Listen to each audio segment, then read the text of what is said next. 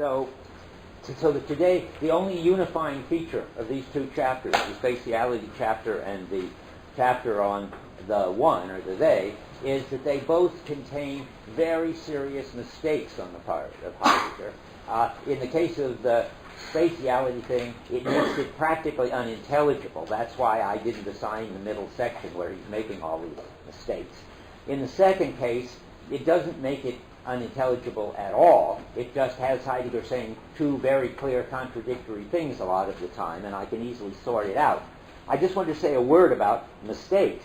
I mean, it's very presumptuous, and I think sort of bad in general to go around saying that people like Heidegger are making mistakes. It's almost surely you or me, the interpreter, who's making the mistakes, and if we had more imagination, we would see why Heidegger's saying what he's saying and how it's okay. However, there are at least two things that make it okay to say this, besides the fact that you can't make sense of it. One, it's great when Heidegger admits in his marginal notes, which he was always writing in his copy of Being and Time, and are now published, when he admits that he's making just the mistakes you suspected he was making, which is what happened to me in the spatiality one. So now I feel I'm justified in what I said in my commentary where I was criticizing it. And the other is when Heidegger just drops something and never comes back to it. That's also a suspicion. It makes one suspicious that there's something wrong. I don't mean drops it in Being and Time. This problem about the one is all over Being and Time. But I mean in later Heidegger, he doesn't come back to this, what I'm going to call later Kierkegaardian mistake. Not a mistake for Kierkegaard, but it's a mistake when Heidegger takes it over. So, but I also wanted to use this as a quick occasion to say, a perfect example of a critic who thinks Heidegger's confused all over the place and does it just because he lacks enough imagination to figure out what Heidegger is saying, is Philipse.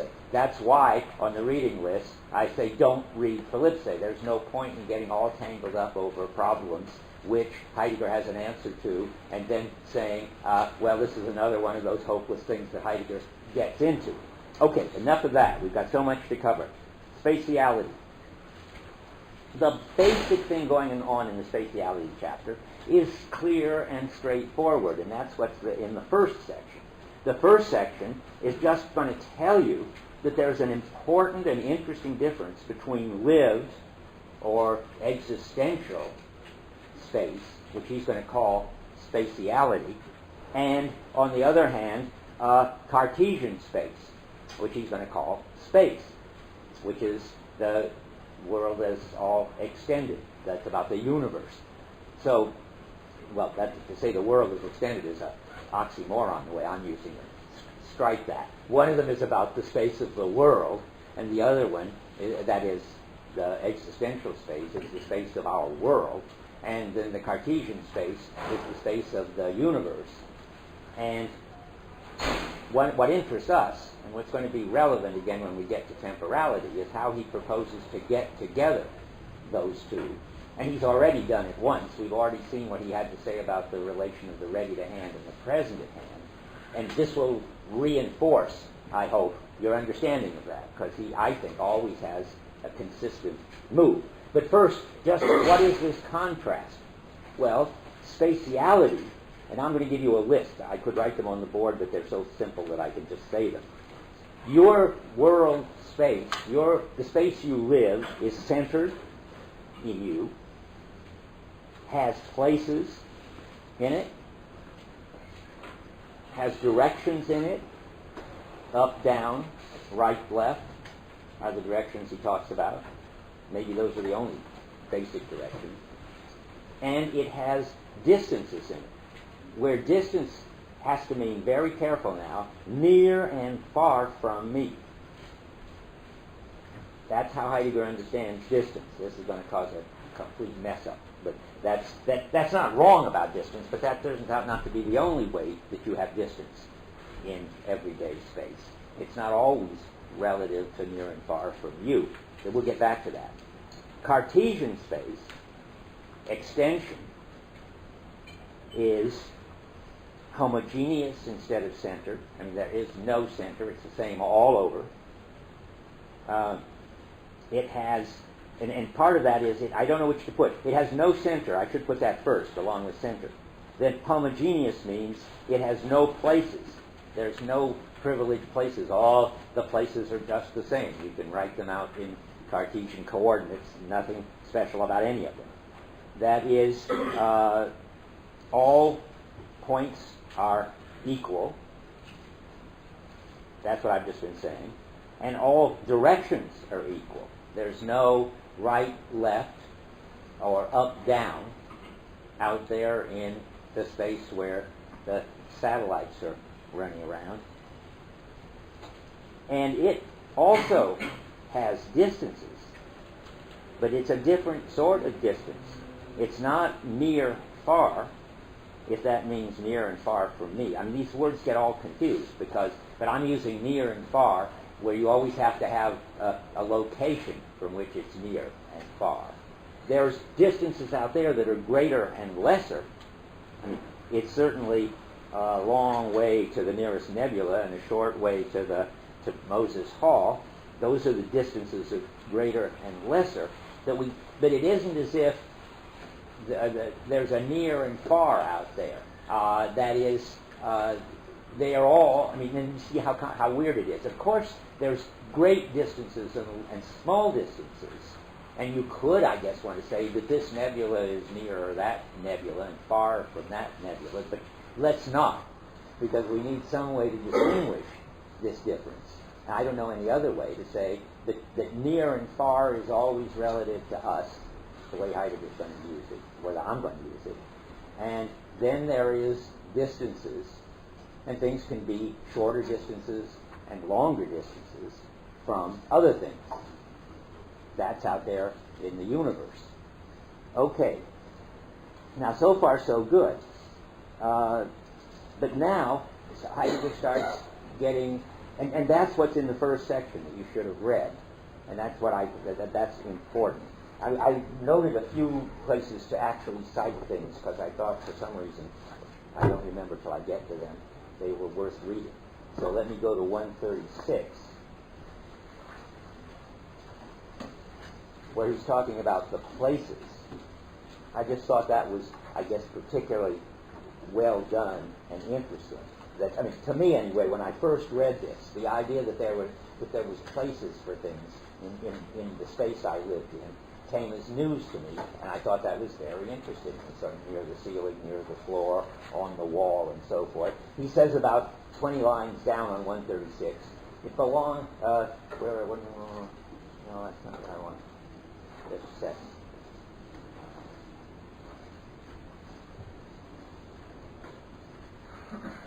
Well, I don't know why. Equipment belongs somewhere. It's just what I'm... And its belonging there, he says, has to do with its ready-to-hand-ness. That is, he's thinking of equipment in a workshop and how it belongs someplace or other in that workshop. And his story about it is that there are regions at the end of that paragraph. The whither, which makes it possible for equipment to belong somewhere, and which we circumspectively keep in view ahead of us in our concerns and dealings, we call the region. Now, I think the region is something like the classroom or the workshop. And then the things in the region have their place in the region, where the chairs are and the blackboard is and the lectern is, depends on the way things are laid out in the region. And let me see, do I want to say more about that?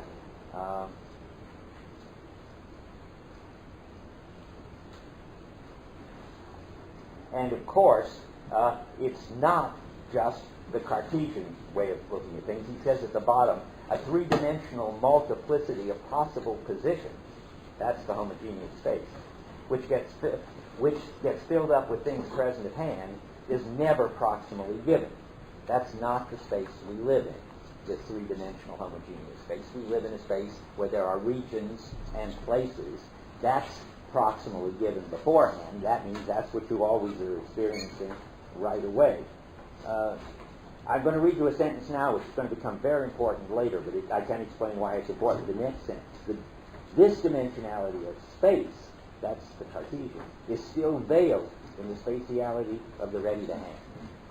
Now, why he puts it that interesting and weird way is very important to me in my reading of the relation of this to time and to science. We're not ready for it yet. We'll go back to it. And there is also public space. This is what's going to get him into trouble, because it's never clear how the space, there's three kinds of space, I think, going on in a mixed up sort of way here. There's space relative to me, which has to do with near and far, and also might have to do with, say, how I arrange my bedroom, which is a region, all right, but it's not a kind of public region with public places. And then there's the space of more public regions, where one puts things in a workshop in a certain way, one puts things in a classroom in a certain way. It's not my idea how to arrange things in a classroom or yours. It's the way, it's a public shared activity of teaching, which we all share, which dictates how the things are going to be arranged in the classroom. And then there's an even bigger public space. I mean, Heidegger has done, again, not sorted these all out, but there's the public space in which there's the town square, and how far it is, or near it is, to the bridge that leads to the city, and all of that.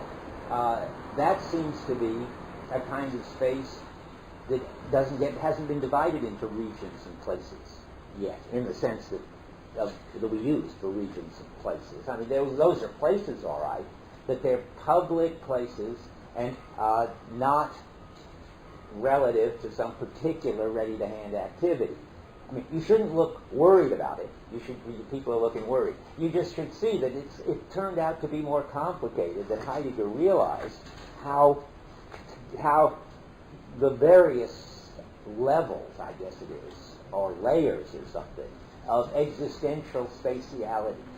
There's the public space, then there's the sort of shared space of regions, then there's something like your space. Notice that the last one is centered. The space of regions isn't centered. The space of, and maybe the space of where the town square is centered, but it's certainly centered in a different way than the space that you live by having a certain perspective on it is centered. And all of this gets mixed up. Poor Heidegger. It is just too hard. So now let me say a bit about sort of what he seems to get right and where he seems to get mixed up. I think the first thing he gets really right and interesting to me, because as I say occasionally, though I don't think I said it in here, I say it in the Merleau-Ponty course, I was brought up in a philosophical tradition just opposed to this by a very great philosopher, C.I. Lewis, who was an intellectualist and a Kantian, and I think Heidegger would have thought he was an interesting thinker, but wrong. But Lewis used to always say you have to start out from the here-now predicament. The here-now predicament is this idea that you're having this private experience right here and now in the stream of experience. You've got some experience going on. And you've got to figure out how to get from there to a world in which there is space and time as not just now. But, of course, Heidegger thinks this here-now predicament is strictly, as he would put it, constructed. There's no phenomenological reason why you should start there and have to, so to speak, rationally reconstruct everything from there. It came as a big surprise to me. I always thought I was in the here-now predicament, and so was everybody else, and that's where you get philosophy from. And, of course, and this is, of course, Cartesianism. But Heidegger starts right out, and you'd expect him to, with the idea that we're not in a kind of now. Sorry, never mind the now. That's the temporality issue. We're not in a kind of here, if the here means sort of at this particular point. We are always coping with things which are over there, so to speak. I mean, even if it's just me and the blackboard, or me and you, there's the here and the there are coordinated for me. So on 142, he said, that's still, I think, in your... No, there's things I'm going to quote in the part I told you not to read, because there's so much in here that's so hard and so confusing that every once in a while something clear and nice emerges, and I will quote it. Okay, here we are at the end of the middle paragraph on 142. Dasein understands its here in terms of its environmental yonder. The here does not mean the where of something present at hand. That might be in a here now problem. But rather the where at of a deseverant being alongside. I'll talk about that in a minute. Together with this deseverance. Well, that's one of the weird words. It's very crucial and very hard in this chapter. It's in German, it's Entfernung, which means distance, but then Heidegger hyphenates it, so it means undistance.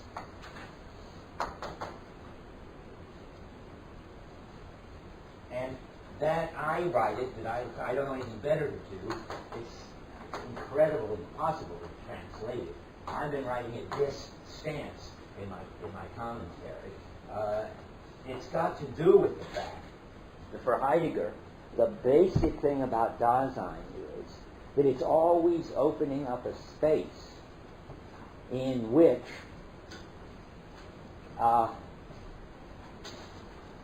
distance or far and near, or distance and closeness become, distance is such a science word though, let's say far and near. Far and near become possible because Dasein has sort of,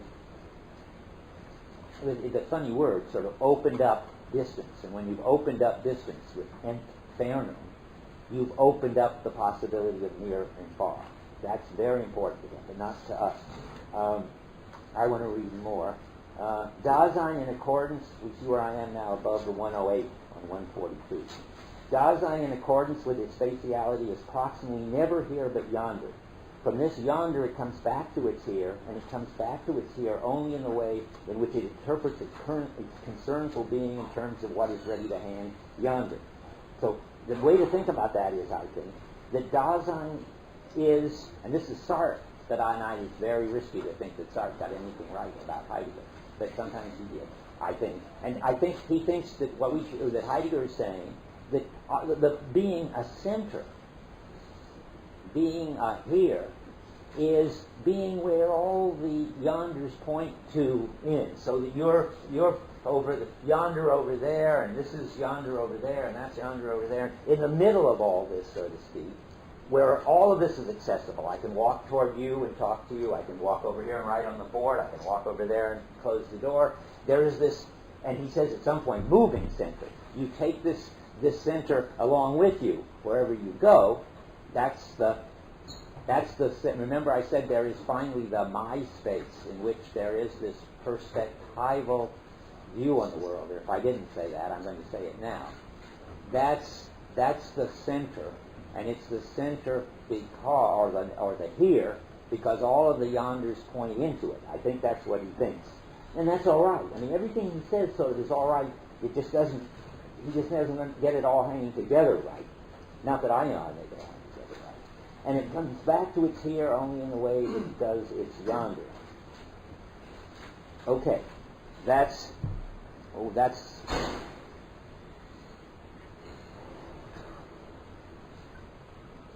Okay, well, I see where I am. Yeah, I mean, that's to get rid of this here now story that you're this stream of inner experience, and which has got to get out of its being here and now somehow. And you have to tell a story. When you start with the basic level in which Dasein is, remember, not a body, but this activity of Dasein, an activity of coping, such that it can take a stand on its own being through that coping. I'm going to be saying that over and over, because he's really cashing in on that a lot in this chapter. And it's very hard. Even I, after all these years, tend to say it wrongly every once in a while. I was feeling repentant about yesterday, wondering how wrongly I put it when I said that Dasein was ontico-ontological, as Heidegger says. I always have in mind that it's a being, and then I think of me with my body, and that has in it an understanding of being. I don't think that's right. I mean, I think that's not the right way to think of it. Dasein is a way of being, and that is what's ontological. And body doesn't have to come into it. I mean, it could be a Martian with no body, or one of these people on Star Trek who beings that have evolved so far that they control the world just by thinking about it. That what makes it ontico-ontological is that it's a specific way of being. Ontico sometimes means specific instead of entity, and that's important. And I always tend to forget that, because Heidegger tends not to make it very clear.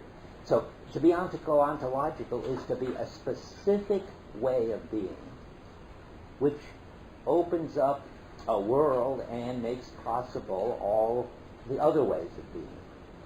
You know, ready to hand, unready to hand, present at hand, and so forth.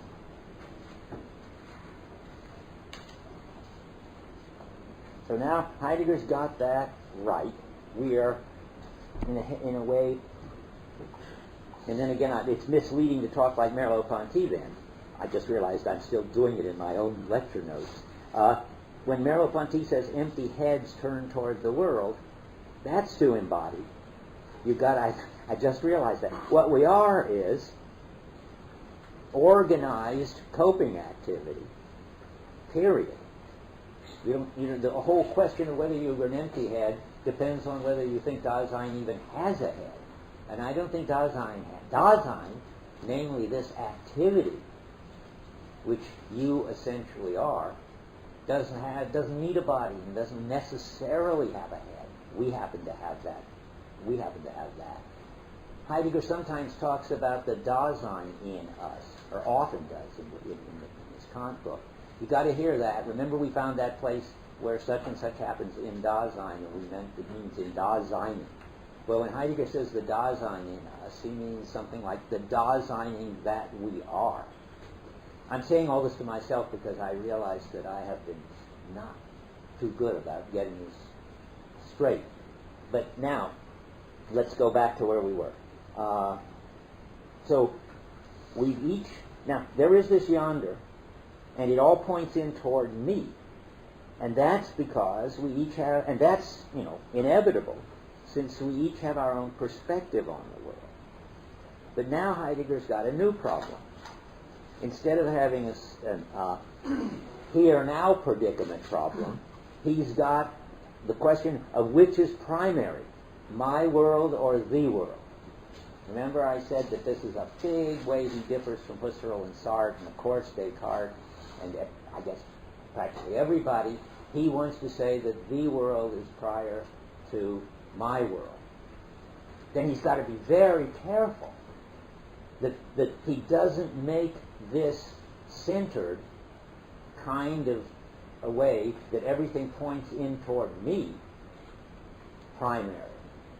What he's got to make primary is the public equipmental totality, which sets it up so that I can have, so to speak, a slot in it. But he's in danger in this chapter, and he knows it, and I think he wants to try to resist it, but he falls into it, and he writes comments in the margin. I'll tell you in a minute. But I mean, he doesn't want the fact that I'm coping from someplace and you're coping from someplace else to let us think that your world is prior, that each of us has a world, and that those are what's basic. And then we have to sort of deduce the shared world as what all of your worlds and my worlds have in common. That's how Sartre and Husserl think about it. First, he's got to somehow make public space basic. And he's going in that direction when he talks about regions, which are generally public, and places that are generally public. But he's going in the opposite direction when he talks about nearness and farness, because your near and far is going to be different than my near and far. So this is going to get him in trouble.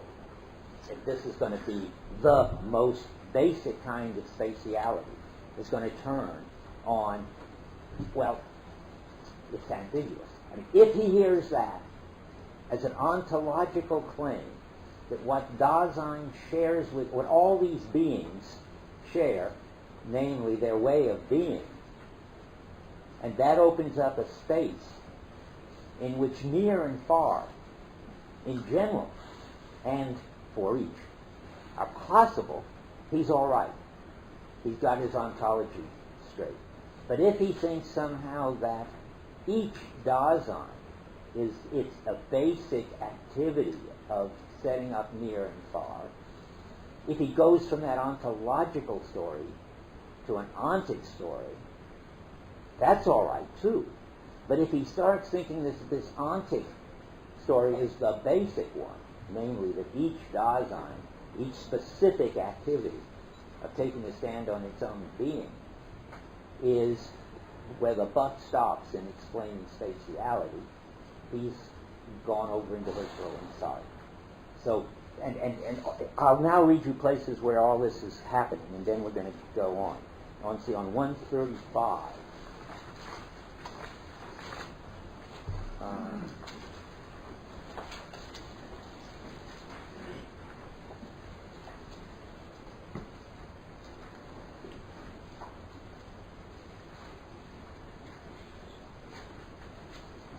So he says on 135 that equipment has a certain closeness.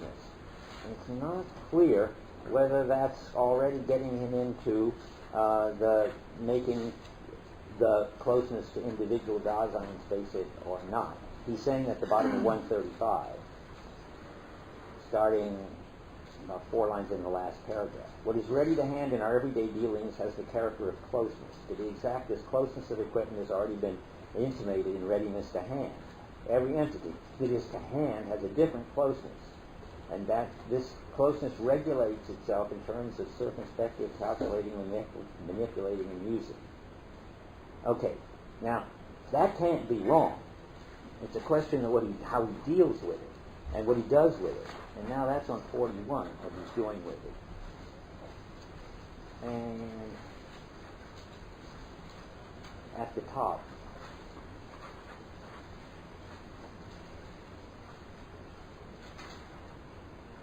Hmm. 141, I'm sorry.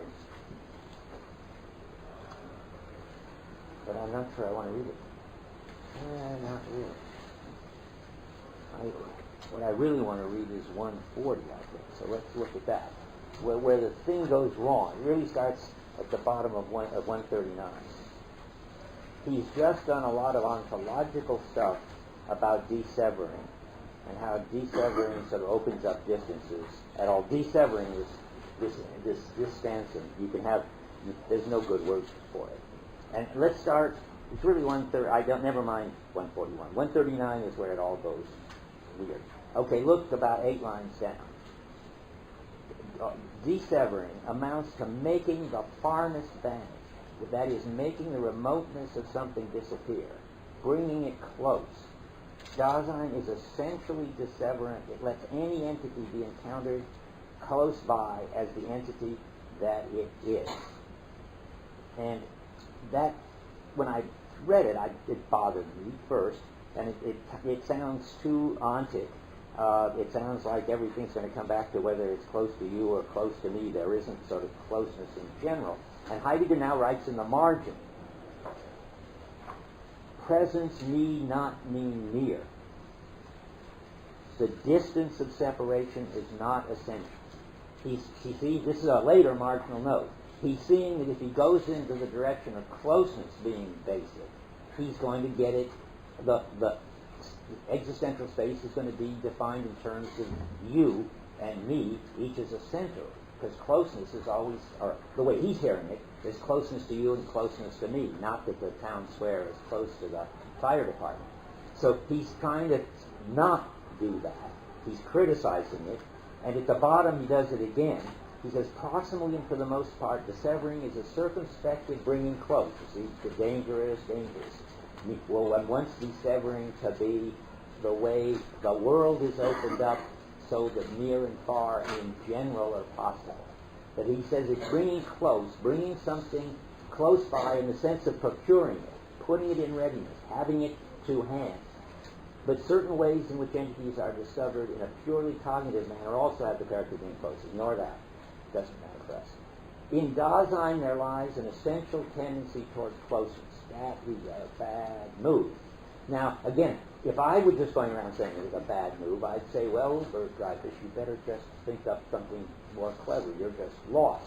But he says it's a bad move. He writes in the margin, How much closeness and why?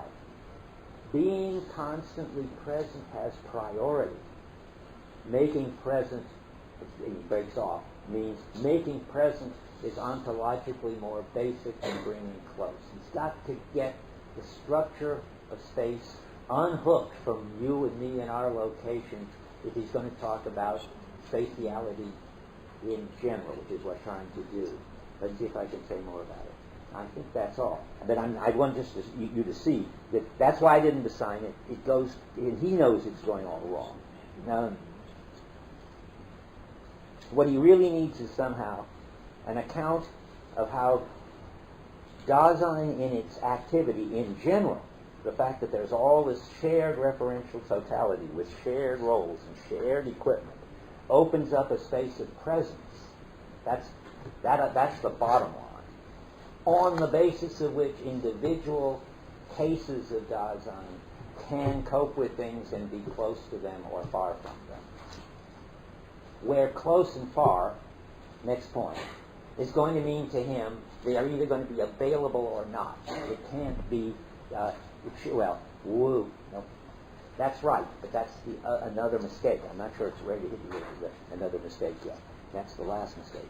Let me see if I'm ready for that. Yeah, that's fine. That's fine.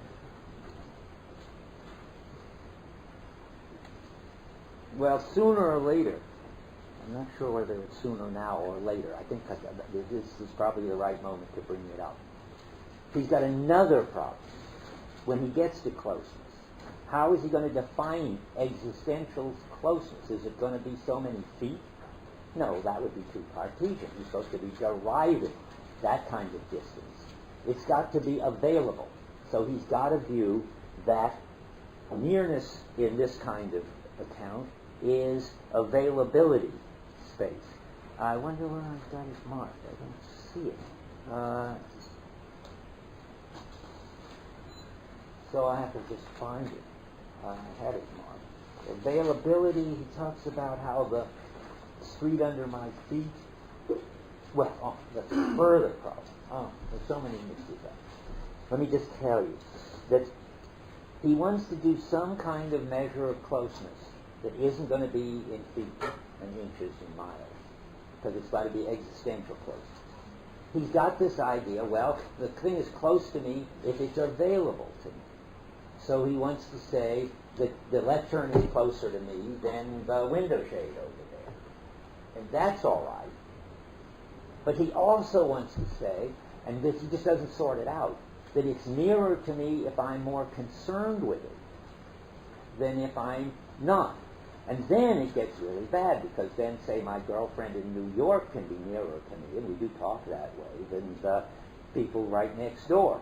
But now he's got two different existential nearnesses, available nearness and attention nearness, and they don't work together, and that's a further problem. And of course, in the background is, well, no, if I tell you what's in the background, yes, it won't help. Okay, so he's got a problem about that, and if I find the pages where he does it, I'll let you know. I'm going to look a little more of it, because he talks about how, yeah, here it is at the bottom of 141. Is that what you're about to say? Yeah. He gets at the bottom, one feels the touch of the street he's talking about at every step. It is seemingly the closest and realest to the ready to hand. And it slides itself along into certain portions of the body, and yet it is farther remote than the acquaintance of whom one encounters on the street at 20 paces. So now we've got closeness and farness in terms of attention. And we've done it before. I haven't found that one, but in terms of availableness, I would just like to get... You got that? Where you got it? Bottom of 140, top of 141. Okay, bottom of one... Okay, yes. Okay, at the top of 141, let's do it. The objective distances of things do not coincide with the remoteness and closeness of what is ready to hand. And that's, okay, the remoteness and closeness of what is ready to hand is the availability space. So now he's got attention space, availability space, and those are both forms of closeness, and he's got closeness as basic, and he's just going down the wrong track. And that from then on, you don't have to think about that anymore.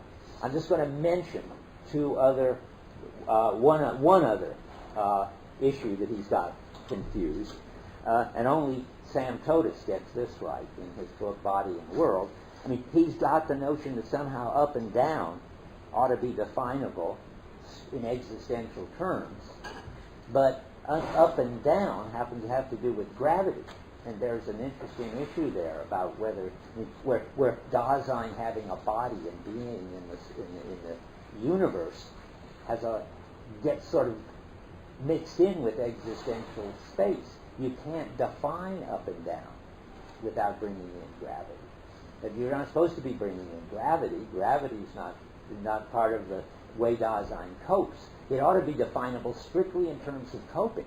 Yeah. People also encounter up and down in terms of they're having experience like this darkness. People want to ask about having the sun stuck down like when you see the light or flat. Interesting. Can that help him out? Let me think of it. That's better. It certainly helps him out. Helps him get rid of gravity, maybe. Yeah, actually, there's an interesting study that supports this of an old ride where people are sitting in a chair and the room spins around and they feel like they're spinning around. And what are we supposed to think about that? That space is weird, and up and down is weird. Okay. So it's like this doesn't really have to do with gravity because you're not upside down as far as gravity. Oh, spins around upside down. I started spinning around this way, and I couldn't understand it. Spins over you. I see. And then what happens? People feel like they're spinning around. This was a carnival trick, and psychology vision scientists use this. And I don't know what that shows. I mean, that shows that you define. I think Heidegger would be right. I would like that. You define where you are from the wall out, not from straight where you are. I think this is That's a yonder point, I think. And I think this is pro-Heidegger. Okay, but don't think it does the gravity problem. But I'm not sure. Yeah. Do you think it's like a symbolic issue, like height is power, God? Well, that's how. I mean, that's interesting. Well, Totis sees it that way. I don't want to go into this too much because it's exactly alien to Heidegger. But it turns out that if you think that there is.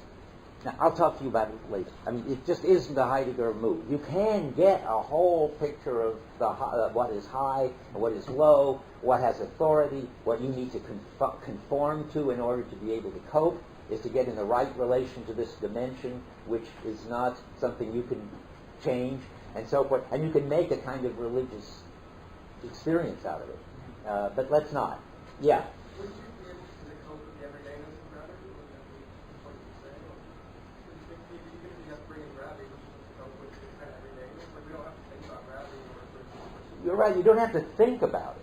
But then remember, the issue, I haven't been too clear probably, the issue is to try to start with a description of spatiality, which doesn't in any way involve the universe, or objective nature, or objective distance, all of the stuff that Descartes is going to tell you about.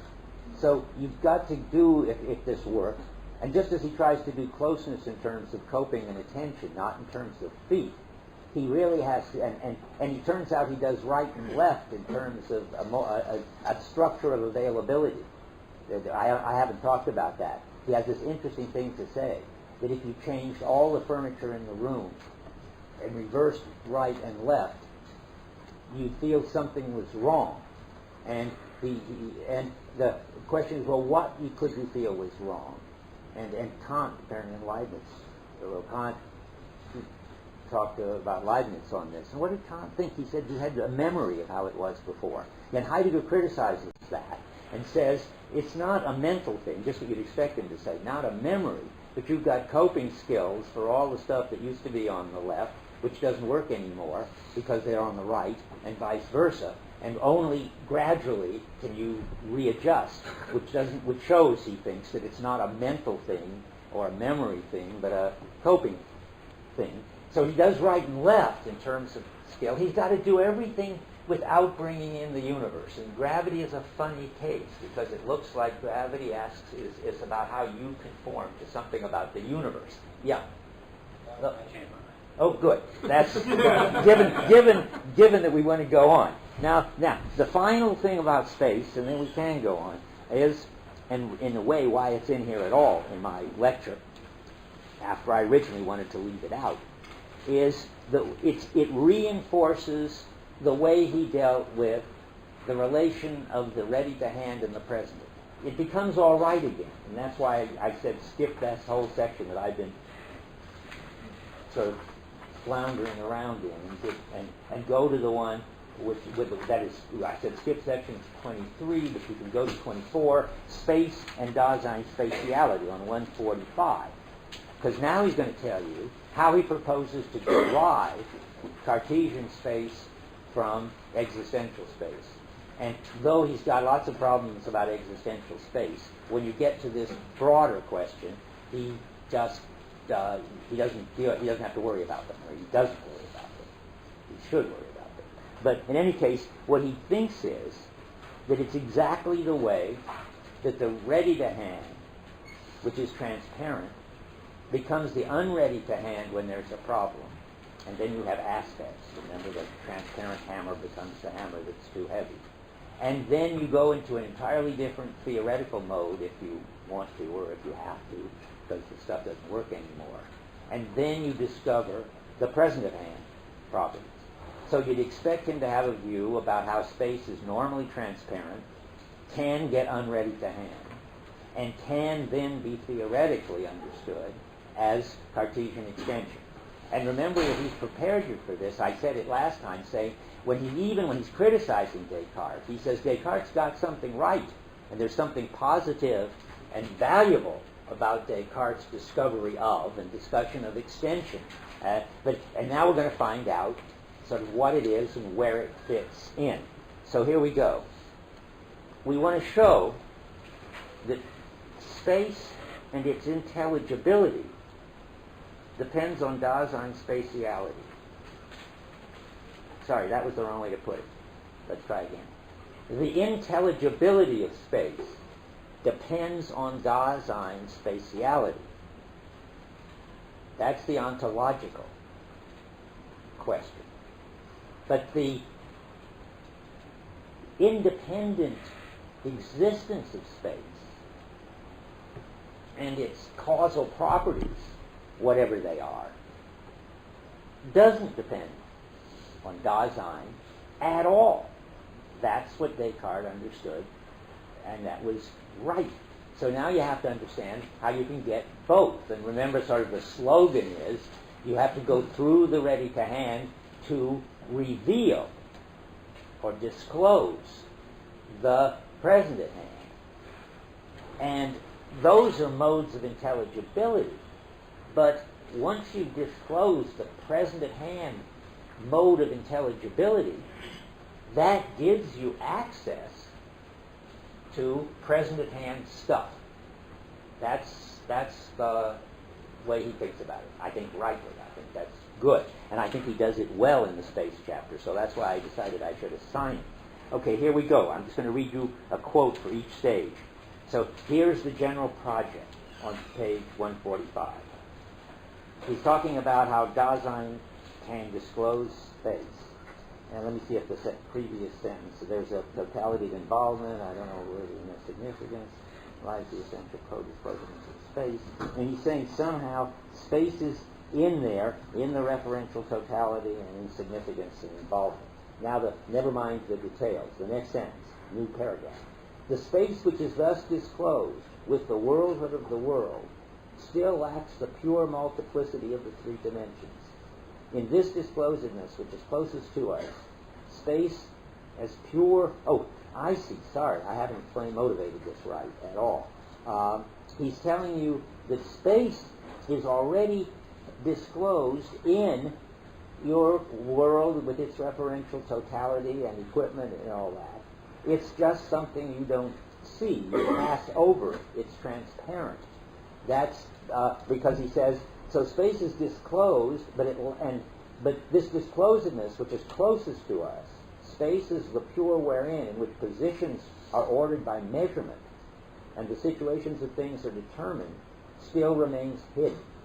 So just as the present at hand is hidden in the hammer, when you're hammering transparent, but it sort of flashes out at you and something breaks.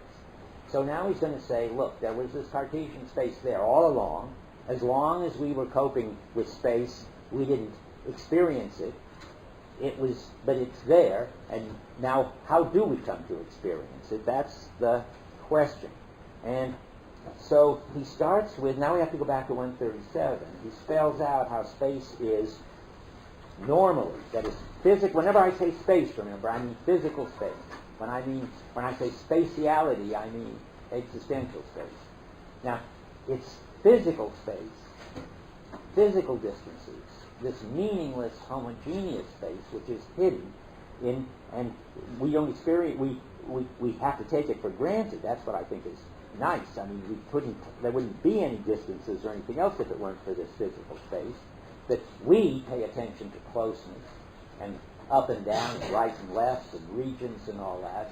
We don't even notice the physical space that underlies it.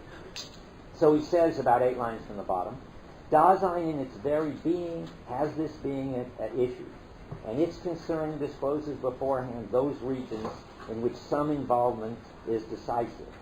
This discovery of regions beforehand is co-determined by the totality of involvements for which the ready to hand is something encountered as free.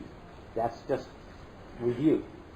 Then he goes on. The readiness to hand which belongs to any such region beforehand has the character of inconspicuous familiarity. There's my old friend, Fred Kraufheit I talked so much about, the familiarity with rooms, the familiarity with the world. And now we add the familiarity with the way everything is laid out in our kind of lived space. And it has it in an even more primordial sense than the ready to hand. So that means the inconspicuousness and the familiarity of space is even more inconspicuous or transparent and even more sort of like the water to the fish, even more pervasive and even further from us than, because it is nearer to us, to talk like Heidegger, than even the ready to hand. The regions become visible in a conspicuous manner. Now comes the next stage. Only when one discovers the ready to hand circumspectively and does so in the deficient modes of concern.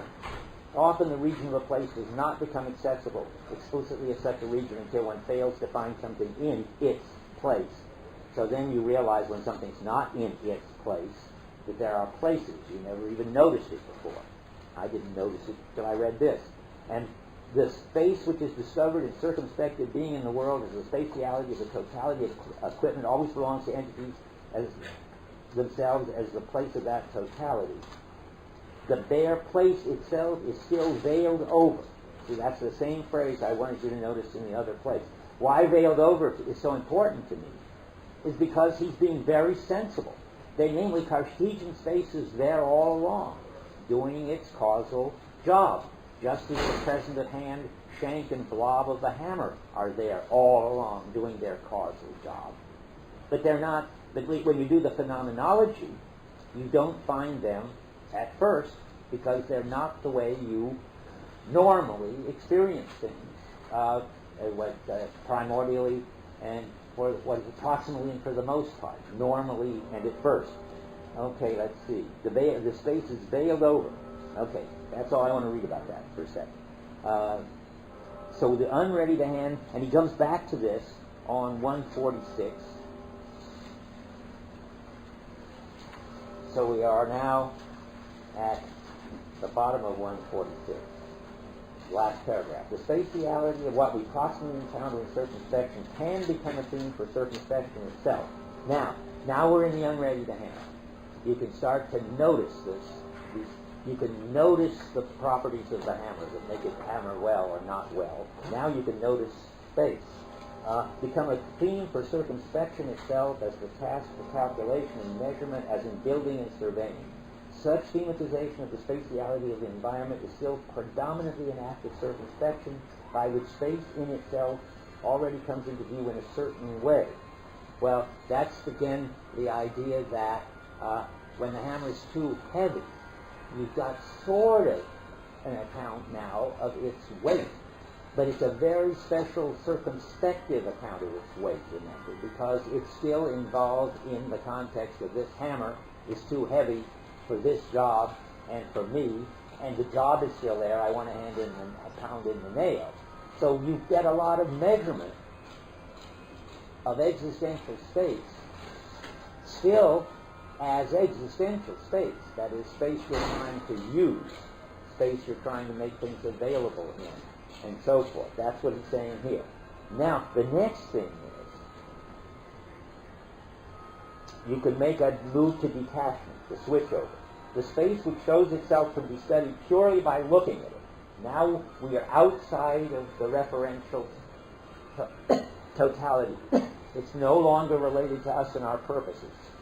This is theory. If one gives up what was formerly the only possibility of access to it, circumspective calculation, you were still in the existential space when you were doing unready-to-hand circumspective calculation. When space is intuited formally now, the pure possibilities of spatial relations are discovered. Okay, now we've gotten switched over to Cartesian space. Let me just see where I am, so I can do this in the efficientest way. So at the top of 147, you get that, and he runs through in a hurry all the various stages that you could then go through. You can go through a series of stages, but these are all stages in the present at hand now. The big switchover.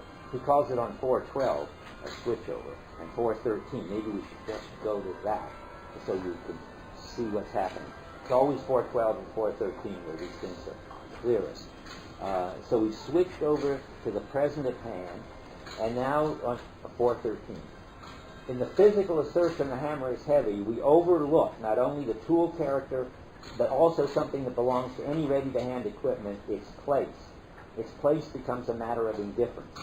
This does not mean that it is present at hand, that what is present at hand loses its location altogether, but its place becomes a spatio-temporal position, a world point, which is in no way distinguished from any other. So you got homogeneous Cartesian space if you take this completely detached theoretical attitude. This implies not only that the multiplicity of places of equipment ready to hand within the confines of the environment becomes modified to a pure multiplicity of positions, but that the entities of the environment are altogether released from such confinement. The aggregate of the present at hand becomes the theme. That's really clear. He's never confused about this. Mostly people reading him are confused about this.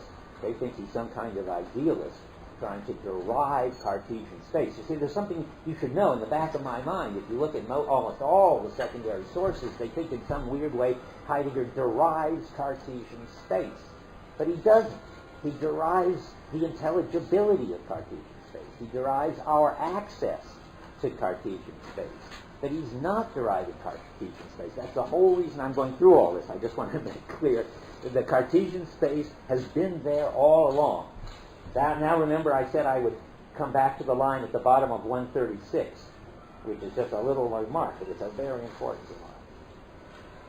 That he talks about how there is a three-dimensional multiplicity of things present at hand, and that that's not proximately given.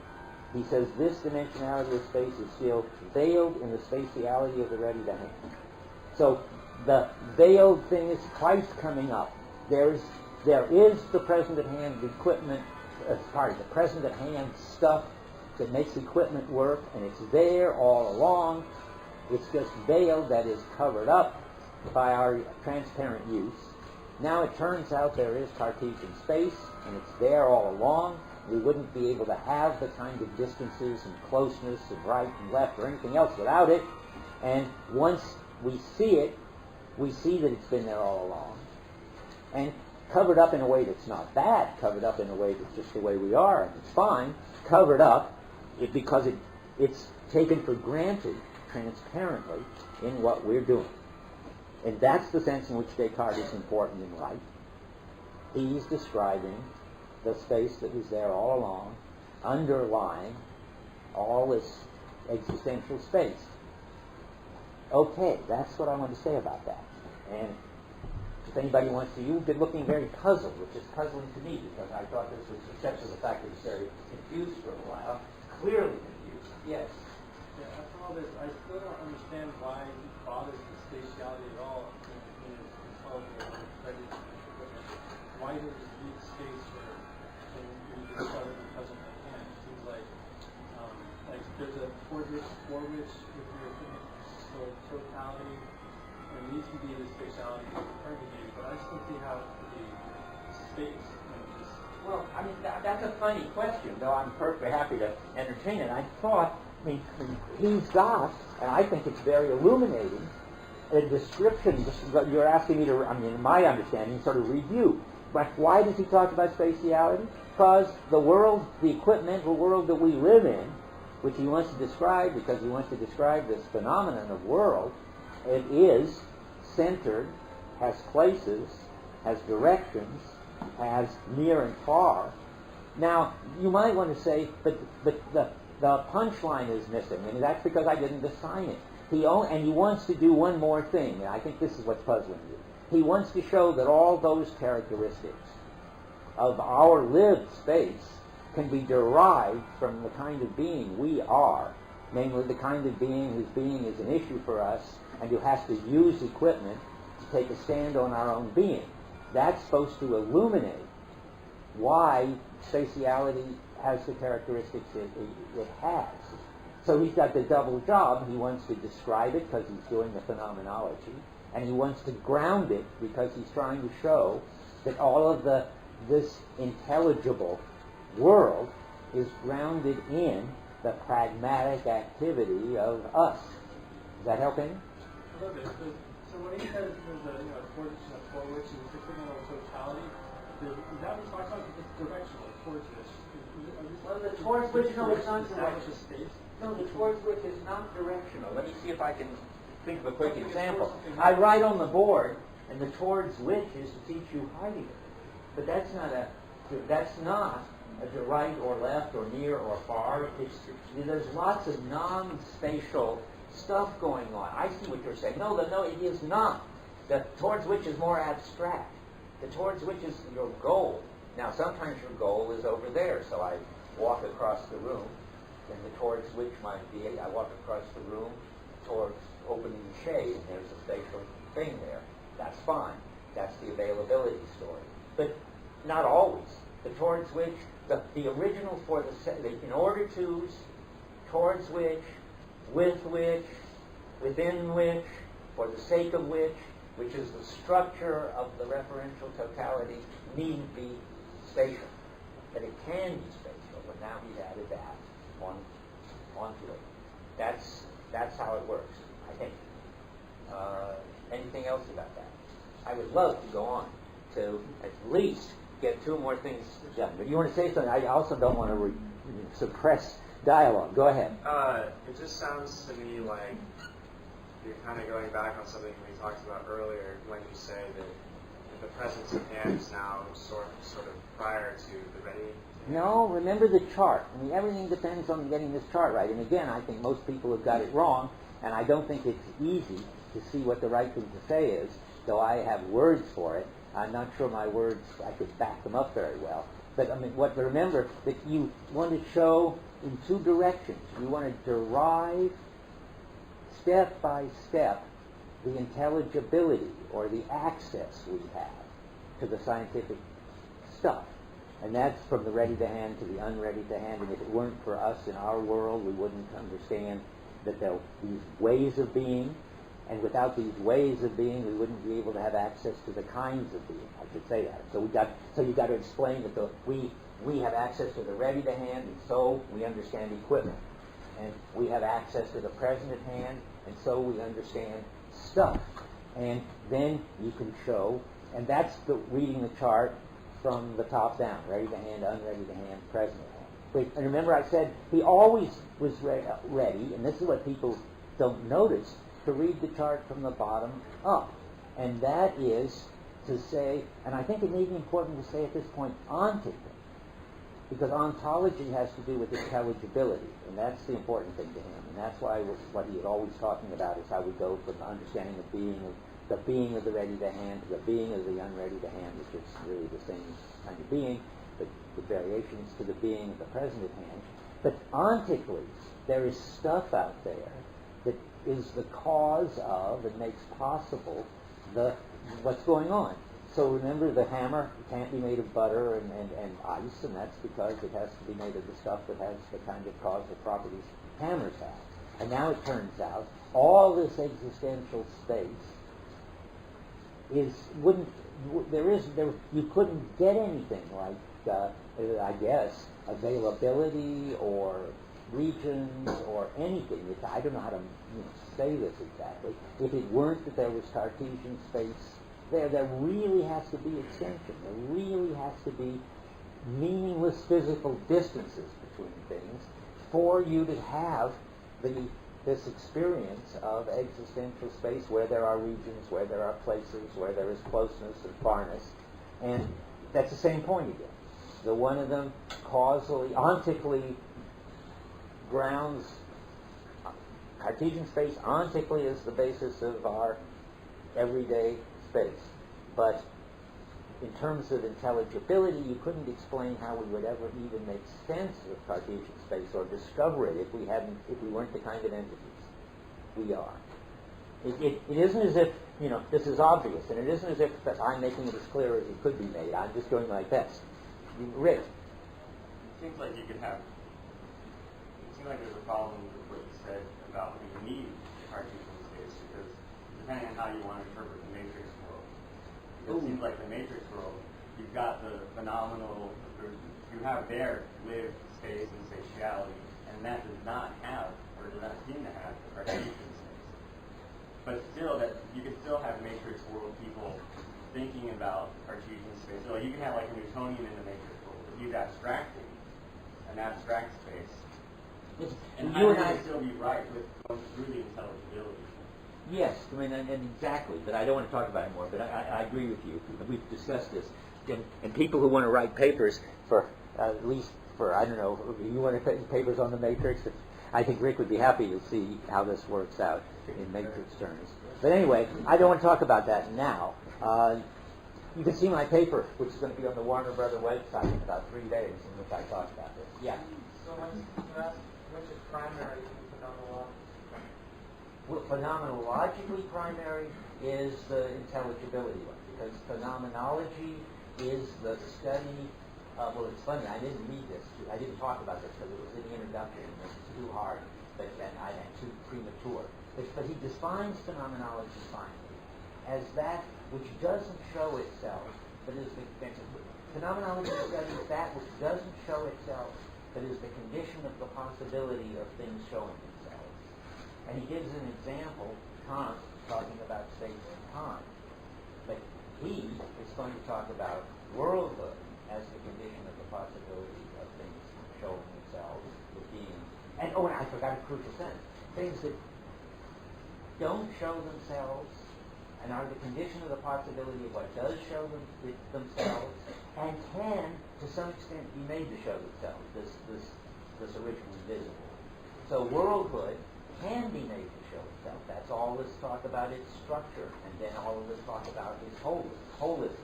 And just now we just did it with space, so let's do it. The phenomenology of space describes first what is hidden, withdraws, doesn't show itself, but makes it possible for things to show themselves. As what? Near and far, up and down, in regions, what else? With enough. And then that can be made to show itself. That's what we were doing in the lecture. That is, though it normally withdraws, you can still describe this existential space. And then you notice it. You say, wow, there are regions and places and up and down and right and left and near and far. I just took it for granted. Now I see it. That's phenomenology. Now, maybe behind your question would be a further deep or surprising question, and why is he concerned about showing that Cartesian space underlies this? Is that phenomenology? I think the answer is no. That's not phenomenology. I don't know what that is. I think that's meontology, whatever that means. Do you know what that means? Heidegger later talks that way. I think there is just another job for ontology, to describe what's really there, independent of us, and he does it. But it's certainly not phenomenology. Phenomenology and ontology deal with this, what I just described, and that further gives you the intelligibility of everything, including, it makes sort of intelligible how we can have access. It makes intelligible how we can have access, this is going to blow your mind, to what is intrinsically not intelligible. That's what Heidegger says. That means we can have access to the stuff that science studies, which is not intelligible in the sense that it doesn't make any sense to us in our practical life, but we can give it a new kind of something. He doesn't want to call that intelligibility. We can put it into laws, we can, and so forth. And so phenomenology is going to make everything intelligible and even show you the place of what is not intelligible in everyday terms. But in my jargon, which is Heidegger's jargon, it can give you access. It can explain, no, not explain. You can understand how you can get access to something which is not intelligible in everyday terms. Doesn't explain the meaning or intelligibility of the everyday world. That would be reading the arrow the wrong way. That would be cognitivism. If you could use what science gives you, or that would be naturalism. If you could use what science gives you to explain the intelligibility of the everyday world. But you still need something to explain, not the intelligibility of the everyday world, but why it works the way it works. Because you understand, in his jargon, understand and explain are very different. Reading the chart from top to bottom, from the ready to hand to the unready to hand to the present at hand, lets you understand how our world, and how we can have access to this other theoretical world. Then explain, as opposed to understand. This is a traditional way the words were used in his time. Then we can take these unintelligible, that is meaningless, bits of Cartesian extension or quarks, and use them to explain, not understand, because it makes no relation to anything that matters to us or means anything to us. Explain like a mechanism, lots of what goes on, like why the hammer works, or why it takes a long time to get from here to there. That's okay. Now, I've got 10 minutes. I want to get two things out of the way that I don't want to talk about in the next chapter, so at least I can spend the whole time on the next chapter and maybe get further. So I think you should read the beginning of the being in section, which is what was supposed to be, what you were supposed to read for next time. Maybe I'm being too optimistic, but I would like to think that I might get there. Anyway, the two things I want to get out of the way are the sections on being with and other minds, because there is no confusion, and Heidegger, and you could read it on your own, and Heidegger has some very interesting point which you could say in one sentence, but which he says at great length, partly because it is something that people don't, that non-Cartesians have problems with. So Dasein, he says, is essentially being with. That's not meaning that it has to be with other particular Daseins. Robinson Crusoe was still essentially being with. But the being with other Daseins he calls, what does he call it in German? It's mit Dasein. Dasein with, right. There's being with, which is this very basic sort of ontological structure of human beings, or existential structure of human beings. And then there's Dasein with, that happens sometimes. And I'm going to talk about both of them now during this 10 minutes. Being with is something that we all have, and it's very simple. I think what's going on is, if we are the kind of beings who have to take a stand on our being, using public equipment and public roles to do it, then it follows just QED that we've got being with. That it's basic to the kind of beings we are, that we share a public world with others, with others in general. not the particular others. The others who use the equipment too, as he puts it, or could. The equipment, most equipment is for anybody. And others who have other roles, or could. And that's enough to get you that being with publicness is more basic than privateness for the kind of being that we are.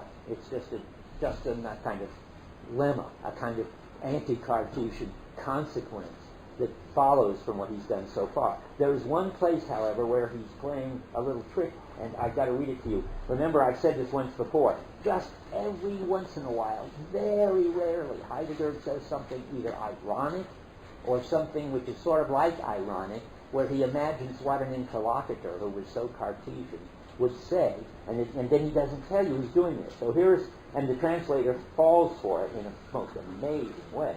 On 156, I just don't want you to be confused. The second paragraph. He says, the expression Dasein, however, shows plainly that in the first instance, this entity is unrelated to others, and that, of course, it can still be with others afterwards. Do you like that? Does that seem odd to you? It better seem absolutely outrageous to you. I mean, I'm going to talk about that more in a minute. That's the problem of other minds, but it's a Cartesian problem.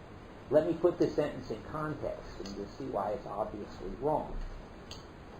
Heidegger thinks people in them, and presumably whether these people had minds, because he says, well, maybe they were just automata. So, but why doesn't Heidegger have the problem of other minds?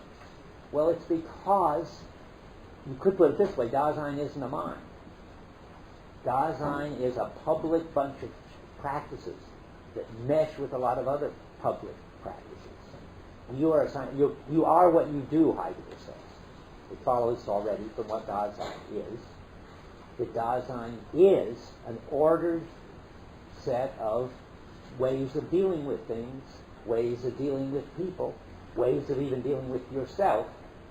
And if that's what Dasein is, then the problem of how I could get to know that you've got a mind, I mean, it makes no sense to ask the question, how do I know that you're Dasein? Because I see you are using this equipment and you're playing your role and so forth. It's only if you think that what people are private streams of experience, that you've got the question, well, do they really have it? I suppose you might wonder whether these people were robots. It just occurs to me, but they'd have to be very sophisticated robots, because you would be seeing them using this meaningful equipment, taking a stand on their being through it. At that point, I must say they would have Dasein. I don't think Heidegger cares whether the Dasein is in organisms or in robots. As soon as you are as soon as your actions mesh with other people's actions in such a way that the whole set is making sense of what it is to be human, and each one is doing it on their own, but doing it with the shared public stuff. That's the Dasein going on. And then the problem of other minds disappears, he thinks, because it was always a question, was there a consciousness there? Was there intentionality there? Was there, in this private, in each mind, was there a mind at all there? Heidegger's not interested in that. Now we can go to this place where the translator falls for Heidegger's little joke. To begin with, at the end of the middle paragraph on 156, what I just said is, the other is encountered in his Dasein within the world. And that's because you are what you do. Then he goes on. The expression Dasein, however, shows plainly that in the first instance, this entity is unrelated to others, and that, of course, it can still be with others afterwards. Now, you could fix it by fixing the translation. It doesn't say, however. I forget the German, but it says something more like surely. And if you write that sentence a little different, like this, but the expression Dasein surely shows plainly that in the first instance this entity is unrelated to others, and that of course it can still be with others afterwards, then you can see that this is a Cartesian interlocutor who's saying that. Because what you really want to say is Dasein is not exactly an entity. It's a way of being with others.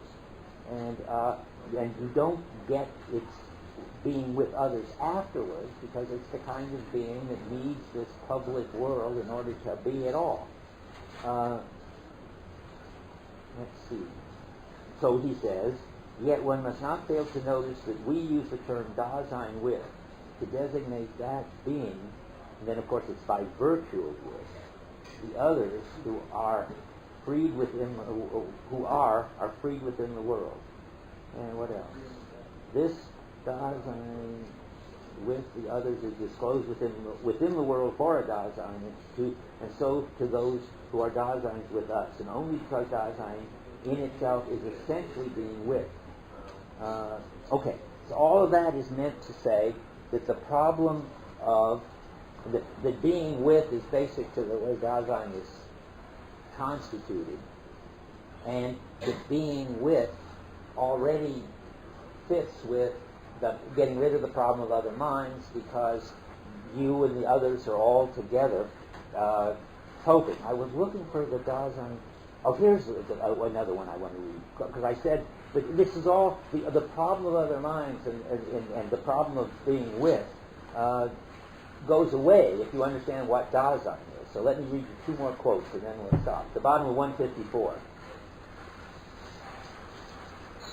About 10 lines from the bottom. By others, we don't mean everyone else but me, those against which the I stands out. They are rather those from whom, for the most part, we do not distinguish ourselves, those among whom one is too. Now, we're going to talk about that next time.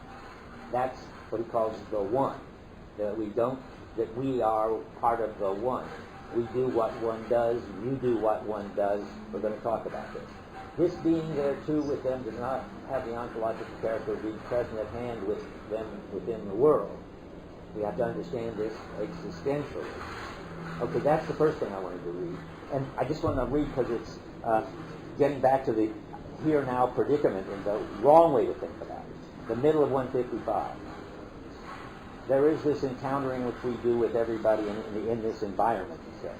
This elemental, worldly kind of encountering which belongs to Dasein and is closest to it goes so far that even one's own Dasein, this is now, think about this. This is sort of to say you are not to think of yourself as a stream of experiences which you discover on reflection, but rather this activity always involves with others in the world. But now let's read it. The element, the worldly kind of encountering which belongs to Dasein and is closest goes so far that even one's own Dasein, now think and remember that means Dasein becomes something that it can itself proximally come across only when it looks away from experiences. Remember I said there was Erlebnis and Erfahrung. This is Erlebnis, private experiences. It looks away from experiences and the center of its acts. It shouldn't be actions. It should be mental acts. And does not see them at all. Dasein finds it, now comes the punchline. To begin with, notice, it isn't to say that there isn't any inner, and that you couldn't, in cases of breakdown, reflect, or even just because you had nothing better to do, and find inner experiences. But if you want to find what it is you are as Dasein, then you can't go around reflecting on your inner experiences. That's just sort of frosting on the cake or garbage or something. But what you've got to find out is what you're doing. And now the punchline, I'll stop. Dasein finds itself proximately in what it does, uses, expects, avoids, in those things environmentally ready to hand with which it's concerned.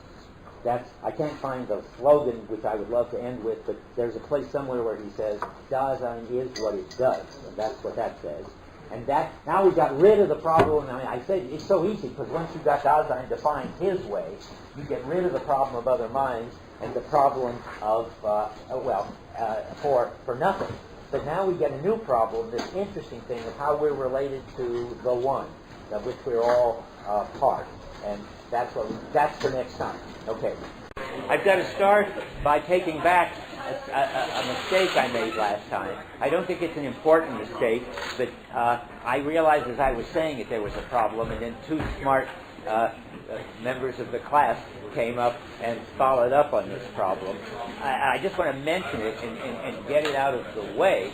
I realized that Heidegger wasn't really answering the skeptical problem about other minds. As I said, well, of course, you might have a robot, and it might be doing a lot of stuff in the referential totality, and in a way, you might as well say that it is what it does, the way Heidegger, and yet it would be a zombie or a robot. It may not have. Now, it's not to say that it may not have consciousness and intentionality, though that would be true of it. That would be a Searle Descartes way of thinking, but it might not be disclosing anything, to talk like Heidegger. I mean, it might not have a stand on its own being, and I don't see, and this is what I realized as I was talking, and then other people realized too, it's hard to see how, sort of looking at its behavior, granted if it's a very successful robot, you could tell the difference. Now, why isn't that an objection to Heidegger? Well, I think it's not an objection to Heidegger only because Heidegger's not interested in answering the skeptical question about other minds. If you go back and look at the section which I then did, you discover that he's got a different question. His question is how you know the particular content of particular other people's minds. I don't mean intentional content now. I mean, how do you know what they're thinking? Maybe they're not thinking at all what you think they're thinking. Well, first, that even is too skeptical. The basic question is just, how do you know other minds? And the reason that that's a problem that he feels, one, that he has to deal with, and two, that he knows just how to deal with, is because, of course, that's predicated, that question, on the notion that other minds are private streams of experience.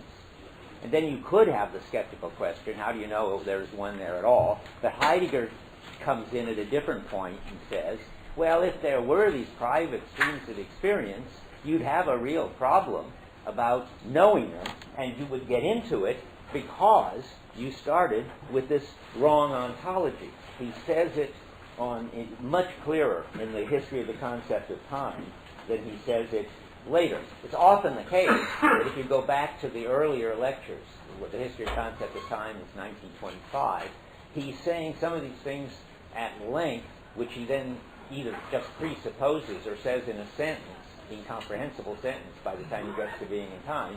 That's one of the advantages of looking at my commentary, as I tried to find in the various lectures the best place where he says clearly what the point is. He says the illusion, and that is the illusion fostered by the Cartesian tradition about there being this inner.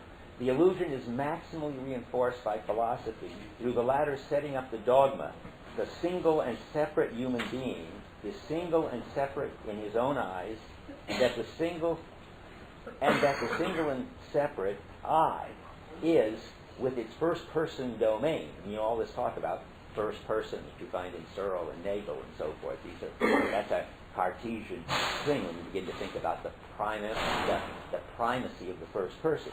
So with its first-person domain, that's the inner, the first-person domain.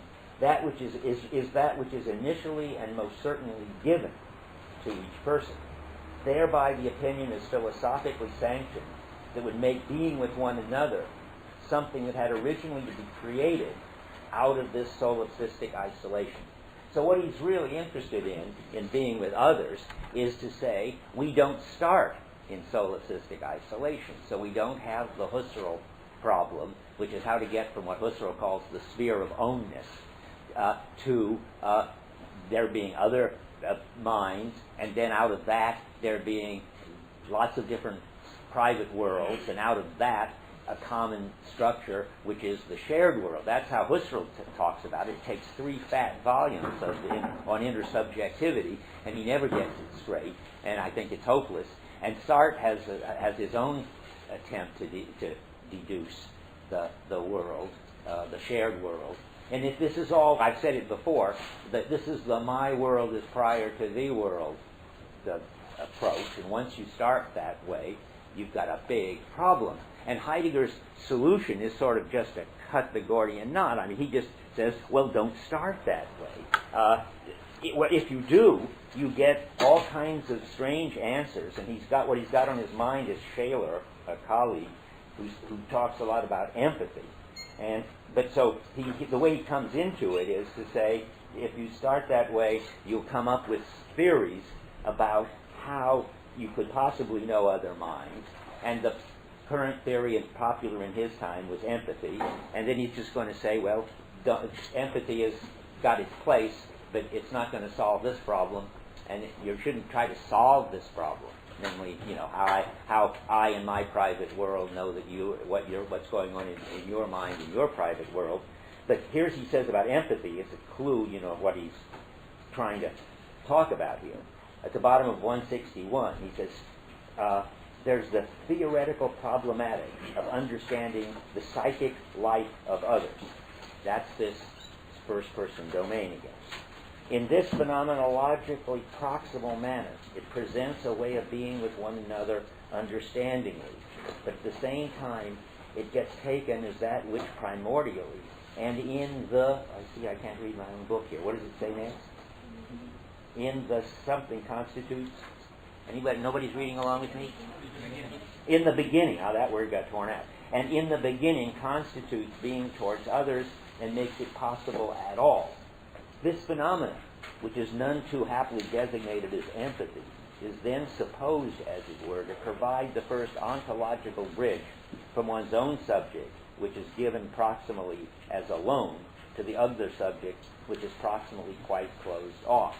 So, and then he thinks, well, empathy is just not going to do it, and he has arguments against empathy. But what's important is that this is not a problem, because I can tell what you're up to by what you're doing, and that's how, and you are and know about yourself mostly in terms of what you're doing. This primordial intentionality that he's interested in, remember the coping intentionality, one level beneath the mental content that Searle and Husserl are interested in, that isn't private, and because it's a way of coping with shared affordances in the shared world. So on 283, the nicest statement of this, I remember I said last time I was groping around for the quote, one is what one does. Well, I found it. It's at the bottom of 283 of all strange places, but it's fine. I'll read it at about 6 lines from the bottom. But proximally and for the most part, everyday Dasein understands itself in terms of that which it is customarily concerned. One is what one does, what one betreibt in German. That is, what do you say? What one's occupied with doing. It's one does is okay. In relation to this sort of being, the everyday manner in which we join with one another in absorption in the world of our concern, in that way, representationality is not only quite possible, but even constitutive for our being with one another. What? This is a different context, but I just want to see why he's saying that. Oh, the representationality has nothing to do with mental representations here. It's that people I can take on your role, and you can take on my role in many areas, and I can use your equipment, and you can use mine. So representation is not only quite possible, that I represent you or you me, but even constitutive for our being with one another. Here, one's Dasein can and must, within certain limits, be another Dasein. All of that it says, if you get the phenomena right, of what it is to be a Dasein, this problem of other minds, of knowing other minds, goes away. But then one funny, quick thing, but Heidegger's sort of feeling very, as a good philosopher, is responsible for the question, well, how did it ever come up in the first place? Well, on the one hand, because of Cartesian ontology. But isn't there any everyday phenomenon that leads you to think that you've got your world and I've got my world? And his answer is yes. In disturbances and breakdown of this normal, everyday shared coping, you can go off and have your secrets, and I can go off and have my secrets, and when we do, then you've got that then you've got these kind of problems. He says it over and over in this chapter, if you look. Every once in a while he'll talk about how that there is a kind of concern for the ways that people cover up what they're up to sometimes. I'll read you just one, at the top of 163. Now he's trying to say, well, isn't there some place for empathy? He says, but the fact that empathy is not a primordial, existential phenomenon, that you get used to what that means. That means it's not the way Dasein, when it's normally coping at the basic level with shared equipment in a shared world, has to worry about how it knows what's going on in the other Dasein. It's not a primordial existential phenomenon any more than is knowing in general, any more that is a primary phenomenon, because knowing is derivative from coping. Doesn't mean that there's nothing problematic about it. Now he's going to tell you the special hermeneutic of empathy will have to show how being with one another and Dasein's knowing of itself are led astray and obstructed. That's some kind of breakdown by the various possibilities of being which Dasein possesses. So that genuine understanding, which is what you just have when you're dealing with people and things, gets suppressed, and Dasein takes refuge in substitutes. The possibility of understanding the stranger correctly presupposes such a hermeneutic as its positive existential condition. Is there any more I need there? So understanding the stranger is only one of them. I would like to find, but I didn't mark it. Here at the bottom of 162, because even when you're dealing with people who are right there in your own family, they can get pretty obscure to you. Because, where is it now? The bottom paragraph, second sentence. Of course, it's indisputable that a lively mutual acquaintance on the basis of being with depends on how far one's own Dasein has understood itself. No. Well, let's see. It depends upon how far one's essential being with others has made itself transparent and not disguised itself. Yeah, that's one of them. But if you look over, you find every once in a while the fact that people do disguise themselves. And I'll give you one more, the middle of 161. And when indeed one's knowing oneself gets lost in such ways as aloofness, hiding oneself, or putting on a disguise, being with one another must follow special routes. There comes empathy and analogy. I see what you're doing, and I try to figure out what I'd be thinking and feeling if I were doing that, because you're doing something that seems so peculiar. So then you have to follow special routes in order to come close to others, and so forth. Anyway, the bottom line is that when there isn't a disturbance or a breakdown, then you are just automatically synchronized with others. If Heidegger talked about bodies, he could call this what Merleau-Ponty calls intercorporeality, where without your mind even having to get into it, you and others just naturally on the level of gestures, on the level of distance standing, on the level of hearing each other in a conversation, are just synchronized with each other from the start. Of course, it's not mysterious. It happens partly because you're socialized into this world with others, so that your most basic skills just take up the gestures and meaning of others. It also has got its neurobasis. I think I mentioned this one, because there are mirror neurons, which Heidegger and Merleau-Ponty didn't know about, where such that whenever you see somebody doing something, you are same neurons are involved when you do it. So this being in sync with what you see without it having to go through your mind is one of these cases where it's just taken care of by your brain. It isn't as if your neurons do empathy or analogy between what the other person is doing and what you would be doing. Your neurons just do it. And that's always nice. I'm always interested in that, because one wants to say, well, the phenomenology sometimes looks like magic. You have to say, well, how do I figure out? How come I'm in sync so without even thinking with the other person? And if it turns out that it's something your brain does, Heidegger, I think, would be, happy to hear it. Not that it matters to him. He wants to get the phenomenology right. Okay, I don't want to even talk about this. I just wanted to set it up, to just straighten out this slight confusion I caused. Let's go on to the really interesting issue for today. The issue for today is, as I said last time, the one, and I'm going to explain that now. In Heidegger language, the interesting question becomes at the end, right where I'm talking about, on 163.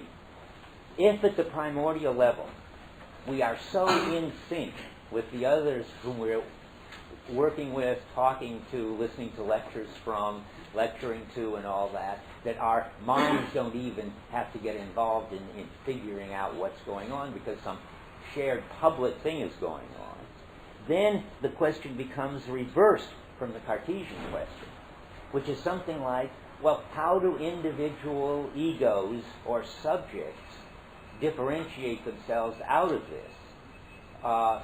And one of the ways is sort of, we saw kind of a breakdown where somebody's hiding something. But more generally, Heidegger wants to ask something like, even more deeply, well, do individuals differentiate themselves out of it or not? And you'll see that this is sort of two questions. One, in Division 1, the question is, well, who are you anyway? And have you really differentiated yourself from the shared public activity, in which you're all just in one big shared coping at the most primordial level? And then when it turns out, just to get ahead of the story, that you can't, or you haven't normally, differentiated yourself from the shared public activity at all, you then comes for Division 2 the question, well, how do there get to be individual selves at all? But right now, the funny question is, this sort of puzzling question to any Cartesian, anybody who believes that there are subjects and objects, basically, which is his funny question, well, who are you anyway? At the end of that section, one's own Dasein, that little paragraph, like the Dasein with of others, is encountered proximally for the most part in terms of the with world with which you're environmentally concerned. I've been saying that a million times. When Dasein is absorbed in the world of its concern, that is, at the same time, in its being with towards others, remember there's this two things, this being with, which is this general sharedness, and the towards others, and dealing with particular other people. It is not itself. Well, that's the funny claim. That is, it's just this openness on the shared activity. Think of yourself, I don't know, as involved in a tennis game or something.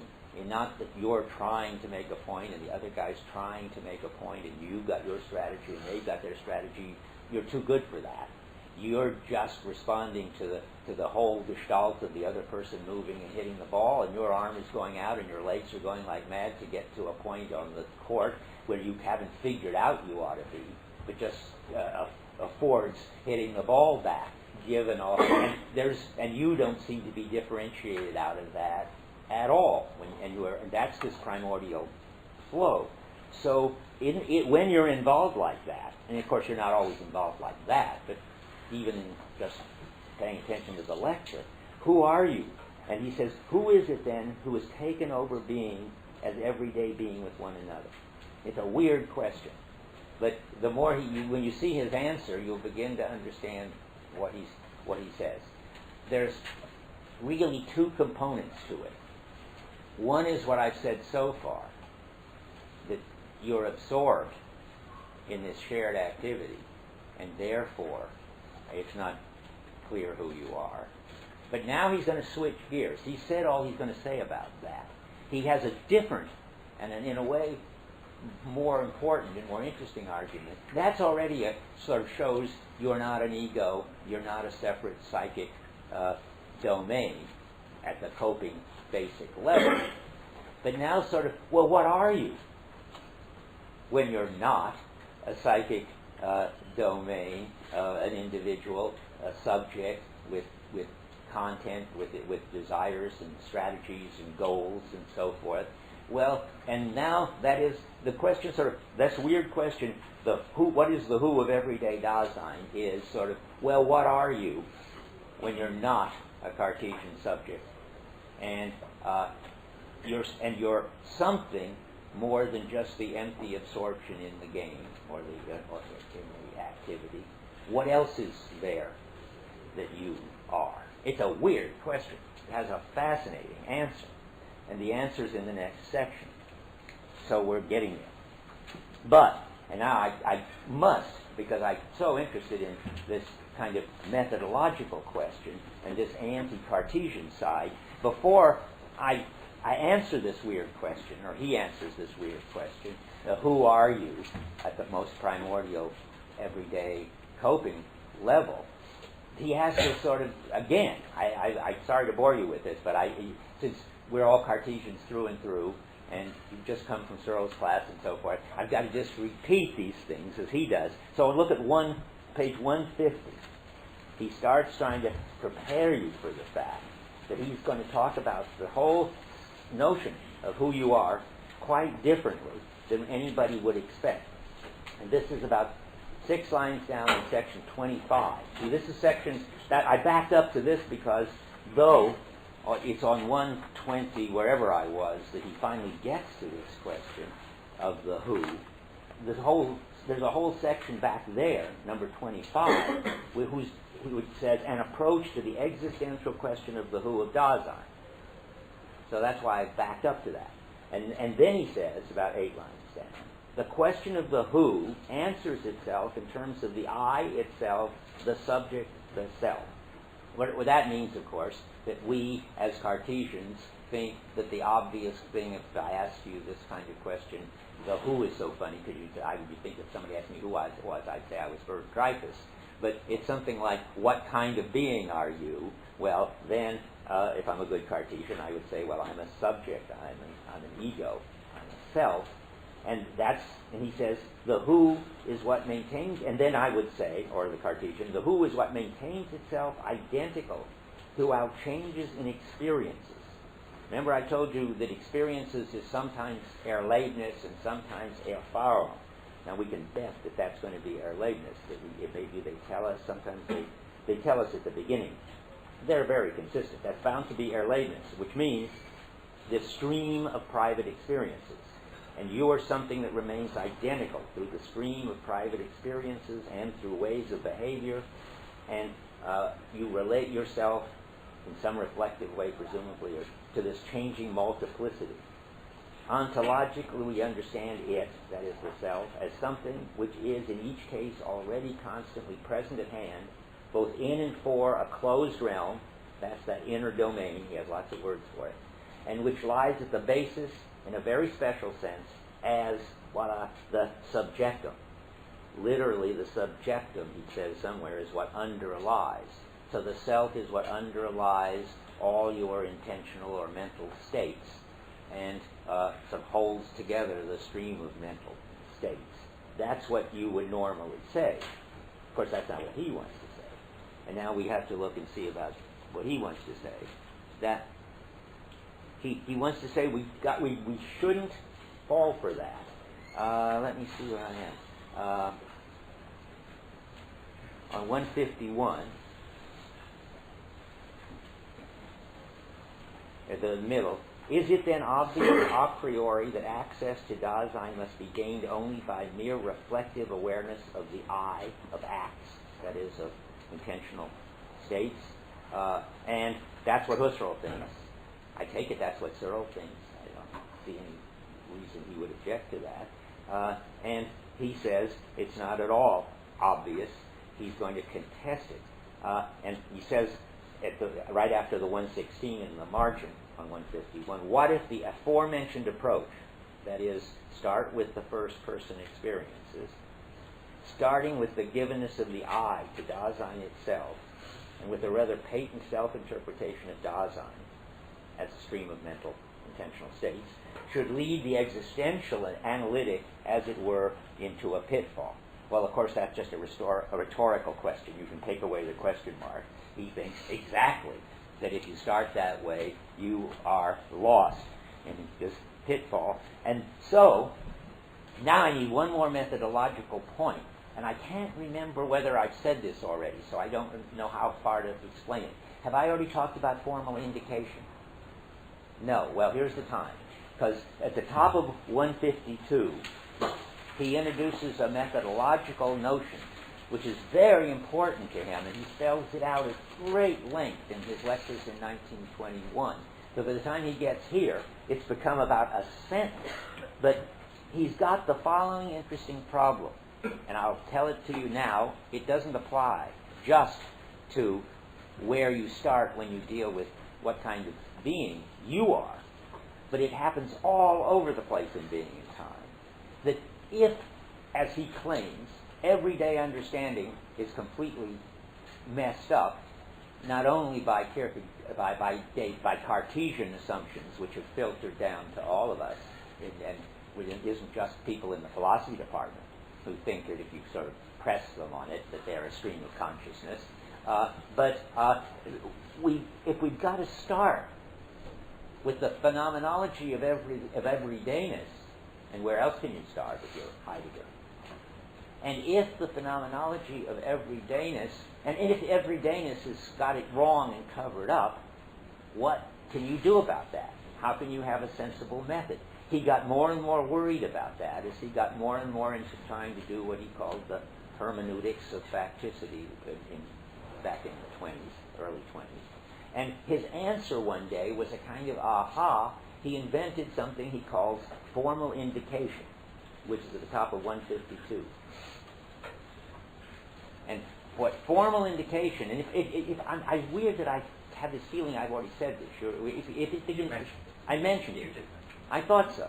So I'm not going to go into any more great length because I talked about it already. But I remind you that formal indication is you point to what you want to talk about using some descriptive property,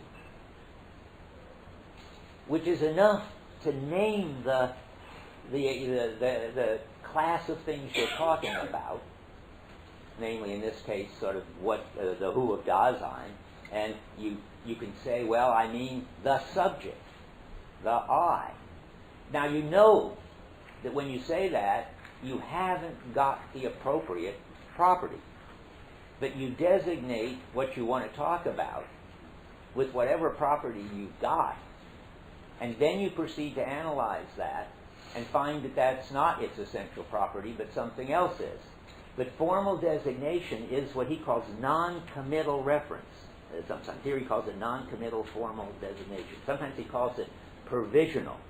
What he means is, and the best way to think about it is from Kripke. Did I talk about that at all? No. Oh, okay. I mean, to understand, Heidegger invented an important part of, what Kripke calls rigid designation, when he invented formal indication. That is, Kripke says that scientists, and this is like science in this Kripkean respect, when they talk about something like gold, provisionally designate it as that yellow stuff. Then they investigate this yellow stuff and find out that its essential property isn't being yellow at all, because there's gold that isn't yellow, and there's yellow stuff that isn't gold. But they finally find its essential property is that it's got an atomic weight, a number, 79, I believe. And and so you designate something, you suppose that it's a kind, a natural kind, or in this case a human kind. It's got some essence, but you don't know what it is, and you investigate it to find out. Just to give you another Kripke example, you designate lightning as a bright flash in the night sky, but then you investigate it and you find out that it's a discharge of electricity, even if it happens in the daytime and even if you don't see it. And then you find its essential property. And its essential property in Kripke, because he's talking about science, explains all the other properties. Well, Heidegger's got a parallel thing. When he doesn't come out here so much, but when he designates Dasein, he does it at the beginning of the book, only you don't notice it. He says, we formally designate Dasein as the being whose being is an issue for it. Now, the reason you don't notice it is, in that case, just for the sake of exposition, if nothing else, he gets it right. If he didn't, you would be too lost, I guess, about what he's talking about. But he does say that it's provisional. And then he has to write the whole book to show that the really essential structure of Dasein is that it's a being, being is an issue for it. And when you find that, you find its essence. And I think you find, as in Kripke, you find that gold anytime, anywhere, as an atomic number 79. So you find the Dasein anytime, anywhere, in the history of the world and in anthropology and all over. When you find its essential structure, turns out to be the being whose being is an issue for it. And you know that's the essential structure if you've worked this all out, because you discover that everything that's interesting about Dasein can be explained in terms of that. Why there's a referential totality, why there are these understandings of being, the ready to hand and the present at hand, and all of this gets related, not in a physical, causal way, of course, but in the way that's appropriate, and you find, so let me just give the punchline. I mean, in that case you got it right. But the general principle is, he says in 1921, you designate what you want to talk about with whatever the everyday way of designating it is, and you're almost certain that it's wrong. But it gives you, he says, a direction of investigation in which you will discover that you were wrong and what the right is. You get a lot of this in Division 2. You'll see it happening with guilt, you see it happening with death, you see it happening with anxiety. Almost everything that he investigates turns out to be covered up by a misunderstanding.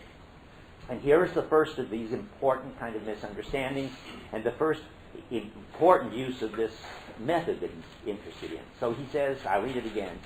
The sense, let's see, I start at the bottom of the previous page. The word I is to be understood only in the sense of a non-committal formal indication. Now, by the way, when I pointed this out to my students, or former students, and tried to compare it to Kripke, they all had fits, and they said, no, the I is just a formal indication because when I say it means Bert Dreyfus, and when you say it means whoever you are. But that's not the sense in which the I is a formal indication here, because he says indicating something which may reveal itself as its opposite in some particular phenomenological context of being. Well, that can't be Bert Dreyfus. I'm not going to reveal myself as the opposite. And it isn't that I, when you use it, reveals you as the opposite of me. I mean, this has just got nothing to do with the indexicality issue over I. He just means that he's going to designate the subject as I, and then he's going to find out what that means, and whether sort of the right description of me and of you is to think that we each are a separate stream of experiences, which is this subject which refers to itself as I, or whether perhaps what the I refers to is something quite different. In fact, perhaps referring to this, I don't know how to put it yet, referring to who I am, to talk like Heidegger, maybe saying I isn't even the appropriate description of who I am. We may have to give up that description. And that's really weird. But anyway, that's what he's saying. In that case, notice this, the not I is by no means tantamount to an entity which lacks I-hood, but is rather a definite kind of being which the I, in quotes, possesses, such as having lost itself. So we're now got this funny situation in which I am mostly not an I. And how can this be?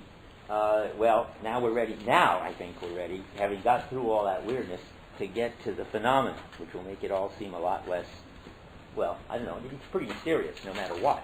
But it's mysterious in only as far, I mean, you can perfectly well understand what he's describing, and he's getting it right. It's just that what he's describing and getting right is so strange. So let me get where I am now.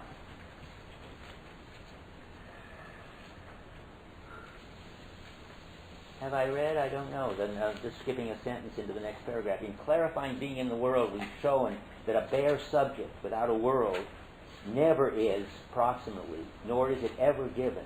And so in the end, an isolated I without others is just as far from being given.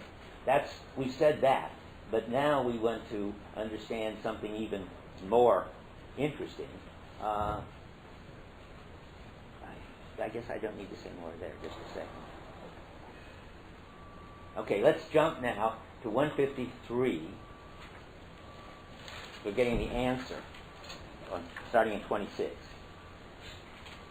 But we're soon going to leave this and jump to even further. But the answer to the question of the who of everyday Dasein is to be obtained by analyzing that kind of being in which Dasein maintains itself proximally and for the most part.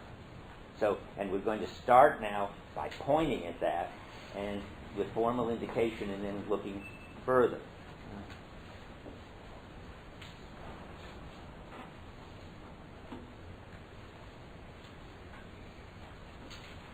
And then again, just in italics at the bottom of 152, if the I is an essential characteristic of Dasein, then it is one which must be interpreted existentially.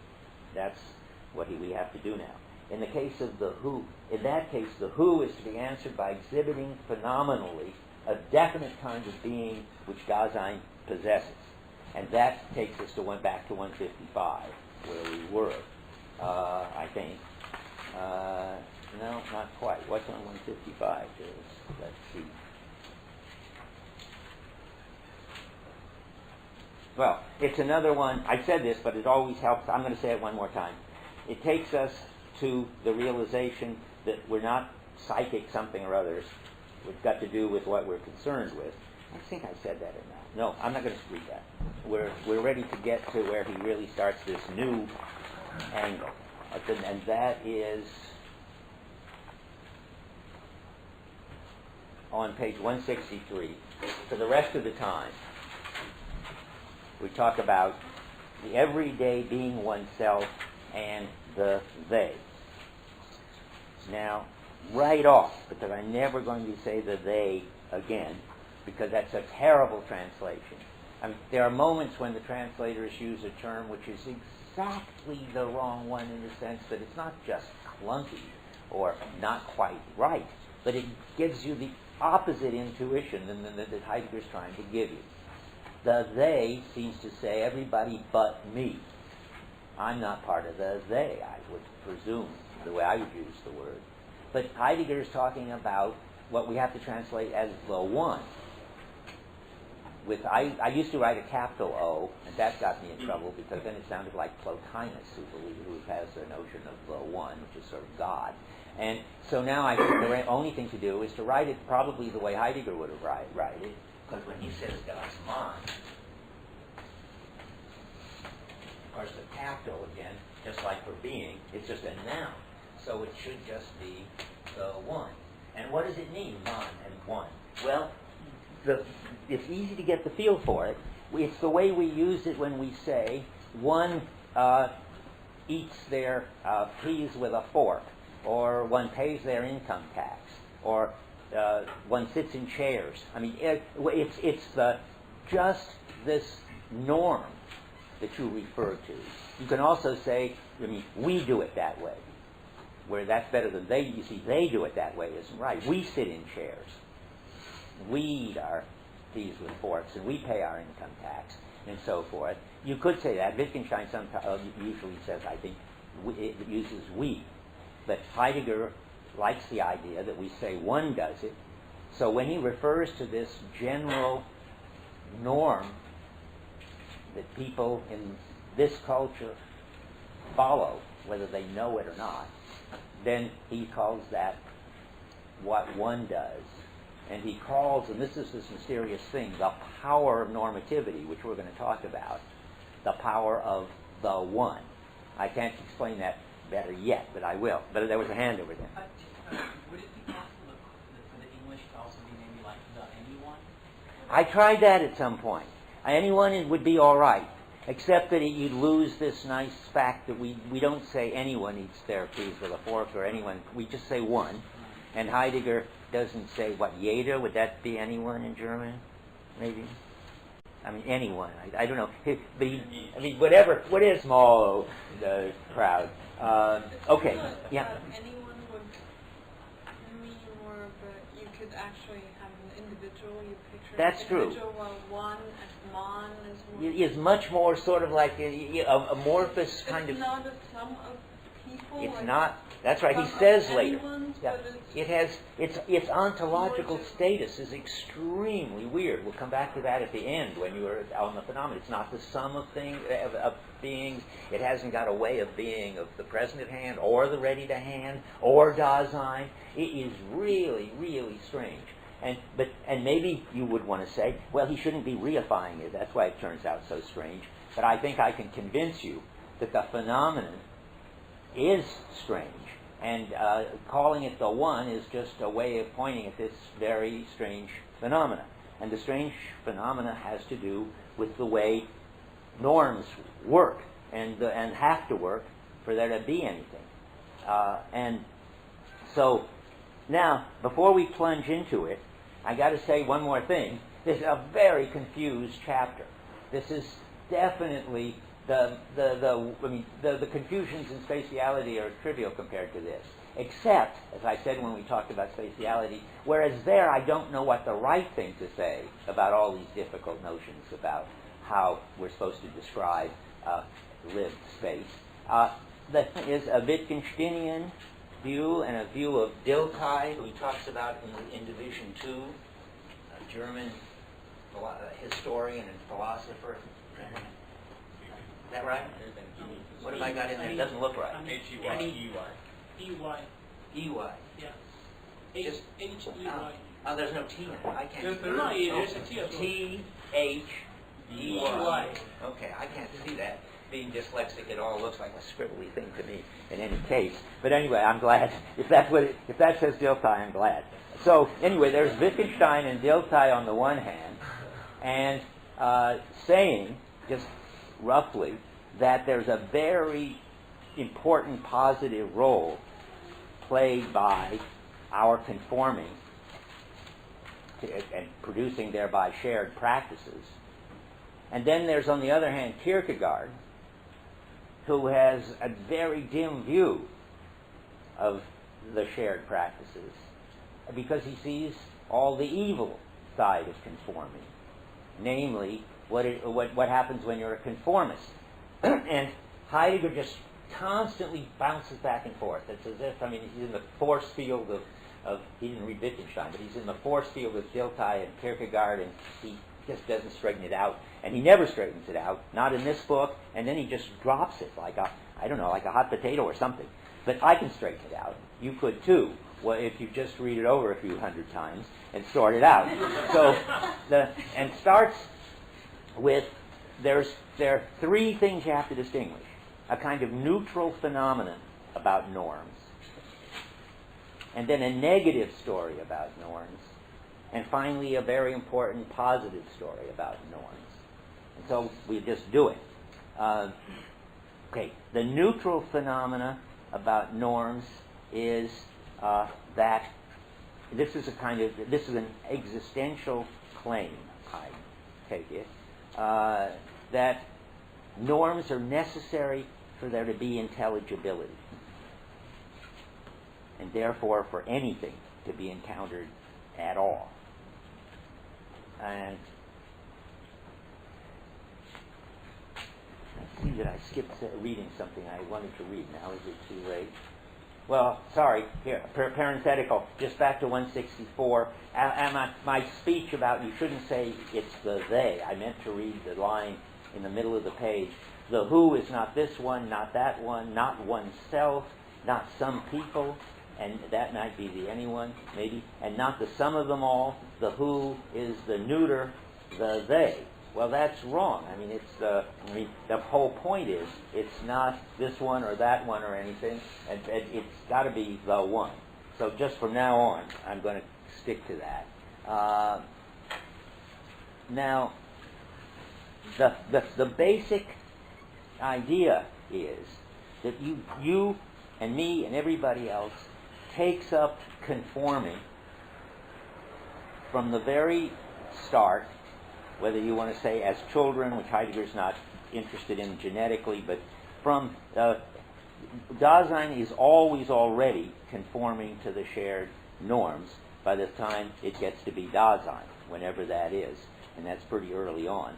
The children are already, babies are already picking up the norms of their culture. And they do it without having to try to do it. It doesn't require any intentional states to do it. You just get it by imitation, mostly. My favorite example is distance standing.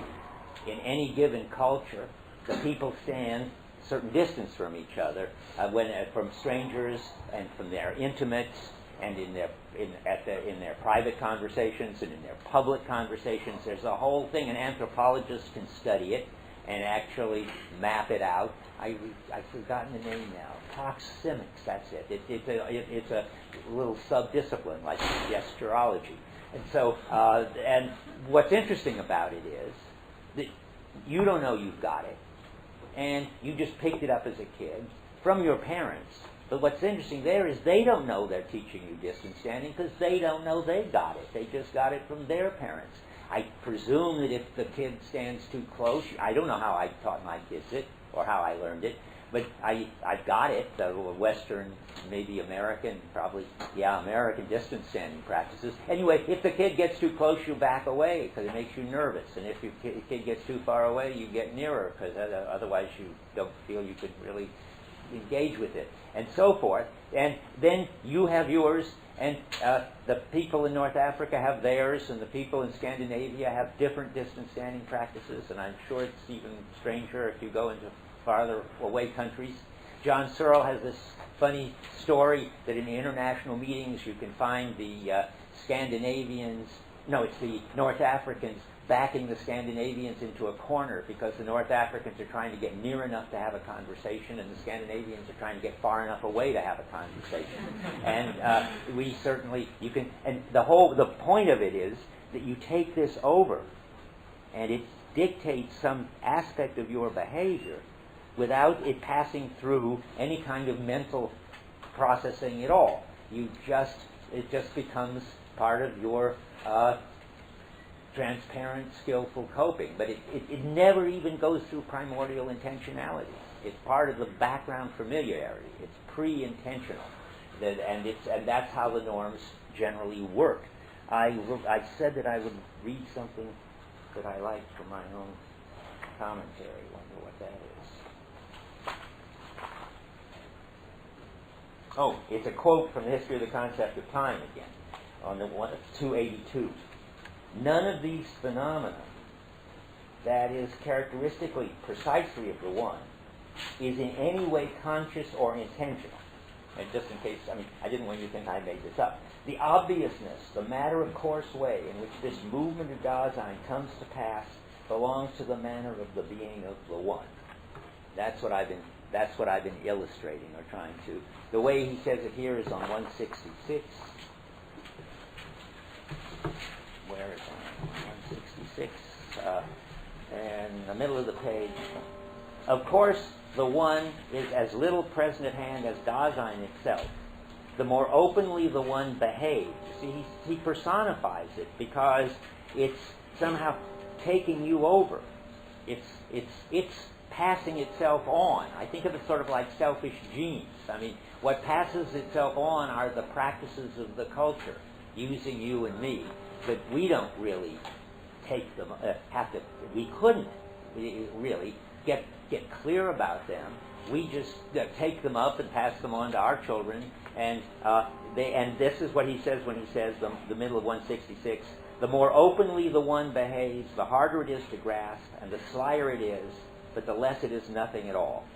That's his way of saying how peculiarly, transparently we take it up, and it dictates our behavior. Now, his way of describing our conscious, our conscious, unconscious, how do I put it? Our concern with conforming to the norm, he calls, oddly enough, Abständigkeit, which gets translated distantiality. He says we're concerned with the distance of our behavior from other people's. And that doesn't mean consciously concerned. But I'll give you examples. What a great area for thinking about this is how one pronounces things. So in English, one pronounces the word that looks like Gloucester as Gloucester, for instance. If you're in Massachusetts, you have to learn that. But you can learn it without ever noticing, because if you pronounce it wrongly, people will pronounce it back to you right, because it makes them nervous if you pronounce it wrong, and they will put a sort of subtle stress on it because they don't seem to want to be actually telling you. And then you will, after you get this a few times, start pronouncing it right. So this is this kind of subtle way that the norms are there being passed on, and you're being constantly led to conform to them. And you're delighted to conform to them. It makes you very uneasy if people don't conform, and it makes you very uneasy if you get this hint that you're not doing it the way, you're not pronouncing it the way one does. And there's no right answer to how to pronounce these things, and they're just noises, but that there is a right way to do it in the sense that this is how one pronounces it, and that's how you get, and you are, without being consciously aware of it, constantly concerned that you don't deviate. We are just conforming animals. That's a basic feature of Dasein that Heidegger's got. Animals, I mean, it wouldn't be the Heidegger way to put it. Let's put it, we are conforming ways of being, and that if we weren't, things would be in a very, very bad shape. I'll come back to that later. I just want to show you where he mentions distantiality, because it's one of those places where I think he mixes up things in one sentence, or he sort of sorts them out, but very quickly. Because we want to distinguish, and we're going to get to that now, within this general story about norms, he's got an existential story, and he's got an existential account. And in general, I think, the way I think about it is, the bad effects of these norms are existential, because you don't have to have them. And the good effects of these norms turn out to be existential, because if you didn't have them, you wouldn't have intelligibility, and you wouldn't even be Dasein. There wouldn't be anything meaningful. And he's saying, and he's sort of sorting this out at the bottom of 163. So in one's concern with what one has taken hold of, whether with, for, or against the others, there is constant care as to the way one differs from them. Whether that difference is merely one that is to be evened out, and notice, all this is seemingly very kind of individual and conscious. I take this to be really a kind of conformist person. That is, worrying about whether the difference is to be evened out, whether one's lagged behind them. I mean, whether your lawn is as well kept as their lawn. I mean, my family, my mother anyway, was always worrying about what the neighbors would think of the bizarre way that, for instance, my brother and I behaved. But in general, whether we were deviating, I mean, the consciously. This is the first part. Are you lagging behind the others? Do you want to catch up in your relationship to them? Or whether one's Dasein has already has some priority over them and sets up to keep them suppressed. I'm already superior in my way of doing things. All this doesn't sound like the sly normativeness, and it isn't. This is really not the slyness in which we are just socialized into conformity. This is what it looks like if you're a conscious conformist, I think. And so far it's existential, because you don't have to be a conscious conformist. The care about this distance between them is disburdening to being with one another, though this disturbance is one that is hidden from it. Okay, now I think, it isn't in the middle of a sentence, it's in the middle of a paragraph. He says, if we may express this existentially, and now he's going to sort of drop, I think, the individual conformist conscious story and talk about the basic structural thing that he's interested in. If we may express this existentially, such being with one another has the character of distantiality. The more inconspicuous this kind of being is to everyday Dasein, all the more stubbornly and primordially does it work itself out. Now, it isn't clear. I'm making up the distinction here. It's as if, but he does seem to go from something which is rather existential,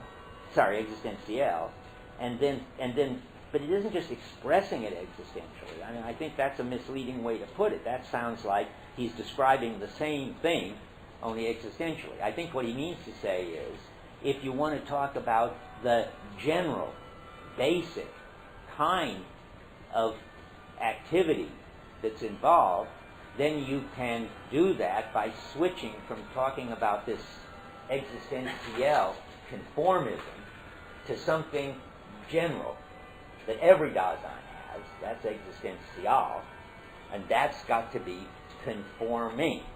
I mean, this is my contribution to sort this out. I mean, most people just throw up their hands, or people who like to wallow in confusion love this chapter and write articles about it. But I think, see, Heidegger's got something right. There is both conforming, which is importantly positive, and conformism, which is generally negative. You'll hear more about both of them in a minute. And they are all mixed up together. The phenomena is complicated enough. And so it's all in here and right. It's just sort of so condensed and confused at the same time. So so now we're going to sort them out. Here, for a few minutes, I'm going to talk about negative conformism, the existential, which is all over this chapter. And that comes out of the evil thing which is inevitable, but has bad consequences. I wonder whether this belongs. Just a second. Is this positive or negative?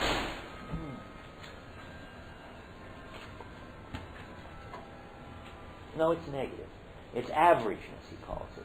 Now, you might think that everybody is average, but you don't have to do things averagely.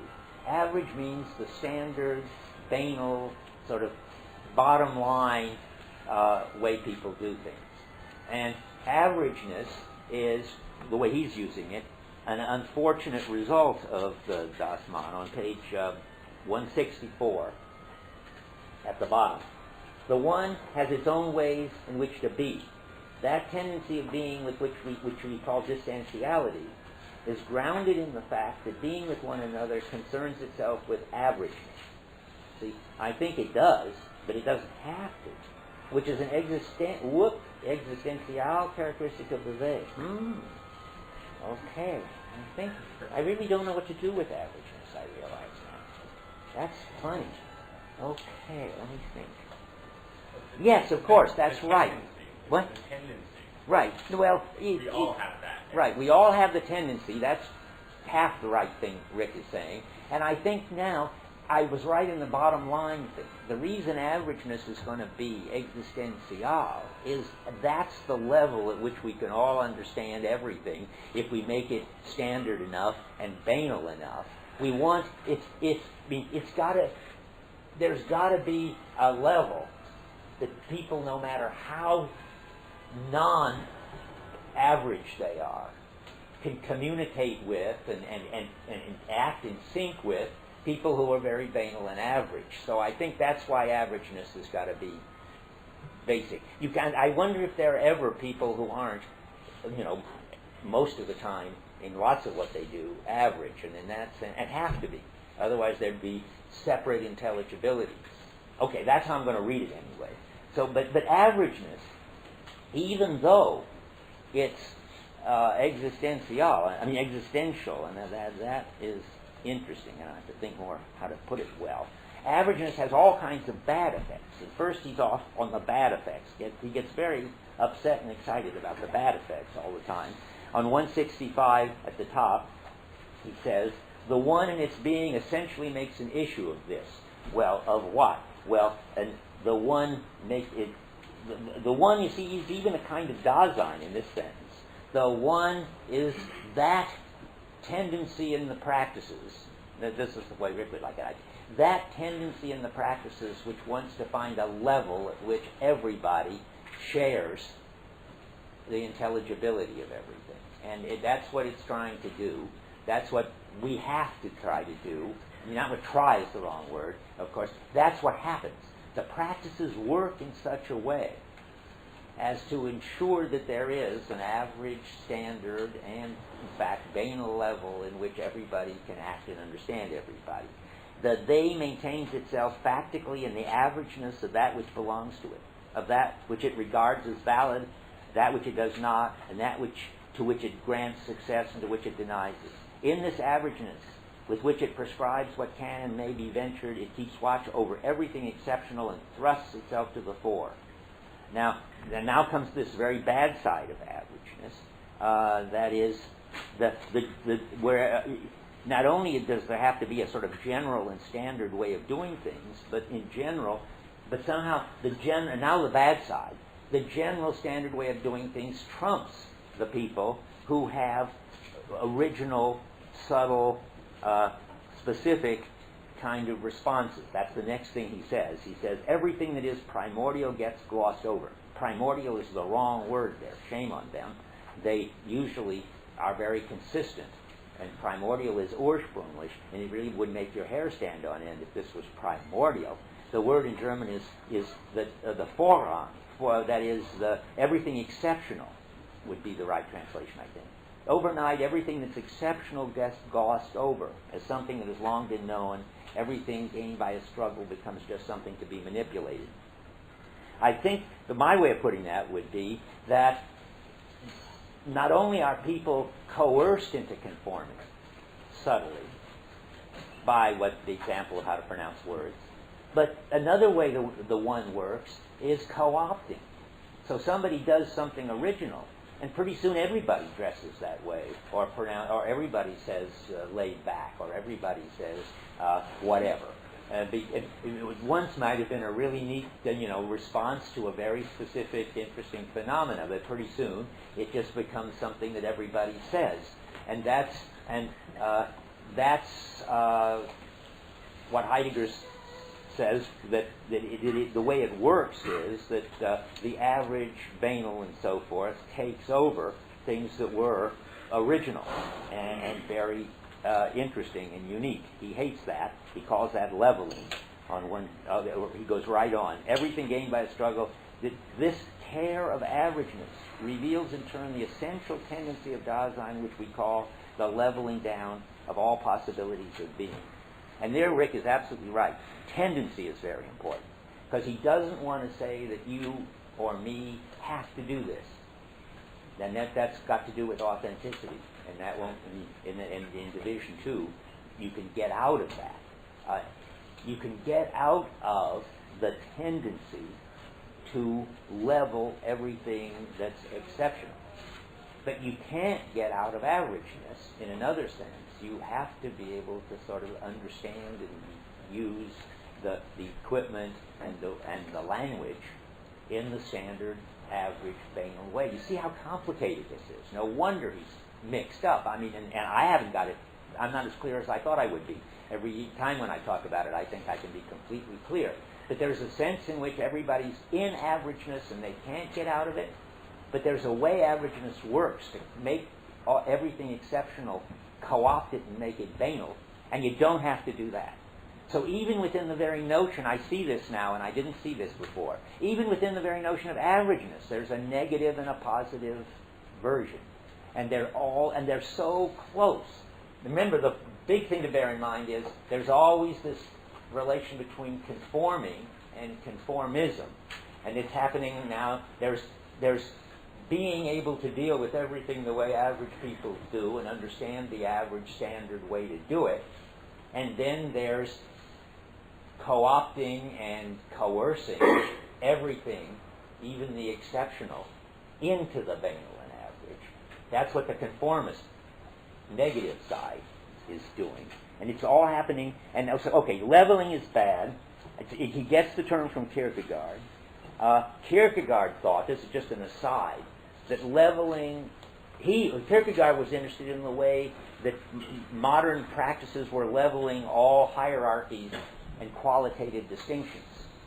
Heidegger obviously has switched over the meaning of leveling because the norms don't operate just to get rid of qualitative distinctions and hierarchies. The norms also support the hierarchies. When in the Middle Ages, for instance, It isn't a fact about norms that they level hierarchies. They may level they level a certain kind of qualitative distinction, I think, between the exceptional and the banal. And Heidegger's grabbing on to that. And he's taking from Kierkegaard the idea that there's a side of norms which is covering up, I don't know, everything that's interesting and important. And Kierkegaard has the slogan, "There is no truth in the crowd." And he thinks, and the crowd is publicness. So this is how Heidegger's getting all this. He's getting this idea that publicness is just a kind of cover-up. But he's building it into the notion of the one. And then, but I'm saying this is the negative side of the one, and you have to remember that. So he's going to say publicness, I'm just reading on, or he says distantiality, and that everybody's got, because that's the way the norms work. Averageness, I think that's got a good side and a bad side. And leveling down, which is the bad side, where you level down all that's exceptional, as ways of being for the one, constitute what we know as publicness. Publicness proximally controls every way in which the world in Dasein gets interpreted, and it is always right. I guess this is as good a point as any for me to say I made a big mistake in my commentary at this point, because I thought that Heidegger thought that there was only average public intelligibility, and I believed, I took this, I fell for one of these ironies. This is not what he thinks. He doesn't think it's always right. He thinks that it's always right for the banal kind of people who are the conformists, who are doing the average thing. The average thing is always right for people who do the average thing. But for instance, I thought of an example this morning. When somebody dies and you send a condolence card to the person who survived, so to speak, that can be a kind of standard, banal, leveling way to express your sorrow and your compassion. And that is the average thing to do.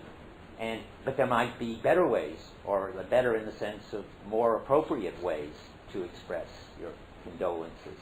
But Heidegger thinks, and when he says, it's always right, is always right to send condolence cards? Probably not. It's probably often right to go see the person, and so forth. So he's being ironic that the average, banal, standard thing to do is always right. But I believed it. And when I believed it, then I thought, aha, Heidegger thinks that the basic kind of intelligibility is average, everyday intelligibility. That's the only kind of intelligibility we've got. And everything has to be explained in terms of that. Now, I should have known better, because there's already this mention of the exceptional, and there's all of Division 2, which is about, in a way, the exceptional. But I didn't, so I said he's like Wittgenstein, and he's like Rorty. He's a kind of pragmatist. He thinks that the average, everyday practices are just the sort of rock-bottom source of intelligibility. And I think he does, in a way. I don't want to go back on this completely. I want to say average, everyday intelligibility is basic for the whole organization of our world. But that doesn't mean that there isn't a higher intelligibility, which is even more appropriate, and if you want to say this, even more right than average intelligibility. That's what I didn't know. And the funny thing is, all the people who criticized me for making this into Wittgensteinian pragmatism have no clue as to how Heidegger's going to manage to pull out a higher intelligibility than everyday practices and make sense of that. And there are hints in here, and I'm not going to tell you now, but he does it very brilliantly, I think, using Aristotle to do it. I want to stick with this and what we're talking about here. Let's see where I am. But there was one thing, though, I wanted to say just in the midst of this.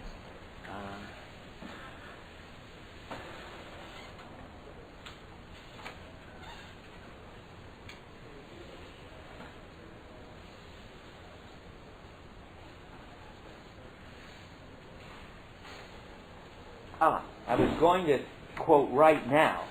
I was, or instead of later, and maybe that's a mistake. I think that's a mistake. So I'm right to just say, okay, so Heidegger's seeing the bad side of conforming. He's seeing conformism. He's getting all upset about it. And this is at the bottom of 165, right where it says 128. He says, and because the one constantly accommodates the particular Dasein by disburdening it of its being, the one retains and enhances its stubborn domination. That is, if you just do the banal standard thing, everybody will understand you, you'll understand everybody, and everybody will be more and more co-opted and coerced into that. That's the negative horror story that Heidegger has got.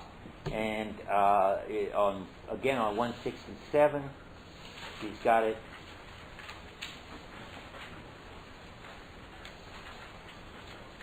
Do I need that? No, I don't need that. I don't even like that. But I guess I can read it now. But because I might forget. I mean, the answer to the one, the answer to the who of everyday Dasein is already clear. Everyday Dasein is the one. You aren't a subject normally, or even an ego. What you are is sort of a carrier of this particular gene pool, in my analogy. You are a carrier of the norms of the culture. They're using you to propagate themselves. You are a one self, to talk like Heidegger. That is, you are just a normal Dasein. That's your average everyday coping. And he says that on 167, about 10 lines from the bottom. Proximally, Dasein is one, and for the most part, it remains so. So the answer is sort of complicated. In this section, in Division 1, he's saying, well, the who of everyday Dasein is mostly and normally just the one. You are doing what anyone would do, and remember representationality, which means substitutability, is characteristic of you, because anyone would have done the same thing insofar as they were trained in the same culture. Now, I've got to give you the other side, otherwise you'll be very unfortunate. And what's the positive role? Well, I take this to be now what I want to call the existential ontological story. This is the necessary side of the one that everybody has to have, whether they got the conformist bad side or not. Even authentic Dasein has to conform. The one has a positive function, he says. After all this, it comes as a surprise on 167 in italics. The one is an existentiale, and as a primordial phenomenon, it belongs to Dasein's positive constitution. Wow. So does that mean it belongs to your positive constitution to do the banal standard average thing? Yes, I think it does. It doesn't mean that that's all you do. That was my mistake. But you do have to do that. Why do you have to do that? Because if it weren't for there being an average intelligibility, you wouldn't be able to understand people talking. If everybody had their own cute different accent, everybody dressed their own way, maybe you could get along with that. But if everybody ate at different times with different utensils and cut up their food, some to use with their eat with their hands, and some to eat with chopsticks, and some to eat with knives and forks, you wouldn't be able to have dinner. There's got to be a lot of just taken for granted shared practices, and that's the positive function that he sees. That's what average intelligibility gives you.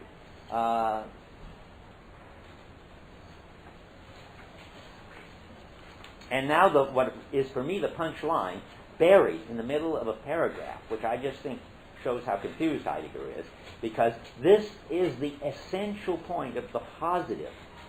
And the positive is, I'm middle of 167, Dasein is for the sake of the one, and in an everyday manner, and the one itself articulates the referential context of significance. Well, that is a bombshell, or the bottom line, depending on which way you look at it. I mean, if you've been thinking about how bad and negative it is, you think, wow. If you think how positive it is, and I've been trying to hint at that, I mean, as I say with dinner, there wouldn't be any referential totality unless there was an appropriate way to use equipment, appropriate time to use that equipment, appropriate people to use it, and to use it in the appropriate way for the appropriate goals, and so forth and so forth. There wouldn't be any referential totality without norms.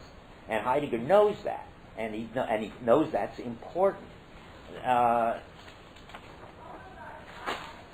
And this is a kind, and the crucial thing, I'm going to skip some parts, because the crucial thing is that he does understand that, well, now I've got 3 minutes, I'll try. Okay, so let me see now.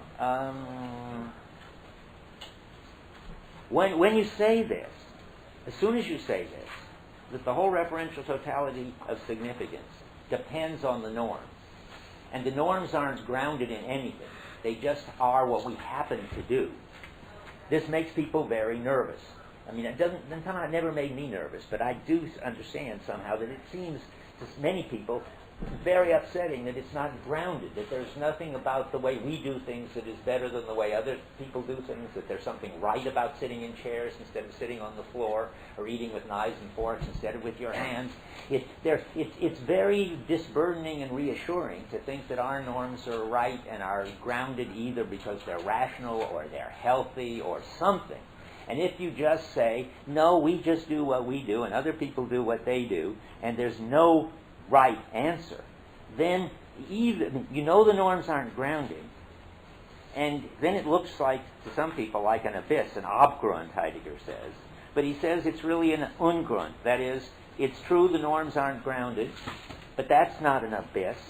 That's just the way it is. The norms are just there, doing their thing, and you shouldn't expect them to give your life any kind of special necessity or meaning, but it is absolutely essential that they give you intelligibility. Okay, time is up, so I'm going to skip to one thing, and then I'll come back to the little details. But I want you to read at least the following thing on 168, the bottom, the italics. You want to see from this that there is that the one is an existential that everybody has to have all the time. That's the conforming. And that some people are conformists because that's disburdening. This is in the italics right near the end. Authentic being oneself. Well, that's bad because it's got a one in it, so fix it. Authentic self-being, the German says, does not rest upon an exceptional condition of the subject, a condition that has been detached from the one. It is rather an existential modification of the one as an essential existential. That just says what I've been saying all the time, that insofar as you get out of conformism into being somehow an individual, that's going to happen as a modification of something as existential that you all have, namely conforming. And if we didn't have that, which is an existential, we wouldn't have any intelligibility at all. That's the bottom line. I'll go back just a little bit over it, but I want to do next time being in and mood. Being in is just a little section, and mood is the first of the being in. So that's. So I tell you what, I'll give you the pages. We're pretty much on schedule, I think. Let's see now. Where are we? Okay, we want to do being in, state of mind. Okay, to 179. I think I told you that last time already, that I was going to get there, but I didn't. So now what we're supposed to read is 169 to 182. So that's what I'm going to talk about next. 169 to 182. Okay. Today we're going to start the being in part. We've been doing world up to now. Dasein is being in the world. We have to do both of these aspects of Dasein and see how they fit together. So today it's one of the two basic aspects of being in. There are really three, but he does it in a way that focuses on two. Today we're going to do state of mind, which I don't like, so it's going to be Befindlichkeit in German, and disposedness in my newest attempt to find the right word for it. I've sort of given up on effectiveness, which is what I had before. Yeah? Okay, I got to talk louder. That's right. I'm just sort of talking to myself, and I can't do that. Okay, so every time I start talking to myself, just remind me that I'm supposed to talk louder. Okay, so let's go to 169, where he makes the shift from the world, talking about world, to talking about being in. Now, it's funny, for me anyway, for years I didn't really understand why this was so important or what the shift was, or it was just sort of verbal to me that there was obviously, if you're going to do being in the world, and you've been doing world, then it's time to do being in. But it's much more deep and much more motivated by the phenomenon. And that's sort of the moral of the whole lecture today, is that what he's really doing is shifting from an area in which it's quite straightforward and easy to question the Cartesianism, because there is this public world of equipment, and we do have to be, and we do have this kind of coping activity that puts us in direct relation to the equipment. That's not hard. That's not surprising. It's been overlooked. But once you see it, you say, of course, that's been missed. But now the in is the hard part. That's what you get when you begin to think about this. Namely, that we're not just all of us empty heads open on the world, the way a one-year-old child might seems to think that it is, but we know that we're open to the world from some perspective, from some point of view, that everybody has somehow their own opening on the world. And the big threat of Cartesianism is to keep that from turning into each person has their own world. And now the temptation is great, as you'll see when we start talking about disposedness. It's almost impossible to resist a move to thinking that, now we find out what the inner is and how each person has their own world. And that's got to be wrong from Heidegger's point of view, and I think Heidegger's certainly right about this. So we have to figure out how to take account of the way each of us is in, let's say, in the whole world by way of being in our situation in the world. We're not just directly in the whole world, or we're in the whole world by way of our perspective on the whole world. We've got to figure out how to think about that ontologically. That's really, I think, what the problem for the being in discussion ought to be. Now, I've sort of discovered as I was rereading it and thinking about it this morning that Heidegger and I are running not exactly in any contradiction, but where he's putting the emphasis about in being in, and where I'm putting the emphasis is quite different. I hadn't really realized it. And that's why I never noticed so clearly what the issue about being in is, which I just told you. And I think Heidegger's just wrong. I think that he's evading the big issue with a much less interesting issue, which I'll talk about when we get there. That I'm going to deal with what I just said I was going to deal with. The really interesting problem of being in, if you think you're going to overthrow Cartesianism, that's where the trouble starts. Okay, now let's do it sort of step by step. That was just a kind of overture. So on 169, we've got Heidegger saying above the 131 in the margin, up till now, our phenomenal characterization of being in the world has been directed toward the world as a structural item of being in the world. And then that's in the first paragraph. And in the second paragraph, one or two sentences in, now, keeping in mind what has been achieved in the concrete analysis of the world and the who, we must turn our interpretation back to the phenomenon of being in. Okay, that's just what I've been saying. That's the job. And it's going to go on now for a big number of pages, because being in, as I said once already, has a threefold structure. And we're going to do today the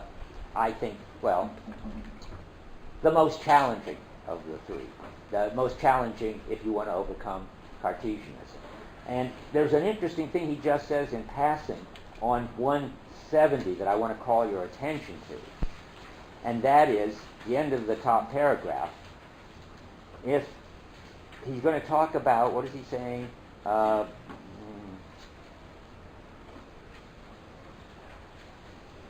He's talking about how there's a multiplicity of characteristics of being that he's going to talk about, even though he's doing fundamental ontology. Well, let's read that whole paragraph, starting at the top. Not the whole paragraph, but starting at the top of 170.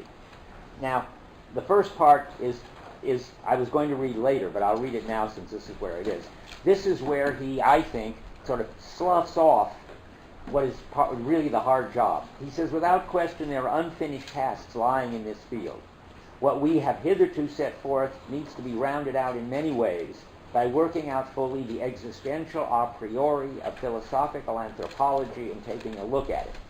Now, I'm going to claim that that's what you do when you try to understand moods, and you try to understand them without falling into thinking that your mood gives you your world and my mood gives you my world. And that should have been what he was talking about, I think.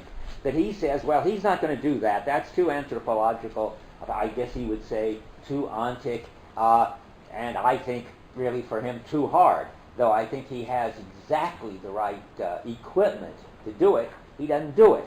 Instead, he says, well, our aim is fundamental ontology, and that's not going to get bogged down in anything as sort of anthropological and specific as the analysis of moods that I'm going to try to give you in a minute. So that when you do fundamental ontology, and that's what I was reading this paragraph for now, it's you don't try to find the one structure or the one way of being or the one being, whether it be God or whether it be present at hand or whatever, in terms of, or maybe scientific stuff, in terms of which you can explain and understand everything. That's not what fundamental ontology does, because fundamental ontology discovers that there could be what he calls equiprimordiality. And he just says in passing, but I think it's important, he says that we're going to find things that are equiprimordial in italics. If the phenomenon of equiprimordiality of constitutive items has often been disregarded in ontology because of the methodologically unrestrained tendency to derive everything and anything from some simple primal ground, that phenomenon, I didn't read it right, has been disregarded because there is this tendency to derive everything and anything from some simple primal ground. I call your attention to that because that's related to this business of reading this chart that we were reading up and down, where you don't have to choose between a naturalistic view that explains the world, all in terms of causality and scientific explanation.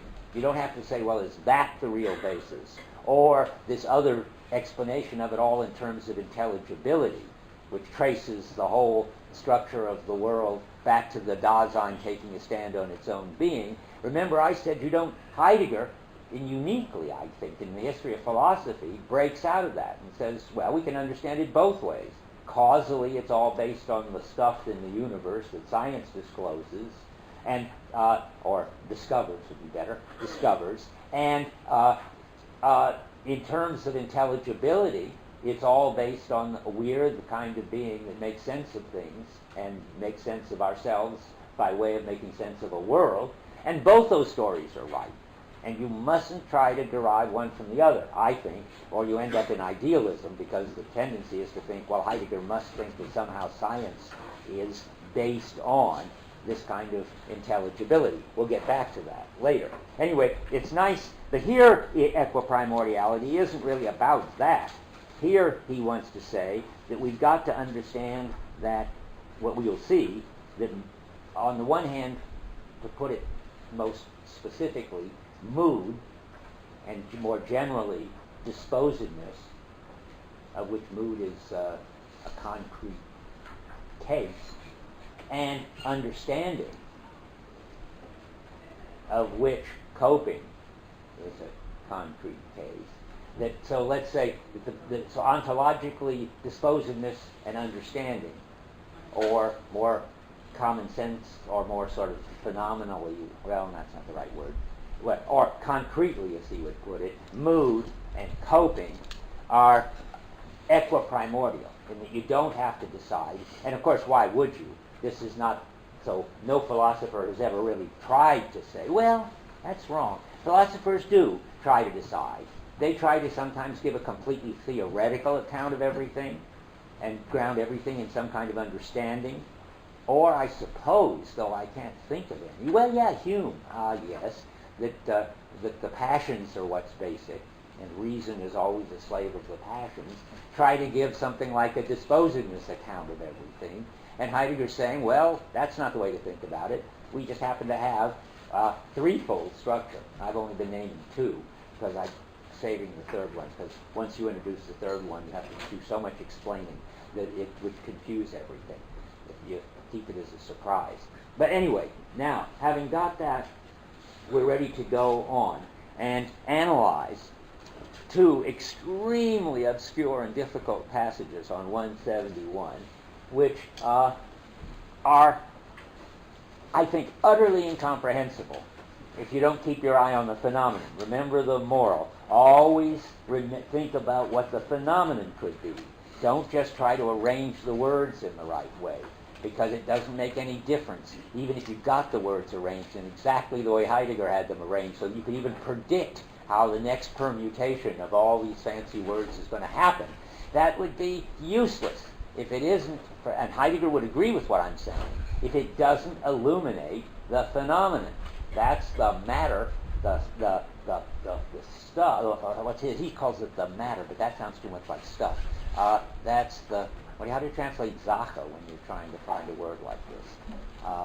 Issue or matter? The issue. Let's say the issue. That's much better. That's the issue. The issue is to articulate, interpret, and the phenomenon. Okay, so now what's the phenomenon?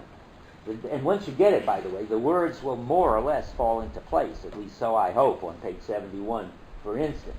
Well, the phenomenon is what I just talked about in this kind of overture. The phenomenon is that we are in the world, that we aren't just sort of open to the world and absorbed in the world in this kind of simple way that we've been talking about so far, but we're always in the world in a particular situation, from a particular point of view. That's the issue. Boy, is it sort of hidden in here. And as long as it's hidden, this really sounds like gibberish. But so let's try reading it now, starting at the beginning paragraph on 171. And it's all in the first sentence. The Dasein, which is essentially constituted by being in the world, is itself, in every case, it's there. Well, that's like saying that you've got to be very careful. The Dasein, each Dasein has its world. We've been talking about the world, and the there, Dasein, remember, is being the there. That's how you translate Dasein, and that's how Heidegger himself translates it later when he puts a hyphen in it, when it means being the there. But now we've got this thing about it's there. And this is going to be around all the time as a kind of embarrassment unless you get it right, because the sort of punchline way later in the book is, he says, Dasein is its world existingly.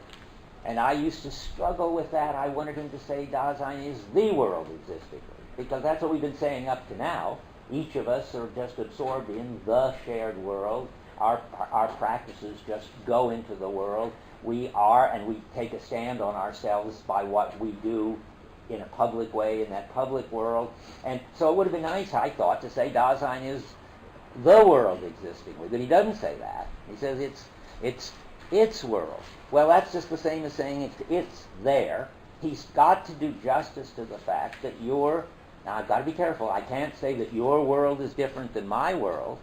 Then we're lost. Then we're in Cartesianism. Then you've got your representation of the world in your mind, and I've got my representation of the world in my mind, or I've got my private stream of experiences and you've got your private stream of experiences. So I can't say that my world is different from your world, but I want to say something anyway about it, as something about the way that I have something different than you have. And that's what we're trying to capture. Being in the world is, in every case, it's there.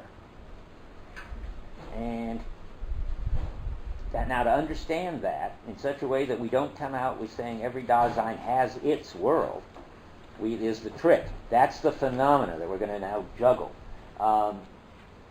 So he goes on talking about it in terms of a clearing or an open space. And when he it does that at the beginning of the next paragraph. When we talk in an ontical and figurative way of the lumen naturale, the natural light in man, we have in mind nothing other than the existential ontological structure of this entity, which is in such a way as to be it's there. So we're back to that again. And we still don't know what that means. To say that it's illuminated means that as being in the world, it is cleared in itself, not through any entity, you don't need that really, cleared in itself in such a way that it is the clearing. Well, that's when things really get weird, and I keep going back and looking at the German and wondering whether this is just an accident or whether something important is happening here. I think something important is happening. That is, the clearing is another word in Heidegger here for the openness, and very close to meaning the same thing as the world, the sort of the holistic emptiness in which makes, well, emptiness doesn't help, the holistic opening which makes it possible for anything to show up for us at all. And each of us has our own there, and yet we are, each of us, cleared in such a way that we are the clearing. That's the problem, you see. That is, each of us has our world, our there, in such a way that there is some shared opening that we all are open on. Well, I'm going to just read more things, trying to explain that as best I can. I say see my commentary, so let's go see my commentary. Where did I put it? Something I say on 165 is supposed to be helpful. Okay, yeah. Now, this is my attempt, and it may or may not be helpful, to try to give you a feel with the kind of metaphor of clearing, how Heidegger can get together both the fact that each of us has our own something or other, but that each of us has the same clearing. It's the same world in which this stuff is being showing up for all of us. Now, he can't quite do this in German, so I haven't any text to back it up. I think we're lucky to be able to make a kind of move in which we can make, for him, Lichtung, which means this field or this open, which gets translated to clearing, has a nice resonance with light, with Licht, so that he can make this pun on illuminated. Sort of the light in which everything shows up, that becomes the Lichtung, the clearing in which everything shows up. And you can see we have it still a little in our word clearing. It's in the clearing that things become clear to us. That's the sense in which they're showing up for us. But we have a kind of interesting move, I think, that we've got a verb and a noun for clearing. And what I really want to say is, and this is just a metaphor for the phenomenon we've got to get to, but I think that everybody, so to speak, does their own clearing. And what they get out of it is a shared clearing. You can think of everybody sort of clearing the trees and chopping the branches so to have this open space in which things show up. And when they're all busy doing that, each in their own place, in their own way, they get one shared clearing. That's how it happens, I think. So I wrote down here, I think I've just said it, well, but I got a quote from Basic Problems that comes close to saying it. And what I want to say is there's a plurality of responsivenesses to things, and this plurality of responsiveness, I think you could say this activity of clearing, except it sounds too willful. I mean, most of it is our way of responding to the attractions and affordances. But anyway, this let's say responsive activity is what gives us the world, or the opening. So he says the surrounding world is different in a certain way for each of us, and notwithstanding that, we move about in a common world. That's on page 164 of Basic Problems. I was so happy to see that the phenomena there actually is what I thought I wanted it to be. And there's another place where he says here on 171, and this is sort of what I just read, but let's read it again. Where was it now? Dasein is cleared. Maybe I haven't read it yet. I did. Dasein is cleared in itself in such a way that it is itself the clearing. That's the same as the surrounding world is different for each of us. Well, if you put that together with Dasein is it's there, then you get both halves of this. The surrounding world is different for each of us. Each Dasein is it's there. And out of that comes one shared clearing that is nonetheless, to quote Heidegger, we move about in a common world. I mean, he's got to do it. I mean, that's the phenomenon you've got to do. You've got to make sense of this business, of how we are a different perspective on this shared space, if you want to put it that way. That's how he puts it on 171 in the next sentence, after what I just read. He says, let me read the first sentence again, because it's where we started. I'm on 171 and again at the top. The entity which is essentially constituted by being in the world is itself, in every case, it's there. According to a familiar signification of the word, the there points to a here and a yonder. Now, you did read that in the space chapter, but he's doing it differently now, I think.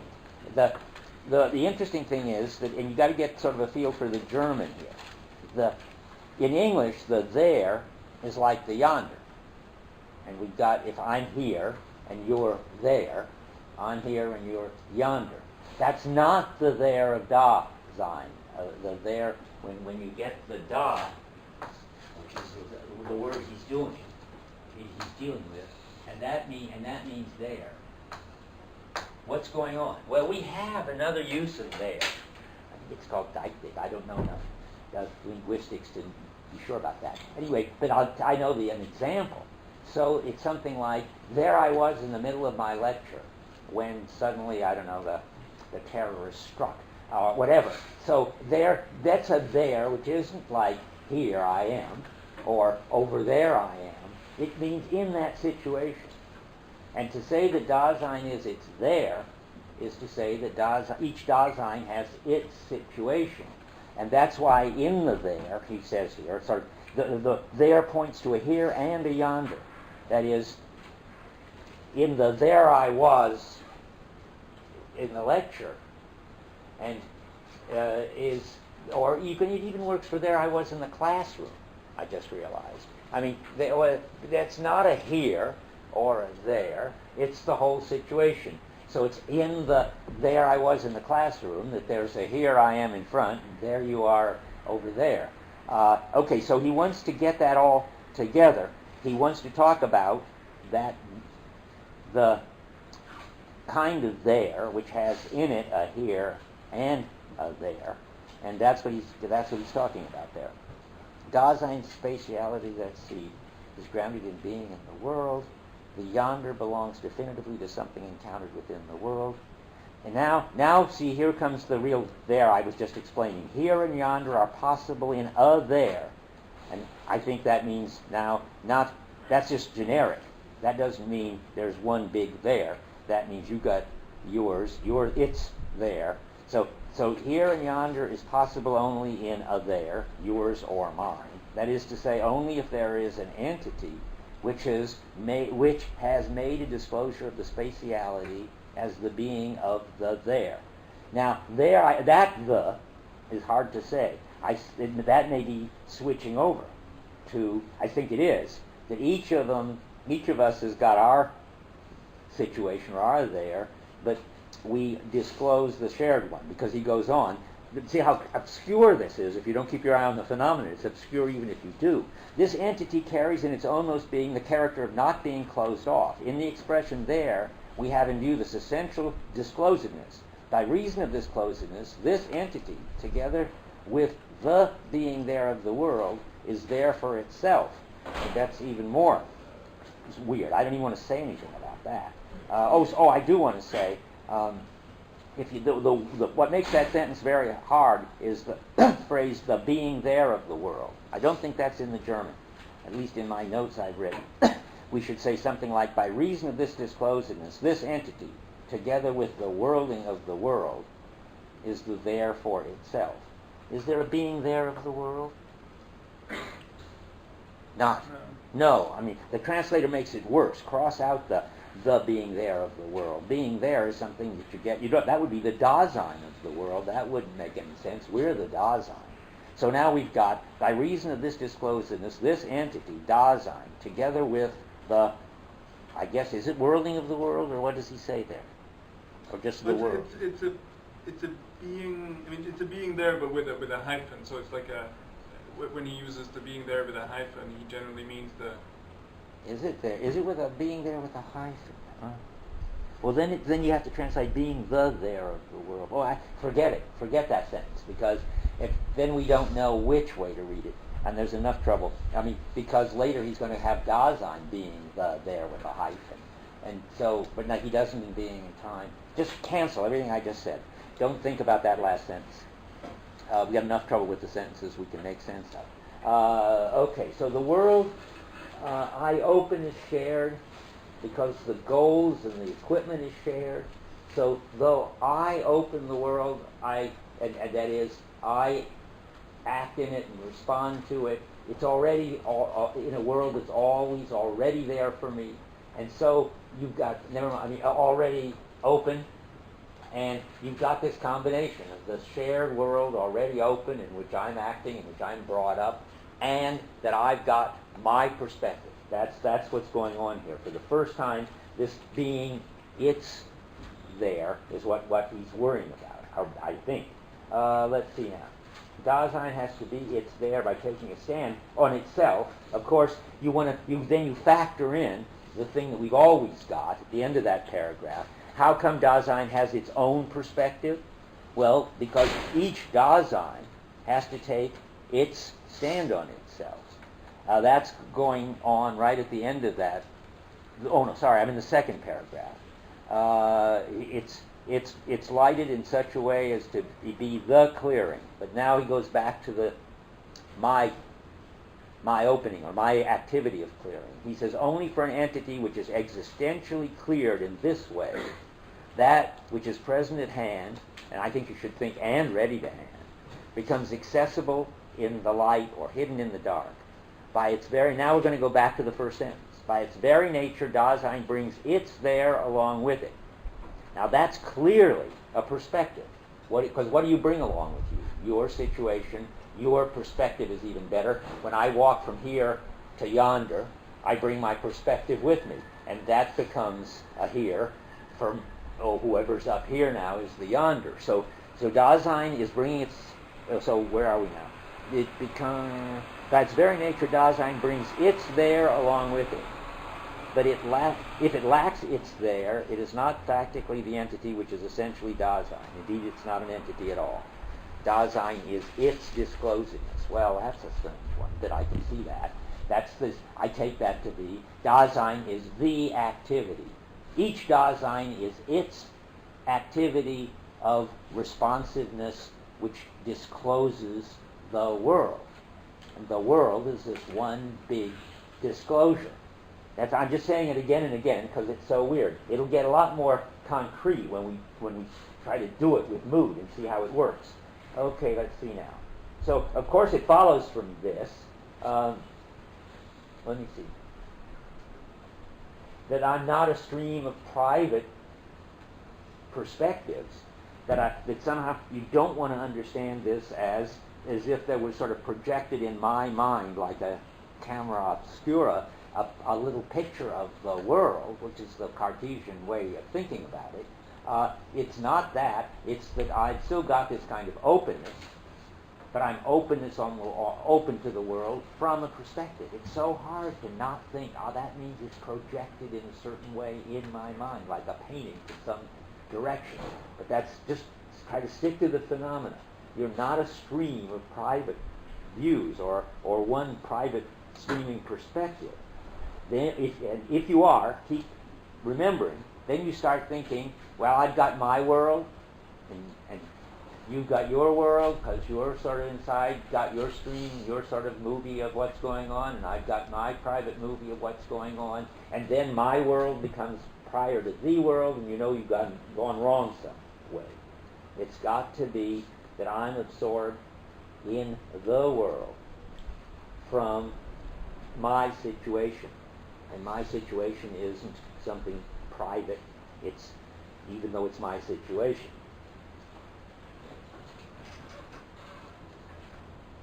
And now we're going to take up two cases, I say. Yeah, okay.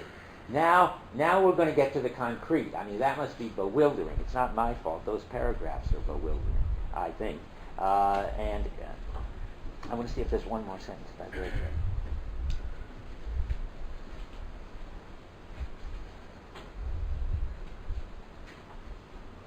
No, it's fine to go to the bottom paragraph. This chapter, in which we shall undertake the explication of being in, is such, that is to say, of the being of the there. Well, I think what you have to understand there, and that's what makes it so hard. Remember I said, I better slow down here. Whenever you see the there, you got to think about it in context, and whether it means the shared there, and I don't think that makes any sense. There's a shared world, there's a shared clearing, so there is the world and the clearing. So what's the there? Well, that's the generic name for your there and my there. I mean, when you want to talk about the there, you don't stop talking about its there. The only kind of theirs there are its there. Your there and my there. But if you want to talk about the structure of the there, that means you talk about the structure of the sort of there which each of us has as ours. Is that okay? I mean, if that makes you too dizzy, we can stop while people sort of stagger around and get their bearings. Yeah? Well, when you said you're there and my there, you're not saying are you saying your individual there and my individual there? I certainly am. But I'm not saying your world and my world. That's the tricky part. Yeah. Yes. And I'm going to say when you talk about the there, it's not like talking about the clearing. There is no such thing as your clearing and my clearing. All there is a something or other, which is very hard to describe, called the clearing, which is the world, the shared space. But when you talk about the there, you're talking about the structure of your there and my there. Every Dasein has its there. There's no such thing as a space called the there, because talking about there is his way of talking about this perspective you have on the world. You have your there and I have my there, period. I don't think that he wants to deduce from that. I mean, the there. He just needs vocabulary. You can have the world, you can have the clearing, you can have the disclosure. Oh, well, disclosure is a hard one. Never mind that one. I don't know what to say about that. It probably depends on context. What else can you have? Oh, but you can have the openness. And it isn't each Dasein is its. Whoa, yes it is. Okay, each Dasein is its openness, but it's only one open. There's only one open. I think that's all right. That's okay. But you can't say each Dasein is its world, and then there's only one world. The way that works, if each Dasein is its world, then you've got a big problem, because there isn't one world anymore. So my moral is just, because you're looking all very bewildered, it isn't so bewildering if you keep your eye on the phenomenon. So when we want words, so we're going to talk, when we talk about the shared space, openness, we're going to talk about the open, the clearing, the world. When we talk about the fact that it's always from a perspective, We talk about it's there, period. And now we're going to talk about the structure of the there. That's why I had to make this speech, where that means the structure of it's there. That is the structure of your there and my there and all the theirs that there are around, because there are lots of Daseins around. And what is the structure? Well, at the bottom of 171, he's going to do being in, the being of the there. It breaks up into two parts. The existential constitution of the there, yours and mine, and the everyday being of the there. And but today we're going to do half of the existential constitution of the there. There are two items at the bottom, and we're going to do one of them. In understanding and state of mind, we see the two constitutive ways of being the there. That is the two ways each Dasein is, it's there. And these are equiprimordial.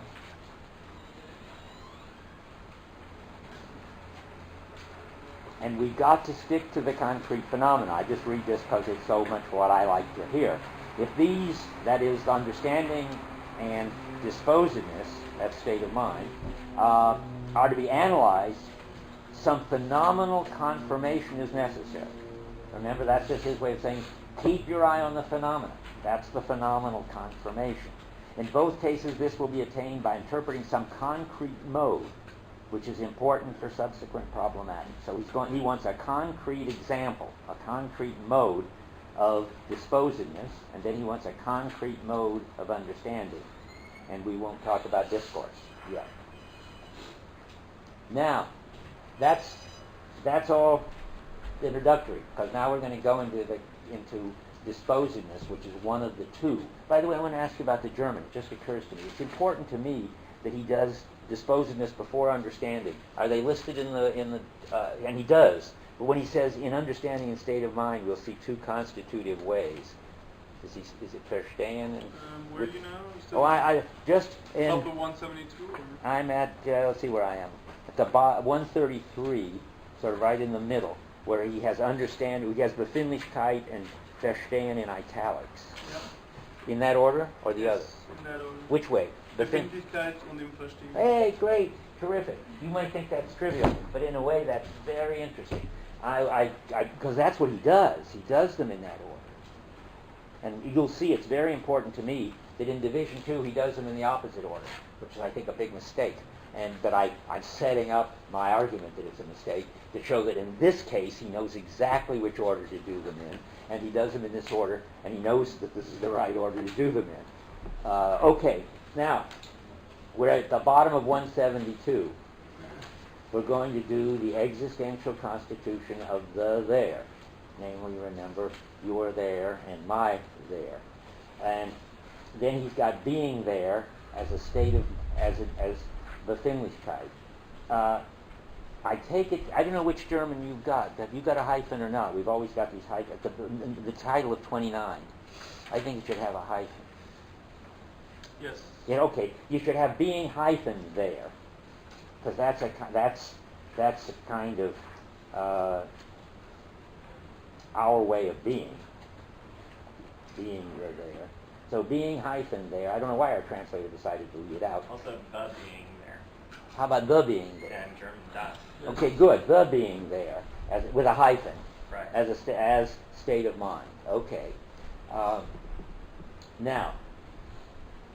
Now I've already sort of made my speech about. I can't remember when about why you shouldn't say state of mind, because it sounds too much like Searle, who thinks that there are mental states. A common sense state of mind wouldn't be bad, but once you start reading this as a philosopher, then if you say state of mind, it begins to sound to you like the mind is a substance, and it has properties, which are states, and then you're all absolutely wrong. So we can't say state of mind. And various people try various things. It would be nice to say attunement, but Heidegger's got attunement. That word, gets translated attunement. It's already taken. I tried affectivity. That doesn't feel right. Affectedness seems like a bad way, like being snobbish or something. That doesn't feel right. Some people use disposition. I think that's closer. but you'll see that whatever this thing called Befindlichkeit, which is that German word, whatever Befindlichkeit is supposed to be, it can't be disposition, because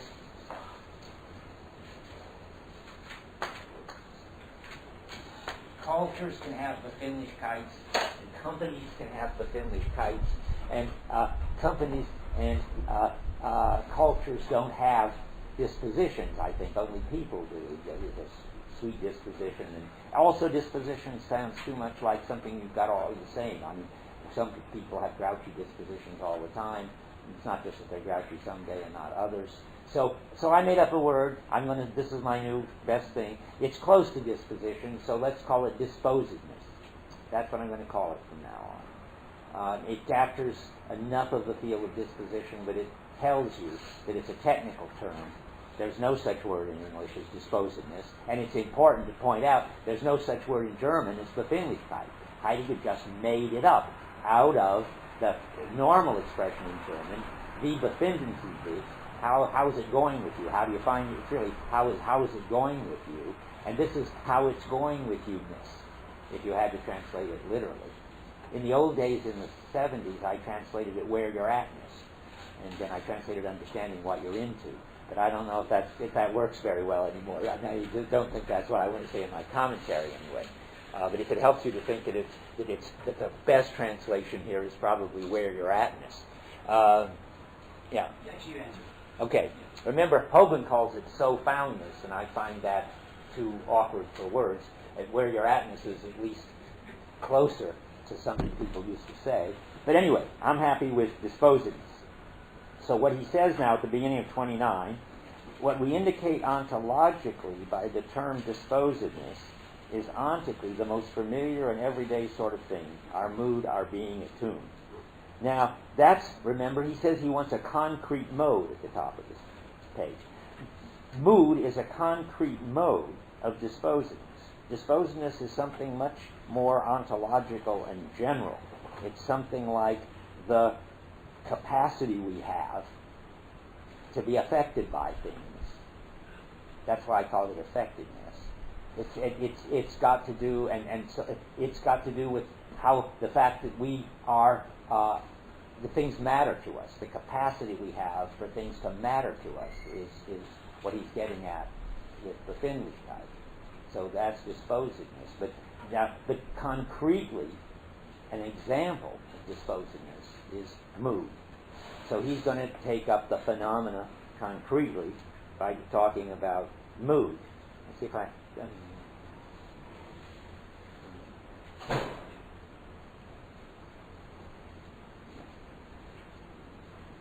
Yeah, okay. I mean, to give you a feeling of what other concrete things you might have under disposedness, so that you can see that it's a broader notion. I mean, it's got to do with any way things matter. So that not only a mood, say a fearful mood is in there, but my just being afraid of something right now, a snake that comes in, that's also a concrete case of my disposedness.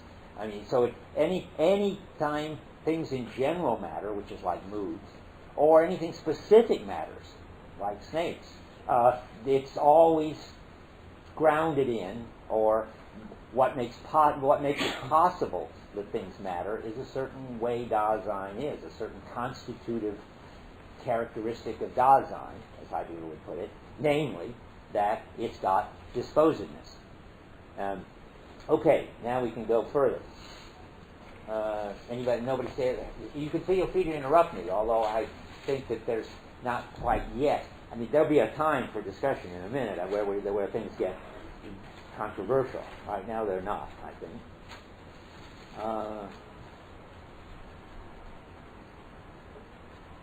And since, why focus on mood, for instance, rather than on fear of snakes and all the other intentionalistic things I can have? I mean, I'm directed towards snakes and under the aspect fearful, or maybe you're directed towards snakes under the aspect wonderful to play with or beautiful to look at, and so forth. Well, because he holds that the mood, which is the holistic one, the mood of fearfulness, is the condition of the possibility of the intentional state of being afraid of something specific. It's this get behind the Searle view again. I mean, we've got all kinds of mattering intentionality. Things are attractive, things are fearful, things are disgusting, and so forth and so forth. And Searle is interested in that, and there's nothing wrong with that. But always, Heidegger's interested in something that's holistic, that's not intentional, but makes the intentionality possible. So, in this case, a generally timorous mood, I guess. I don't know quite what the right word for this mood is. This mood of generally being afraid of things makes being afraid of snakes possible, and being afraid of burglars, and being afraid of terrorists, and so forth, all. And so, well, let's talk about the mood, because that's the ontological. That's this global, holistic condition. So that's what we're going to talk about. And he has so much of interesting things to say about mood. And one of the amazing things is that, as he points out, philosophers haven't said anything or thought anything about moods since Aristotle. And Aristotle only was interested in moods in the rhetoric, which, by the way, has finally been a lecture course of his on the rhetoric has been published a year ago in German and is now out in English. And I sent for it. You should get it any minute, because apparently he uses Aristotle's talk about moods to get to his talk about moods, which is typical. And he says somewhere, I didn't ever read this to you, that Aristotle was the last philosopher who was really in touch with the phenomena and had the capacity to push the discussion to the phenomena in spite of windy speculation and common sense, both of which are equally bad. Because think of Searle as explicating common sense. Think of, I don't know who, the windy metaphysics isn't popular these days, I don't think. But maybe the last windy metaphysician was Whitehead, I'm not sure. But in any case, Aristotle was onto the phenomena of mood. But after that, the philosophers dropped it. And yet it's so important. Heidegger thinks that it's as important as coping, as understanding, that we are always in the world by way of being always in some mood. And mood, and now I'm going to say briefly the stuff about mood that he concentrates on, and I don't think is very interesting. I mean, it's relatively interesting, but what's more interesting, I think, comes later. But there are important things to say about mood, namely that it reveals to us, I take it back, not that this isn't important. I think this is equally important to what he isn't going to talk about. But so, let's not go over it too fast.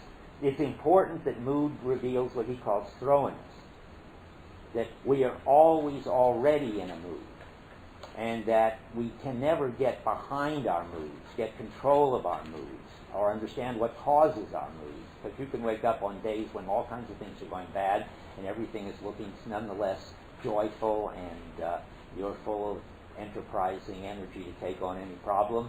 And you can wake up on days when everything is going well, in a disgruntled and irritated mood where everything seems annoying and no problem seems worth taking on, and so forth. Moods just show that you're not in control of your being in the world. He talks about that on 174.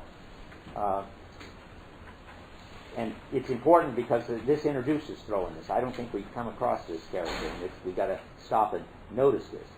So he says, it's the first paragraph, this characteristic of Dasein's being, this that it is veiled in its whence and whither, yet disclosed in itself all the more unveiledly, we call it throwiness, of this entity into its there.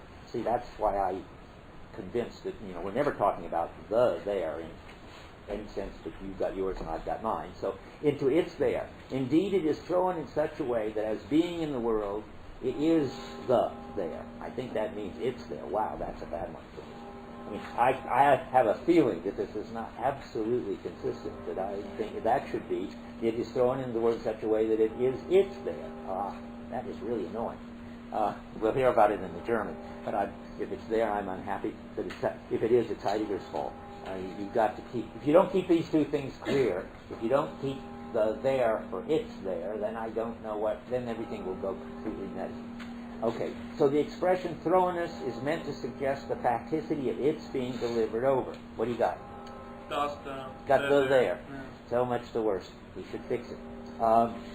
unless somebody can come up with an interpretation in which sort of flipping back and forth between it's and the there is just what you would, is true to the phenomenon, just what he ought to be doing, I stick to mine. Bert? Yeah. I think sometimes the there does mean like the world is there. I mean, before he did talk about Fondel. Its world? Well, I think You shouldn't ever say I its think there world. might be a there associated with Dasein and a there associated with world. That's just a guess. I doubt it, but I mean, if so, it makes me very, very unhappy, because if we can't distinguish the world from my there, what language are we going to use? But keep your eyes open, everybody. And if anybody can write a paper sort of giving a better way of dealing with this vocabulary, mapping it onto the phenomena, I'm open to it. This is the best I can do, and I can't deal with that one. I'm going to write here. Bad. I have never noticed it before. In German. Shame on you. Okay, here we go. The expression throwiness is meant to suggest the facticity of its, now we're all right again, being delivered over. That it is and has to be, which is disposingness. In Dasein's disposingness is not the same that it is and so forth of a presence at hand. Now, let me just explain. Why is he called throwiness and facticity? Well, I told you throwiness is the fact that is got to do with the fact that you don't control it, you can't understand it, you think all the stuff about moods that I just said. You just find yourself in it, you can't choose to get out of it, and so forth. Now, the facticity part of it is something rather different. It's a better example of facticity than this particular instance. If you want to feel for the general notion of facticity, you've got to distinguish factuality, to talk Heidegger jargon, from facticity. Now, the best example of that I know is sex and gender. I mean, factually, roughly everybody is either male or female. That's biological. That's factual. That's science studies. That's physical science or medicine or something. Anyway, but this factual male and female is taken over by each culture and made into masculine and feminine, which is an interpretation of what it is to be male and female. And of course, you're thrown into both, but the first one is not exactly what Heidegger would call existential thrown into-ness. You just are factually male or female and tall or short and with blonde or brunette and all that stuff. That's just factual. Animals have all kinds of factual characteristics too. But then there is this facticity, and that's this interpret thing, where what it is to be masculine and feminine is different in different cultures, but, and this is the important thing for this, you're thrown into it. Whether you're thrown into Bali, male and masculine and feminine, or thrown into Western European masculine and feminine, that's facticity. Now, this is what he says in italics, at least it's close to what he says in italics, in the middle of the page. Facticity is not the factuality of the factum brutum of something present at hand, but a characteristic of Dasein's being, one that has been taken up into existence, even if proximally it has been thrust aside. To take up your factual male or femaleness into your existence is to take them up in a way that gives them an interpretation, partly cultural, what it is to be masculine and feminine, partly your own version of what it is to be masculine and feminine. All that's facticity. And the factum brutum is just the present at hand given. Okay, now, and moods, because you have this delivered over experience, reveal facticity. They also reveal, and this Heidegger gets very hung up on. I don't think it's all that important, but anyway, he thinks it's important that and it isn't false, that they reveal how it's going with you. Not only sort of, and that's another sense of where you're at, that's why I like the term. Where you're at, well, where you're at is that you don't know what you want to do in the world, and you figure that there's nothing really interesting or worth doing, or where you're at is that you're exactly on track for the career that you planned, and so forth and so forth. So there is, and your mood reveals, and more deeply, and now he's where he's interested. Your mood reveals whether you're authentic or inauthentic, whether you're covering up what it is to be a human being, and or to put it another place. Let's see. Just going on. In having a mood, Dasein is always disclosed mood-wise as an entity which has been delivered over in its being, and in this way it has been delivered over to the being which in existing it has to be. Oh, that's the other one. Okay, you get delivered over to your being, and you have to have some kind of way of relating to what it is to be human, and way of relating it, and a way of relating to what your factual capacities are. That isn't a conscious way of relating. It isn't as if you have to take a stand on that in the sense of face up to it and decide something sort of heroically. But in anything you do, you're already interpreting what it is to be male or female, and interpreting what it is to have your family background and where you are in the culture, and taking all of that is expressed in your mood. You're joyful, and the world looks all happy-colored and rosy to you. And I'm depressed, and the world looks all gray and dark to me. And since somehow the world isn't just, we look out there and don't see rosy or gray, we just see our color, it looks like you must have your mood in you, and I must have my mood in me, and we're projecting these colors onto this neutral world. It's very hard to resist that way of thinking about it. And as soon as you start thinking about it, you've got what he would call this psychological inner state view of mood, and he doesn't want that. I mean, I think he doesn't spend enough effort fighting it, but he certainly doesn't want it. He says, at the third paragraph on 175, from what's been said, we can see already that disposedness is very remote from anything like coming across a psychical condition by the kind of apprehending which first turns around and then back. That's reflection, fancy way of talking. You reflect on your inner states. Indeed, it is so far from this that only because the there has already been disposed in a disposedness can imminent reflection come across experiences. Those are those Erlebnisse, remember, at all. And that's typical.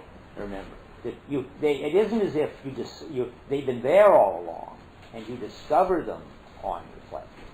It's that you sort of produce them on reflection. I mean, you get yourself in the frame of mind of thinking that you've got these inner experiences. And on reflection, I don't know how to put it. You find these psychic experiences. How does Heidegger think about that? I'm always confused. You can come across experiences. When you come across experiences of moods, can you do that? Can you come across the experience of being disgruntled?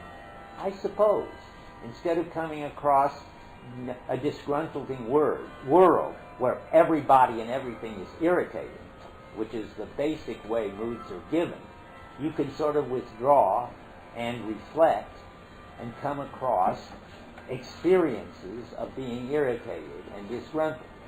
But the important thing is the mood is normally and at first, proximally and for the most part, given as the way the world is. Annoying, irritating, or attractive, and challenging, and so forth. And we have a little bit of that in the language. We don't say the mood is in us. We say we're in a mood, which makes the mood seem much more like an atmosphere that we're in the world, in some psychic state. But you can reflect, and you can find psychic states. He says so. And I'm in a way sort of happy that he says so, because you can. It's just that he thinks they're derivative, and they don't get at what the holism, which is what's essential about moods. Okay, where are we?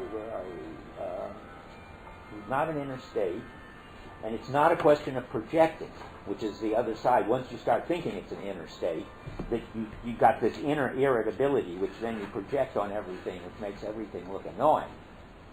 He thinks it's the other way around. Everything looks annoying, and if you reflect, you will find yourself feeling irritable. So he's telling you this at the top of 176 in italics. The mood has already disclosed in every case being in the world as a whole and made it possible, first of all, to direct oneself towards something. That is to say, towards something as annoying, or towards something as challenging. Having a mood is not related to the psychical in the first instance, that is, just as you normally come across it, and is not itself an inner condition, which then reaches forth, this is projection, in an enigmatic way and puts its mark on things and persons. That is, it isn't an inner state of being irritable, which in some magical way makes things show up as annoying. Now comes what I think is interesting. Now he's got to give his own story then. How does it work? It seems so much like it must be your inner thing and my inner thing, because, as I say, my world is rosy and your world is gray, or vice versa.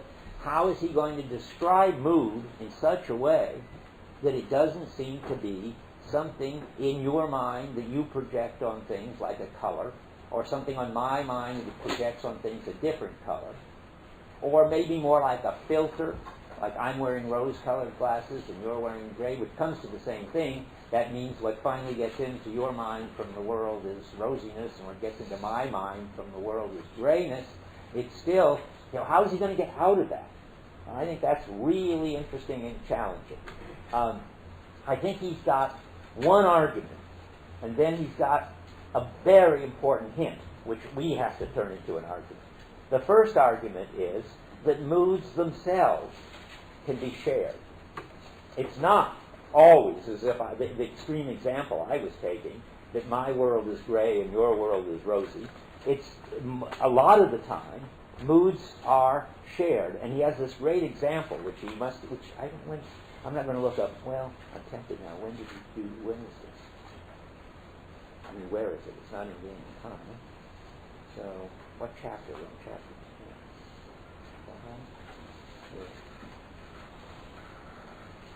I just feel like I got to tell you where this is coming from.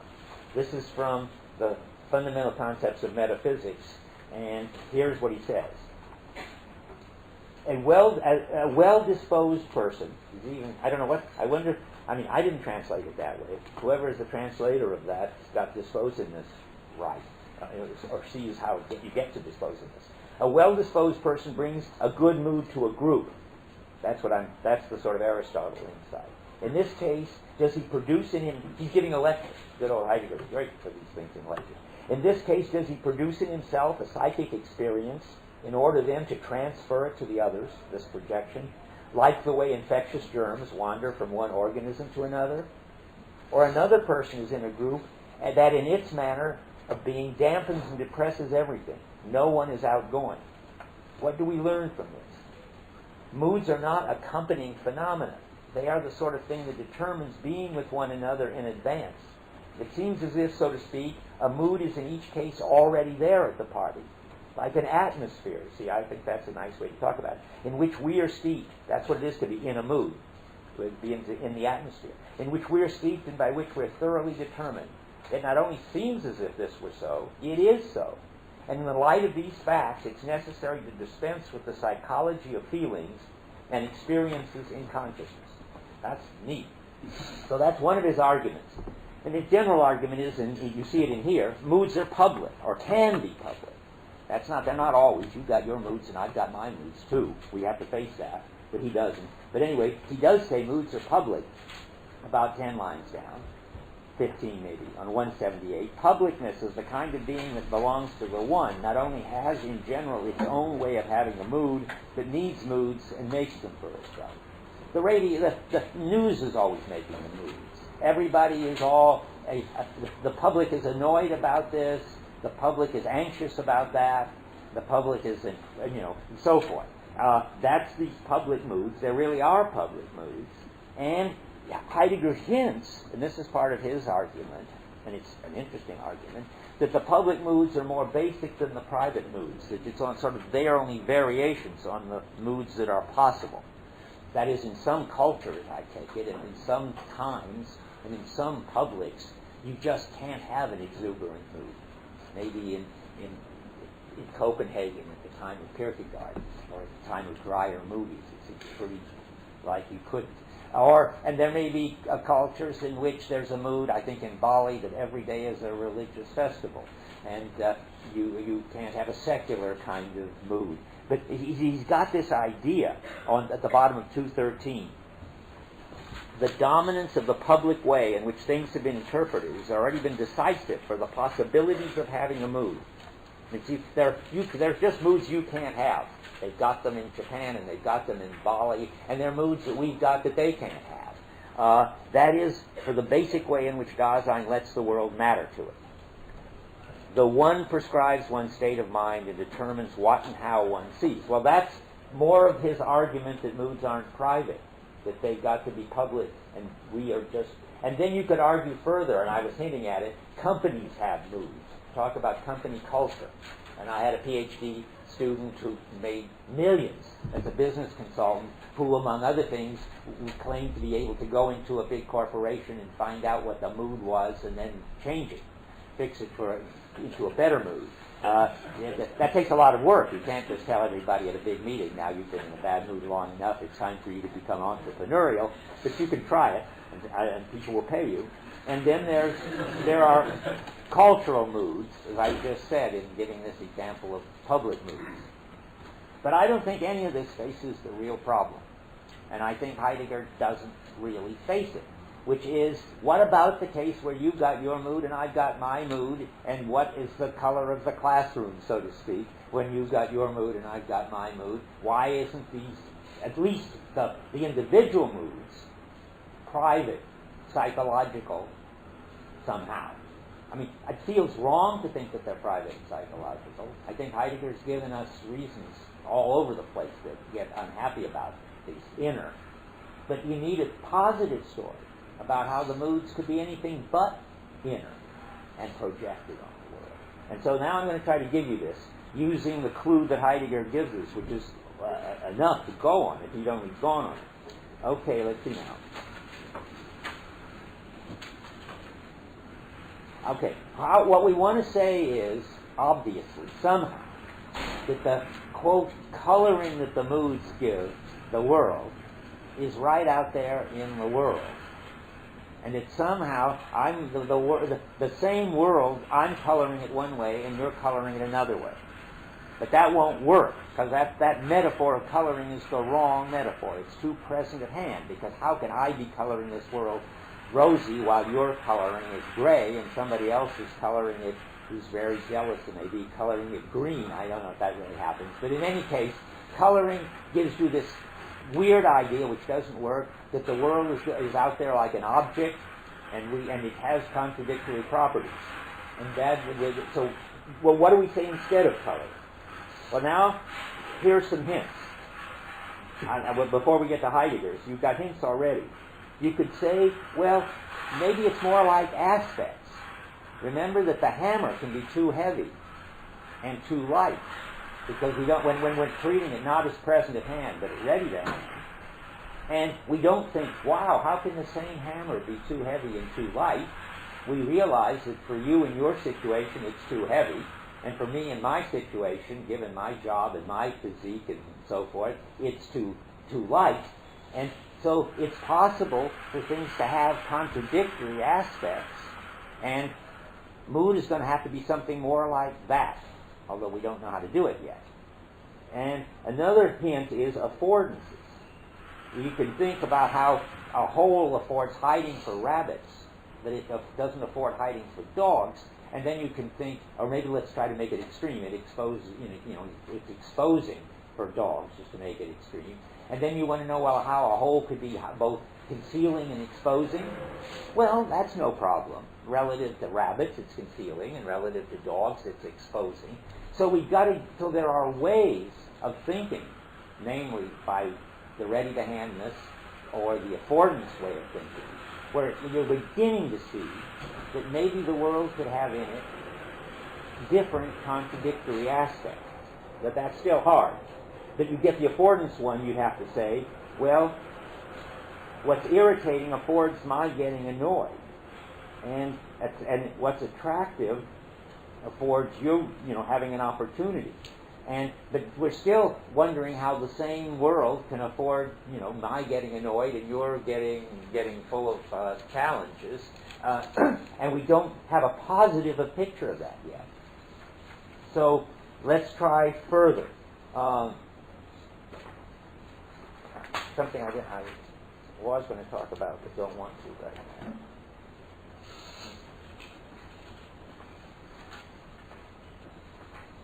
how can the world be depressing and exhilarating, sunny and dark, all at the same time? And I think the answer, Heidegger's on the right track when he says moods are attunements. I think you've got to think, though I think he finds it so weird that he's afraid to say it. I mean, I'm just speculating because he doesn't draw out what seem to be the obvious consequences. The world has got to be much richer than we think. Instead of taking the sort of Cartesian move and saying, well, the world is this sort of blank something on which you can project your moods and I can project my moods, we've got to say that the world has somehow all kinds of aspects of being both irritating, and you can begin to think this way. The same entity has irritating aspects, and same person, and challenging aspects, and attractive aspects, and moving aspects. The world is just go the opposite direction. Instead of making the world paler and paler until you get down to the common denominator, which is the Cartesian approach, and then you have to project all the richness on it. Think of the world as very rich, and then think of your mood as attuning you to some of those aspects instead of others. So when you're in a disgruntled mood, you're attuned to the irritating aspects of everybody, and they sure have them. And then when you're in a happy mood, you're attuned to the wonderful aspects of everybody, and they sure have them too. And the word I think when I think about this is resonance. Attunement is like resonating. You resonate to some of the aspects and not others. And resonating is nice because you don't just, so to speak, copy them. You kind of bring them out. You reinforce them. Given your mood, your attunement, you heighten some aspects of everything while suppressing other aspects of everything. And I think of it like if on a piano, if there's white noise in the room of all sorts of pitches. I don't want to say frequencies because it's not a scientific thing I'm saying. There are noises of all sorts of pitches.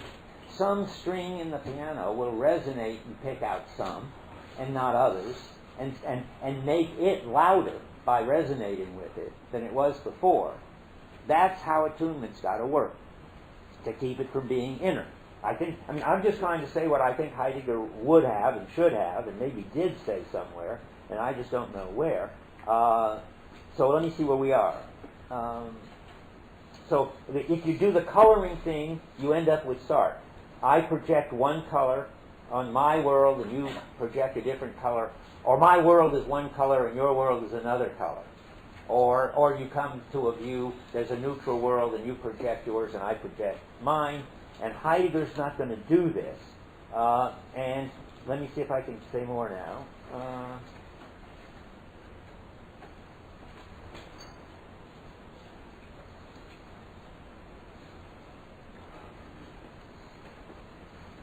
So if I'm joyful, I resonate to the challenging aspects of things I wrote down here. There's a lot of stuff like that. Yeah. Okay, one more move, and we will have done it all. You can ask at this point, do you believe all that? If you have to sort of try it out, and it's a possible paper topic to either spell it out or show me why that way of thinking about it doesn't work.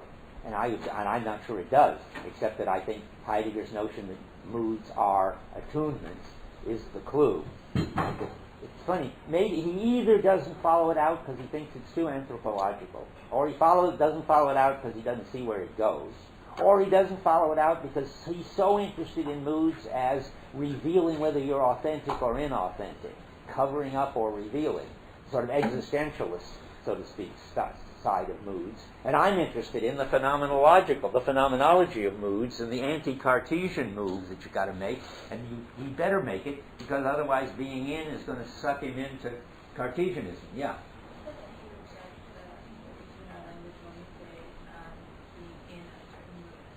He would like that. Yeah, I said it's like being in a certain atmosphere. What we don't want to say is that we have moods in us. As soon as we say we're in a mood, it's like being in a party with a certain mood. He liked that. And you can hear it the other way, but if you hear I'm in a certain mood as there's certain feelings in me, then that's a funny way to express it. But if you feel I'm in a certain mood, namely the whole world is showing up as really joyful to me, that's the atmosphere I'm in, or I'm in a disgruntled mood because in this party the atmosphere is a downer, then you got the right feeling. That's why I think our phrase being in a mood, it would be like being in love, which doesn't have something in, it doesn't mean there's something inside of you, sort of tremors and stuff, though we can find them too, presumably. It means something about the way your whole world is. So it's not like there's something like a psychological state, some object that it's not a psychological state in you, though there are psychological states. Like, and maybe being in love is helpful. There's no doubt. There's sort of quivers of excitement when you see the person you love and all that. But being in love is basically much different. It's a way of that things matter to you, who matters to you, and things matter to you because that person matters to you, and the whole atmosphere. And that's the kind of in. Yeah. How about if you say a person isn't happy, a person is happy or sad? You can. What's that? I mean, You can say that. A person is happy, a person is sad, but that gives you the problem, not the answer. Then you have to decide, and what does that mean? That they have a psychic state of little things. Yeah. So for the issue of color, could you say that we're attuning or resonating to a sense of coloredness, which is what we sort of express this You can. The trouble is, if you start thinking about color, it sounds like a property, and then it starts sounding like this color excludes that color, and it sounds like the world is a present-at-hand thing, so it's a bad move, I think. Yeah. Well, maybe if it was light, if the shared mood was light, and we filtered in whichever part of the spectrum the light had, would that be a better metaphor for Filtered in. When you got filters, as soon as you got filters, it's like having rose-colored glasses. And having rose-colored glasses may be on the right track. Because as you say, I mean, that lets rose in and nothing else. I mean, that's sort of like the resonance thing. Except it gives you the impression that if I got rose-colored glasses, then in here everything is rosy. Whereas out here, it's not. And that's not quite right. The resonant thing doesn't have anything like sort of, here that's getting the right answer in here. It's just that out there, what affords active enjoyment shines out. It shows up, and I disclose it. And what is out there that doesn't, I don't get it. I mean, I don't see it. Yeah. Yeah, what if the hammer is heavy? Because I just took that to So like we have different sequences in which we encounter objects, which allows us to focus on different methods. Well, that's one. I mean, I don't think that that's crucial, but I mean, I do think that that with hammer's heaviness, it could be a function of the situation, all right. Whether it's because the job requires a lighter hammer, if the hammer is too heavy, it's because you're not strong enough, it's because I've just been so used to using a lighter hammer that this hammer now seems too heavy. Whatever it is, it's situational, and it's not a property of hammers. It's an aspect of hammers relative to us, and moods have got to be an aspect of the way the things in the world shows up, a holistic way the world shows up, relative to us and relative to how it's going with us, which attunes us to stuff out there and makes it matter to us in a particular way. Okay. Yeah.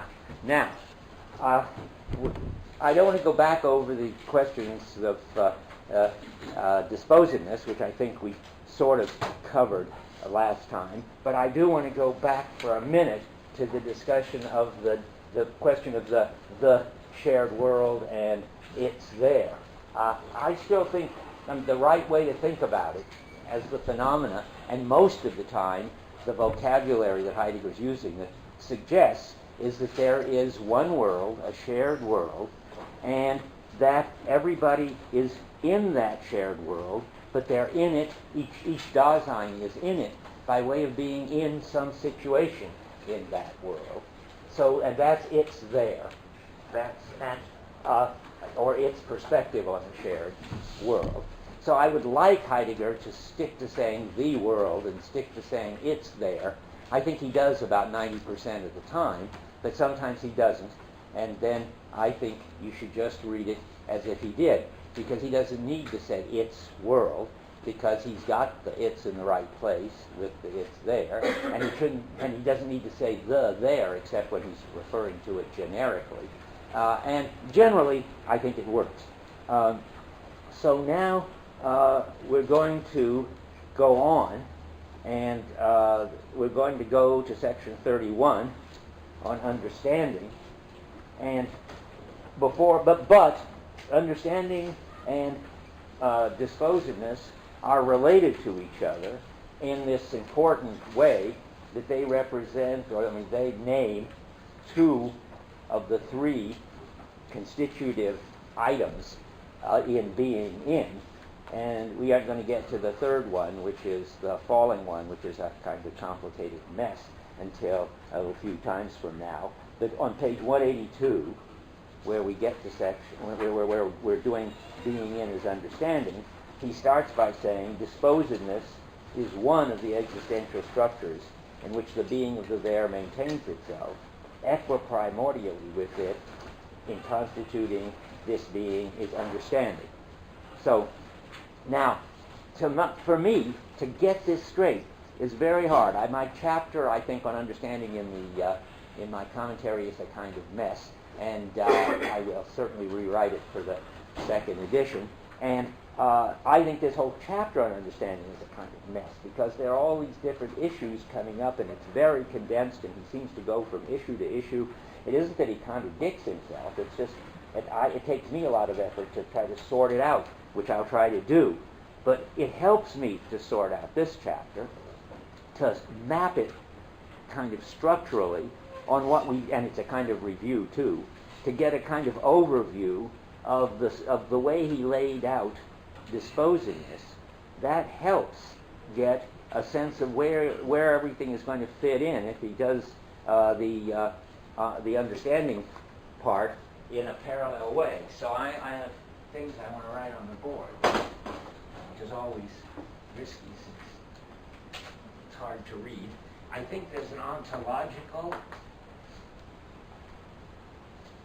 sort of level of description. And by the way, another advantage of putting this all up here is you can check it against the text and disagree with me if you want to. I mean, if you need to, and maybe we'll get it even clearer. I think ontological levels, and there are ontological levels, are levels of concreteness. You'll see why some of this is important later.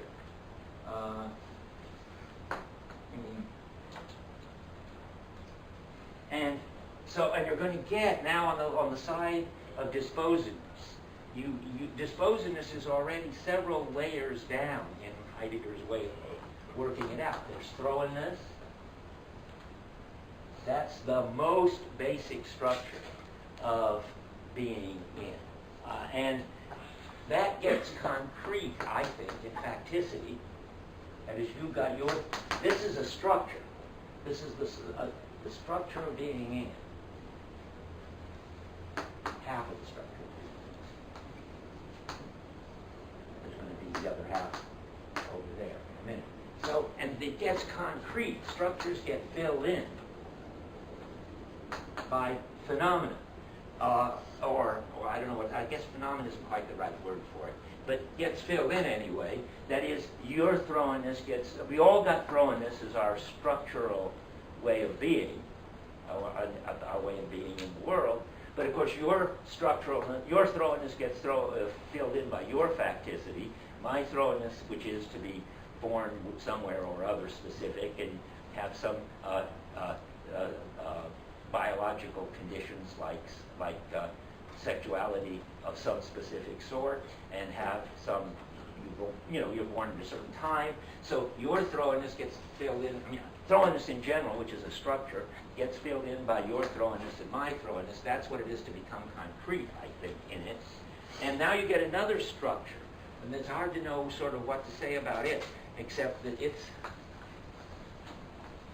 disposedness is what we were talking about. That's a structure of being. Now, one of the things somebody could do who really understands this well is tell me I don't understand exactly why it goes through this thing twice. But having done this, we're going to get, this is the phenomenon, no, this is the name of a certain, I don't know, aspect of thrownness. Namely, that things always already matter to us. I don't know, that's what he's talking about here. I don't know what to say about it except that. And then that, I think, gets concrete. He says that in mood. Disposedness becomes concrete in mood. That means the phenomenon, or a phenomenon, which is a case of disposedness, is mood. That seems all right. That's the ontological. We're going to get an ontic level too, but I'd rather do the parallel here for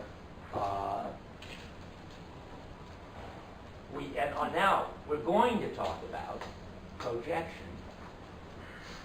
This is sort of a roadmap of what's happening. Projection, because this is, I just got this straightened out today in my commentary. I keep calling this projecting. The projecting is way down here somewhere. We'll see. And projecting is pressing into possibilities.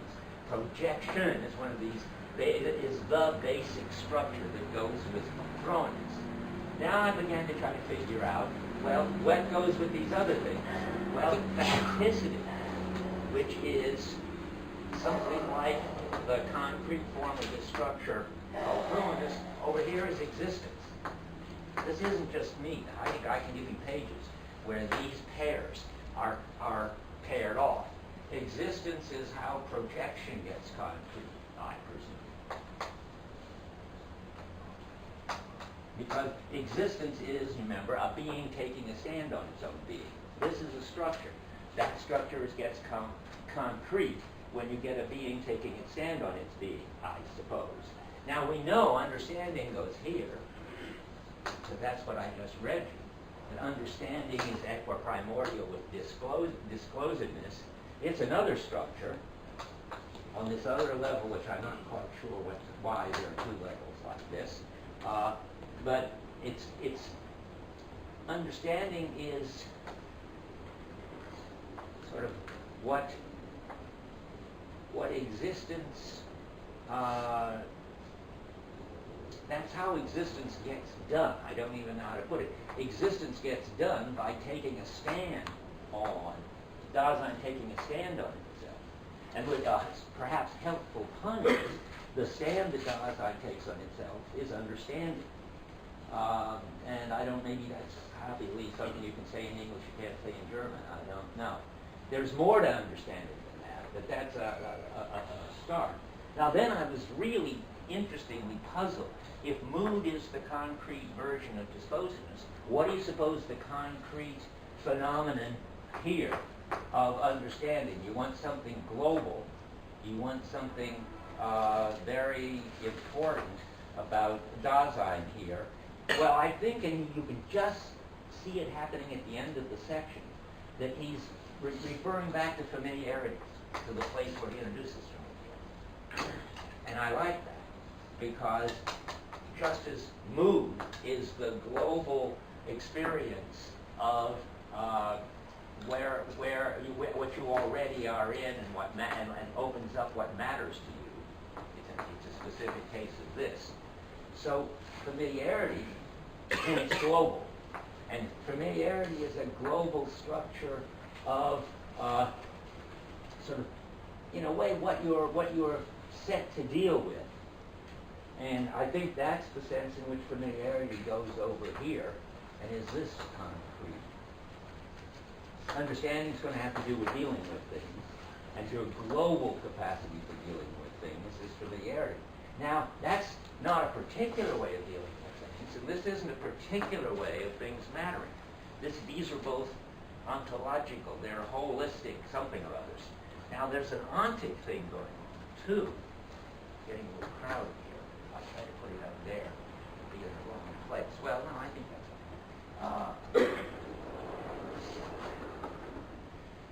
now something else is going on, too, which makes it so complicated. Because now, those have been levels of concreteness, I think. Now, there's something about conditions of existence. Conditions of possibility, he calls them, but I think they're conditions of existence. Because I think there's certain characteristics of conditions of possibility, namely that they're universal and necessary, that he doesn't have, he doesn't want. But whatever it is, conditions of existence or a possibility, he just read too much Kant before he wrote the He hadn't read much Kant until the last stage of getting the manuscript ready. And then he did, and then he wrote Conditions of Possibility all over. And it was something important, all right, conditions of something or other. Okay, what all of this ontological stuff on the side over here gives you is a kind, it's got to be, I don't know, let's put it out here. You want a primordial intentionality to come out of this, primordial intentionality. And you want something like propositional intention. It's the condition of the possibility of both, of course. And of course, this one, there's the global, it's all like familiarity, it's like worldhood, that you're going to get the global possibility of primordial intentionality, and that, when there's a disturbance, is going to give you propositional. Now, over here, I understand what that is. On the side of understanding, you've got pressing into possibilities. As I say, this is a kind of overture. I'm going to talk about each of these things and show you the pages. And that's going to be primordial. That's non-propositional intentionality. It's also called projective. And that's where the ing, I never noticed that. He's not confused about that. I was once. And next time, we're going to discover how pressing into possibilities, when it runs into kind of problems of some sort, disturbances or need to get clearer, or can turn into interpretation, as he uses interpretation, which he uses in many confusing ways. But one sense of interpretation, anyway, is what happens when this becomes thematic, and you can reflect on it and so forth. It gets into the propositional business, and there is really one even further down here, which is propositions. Because this is being unready to hand. This is present to hand. These are all kinds of intentionality. They're all made possible by this structure called understanding. Now, I don't know what's over here. I don't think Heidegger has words for it. You could say something, maybe I should take my word affectedness, which I don't like anymore, and say that these are affects, which that would be all right. I'm thinking something like fear. Primordial intentionality is, that's not quite right either. Fear. Let's get this back. I want my other words back here. Down here, you have something like a mood of being fearful. A mood of being fearful, or being generally a timorous person and so forth, is global, and it makes possible fearing something specific. He talks about that. It's a kind of, and fearing something specific isn't going to be a propositional kind of intentionality. It's going to be something like a Ford's running. Or it's better if you do it with a positive kind of a Ford. Negatives are weird. So let's say if you're fearful, and then maybe holds a Ford hiding, and that's fine. That is, they solicit you to try to get into them because you think bad things are about to happen. It occurs to me that Kafka's story of the burrow, has anybody ever read that about his creature? who is very fearful. His main interest is to be sure that he gets into his hole and hides completely while no other creature sees him do it. But then he gets inside and he gets very worried that maybe some other creature saw him do it, so he has to go out and make sure that they didn't. But of course then he exposes himself again and he gets inside and he gets all worried. A typical Kafka problem, and a very unfortunate kind of mood. And then down here would be, I don't know, again, know how to put it. I have no idea really. What I want is something like, what I have in mind is, I'll give you the example. So the example is, and if you are just responding to the affordances of hiding in the hole, or getting as far as possible from the snake or whatever, you're here. But if you have to reflect on it, like the animal in the burrow, and ask yourself, but am I really well hidden in this hole, or is there a part of me still sticking out? As soon as you reflect on it, notice it, make it into a problem, try to solve it, you're down here. I have no idea what to put down here. Does anybody know? I mean, I don't all, this is all, if that's an affect, this is something that you can get when you reflect on these affects and think about them. Yeah. Fearful thinking, maybe? Fearful thinking. Well, yeah, sort of. I mean, I would like a bigger term. Well, anyway, I don't know what goes here.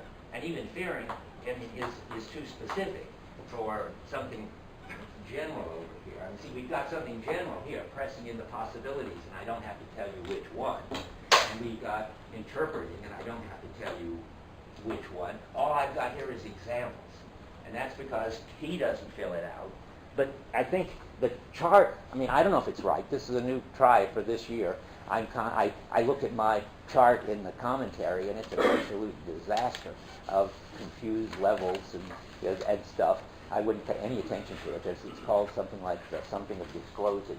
Just ignore it. Maybe I'll tell you where it is so you can ignore it pointedly. On page 240, do not believe the chart on 240. Okay. Now, I mean, I hope this helps. It helps me anyway, and that's already a start, because then it helps me get clearer for you, I hope. It helps me understand where in this whole picture we are when we're now turning to understanding over here, and now we're turning to it on this ontological level, because we're going to start talking about understanding here, but we're going to relate it to projection and existence pretty quickly. But where we have to start right out, I guess. I mean, it's hard to know where to begin in this chapter. But I think the place to begin is really to avoid a misunderstanding, which if you don't stop it before you start, you won't understand anything else I say for the rest of the lecture. And that is that understanding the way Heidegger's using it doesn't mean understanding the way we normally use it. Unfortunately, German is not a good language to do philosophy in, only English is. I say this so that Heidegger will turn over in his grave. But I mean, he's got no word for the way to talk about the difference between knowing that and knowing how. And he wants to call primordial understanding know-how, or he wants to call know-how primordial understanding. He wants to make intellectual, cognitive kind of understanding, a derivative kind of understanding. And he's only got this word German verstehen to do it all with, but you can see him just struggling to get it to say what he wants to say. So because understanding is really going to be our everyday coping with equipment, and that's pressing into possibilities. You put it that way in order to avoid talking about it that's the affordance talk.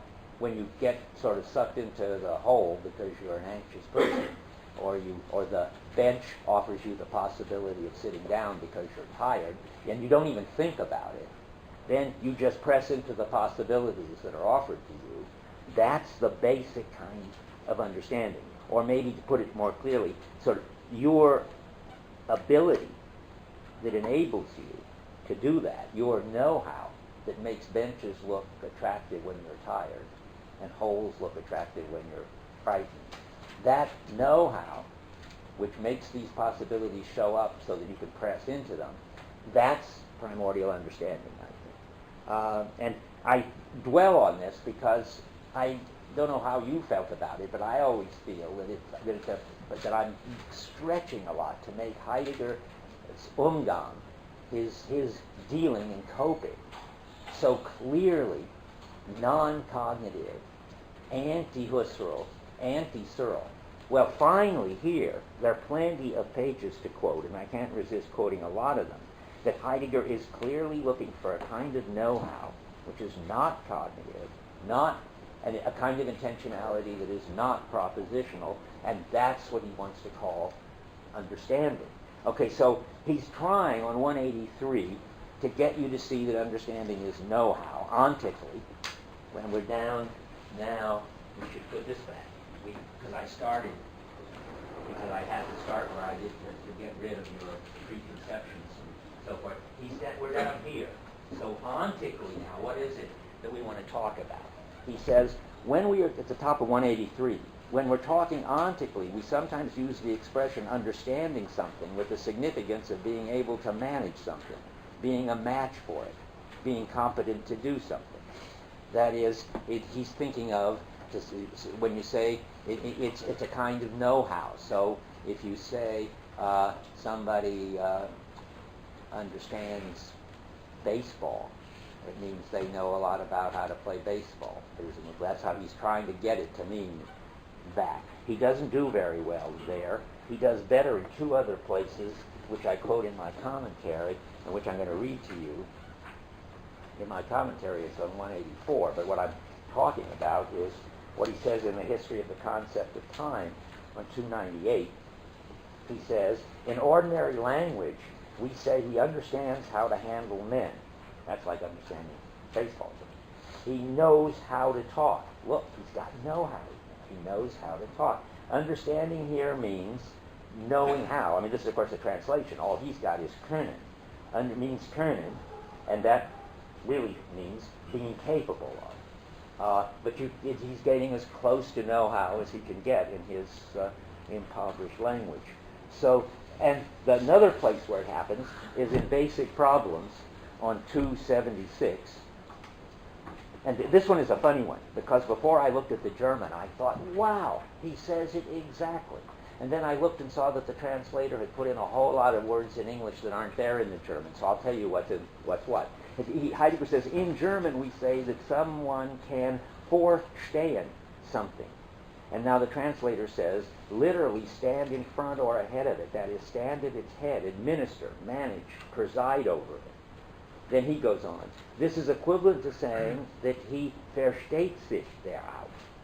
That is, he sort of gets it, how to deal with it. The translator goes on after that, trying to translate that German. He understands in the sense of being skilled or expert at it, has the know-how of it. You see, it's clear that that's what Heidegger's trying to say, but the versteht sich darauf, he sort of like knows what to do. And then he goes on, the meaning of the term understanding, the way he's using it, is intended to go back to this usage in ordinary language. So there's Heidegger as an ordinary language philosopher, having a lot of trouble with his ordinary language, trying to say something which we can say just so simply. He's talking about know-how, skill. Now, when he's talking about know-how, he's extremely clear that it doesn't have conditions of satisfaction. Now, finally, we're in the understanding chapter. I'm on page 185. I just keep sort of dipping in and taking things out because I don't understand the order in which Heidegger tells it at all. But here he says,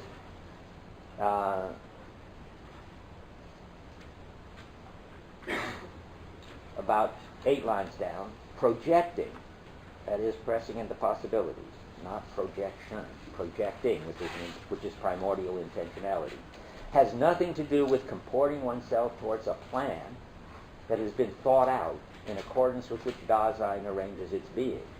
On the contrary, any Dasein is Dasein already projected itself, and as long as it is, it's projecting. Now, a lot of that has to do with Dasein dealing with itself, and I'm not ready for that yet. But basically, I want you to see that projecting isn't having a project. That's very easy mistake to make. Once you've got understanding uncognitivized, then you've got to get projection uncognitivized. It doesn't mean having a plan. And that, I keep telling you, is like affordances. You don't have to have a plan if you're tired and you come across a nice-looking bench. You just sit down. So at the top of 405, he tries again to say it. The awaiting of a towards which is neither a considering of the goal nor an expectation of the impending finishing of the work to be produced. It's not got conditions of satisfaction to talk like this. It has by no means the character of getting something thematically into one's grasp. And he's, as I say, sort of going around and around trying to say this, and I'm trying to help him. On 185, back to that, he says, about 7 lines down. Well, maybe I just read this, did I? Well, a sentence before, which is not really something I should read now, but we might as well read it now because here it is in front of us. As thrown, Dasein is thrown into the kind of being we call projecting. See, that's why I got confused. I mean, because what you want to say as thrown, Dasein has the structure of projection, but once and then it gets sort of ontically. It would go on the level, gets to the level of projecting. I mean, I'm just trying to sort this out. And now we say projecting has nothing to do with a plan. And Heidegger thinks, and now it gets really intriguing.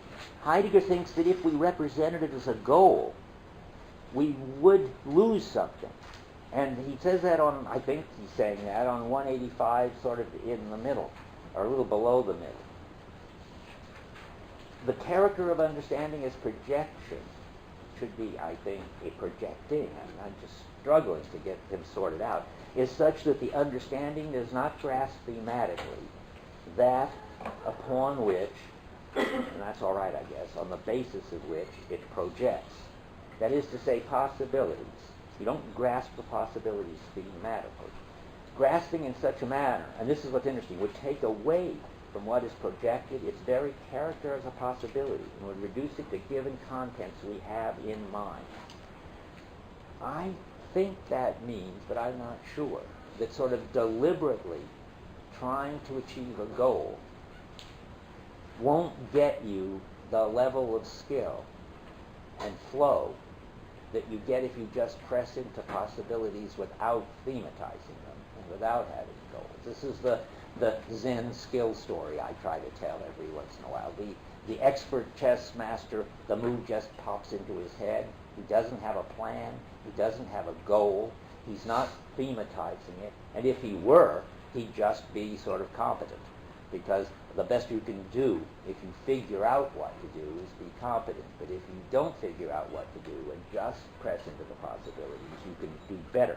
That might be what's going on. So if you thematize it, you take away from what is projected its character as possibility and reduce it to given contents of the mind, whereas projection in throwing throws before itself the possibility as possibility and lets it be as such. I take that to mean you just get solicited and press into the affordances on the basis of your ability. Or it means a lot of other things too, I suspect, but I think it means that among other things. Okay, let's see now.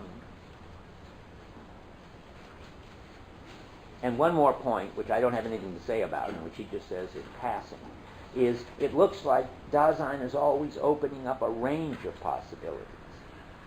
It isn't just there's one thing that's soliciting you to act that you could press into, but several at every level.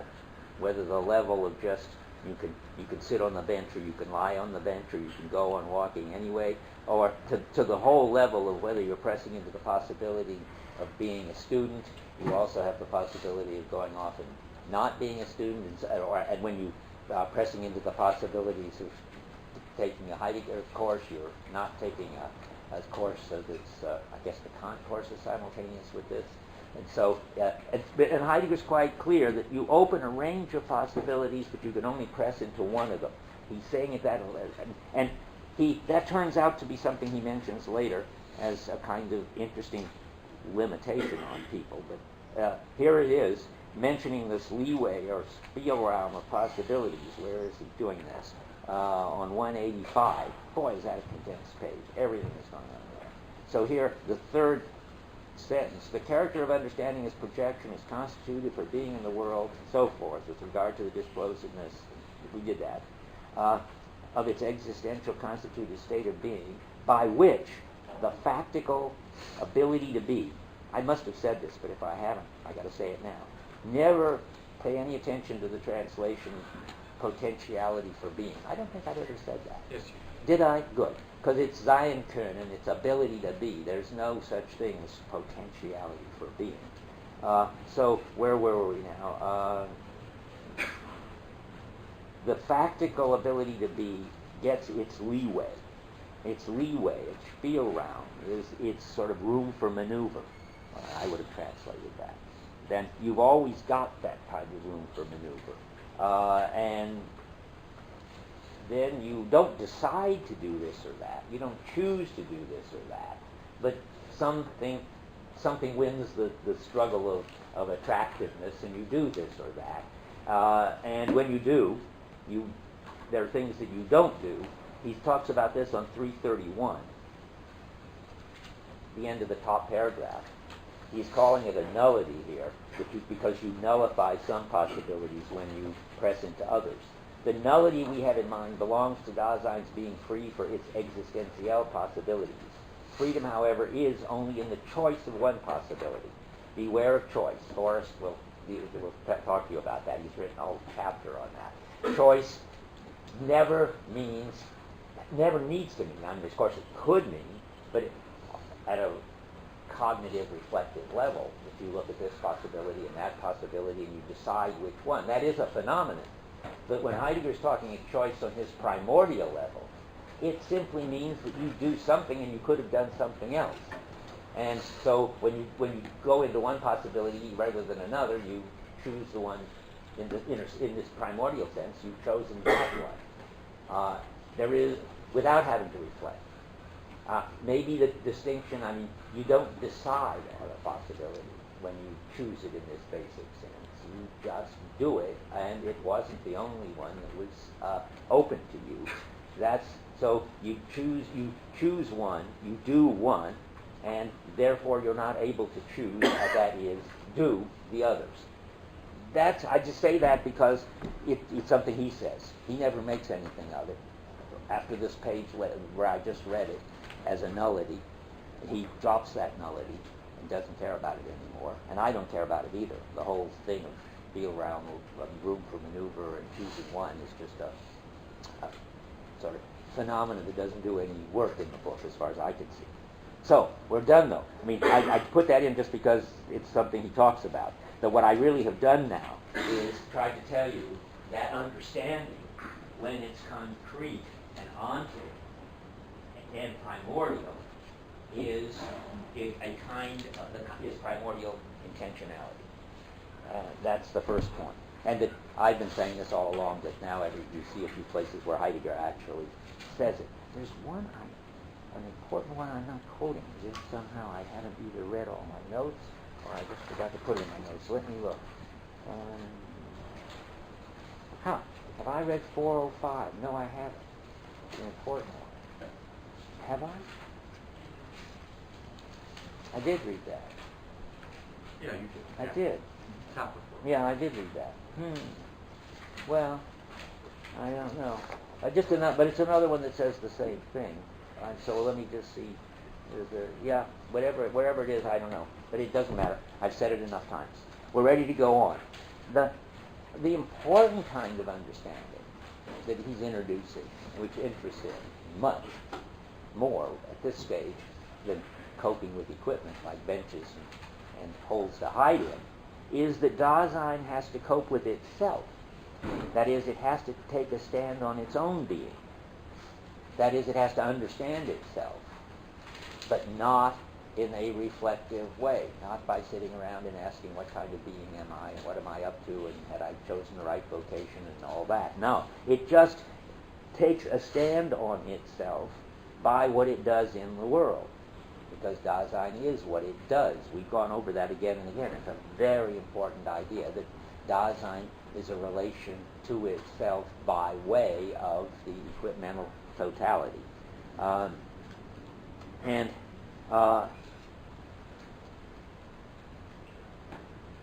when we're talking about Dasein's possibilities, there's at least, well, there are probably two senses in which Dasein possibilities are not like logical possibilities, and they're not like physical possibilities.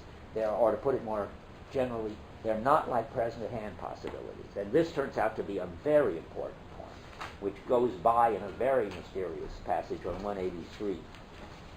So I got to explain this, because this turns out to be, I owe it to Bill Blattner, one way at least of making sense of the temporality stuff that's coming up that I think is brilliant, and I think it's right. But so we have to look at it here. Now, this starts about 15 lines down on 183.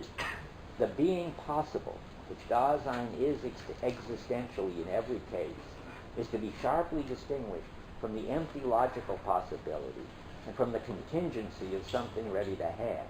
That means just ready-to-hand possibility, that it's possible that this lectern could have been green, but it happens to be contingently brown. I think that's what he's saying here.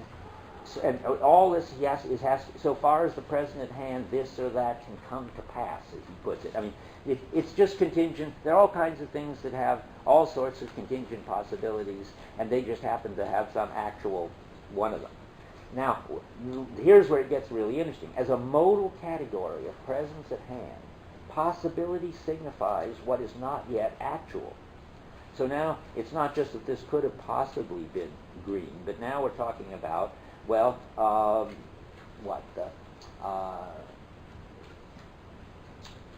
it's just all over the place.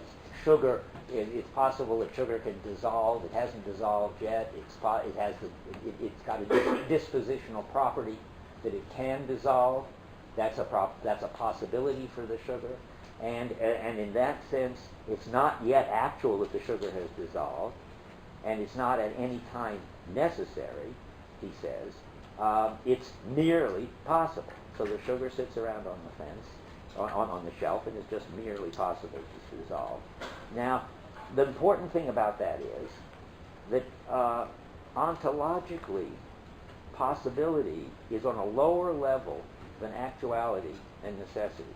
That is, it's better to see it in something that you like dollars. So a possible dollar is a lot less interesting and a lot less good to have around than an actual dollar. And actuality is in general better than possibility. I know maybe if it's something bad that's going to happen to you, you'd prefer to keep it as a possibility. But generally, we think that things are more real and more useful and whatever when they realize their possibilities. And that sounds fine. But then he says that ontologically, it is on a lower level. Ontologically, still speaking about the present at hand, possibilities on a lower level than actuality and necessity.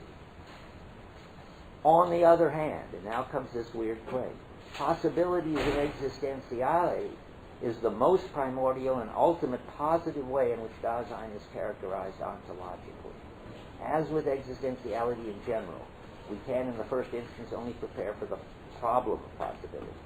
The phenomenal basis for seeing it at all is provided by the understanding as a disclosive ability to be. Well, that leaves open, what is it, what kind of possibilities does Dasein have that are better as possibilities or more sort of have to remain possibilities, can't be actualized at all? I think that's the way to put it. I mean, it isn't as if they're worse when they're actualized. There is a kind. The important possibilities for Dasein can't be actualized, and in that sense, their possibility is higher ontologically than their actuality. Unlike the present at hand stuff, with all of whose possibilities can be actualized, and they will be better, like dollar bills, when they are. well, there are two candidates for this that other people have come up with. I think they're both interesting, and I don't know which one is right. One of the possibilities is, one of the ways of thinking about it is, that Dasein's possibilities are its abilities, its skills. I mean, it's my skills that enable me to press into all the, my possibilities, namely my skill, enables me to actualize the possibilities in the world, like my skill for sitting on benches enables me to press into the possibility of sitting on a bench and sit on it. That's there, the actuality in the particular ontic case of me just going and sitting on a bench. So sitting on it is the actual thing, and it realizes the possibility. Fine. But on the level of my skills, this is one person's attempt to make sense of this. The skills are higher or better than than any particular possibility, because the skills never get fully actualized, and the skills are what enables me to actualize lots of other possibilities. But my skill as a pianist enables me to play this piano and that piano here and there. But the skill is it gives me all these possibilities. But that doesn't make any sense to say, and how do you actualize the ability to play the piano? Well, in a certain way, you actualize it on all these occasions. But an ability or a skill isn't something that you just that it fully becomes from being possible to being actual. It's always sort of just more possibilities. Okay, I don't care for that one very much, but I'll give it to you in case you like it. I think Latner's got a much better one, and this one is really important and interesting. Remember, it's only for beings like us that this peculiar ontological fact about possibilities holds, that the possibilities are in somehow ontologically more basic than any actuality. And you could say that about skills, but I don't think that's interesting. What's interesting is if you say it about the for the sake of it. And after all, that's the most Dasein part of it. So let me find out where we are. On 185.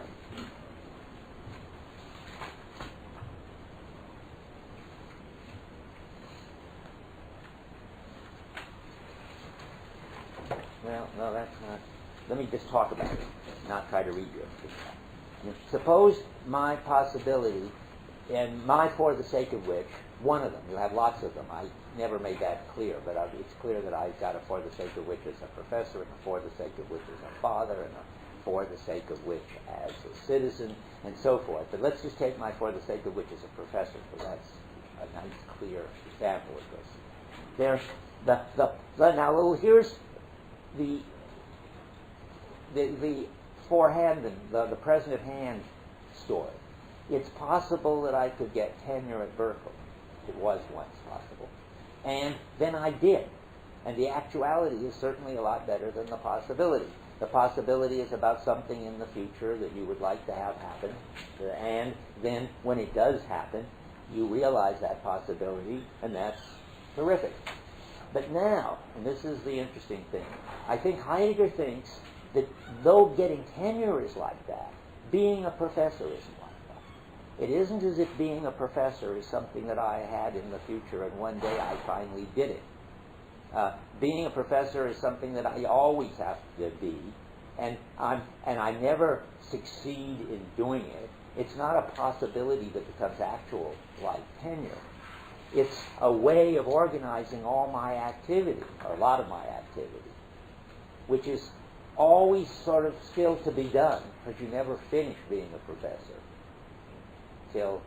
Maybe even when you retire, I don't think in this sense you finish being a professor. It's a certain understanding of who you are, which organizes your activity, and it's not something that's a possibility that gets to be actual.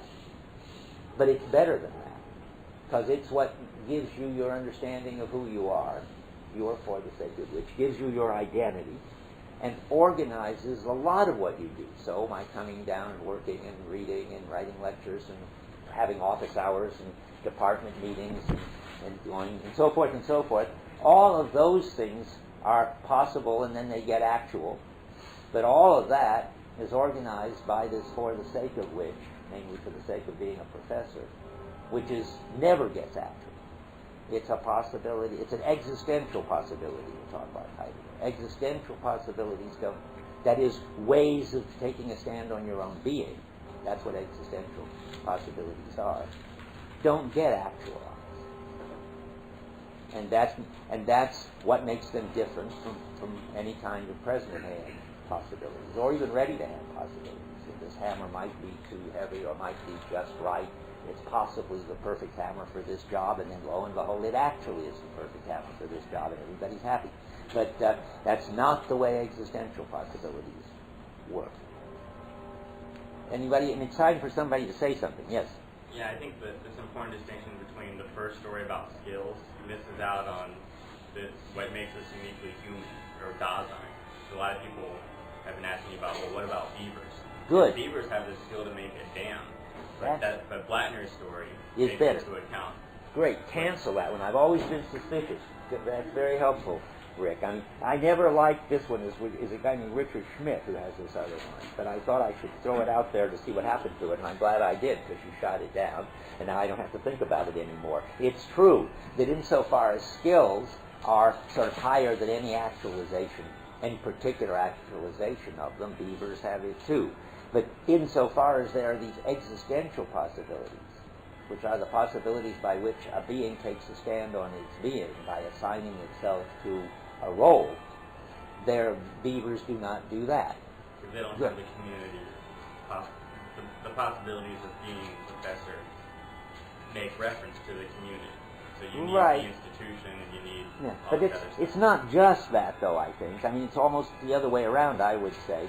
In the way Heidegger thinks about it, I think it's just fundamental to being a Dasein that you have to take a stand on your own being, and then somehow you need the community to do that, you need the equipment to do that. There are It's all different possibilities, that's the point. right. There have to be different roles around, and for you to be assigned to. But the basic thing is that we're the only kind of being. Dasein is. And maybe there's Dasein in Martians, and maybe in higher apes, who knows? But I mean, Dasein, whoever has got it, has a task to take a stand on what it is to be it, and those give you the existential possibilities, or the existential possibilities are how you do that, take the stand. Yeah. I don't really know anything to buy a hammer for anyone else. They buy a hammer because it's a hammer. I don't see the ongoing part of that as a distinction between equipment and I'm not sure I understand. I'll have to talk loud. The bells are drowning me out. I'll try to drown them out. But, I mean, what about, hammers don't take a stand on their being. No, they don't. I wasn't arguing that. But a hammer does never finally succeed at being a hammer. Not that it would fail, but you know what I'm saying. You never say that this hammer... No, I don't know. Hammer and now I can... I mean, it's hard because you don't talk about it being possibly a hammer either. So you can't say, now it's actually a hammer. Or maybe you could. I mean, it's in the store, and you could, maybe it's not a hammer. Well, no, I think it's always a hammer. You have to think of an example, but there's no problem here. I mean, never mind hammers, because they are, whatever, even if you could make up a story, it would only be to show the difference. Anybody else? Because this is I'm going to Forrest wants to say well, something. Just to throw it out and not even follow it up, I would suggest that beavers have neither tools nor skills. That's right. Oh, skills not even? No. Wow. Well, I understand skills. Because, right, not in Heidegger's sense of skills. They don't have skills. Sure, there's no tool. Well, it depends what you mean by skills, like sociology. I don't think you need to have tools to have skills. When spiders manage to spit in such a way that they catch flies, By they do it. Heidegger's notion of what a skill is. That's what Well, we don't know. I guess I don't have... I think Heidegger uses the word familiarity. And so I would agree with Forrest if you want to say that beavers don't have familiarity. But I don't think he even uses the word skill per se. Well, I'm just saying this is much more vexed than just saying beavers don't have skills. I'd throw it out. I mean, it's not important. Well, beavers, beavers don't have equipment, which is interesting. But even though they may well have something that they use, let's say, to push the mud between the stuff, the only reason they don't have equipment, And we know, I mean, it's been done, that apes can take up sticks to knock down bananas that are hung from the ceiling. It takes them a while to figure it out, and then they figure out that you can use the stick as equipment. And once they figured it out, I presume they can do it any time if you hang a banana from the ceiling. But for Heidegger, there is no such thing as an item of equipment. It's always got to be part of an equipmental totality. And that's just sort of a definition. You can have it either way. I mean, I would have thought really better that equipment is what anybody or animal can use to get something done, but not for Heidegger. He says equipment only makes sense as equipment in a referential totality. And so you can't have equipment unless you've got a referential totality. Now, I don't know if he ever says that skill, because he hasn't got much of a word for skill, but I mean this understanding, this primordial understanding, this coping ability, it's this know-how. I mean, I don't know how that's supposed to be related to equipment. I would have thought that, animals have know-how, and certainly the apes who know how to use the stick know how to use the stick. But anyway, nothing important's at stake there, I don't think. Yeah. All right, my concern is, before we've been talking about trying to say that goals are not really an active part of our decision-making process, because things just show up as being more attractive or less attractive. But it seems like now that we've brought the for the sake of which into play, I don't know, I'm sure you can clarify this, but I don't quite understand the distinction between the for the sake of which and some final goal. Because it seems like that has an active involvement in... Okay. Well, that's very important, and I'm glad you asked. I mean, tenure is a kind of final goal. You have it, and then one day you get it. This isn't a goal, because being a professor is not something that I'm sort of getting a lot of stuff together so that I can achieve it someday. It's different. It organizes all the goals I've got, like to prepare for class and to get the grades in on time and stuff. And that's what's very important about it. And that's why he said, when was my first quote about goals was really partly came out of that context, but I took it out. The word Dasein, you can't think of Dasein in its existential business as having, well, I read the one that doesn't have plans. There are no conditions of satisfaction or Yeah, but I mean, he says explicitly, not goals. And that's the quote that I never found and read, because somehow the page number has dropped out. But anyway, then, and I don't think we should spend a lot of time looking for it, but it's clear, just by the way it's defined, that a goal is something that you have and can achieve. That's the success condition. Being a professor is not like that. I can't succeed at being a professor, and then period. I mean, and that's a very important distinction. Yeah. I totally understand what you're saying about being a professor, but what about before you were a professor? Can't you see being a professor as a goal that you're working toward? And then once, I don't know, you catch the label of professor, then it's something that you perpetually have to be and maintain and take a stand on. Like, what about before you get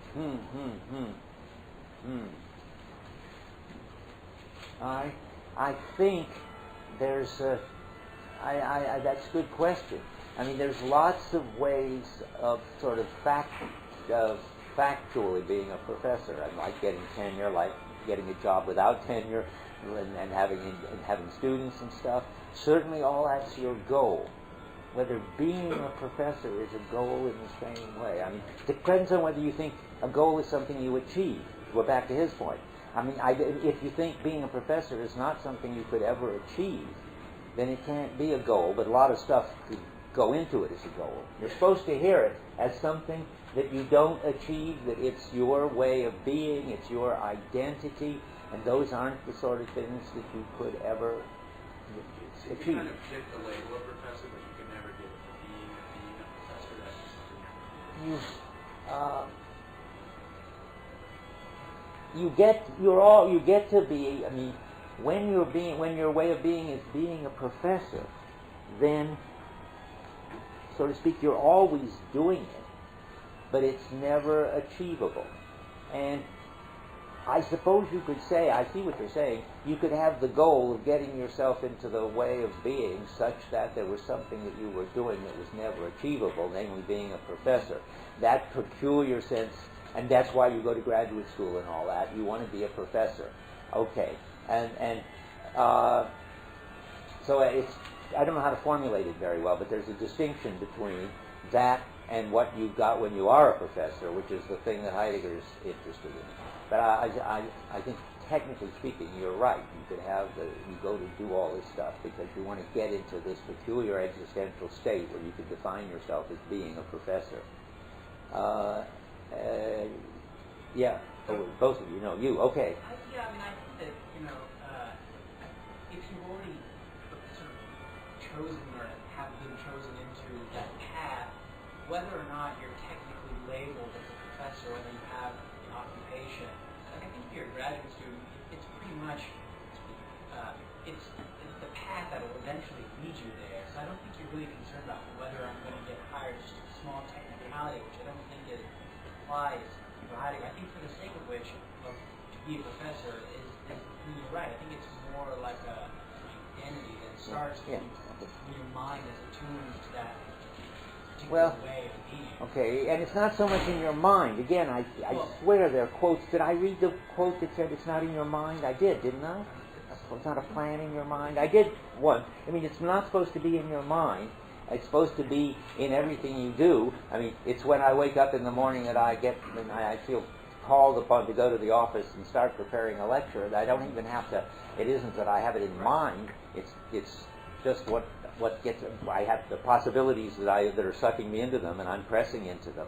But I think maybe this is something that would help. Dump the notion professor and put in teacher. Professor seems too sort of like you got tenure and it's an institutional thing. Suppose I think of myself as being a teacher.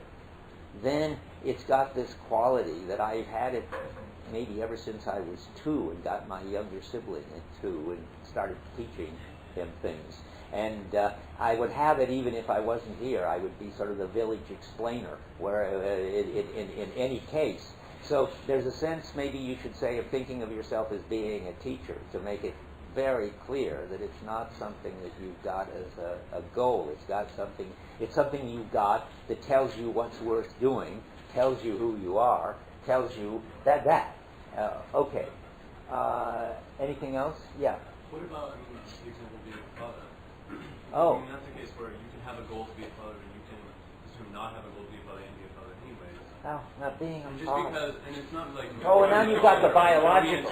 Okay, I see. Well, of course. But it's nice. Being a father is like the professor thing. It's got a factual forehand and present at hand thing. I mean, being a father is being the biological father. And there are lots of biological fathers that aren't fathers in this sort of existential sense, who don't think of themselves as a father, and it isn't what makes sense of their world. And you can be a father and not be in a biological sense the father by adopting somebody or mentoring somebody. So don't worry about it. I mean, just think about the fact that there's a certain, if it organizes your activities and tells you what's worth doing in the world, to understand yourself as a father, that's what matters. Now, it's got a lot more clear than being a teacher that at some point you begin to be a father, whether it's the mentoring kind or the biological kind. And there's nothing wrong with that. I mean, there's nothing that says you don't get at some point in time a for the sake of that you didn't have before. But it isn't as if it's something that you, once you got it, you realized it and achieved it. And if you think of being father that way, then it isn't the right kind of thing. If you think of father as a sort of, once you've got it, it's a lifetime job, and you never finish it or achieve it, then it's the right kind of existential possibility. Yeah. This is related to when you said if you were born into a village, you might have been the village explainer. Okay. Now I'm confused. Are you born with the for the sake of which, or do the conditions in which you're born and the things that show up to you give you your for the sake of which? Well, I don't know, but I'm, for one thing, not born with it for sure. I mean, if I got to be an explainer when I got a younger sibling to explain things to, that's sort of facticity. And furthermore, I mean, it's how I happen to take that facticity. I mean, other people have younger siblings, and they don't think that they get a lot of meaning out of explaining things to them. And again, your parents can reinforce it by telling you about how great you are when you're explaining things and how a nasty kid you are when you're hitting your younger sibling instead of explaining things to your younger sibling. I mean, this is all, I mean, how you get into having this for the sake of is such an ontic kind of question for psychology and sociology and stuff. But Heidegger doesn't have to have an opinion about it. It's when it becomes, again, I keep wanting to say this over and over again, the stand you take on your being and who you are, however you got it, it then is an existential possibility, and it wasn't until it did that. Right. I'm just kind of trying to understand how much, like, kind of cognitive intentionality, or like if it's really a determinist based on your possibilities you were born into, or if it's... I see. Well, yeah, I think it's some funny thing that I don't think I know how to describe it right. It's not cognitive.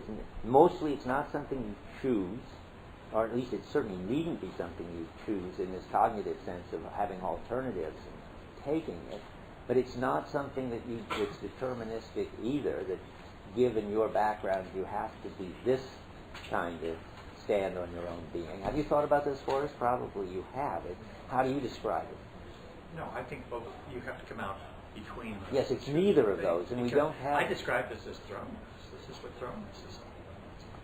Well, thrownness is half of it, but then you have to sort of take up your thrownness. I mean, thrownness so far hasn't given you what it is. There's this curious sense in which you can't be thrown unless you take up the thrownness. Okay, well... Sitting there thrown. Okay, well, but I mean, but you've got to tell the whole story. You've always got this thrownness, and you always got a response to it, a stand on it, and to ask, and the stand on it is not willful, and it's not cognitive, it's not chosen in those senses, or needn't be, and usually isn't, and the deeper ones are not, I think.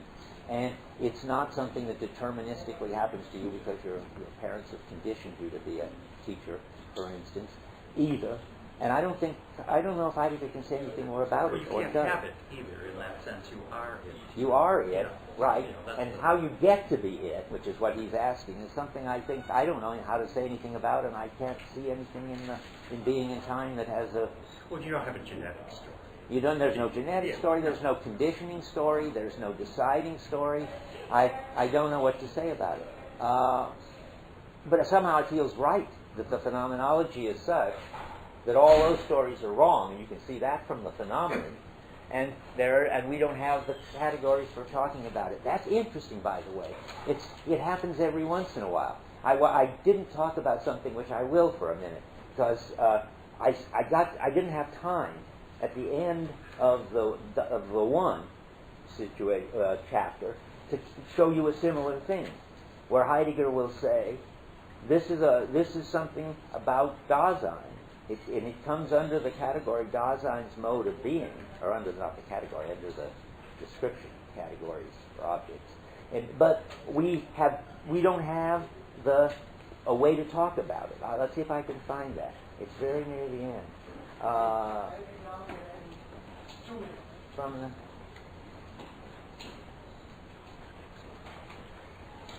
And look at near the end of this, where he'll tell you that we just don't know how to talk about the way these norms develop and take us over. And that's it. We've got the phenomena, and we've got to just stick to that. What page are you on? Well, I don't know yet. Around 168. If you had the earlier notes for what I would have said about the one, I've got it marked in there. Let's see, 166. Let's see, it probably is in there. I think so. Let's see now. He says that it's an ens realissimum, he says in italics. That is, it's a kind of highest kind of being of some sort. That's very strange already, because it makes it seem sort of like God, who is an ens realissimum. And that's not too surprising, because we've just heard that the one, or we're soon going to hear, that the one articulates the referential totality. That means all intelligibility goes back to the one. Well, that's one of the things that God used to do, is be the source of all intelligibility. So it turns out it's got this very peculiar character. And then he says, of course, right on in the middle of 166 now, of course the they is as little present at hand as Dasein. the more openly the one, that is, I want to say, behaves, the harder it is to grasp, the slighter it is, the less it is nothing at all. If we see it ontologically with an unprejudiced eye, it reveals itself as the realist subject of everydayness. And that's the source of all the intelligibility. And now let's see, I think he's going to tell us pretty quickly now that it's not, you can't take it, well, let's see. When they neither decree prematurely that this one is really nothing, nor profess the opinion that one can interpret this phenomena ontologically by somehow explaining it as what results from taking being present at hand together of several subjects. On the contrary, in working out our concepts of being, one must direct one's course by these phenomena, which cannot be pushed aside. And then it's not all a universe. It's not a. You can't get it by putting everybody together. You can't. It's not a universal subject hovering over everybody, which is a Hegelian sense of the norms and of the one. Now, I think he's going to say pretty soon that you can't give an, and he doesn't know what ontology. Just a second. Yeah, bottom 166, top 167. Okay. The one is not the genus to which the individual Dasein belongs, nor we can come across it in such entities. Even traditional logic fails us when confronted with these phenomena. It's not surprising if we bear in mind that it has its foundation, that is, logic does, in the ontology of the present at hand. So no matter, that's it. I mean, so he goes through all the possible ways you could think of trying to make sense of the fact that there are these norms and that they're using us and making and producing intelligibility by using us. And he, in effect, says, stick to the phenomena. I don't know I don't have an ontology for this, for telling you what box to put it in your ontology. I just say that as an interesting analogy. So you guys have pushed me to the point of saying having a for the sake of, or, quote, assigning yourself as a for the sake of, which is, I think, a very bad expression, but that's Heidegger's way of talking. I would say something like finding yourself having a for the sake of is something that you can describe the phenomena, and it's very important, and it's really there. And then when you start asking questions like, is it determined, or is it free, is it freely chosen, you haven't got any philosophical vocabulary for talking about it. Now, I saw another hand, and then I want to go back to my notes. I'm going to have to think about my question more. You what? In light of the passage you just read, I need to think more about my question before I ask. Okay. So back from the one there, because there's so much I want to talk about still. Let's see now, where are we? So we're going to go back to talking about this peculiar existential possibilities, which are the ones he's really interested in this chapter. The ones that are never arrived at finally and never become actual. And I'm trying to show you where that is.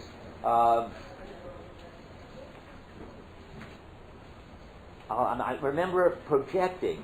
This is now got to be dealing with projecting these ultimate possibilities, of existential possibilities. It has nothing to do with comporting oneself toward a plan. This is sort of answering, that is, like the plan of becoming a professor, that's been thought out in accordance with which Dasein arranges its being. On the contrary, any Dasein has, as Dasein, already projected itself.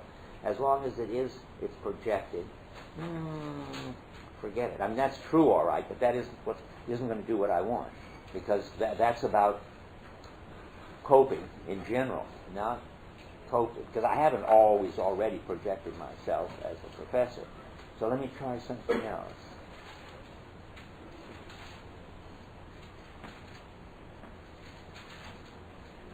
No, I can't find a better one, but I want to fix that one, because that's not doing the job.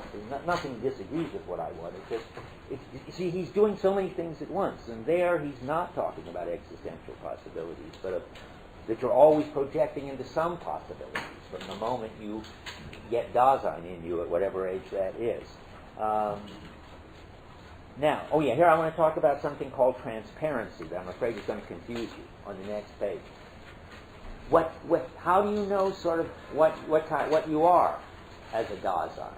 Well, remember, not by reflection, not by whether you've achieved your planned identity or not, but how you manifest it in everything you do. And you manifest it, and this is, I just want to get you the vocabulary from Heidegger, transparently in everything you do. That is, if you're for the sake of, organize your activity. And so you can just read off of people's activity. I mean, maybe not. Some people, it's clearer than others, I think.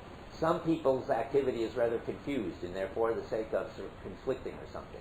If your for the sake ofs are organized in some, I guess, hierarchical way or something, you could just look at somebody's behavior and you could just see clearly and perspicuously what their for the sake of or ofs were. Then that would be, in Heidegger language, you would be manifesting it transparently, which is such a funny way of talking that I thought I'd better explain it to you, particularly since it contradicts my way of talking. On 186, he says at the bottom, the sight which is related primarily and on the whole to existence we call transparency. We choose the term today as a knowledge of the self in a sense that's well understood, so as to indicate that here it is not a matter of perceptually tracking down and inspecting a point called the self. We're back to that again, you know. If you want to understand who you are transparently, you don't reflect, but you seize upon the full disclosedness of being in the world throughout all the constitutive items which are essential to it, and doing it with understanding. That means then to find out who you are, you see what you're doing. And if it's clear and coherent what you're doing, it's transparent. I just want to say, notice when I talk about transparent coping, I mean just the opposite. I formulated it as clearly as I could here. When I say transparent, I mean invisible. The way a window is invisible when it's clean. Transparent coping is just invisible like the water to the fish. When Heidegger says transparent, he means just the opposite. He means it lets you see something clearly, so that when your behavior is transparent, it shows clearly the kind of stand you've taken on your being. Now, I got 3 minutes to make the last move I want to make, which is it up here? No. I'm sort of progressive argument. We've done all that. Now we can go, we've got back to understanding. I wanted to show how understanding is related to familiarity, the way disposedness is related to mood. And he doesn't work it out, but it's there. He refers back to earlier on page 118, that he doesn't say page 118, he says in section so-and-so, he was already preparing you for this. And if you go back there, you find the following paragraph about understanding. The second paragraph, full paragraph. But what does it mean to say that on the basis of which beings within the world approximately freed must have been previously disclosed?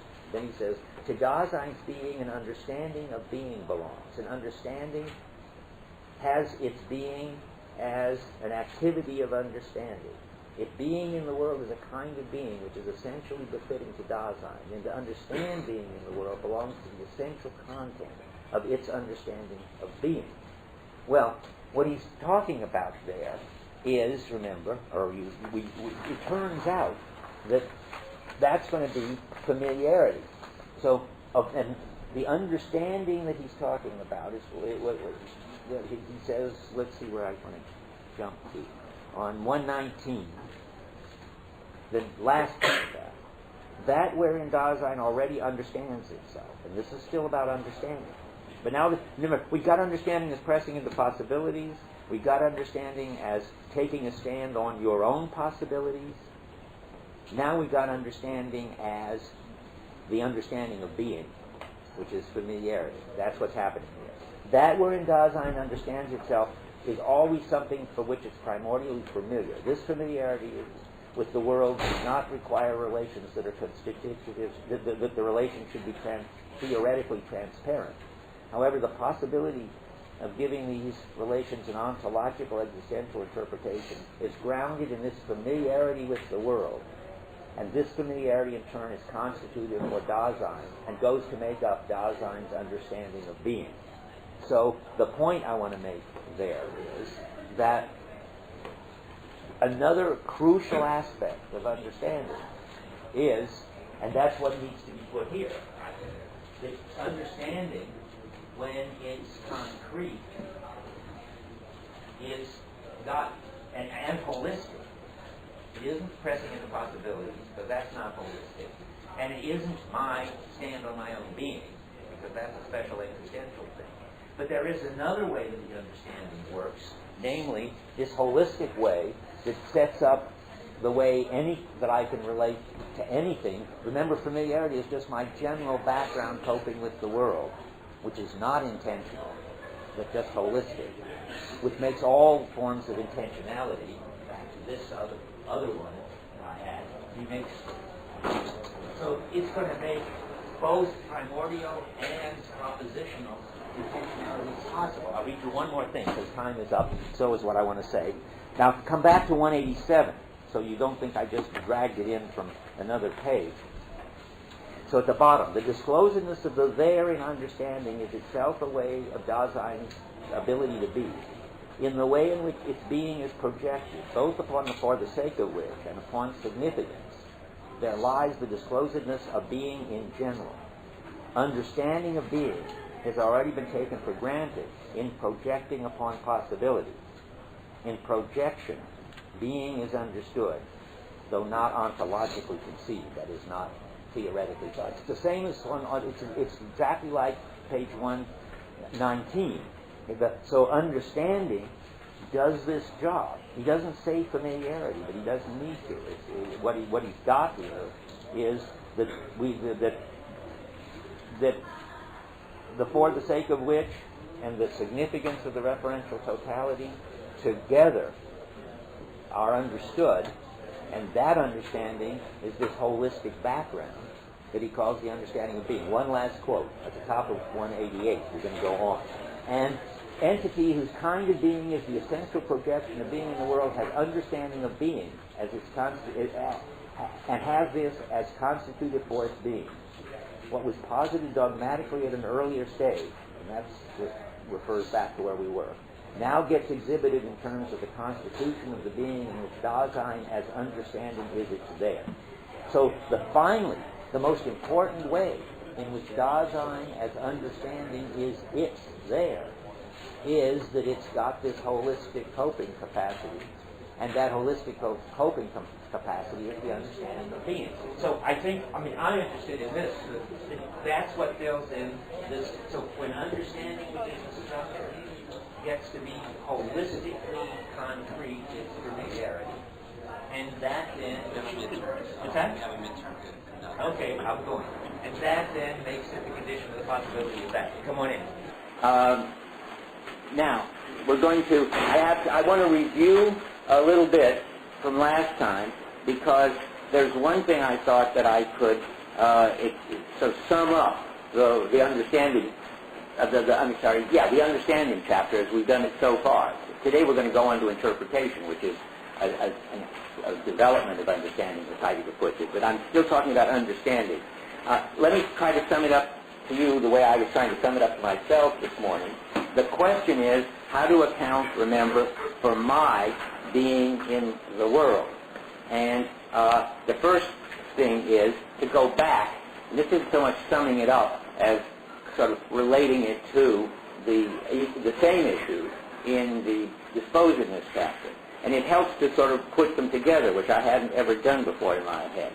So there's an affordance that just as your moods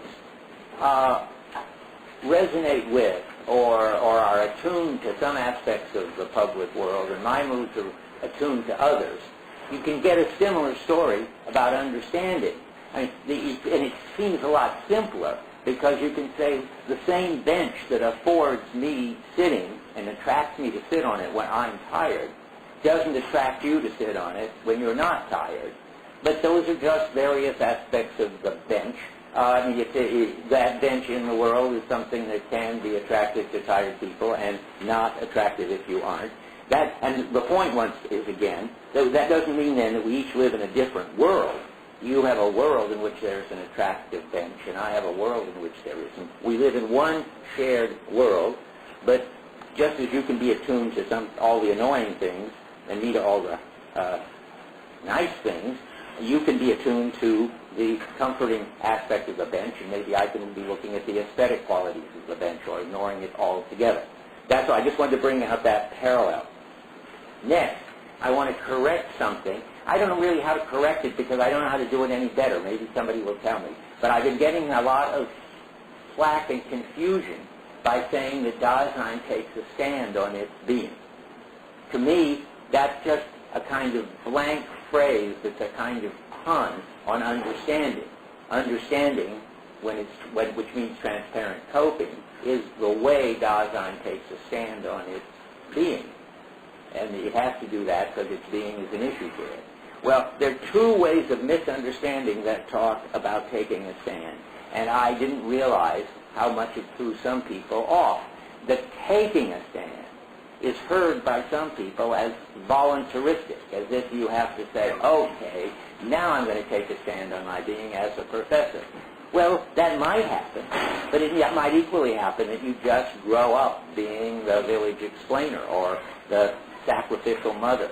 You still have, in my phrase, taken a stand on your being. But if you think that the sacrificial mother never took a stand on her being, she just developed into that, then you're not going to like that phrase. And so you may want to get rid of it. But I wish if anybody wants to get rid of it, they could find a better one.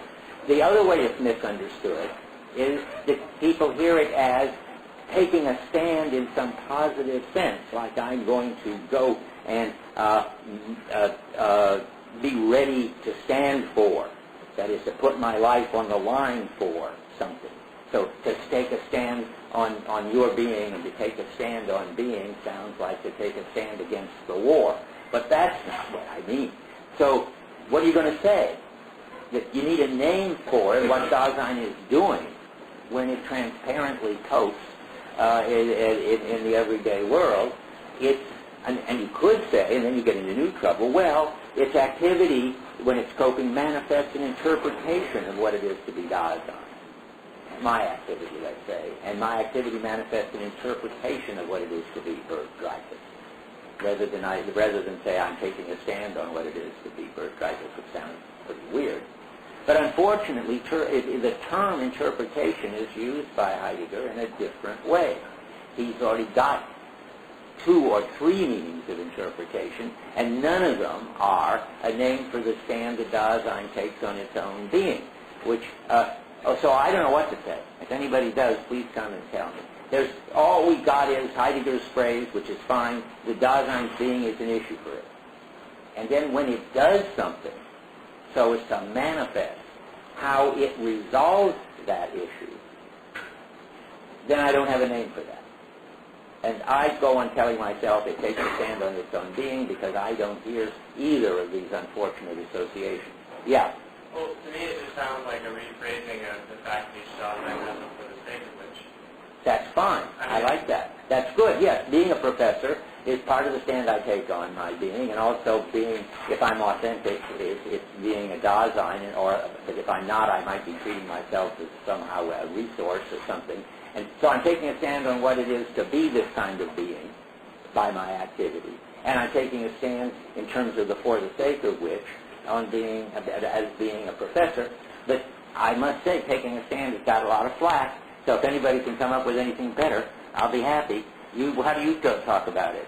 I know Forrest doesn't like it. Yeah, I'd rather stick to like for the sake of which. So like the important thing is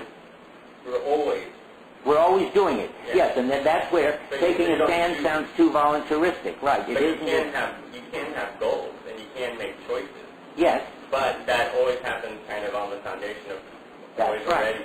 That's right. You're always already, doing something by which you manifest the way that your being is an issue for you. That's the phrase, but I wish I had a word for it. Anyway, that's all. I'm going to go on saying taking a stand, I'm afraid, because I don't have any better phrase, and I like the fact that goes with understanding. But I try to cancel all the bad interpretations. Now Rick has added another, which is the part of the voluntaristic one. It's not willful.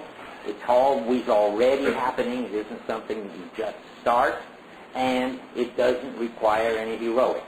If you take all that back, but of course, then you can say taking a stand, but you've taken away the normal meaning. Okay, that's the best I can do.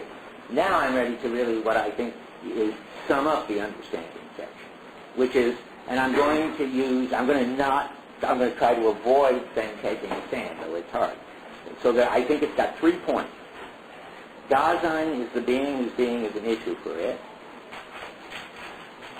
Making your being an issue amounts to showing what kind of being you are through, and showing it through your everyday activity. See there, I'm just giving up on taking a chance. I'm just saying showing what kind of being you are. Okay, let me repeat. Making, I mean, I said it's like different. Making our being, it doesn't matter whether we say yours or mine or ours. Making our being an issue amounts to showing what kind of being I am, and through my everyday activity. And 3, that makes possible our understanding of the being of all the other ways of being. Because remember, finally, the punchline of the understanding part is that my understanding equals my understanding of being. Because finally, through that activity, I make sense of what it is to not only make sense of what it is to be me, but make sense of what it is to be equipment, make sense of what it is to be object. I suppose I also would make sense of what it was to be numbers, but Heidegger never talks about that, what kind of being that is. But in all the ways of being that there are. Okay, that's the end of that. That was a review. Okay, onward into the minefield of interpretation. In listening to the tapes of my last time I gave this course, as I almost always do, I discovered that we spent 2 whole times fighting around about what the proper way to understand the term interpretation is, and it is very murky. But I'm just going to give you mine, and I'm not going to argue for it or defend it or anything else because time is short, and we've already had all the arguments. So, background. But first, before we launch into interpretation, I have a new idea based on what a lot of stuff has gone on in philosophy since 2 years ago when I gave the course, of what's supposed to go on in this section. It's always been in the back of my mind, but I can say it more clearly now. But the first thing to say is, there's an odd non-symmetry between the point of the disposiveness chapter and the point of the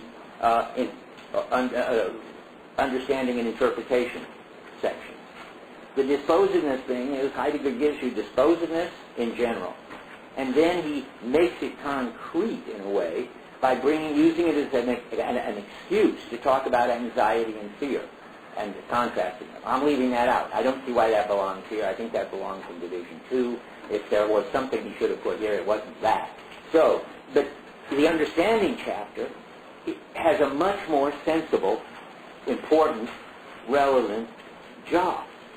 What he wants to do in the understanding chapter is tell us how we get from non-propositional coping to propositional assertions about the way things are. Now that's a very important job. I mean, I don't know what the equivalent job in the disposiveness chapter would have been or should have been. Maybe there isn't any. I have no idea. I hadn't thought about it.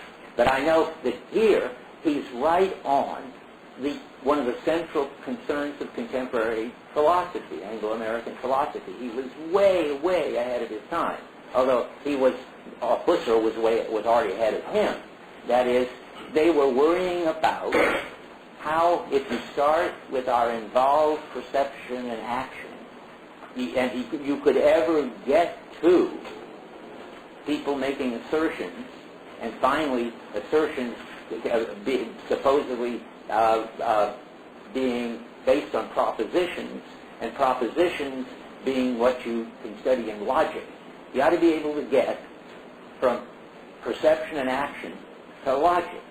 And that's the challenge, to do the developmental story about it, but not psychological developmental story, but a kind of philosophical, sometimes it's called genetic story, not about the genes, but about the stages by which you get from one to the other. Now, this is on my mind, and it may be on your mind. I don't know how much this sort of filters down into the courses you're taking, but this important book by John McDowell called Mind and World says that you can't get from perception to propositions, so you better assume that perception is already propositional. That is, to perceive something is, you can make a statement like, As soon as you perceive something, you see that this object is brown. And then there are the anti-McDowell people who say, no, that's not so at all. Perception is not propositional. The main person, well, we had one yesterday. I doubt if any of you went to hear the colloquium. Probably just as well you didn't, because it was very abstract and technical. But what the philosopher, what was his name? Tyler Burge from UCLA was doing, and in a very abstract way, was trying to answer the question, how does the logic and the kind of thing that philosophers normally study, subjects with predicates stated in propositions, how do you get from perception to that?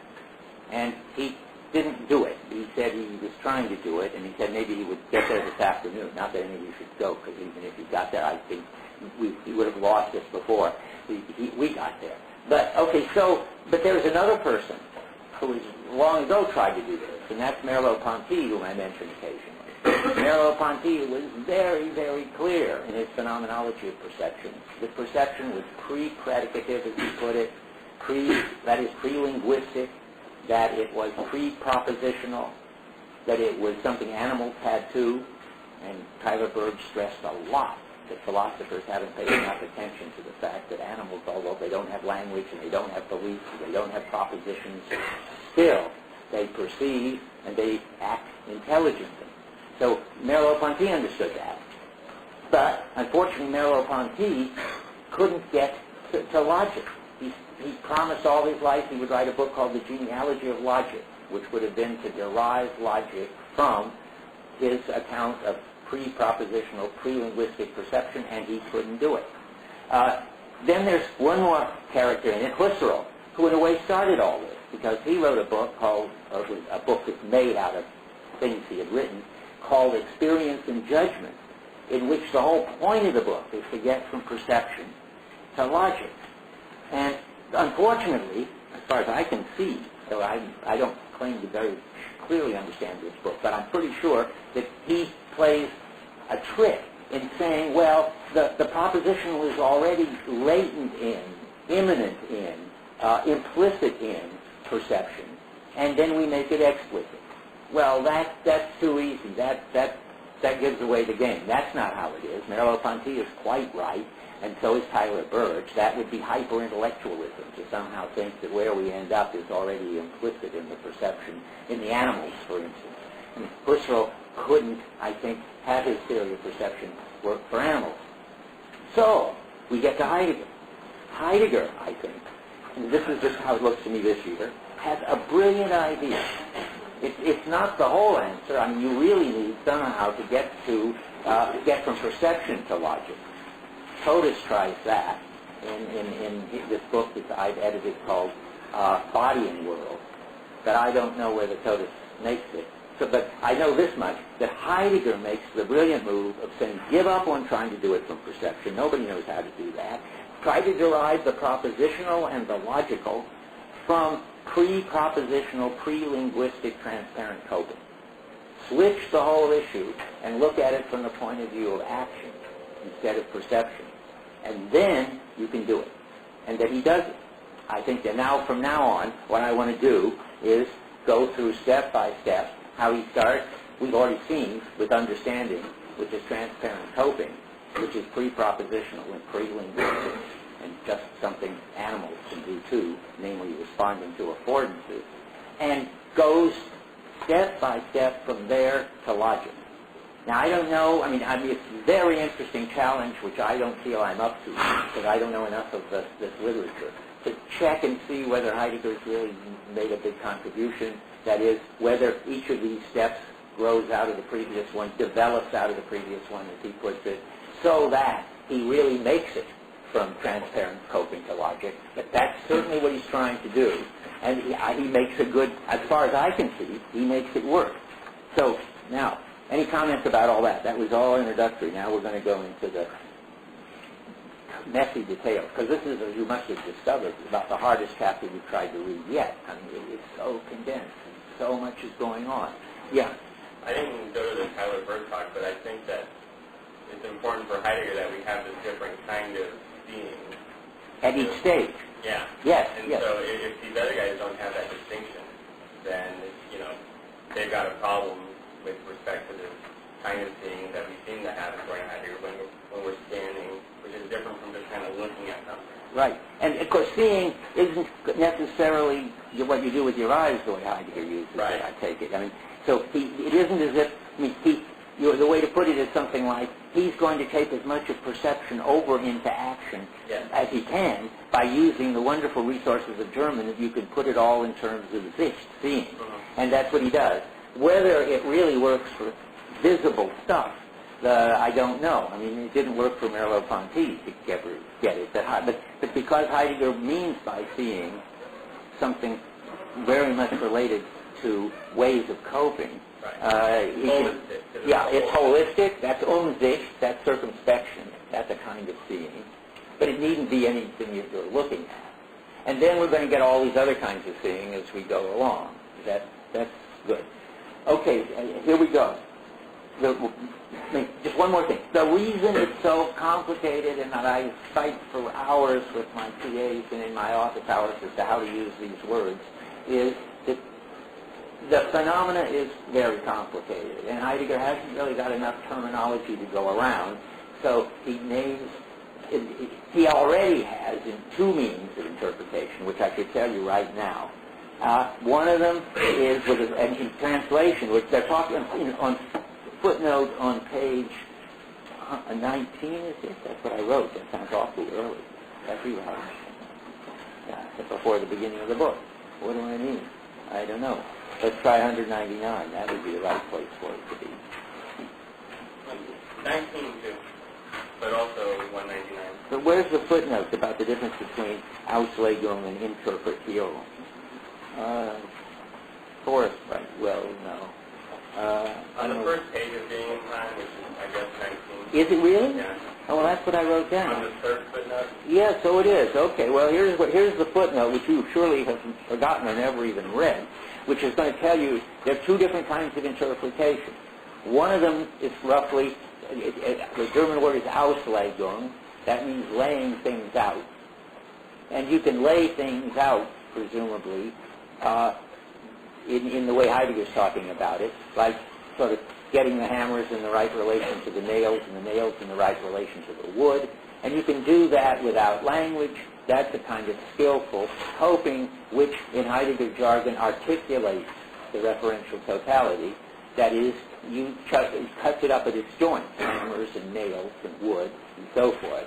Articulates is a kind of pun because it could mean, and it will mean later, putting into words.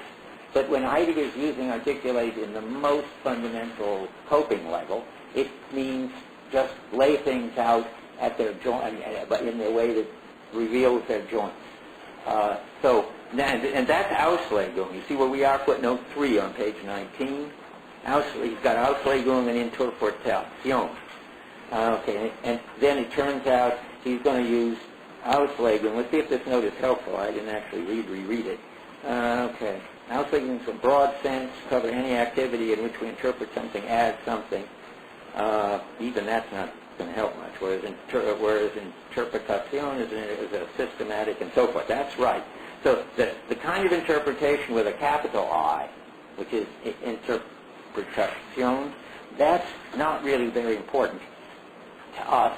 Well, it's important, but it's important in a different way. I mean, I'm going to talk about it because it's in here, but it's not on this, let's go from the pre-propositional, pre-linguistic and animal to the pure, the propositional linguistic logic, which is what I think is a really interesting thing going on in this chapter.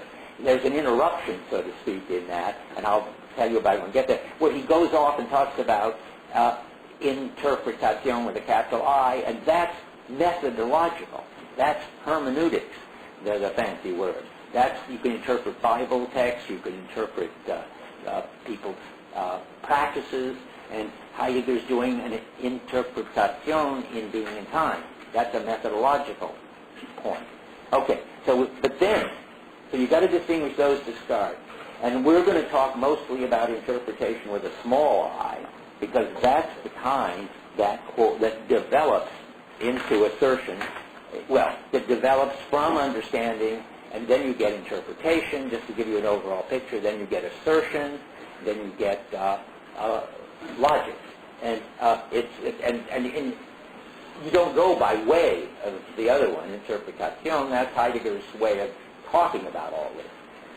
Okay, that's already confusing, but not deeply confusing. Now you just put aside interpretation of the capital I, and we're going to talk about interpretation of the small I for a while, because that's the one that's going to, I just want to keep saying this because it's such exciting news to me, that's the one that's going to get us from transparent coping to logic, if we can ever get there.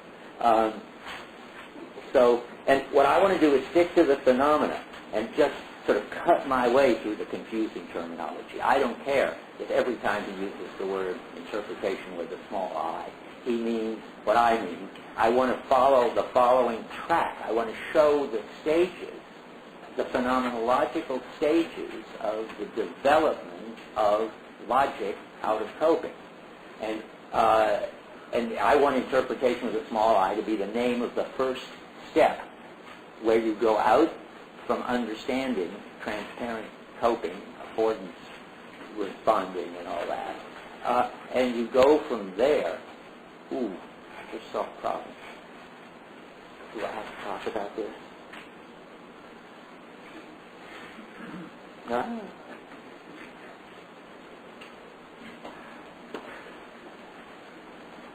It's not going to make any difference for what we're going to talk about today, but I think I better just put it in as a footnote. The way I've just been describing what's going on, we're bringing in animals and affordances for transparent coping last time, is helpful, but ultimately wrong. I mean, sorry about that, but I mean, it's a first approximation, because Heidegger thinks that all of our transparent coping is already taking a stand on our being. And animals don't take a stand on their being when they go into holes, or beavers building dams and so forth. So, strictly speaking, affordance talk belongs with Merleau-Ponty, who thinks that he's got a story that applies to the animals and us. And strictly speaking, Heidegger's going to have to talk about something else, Umgang, dealing, is the translation in here, transparent coping in my language. And it will have, as far as you're concerned, the same sort of character as the affordance stuff. It will be totally unreflective. It won't need to be linguistic. It doesn't. You needn't be able to state it in propositions. You just can't call it affordances, and you can't say, as I just said when I went like this, that we're going from animals to logic.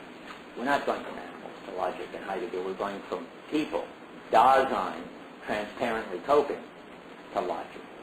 And it doesn't matter. It isn't as if that's what gets him able to do it, to get the logic. It's just that it's his way of thinking about us, that all of our activity, everything we do, is manifesting our stand on what it is to be, the various kinds of ways of being, and on our way of being. And that just makes us, to say a wild thing that Heidegger says later, we're more different from animals.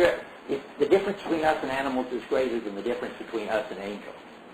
Figure that one out. I mean, Heidegger must have some friends who are angels or something to know about this. But in any case, that's supposed to show that it's separated, as he puts it, by an abyss. I mean, just huge difference between us and animals. And so I'm repenting any time that I use Merleau-Ponty's talk to describe the Heidegger. But it doesn't mean you have to take anything back as far as the phenomena is concerned. Heidegger thinks, too, that when you're tired, benches afford sitting. But he thinks that they do as part of a referential totality, organized in terms of for the sake of whiches, and relating to your for the sake of which. Maybe you want to rest so you can do your job better, and who knows what. I mean, it's very important for Heidegger that there is that there's a kind of affordance, quote unquote, there's a way of dealing with benches transparently that we have that animals don't have. It's pre-linguistic, but it's not taking a stand on your being. It's not pre-related, and it's not pre-holistic. Well, animals have their own kind of holistic. It's not pre-referential totality. There isn't any experience pre-referential totality for human beings. Or Heidegger. Okay, does anybody want to say anything about that? I didn't, that's sort of a hole I didn't think I was going to fall into. Yeah. I don't know, just something you just said that bothered me. You said that, like, everything you do is related back to your for the sake of which, so when you sit in the bench, it's related to your final. I just don't really see how that works. Yeah, how like when I see a bench and I go to sit in it, has anything to do with my for the sake of which, because usually I'm not thinking. Yeah, good question. I wondered the same thing as I was talking, and I wondered whether you would let me get away with it, and you didn't.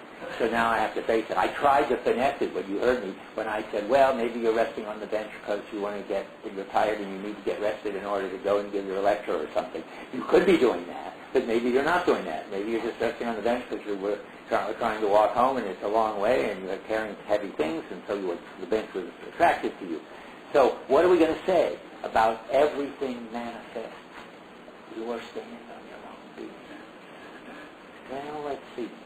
That there are benches in the referential totality has to do with various for the sake of that the benches might serve.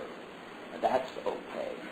The for the sake of to the people who make the benches, the for the sake of people who people who use them to decorate their gardens in Versailles or something. But there's something about a university that has benches. I noticed this when I travel around. There are universities, you're saying, like this one. This is a pretty good one, that has benches and places to sit, and nice places outside, down by Strawberry Canyon and so forth. And there are universities that have nice places but no benches. It just doesn't enter their mind that students might want to sit outside and talk to each other or look at nature. It's a different understanding of the being of a university than those two. So you can see how benches can get involved in the referential totality and have meaning. That far I can get. And there'll be cultures that don't have benches because everybody squats on the ground, and that's important too, and different. And so we've got a bench in our referential totality. That's half the story. But the other half is whether you or me, when we sit on the bench, take a stand on our being or manifest our being as an issue for us. I think that's just wrong. You take a stand. Animals go and sit down in pastures. Yeah, well, I mean, that's not the right thing to say at this point, because we're not doing it qua animal either, though. I mean, that would certainly not be a Heideggerian thing. I want to say, and I don't know yet how to put it, one thing is, I think, it's like, not everything I do manifests my understanding of being, of what it is to be or what it is to be me. That's your first point. And that's right. I have to take it back. I don't know why I think, or maybe we'll talk about this, why I think that everything I do has to manifest the fact that how my being is an issue for me. Everything that gets a meaning manifests the fact that Dasein's being is an issue for it. That's the referential totality. Let me finish, and then I'm eager to hear everybody's comment. So I take that back. But that doesn't mean that when I sit down on a bench just out of fatigue, it's just like when my cat does it. Why not? Not because of anything in my mind when I do it, but because the bench is part of a referential totality, again, of meaningful equipment. So there are two issues. I mean, one is we never respond to affordances like animals, but that doesn't mean that every time we respond to something and deal with it, we deal with it in a way that expresses our understanding of being. But some of the time we do. That's my hope. But let me see now. Maybe I'm off in a dead end here. I didn't expect to be on. Yeah? I just don't see where the problem is. I mean, the problem only comes up if you assume conscious intentionality. No, not at all. If you don't assume intentionality, whereby I take a stand on my being by sitting down, then that stand is already taken, or by the very fact of the in order, the seriality of the in order to. Well, no, I can put it back in your language. That's not the right way to deal with it, because the question is whether my for the sake of is at the end of the chain when I sit on a bench, the way it is when I get my books together and come and lecture. It's nothing to do with whether it's intentional. I'm not saying that every time I sit on a bench I take a stand on my being reflectively or intentionalistically. I just want to know whether this activity of me sitting on a bench manifests the way the being is an issue for me. That is, connects with my for the sake of which, to put it in your... Now, that you haven't solved the problem at all. But I mean, is there a fundamental undecidability in every one of your actions? Where like, there's no way to say, well, this action does connect to the for the sake of which through a number of in order to's, and this action doesn't. I think there isn't. I think there certainly is.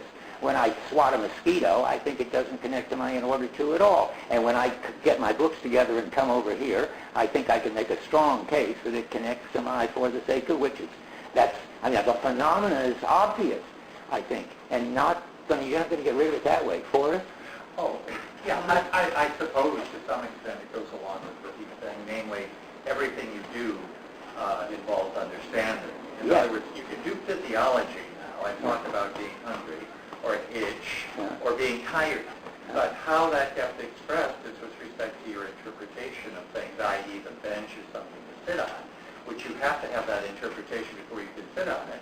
That will have to do with the referential totality. You build up to the for sake of which, ultimately, because the referential totality means nothing as such apart from the for sake of which. That's not quite right, because does the cat have to have an interpretation of the bench? No. Why do we do it? Why do we have to have it? We have to have Why? it. Because that is the nature of Dada. There's no why underneath it. You mean no because we deal with the bench as in order to? Of course. Well, of course. But I mean, but we don't. But does every in order to lead to a for the sake of which? Oh yeah. Otherwise, it would mean nothing. It wouldn't be an in order to. I mean, this is all remarkably hierarchical. Yeah, but I mean, I think this is maybe what Heidegger's saying, but I now have the feeling it's false. Oh, okay. There's That's only I'm interested in what Heidegger says. Yeah. Well, I would like to try to make him come out true, but I'm making bad. Yes. I think it's important to distinguish actions that we do purely because of physical. Yeah, that's right. Forrest is right about that. Never mind eating the mosquitoes and fatigue. Yeah. Those are things we share with animals, and when we respond, we can respond like animals. The bench won't be a bench the way it is for animals, but our part will be the same. That's what Forrest is saying. So I need an example, which shouldn't be hard to find, of where I'm not doing it, maybe it will be, physiologically, but just trivially. That is, when I gotta be careful. If I say turn on the light in the room, no, that's going to be too much animal. If I throw chalk at you, you'll move. And if I throw chalk at my dog, he'll move. That's right, that's no good either. I want an example of something I do which is not connected to my for the sake of which, but which is not physiological and shared with an animal. That is something meaningful I do, like something I use, like maybe I use something to comb my hair, or to, and I do it, and it's the kind of thing one does, but I'm not sure I comb my hair towards looking good for the sake of anything, or if I do, I need a better example. But I don't think you'll find an example. Well, that's very interesting fact. It's true. Yeah. The bench, what if, if you get yourself walking with somebody and talking, instead of just aimlessly walking around with the bench and you just sort of sit on it, and you sort of very transparent, you're not really paying attention to the bench, it's almost like an equipment. I don't know if you can go as far as to use ready to hand with something like sitting on a bench. It's not, You transparently cope with the bench as something in order to sit on. That's what Forrest is saying, and that's surely right. You can't transparently cope with it any more meaninglessly than that. I mean, that's how it makes sense to you. Or if you do cope with it in an even more meaningless way, then you're being like an animal, which is something people can do. You could just get so tired or so sleepy or so distracted that the bench just calls you and you flop on it.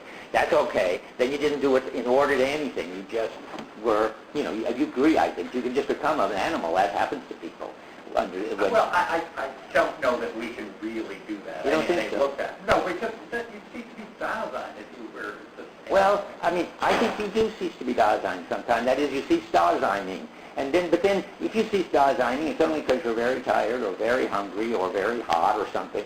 Or maybe you don't ever cease Daseining. I don't know. I think that's right, except in anxiety. One time you cease Dasein. Well, certainly in anxiety, and maybe that's the only time. Okay. Okay, I'm not sure about that, but I don't deny it. Yeah.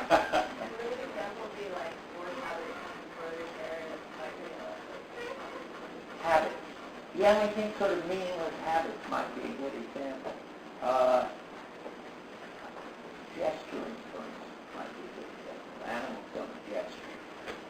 people don't gesture, I think, in order to do something. We had a gesture in order to get your point across, which is going to ultimately go up that hierarchy. You think so? Of You course think you so? I do.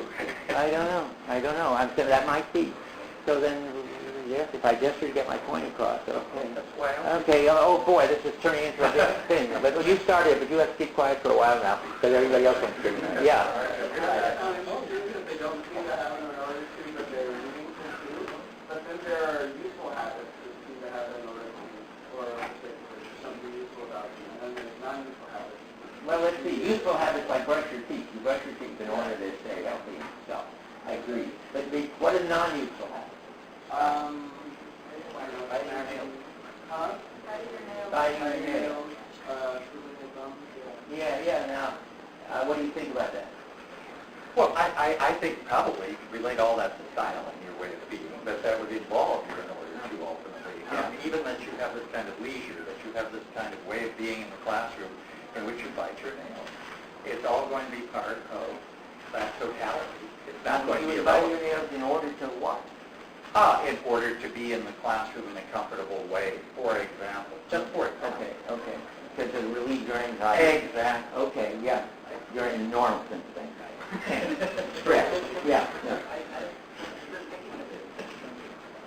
Being in the mood of dogline is something that it's not necessary for the human body to do, right? I mean, I can stop dogline from saying I have to eat life because dogline doesn't have properties, right? It's not the property of my body, right? What do you want to do? What? It can when I say I have to eat life. Yeah, what? My eyes are, when I name a color of myself, right? You know what I'm saying? Like, no. That's not being dogline because it's examining myself and saying, okay, you know, I have blue veins and pink skin, and Yeah, that's right. Well, you may be dogzining when you do that, but your body isn't dogzining.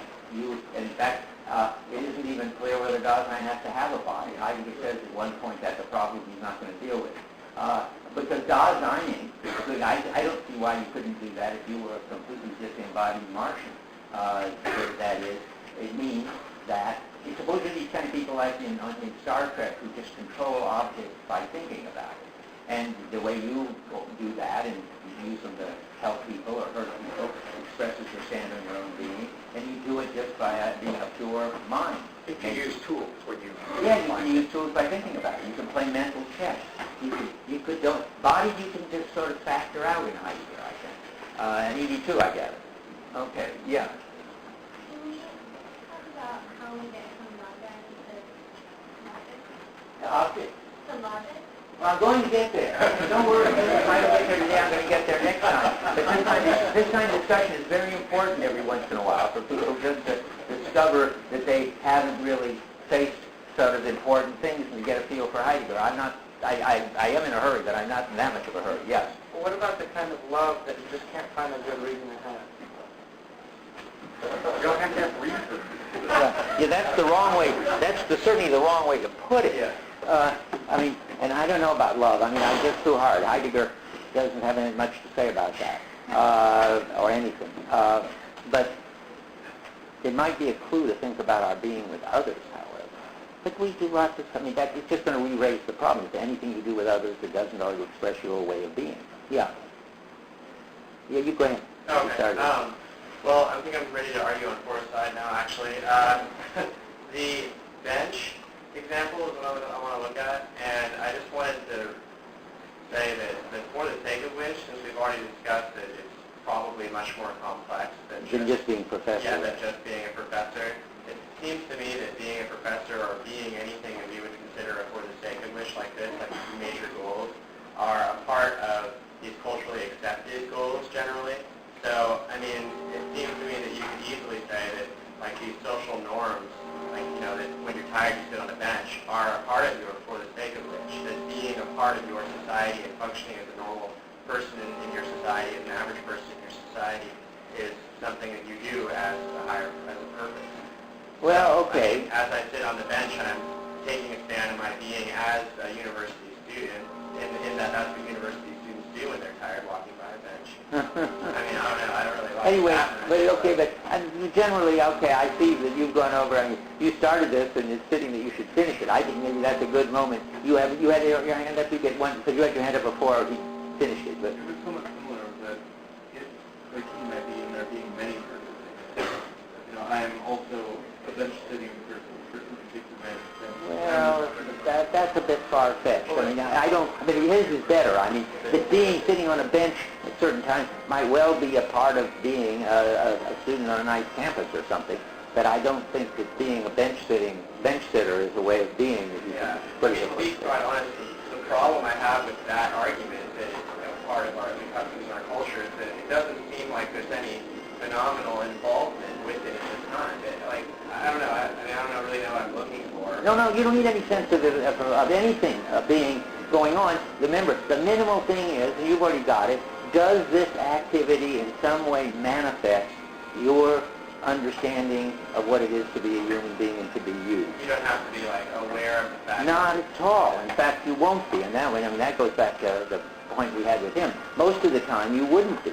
99% of what you do without thinking about how it manifests what kinds of being there are, or what kind of being you are, or what, and so forth. No. It just needs to be, and maybe this is the right answer, and maybe it's even true, tenuously connected, but somehow connected with those things that really matter to you and give you a sense of who you are, and that is your for the sake of which.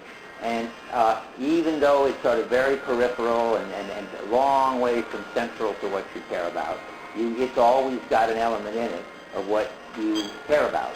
That's what you think. Yeah, and this is why I think the language of taking a stand is deceptive here and leads you to say, well, sitting on a bench, I'm not taking a stand. Yeah, okay, good. But what you care about is, of course, equally bad, because it sounds like you've got some list of caring of what you care about.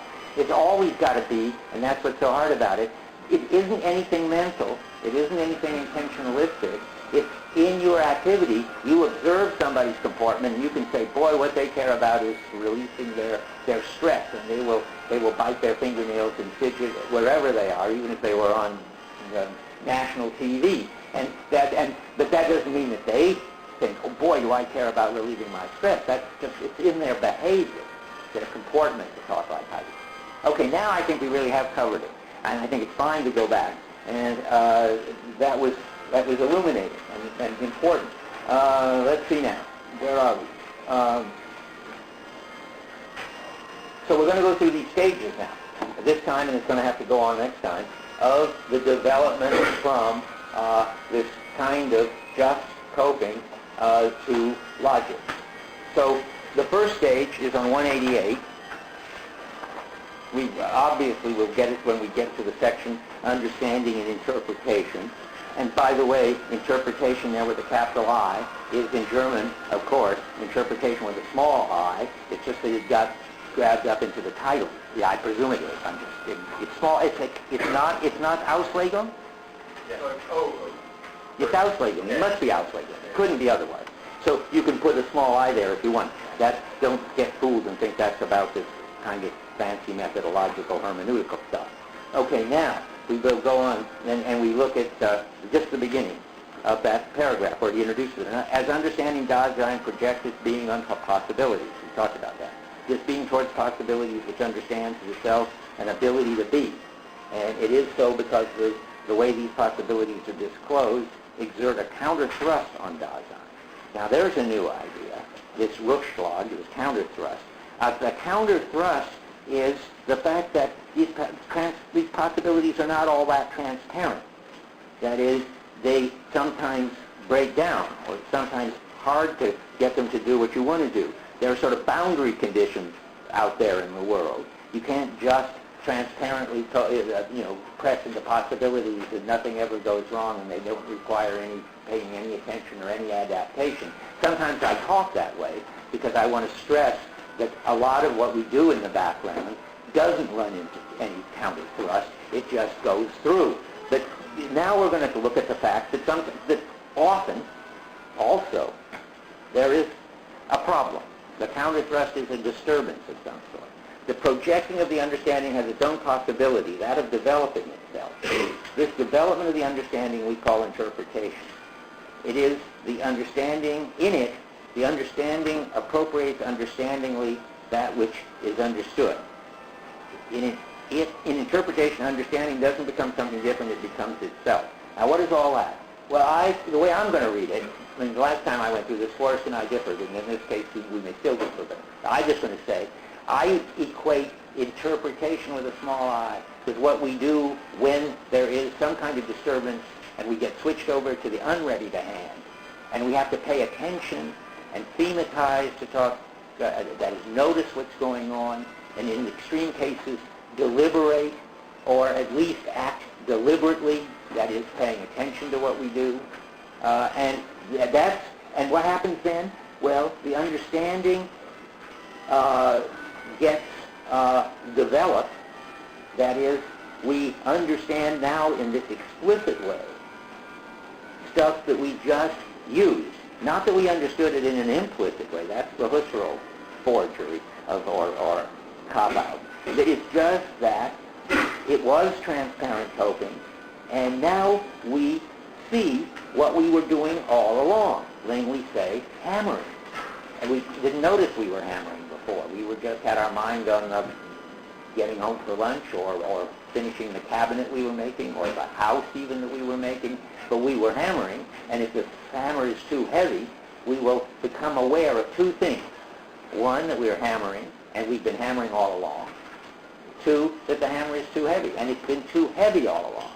That's the sense in which, when you make an interpretation, in this funny sense of interpretation, when you lay something out in this way, you lay it out as having been there all along. That is a sense in which the understanding appropriates understandingly that which is understood by it, or the sense in which it doesn't become something different. It becomes itself. That is, now I'm aware that I'm hammering. That isn't something different than hammering. That's noticing hammering. I think that's how to read it. I don't know, though. I mean, it says such interpretation is grounded existentially in understanding. The latter does not arise from the former. That is, the transparent coping doesn't happen after you notice that it's a hammer and that you can use it to pound in nails. You can just be trained into using hammers to pound in nails. You do it by imitation. I mean, you could do it the hard way, and we do some of it the hard way. Somebody could say, look, this is a hammer. See, it's got this wooden end and this metal end, and you're supposed to hold onto the wooden end, and then you swing it like this, not on your fingers, but on the nail, and you could do all that. That would be to put interpretation before understanding, because that means you do the noticing explicit part before you get to the transparent part. And a lot of the stuff we learn that way. But a lot of the stuff we do, we just start out doing it transparently by copying or whatever. And that's not even the important point. A lot of the stuff we learned untransparently, like hammering or doorknobs even, we now do transparently. It's gone over into the fact that now, at least, and that's all that Heidegger cares about, understanding is more basic than interpreting. I go through the door, using the doorknob to open the door, all of this without any thought, without noticing, without even being conscious of it. And if the doorknob sticks, I then notice, and it gets laid out, that I am using a doorknob and I'm using it to open a door. And then that is interpretation, as I want to read it. And already you see, I mean, this is so important to keep dwelling on this, because this is a very important move. It's very important to get it right, because this is a big step from transparent coping to logic. I mean, at least now we've got something like the noticing that this hammer is too heavy. That's not even yet, that's not noticing a substance with properties, not noticing that this hammer weighs 2 pounds, but it's noticing something propositional. Namely, this hammer is too heavy, and it isn't as if it was. It is so tricky. It isn't. You don't want to say it isn't as if it wasn't in there all along, because once you notice it, you notice that it's been too heavy for quite a while. On the other hand, you also don't want to say that somehow it was implicitly heavy. I mean, while you weren't noticing it, from your point of view, it was neither too heavy or not too heavy. And then retroactively, when you notice that it's too heavy, you will read that back as what it has been all along. It's so tricky, because if you think that that's how it's been all along, but you just haven't noticed it, but it's sort of dimly there on the edge of consciousness, you've gotten rid of really transparent coping, and so there is no transparent coping. There is coping which has always on the edge of its mind some propositional stuff. Namely, this hammer is going all right, this hammer is too heavy, I'm hammering because I want to get home to lunch, as if somehow, because when you do the interpretation, you see that as having developed what was there all along. You've got to be careful and not say that what you got after you do the interpretation was there all along. Otherwise, you've made it too easy for yourself, I think. You've done the Husserl move, I think. Yeah.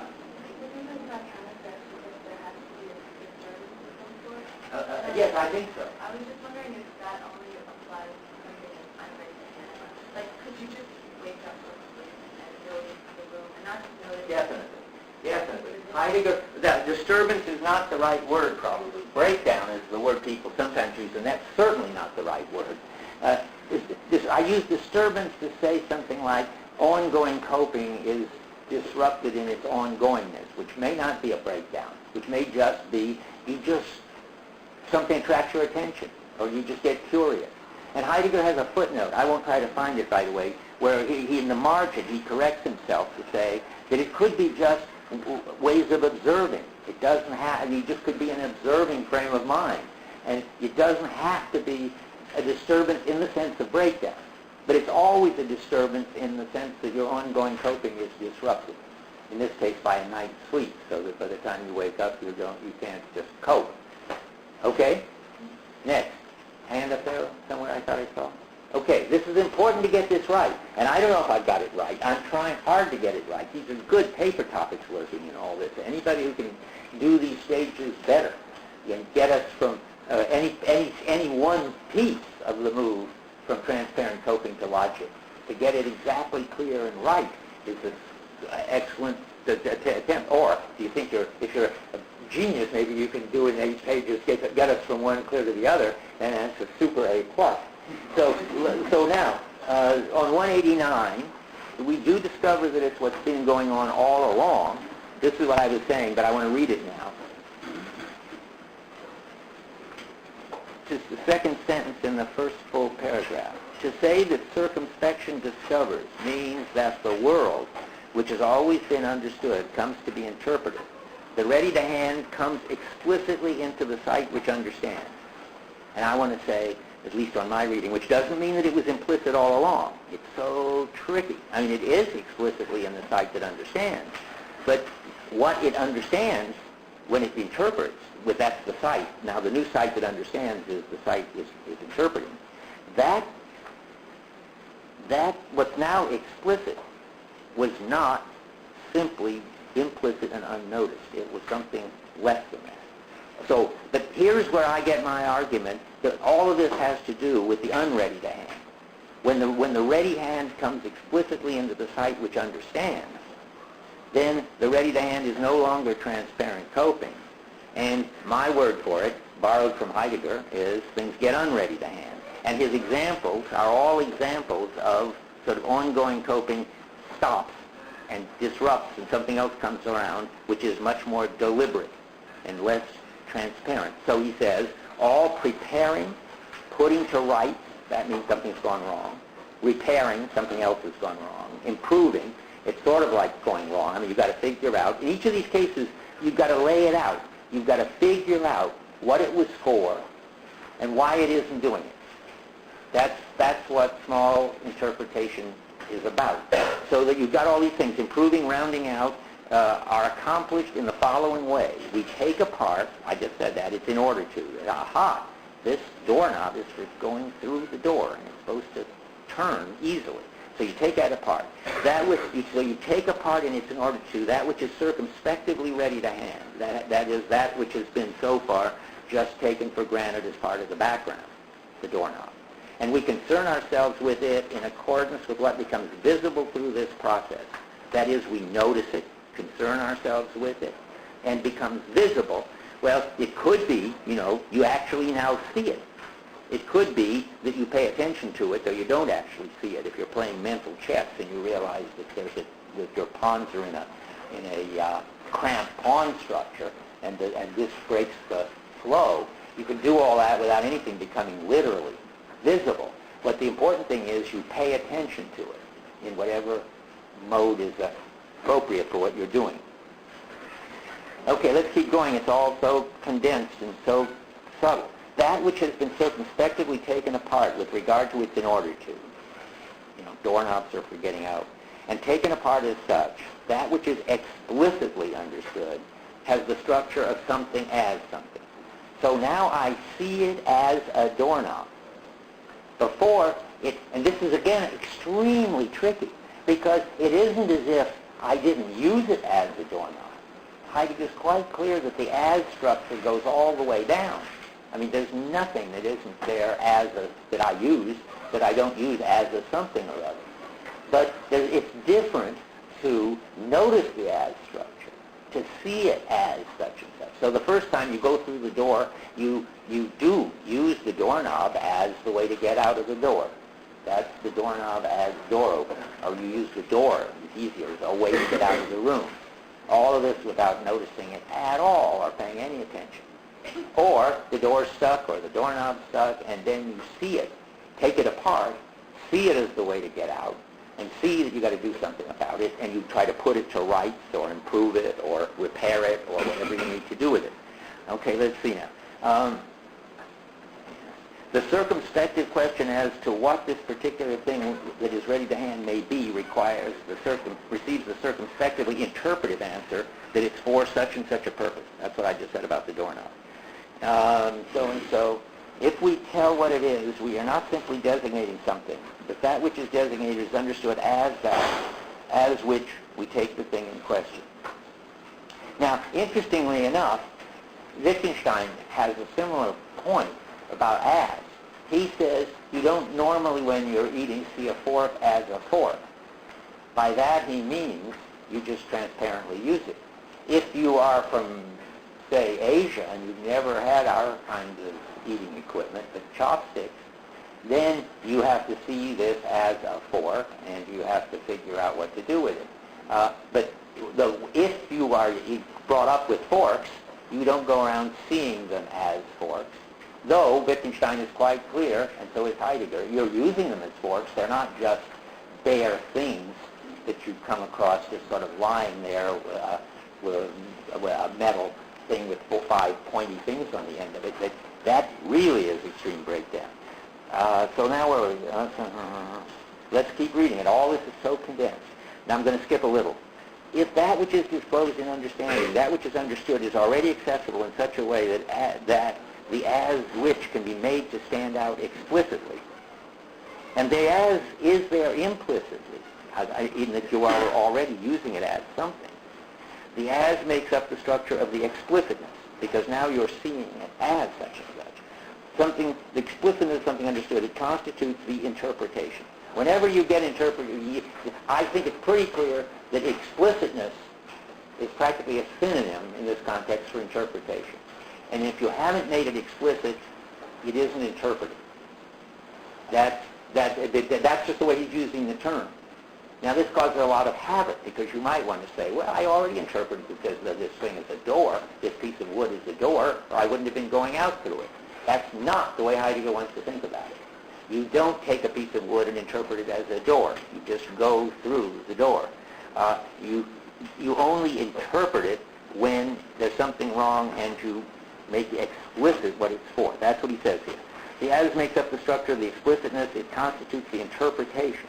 In dealing with what is environmental ready to hand, by interpreting it circumspectively, we see it. Notice it, the quotes, because it doesn't have to be visible. We see it as a table, a door, a car, a carriage, or a bridge.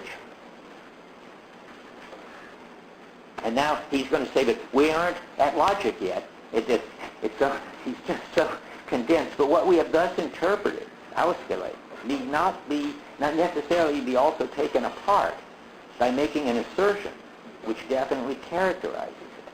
I mean, you may not even, you may not say anything about it. You may not even have a vocabulary for saying anything about it. You can still take it apart and try to fix it. It's just, so any mere pre-predicated seeing of the ready to hand is in itself something which already understands and interprets. Well, now I have to put a heavy thing on that, because if it's true that I want to say any pre-predicated seeing of the unready to hand. And it isn't sort of wrong, because remember, the unready to hand is a kind of ready to hand. That I admitted under pressure earlier in the semester. So you've got to say any pre-predicate seeing, underline, of the ready to hand, which happens when it's unready to hand, is in itself something which already understands and interprets. See, now I think that if you're going to use interprets to be explicit, then it can't be just any old use of the ready to hand. You got to put the emphasis on seeing, I guess. I mean, what I'm trying to do is keep interpret from being all over the place and give it the technical sense, make explicit, so that it's a step in the derivation of propositions and of logic. If interpretation is all the way down and seeing as is all the way down, the whole project of finding a level that is below explicit interpretation is gone. So I want to keep saying interpretation, seeing as, and so forth is a second level. And he does say that, I think, 99% of the time. Yeah. That's right. That's right.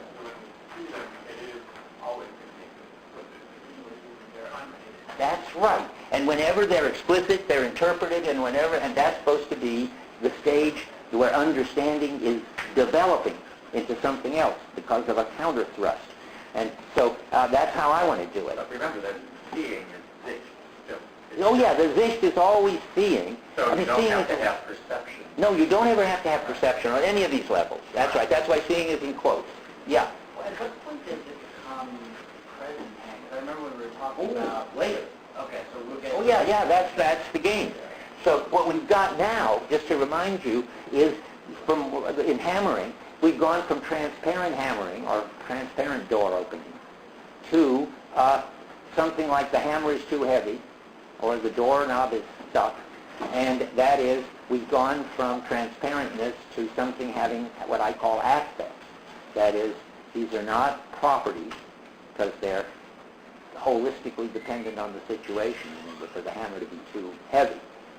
You can see where we're heading. When you get it so that the hammer is just weighing a pound, you've got substances with properties, and you're further along toward logic. We're only one step toward logic.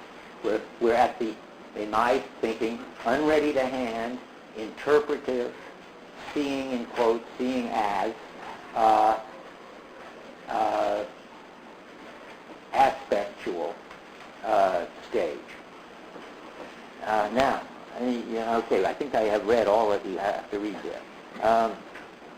Did I just, I don't know, did I read that? That which is disclosed in understanding, that which is understood is already accessible in such a way that it's as which can be made to stand out explicitly. Then there's the as which is in quotes there, because the forks aren't as forks yet. The as makes up the structure of the explicitness. Now we're seeing them as forks of something that is understood. It constitutes the interpretation. Did I read that already? I think I did. Yes. It helps to read it again and again. Okay, now I'm not going to read it any more times.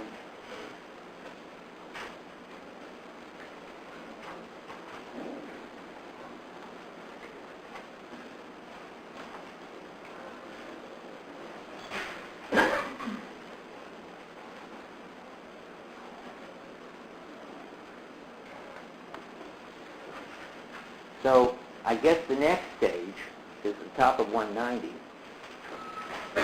That which gets understood gets articulated. That's another word like laid out in terms of the purpose and so forth. When the entity to be understood is brought close interpretively by taking as our clue the something as something. And this articulation lies before our making any thematic assertion about it. That is, it's a further move to say this hammer is too heavy. The first thing you just do is notice that it's a hammer and notice that it's not doing its job. And once you do that, once you laid it out like that, then you can say of it, the hammer is too heavy. In such an assertion, the as does not turn up for the first time. It gets expressed for the first time, and this is possible only in that it lies before us as something expressible. Okay.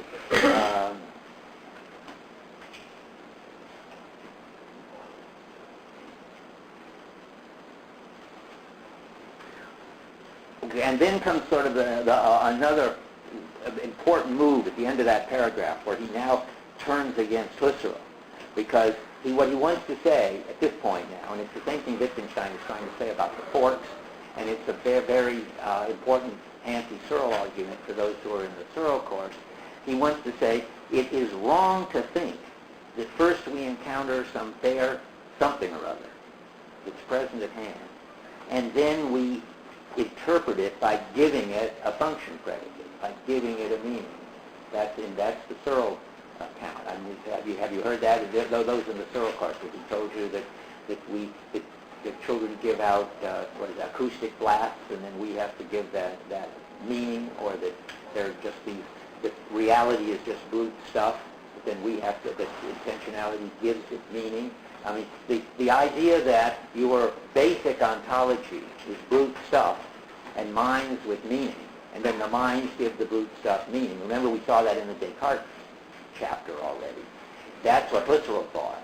That's what Searle thinks. For Heidegger, that's what does he call it, a constructive ontology, where you accept the view from Descartes that all there is matter out there, that brute stuff, and minds, their own two kinds of being. And then you have to figure out how to get them together. Heidegger is saying that that's just constructive, and it leads to more constructions, as he says when I quote him. And what you have to do is just look at the phenomena. How do you encounter these things? As meaningful from the start. And when you're coping with them, they're meaningful. And that's what he's doing next. Let's see, when we have to do with anything, I'm about 10 lines down, the mere seeing of things which are closest to us bears in itself the structure of interpretation. That is, it's always already functioning in the referential totality.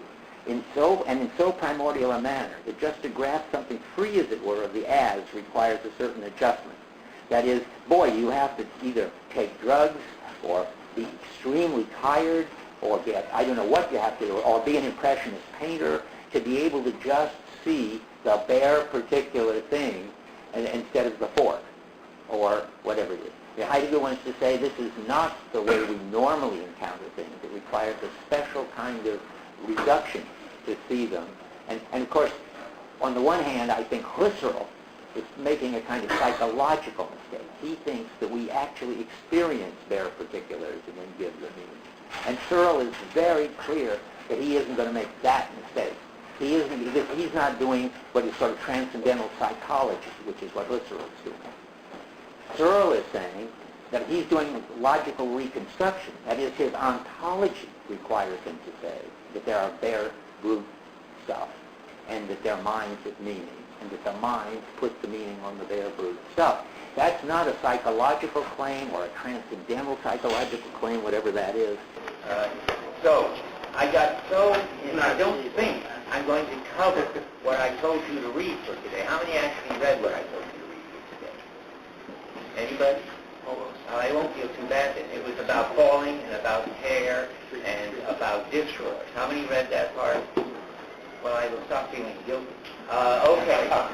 Because I don't think I'm going to get to that, and if I don't read it now, wait then, because I can do the falling and the cares part much later in Division 2. I want to just finish what I have to do today and get on to reality when I get back, and the main thing then is to read the reality pages, which are these, for a week from now. I mean, if you do the reading that I assigned, it won't hurt you, because we have to read it sooner or later.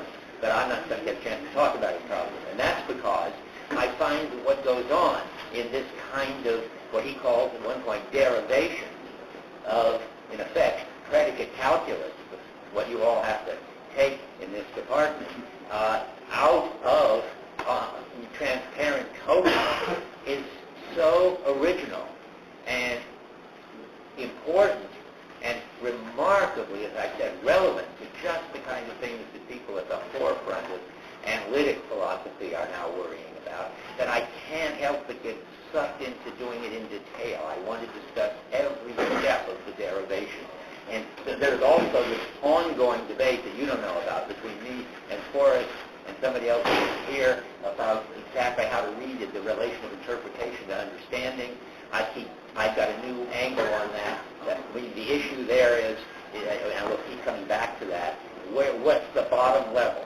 Is understanding something that's already interpreting, or is there something even more fundamental than interpreting? And I think the answer is sort of one and sort of the other. But of course, as usual in such kind of arguments, there's a truth on both sides. But so now, let me go back over where we are, and also try to think of something from last time, and then go on through these steps. So before we go back to this step-by-step thing, I just want to give you the overall view. We're going from, I take it, and I'm going to be sort of trying always to defend my line, Forrest defends his line in this discussion section. So we're going to be going from transparent coping to deliberate coping, which is what I think is called interpretation, to making hermeneutic assertions, to apophantic assertions, to logic, to logistics, which is predicate calculus. And if you didn't get all that down, you're going to see it step by step. But I have to also correct something from last time before we can plunge into this. And I don't know where we ended up talking about affordances for sure. I had this talk of as the basic level of understanding, which is called pressing into possibilities, just being drawn into affordances like sitting on the bench and so forth. Then I had a big crisis in which I realized that those kind of animal affordances aren't the right thing to talk about as the ground floor of Daseins coping. And then I think I just gave up affordances, and we had that long discussion of the linguistic or social shared understanding in all coping was already for human beings meaningful, relevant to the stand that either they're taking on their being or one is taking on their being. And now I want a new idea, which Rick gave me. Rick can't come today, but he sent me an email saying, but why do you think that the affordances couldn't themselves be cultural and structured by Scotsman? Why do you think only animals have affordances? I did think that last time, I believe. Well, that's wrong. And once you see that, I can go back to talking about affordances, which makes me happy, because that seems to me the most unreflective, in-the-flow way of talking about our just responding to possibilities in the situation by, as Heidegger says, pressing into them. That's his definition of basic understanding. So I remembered that Gibson, who is the most sort of animal affordance type person, who's mostly interested in holes affording hiding and ground affording walking and so forth, has at one point, and it made a funny impression on me, talked about mailboxes affording letter mailing. And that's just fine. I mean, that means if you've got a letter to mail and you walk by a mailbox, even though you might be thinking of something else, the mailbox just sort of sucks you and the letter in, and you can just mail it, and that without having to think about it, without having to see some object there and take it to be a mailbox and take it to the mailboxes in our culture. You use them to put letters in. It just affords mailing, and if under certain circumstances you can just respond to that by pressing into that possibility. So I'm happy that affordances are back on my phenomenology, in my phenomenology. It would only be social affordances. I learned from the last discussion that all these are animal affordances, like what affords hiding, where the mosquitoes afford hitting and all that. That's not a Dasein issue. And there, Gibson and Merleau-Ponty, the main affordance people, have a story in which they want to include animals. And Heidegger has his account in which he doesn't want to include animals. So we just have to distinguish from affordances that are culturally determined by the one, really, and those that aren't. Okay, that much background. I don't think that's controversial. So I'm glad to see nobody else does either. And so we can go on. So now there are these lines that I want to read, all of which are still, and And I admit that I shouldn't be obsessing about this, but if you realize how many hours we spent over the last 2 times I've given this course fighting about this, I just can't put it down. So I will read you sentences that go my way, at least. And my way, the one I want to talk about, is sort of how, in our experience, phenomenological description of our coping experience has this ground floor of pressing into possibilities and has a force structure already, the force structure of understanding, without yet taking something as something. See, that's the crucial question. Do you take something, namely, I don't know what exactly there, as a mailbox, or do you just press into possibilities? Or is somehow just pressing into possibilities already taking something as something? And if so, what something is that? Okay, I have a lot more to say about that. I think I may have found a formulation that will make me both happy. But right now I'm still reviewing. Read the passages that lead up to the way I want to talk about it. He talks about, in the middle of 192, and this is something that's very interesting because he constantly talks about the force structure of understanding and the as structure of interpretation, as if somehow these were different, and I think they are. But, so that already opens the possibility, anyway, that the force structure of understanding might be more basic than the as structure of interpretation. At least, I think Heidegger's clear they're not the same thing.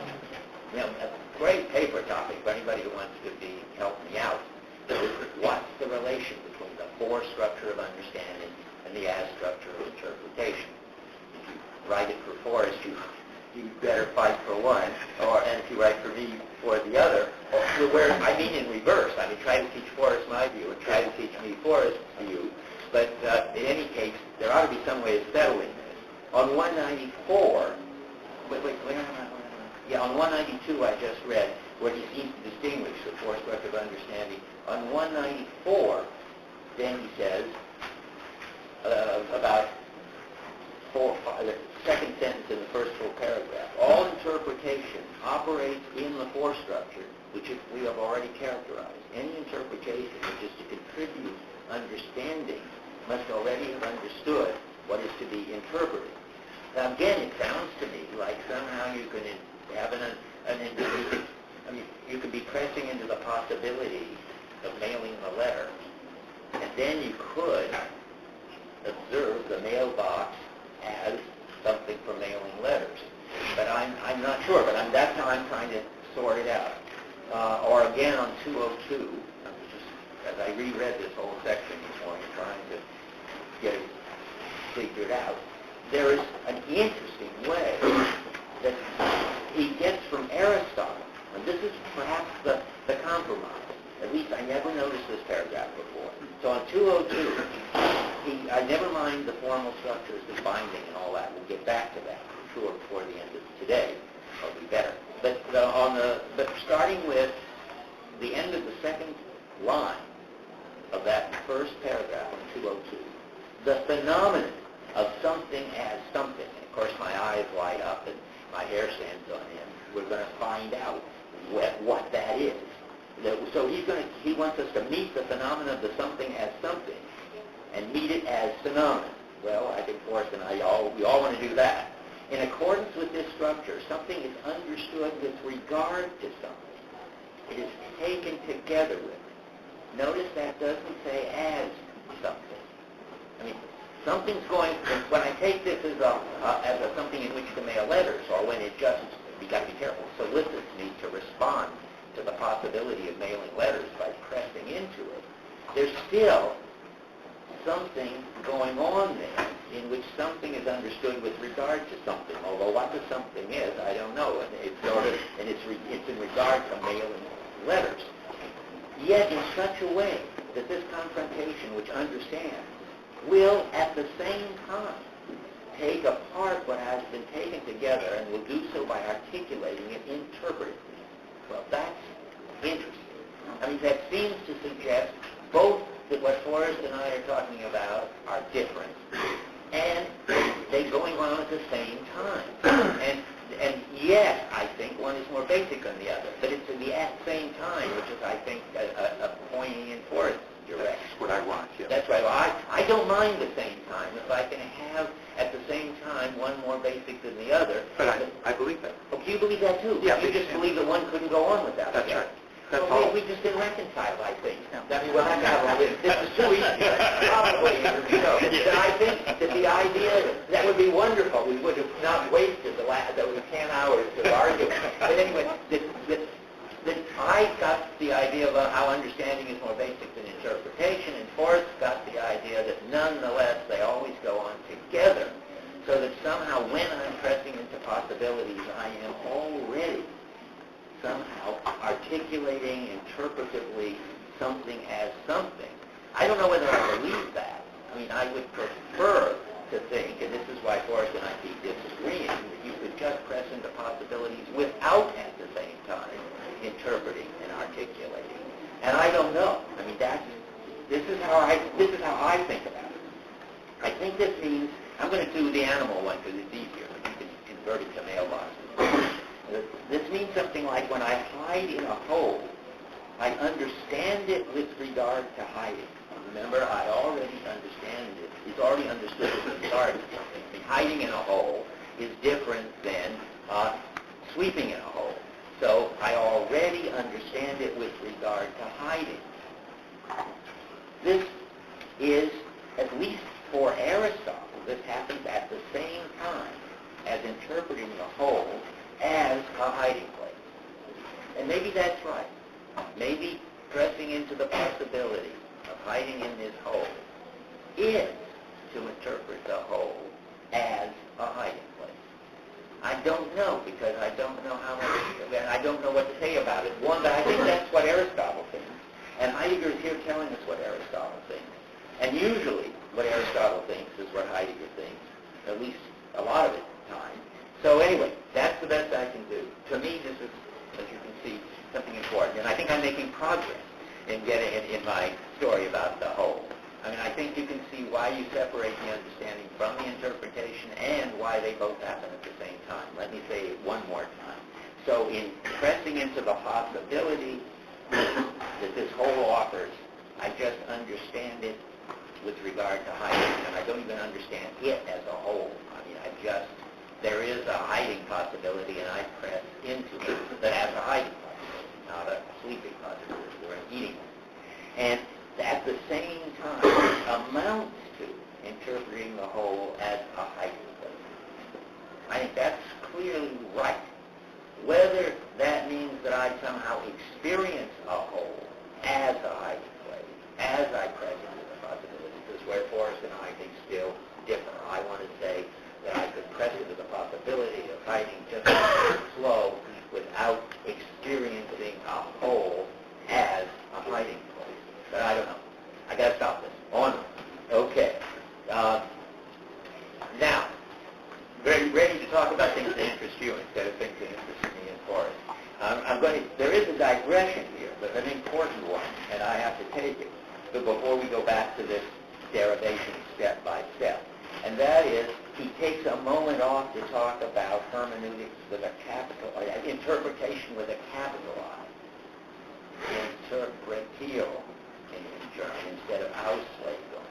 But it's clear that the level of interpretation that we've been talking about so far is very minimal and primitive, and maybe even animals can do it. I don't know what do you think animals can do it? No, Because they don't have a world. Okay, so only people can do it. I think Heidegger thinks that's right, and that's why we've dropped Gibson and stick to mailboxes that show up in the world.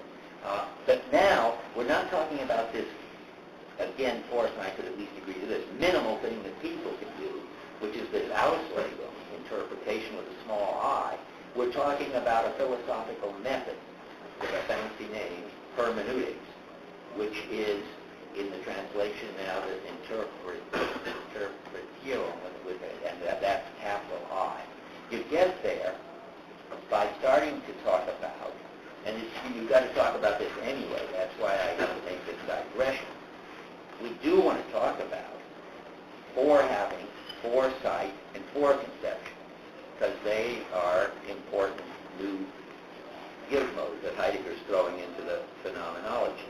It's not that you didn't really sort of know about them already, because you already know that, maybe you don't know about them already. I mean, you meaning the reader. No, I think this is really news. So, at the top of 191, the ready-to-hand is understood in terms of, remember, I always want to say a whole of involvement. Remember, I don't like totality because it suggests that it's made up of a lot of individual something or others that got total. Whereas the whole, I want to say, is prior to the something or others that show up. And then they could show up and get total. But we're talking about a whole of involvement. This whole need not be grasped explicitly by a thematic interpretation with a small I. Now, this may be a problem for Forrest, and it may not. I guess this interpretation of the small I has to cover a lot, because it can be thematic or not thematic. Okay, so what right now we're talking about is thematic. That is, notice, even if it has undergone such interpretation, it recedes into an unprominent is in there, I think, in the German. The German, or if not, I want it to be in there. Is there something like an unprominent understanding? Good. Okay, so it's just left out of this for some reason. It recedes into an unprominent understanding, which does not stand out from the background. I guess that's the not stand out. That's the out. They've got it in there. It's just in a different form from the background.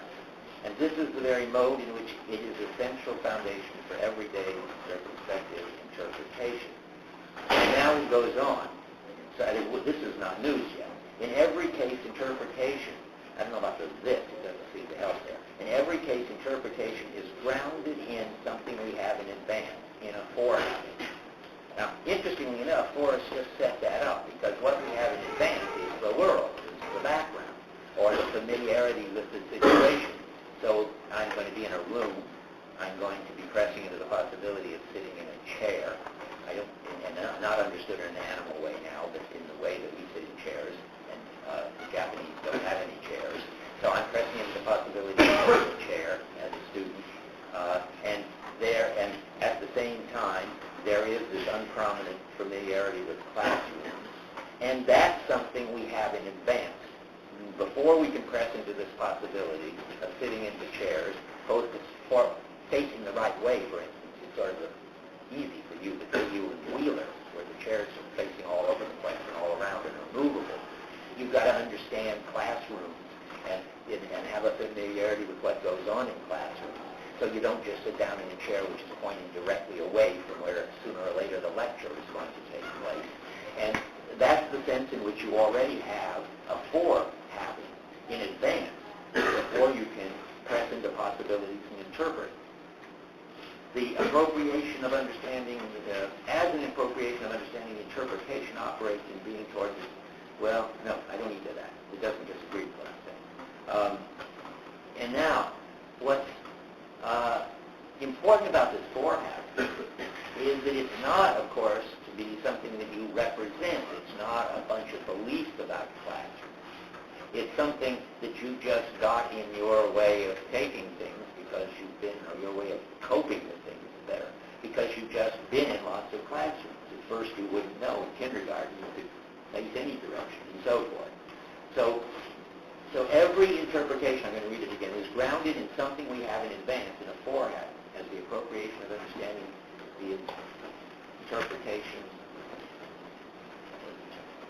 Yeah, so we're already taking the understanding and the interpretation, however they're related, operate in being towards, a capital B there is just completely impossible to make it sense out of small b, of course, being towards a totality of involvement that is already understood.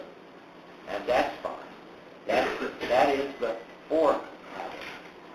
Now, then he wants to introduce something else, which is the fourth sight. And that is that you don't just sort of press into any old possibility. You could go back to my whole example, that you can't just press into, on the background of knowing about whole, Don't mind my animal thing. It's just so much simpler. You can always translate it into, well, let's stick with the background of classrooms and knowing about chairs. You can press into the chair as a way to face the lecture, or it's just a place to sit down because there happens to be no class the next hour. You know a whole lot about classrooms without even having to spell it out as belief. You just simply feel at home sitting down in a chair in a classroom when there's no professor there talking, even if it's facing in the opposite direction. That is, so on the basis of this background knowledge of classrooms, you press into the possibility of sitting in a chair in one way or another. That is, you come at it, that is, are you going in to hear a lecture, or are you going in because you're tired and want to sit down? Are you going in because you're in the chair testing business, or what? That means you have a point of view, which, I'm reading the next sentence now, a point of view which fixes that with regard to which what is understood is to be interpreted. That is, that you're going to understand this as a chair to rest in, a chair to listen to a lecture in, a chair to repair, or whatever. That is, it's something we see in advance, and it takes a cut, as he puts it. Never mind a first cut, that doesn't help anything. I don't think it's in the translation. So the foresight, the next sentence, takes a cut out of what has been held in our forehabit. That is, we've already been sort of pressing into some possibility with the chair, but now we're spelling that out more. We're pressing into one possibility and ignoring all the other possibilities without even having to think about them. And that is, we have a definite way in which what we're doing interprets the chair. That's the second, that's the fourth conception. And you see that on 192 at the top. Let's see it there.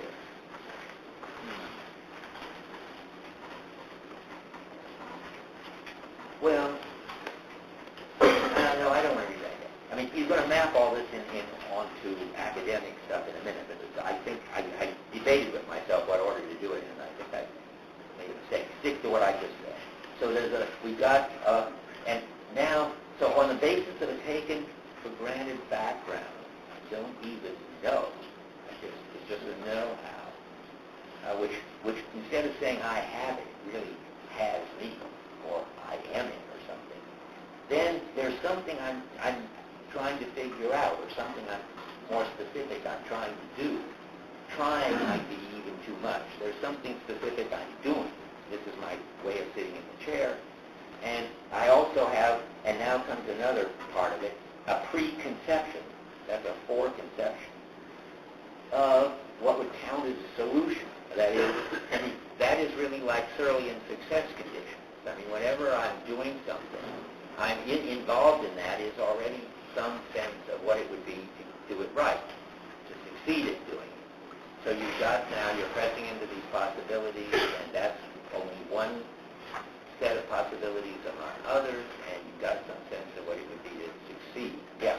Is the foresight, forehaving and foreconception, is it based on any kind of hierarchy? Do we have one? No, I think they all have to come together. You have to press into some, you have to, on a background of familiarity, press into some possibility which eliminates others, and have success conditions. It's all part of the same thing. It's just a new, more detailed analysis of what goes on in understanding / interpretation.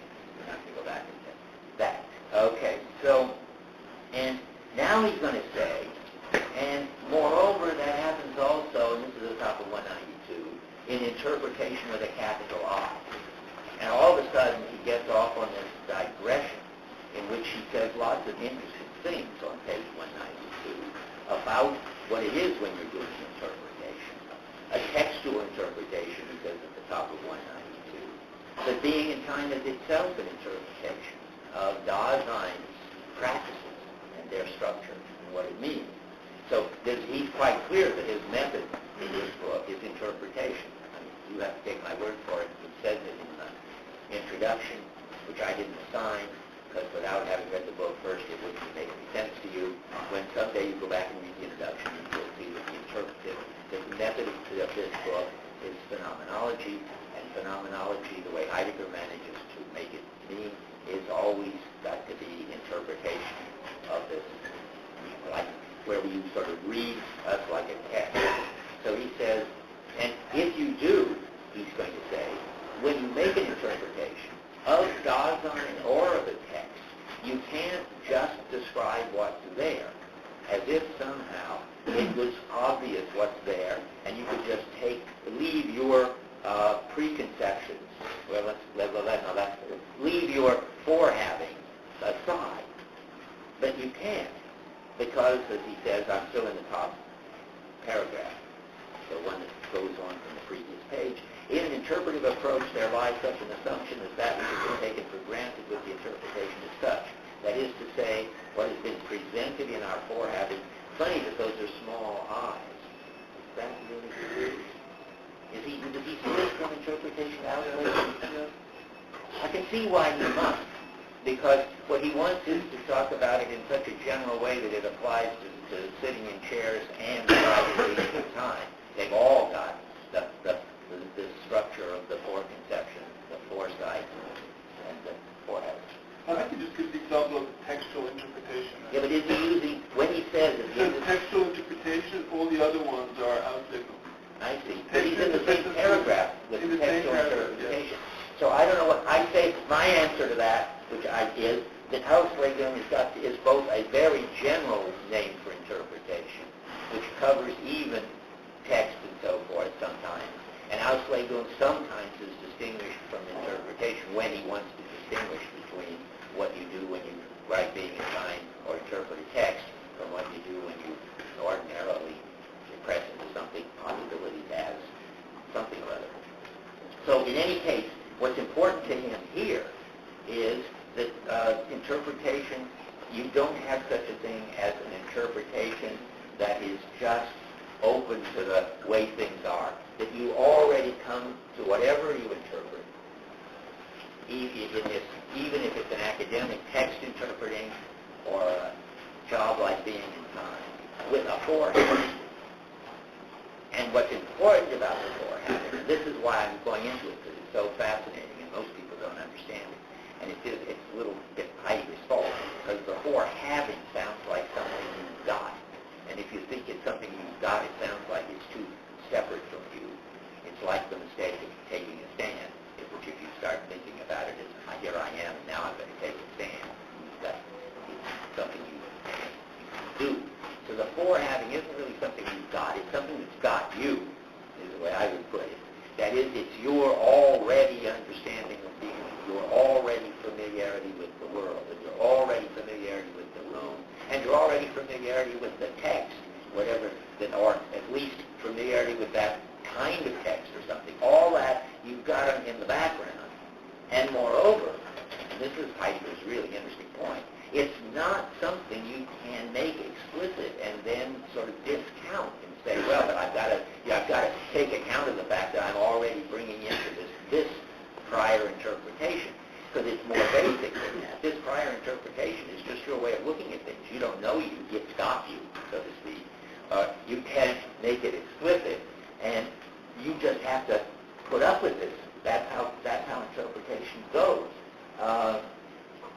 And that leads him to say that we're always in a circle when we're doing interpretation. I'm going to skip just a little bit the third sentence on that first paragraph on 194. All interpretation operates... No, I read that already. That's fine. Then I can go to the bottom, that it's a circle. And he talks about it as a circle in the sense that you're always already have, in effect, done some interpreting in the background without knowing it and without ever being able to be clear about it. You've already got some, say, familiarity about rooms, which are going to determine a lot about how you're going to deal with the chairs. You already have a lot of familiarity with Dasein. It's going to determine how you write your book if you're writing Being in Time, and a lot of familiarity about, say, Christianity if you're going to interpret the Bible, which is what hermeneutics used to be about. You can't just sort of open the Bible as if it washed up on the shores of California and start interpreting it. You can't help but bring a whole lot of understanding. So, but then is that a bad thing that there's this circle? And that's when he gets interesting. He says, no. If the circle, remember, is caused by the fact that you're always already in an understanding before you can begin to understand or interpret anything. And is that a vicious circle because you somehow have always already interpreted what's going on? And he says, no, it would be a mistake to interpret as a vicious circle. Then he says some very mysterious things at the bottom of 194 that I will talk about later. And then he says at the top of 195, what is decisive is not to get out of the circle. That would mean to sort of confront something with no forehead, but to come into it in the right way. Now, for years, I have been unable to understand that principle. And I think I can finally, at least I'll give a glance, a gloss on it. You can't come into the circle in the right way if you're a circular being, as he says, and if you've always got a forehabit. They're just completely crazy. He's very clear that Dasein is always already in the circle, always already having interpretation, and he could never get clear about it, never get behind it. So what in the world could it be to come into the circle in the right way? Well, my guess, but it's really a guess, is that means formal indication.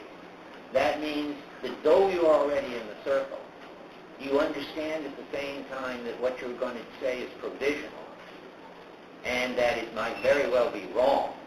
That is, that your background understanding, when it becomes more explicit, or when it leads you to, well, what your background understanding leads you to work out, may itself be wrong.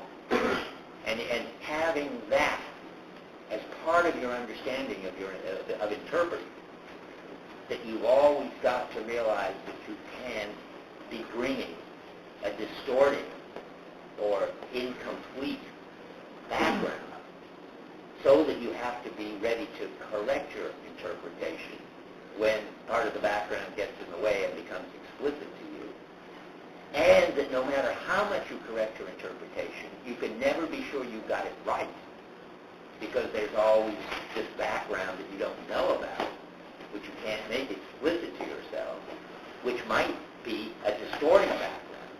And in being and time, always is a distorting background. Remember, it turns out that what you think you are as an ego, an I, turns out to myself turns out to be a one-self, and guilt turns out not to be what you think it is, death turns out not to be what you think it is, truth turns out not to be what you think it is, and so forth. That means that you're always discovering that you're bringing with you interpretations which are put in there by common sense and by, he thinks, fleeing from accepting the kind of being you are, and you're trying to think that you're a present hand being. He has all kinds of reasons why. You've got to get in the circle. I guess if I had to sum it up, you get in the circle in the right way when you get in the circle in a very wary and suspicious and provisional way. And that, I think, finally makes sense of it. I'm going to write that down. I like that.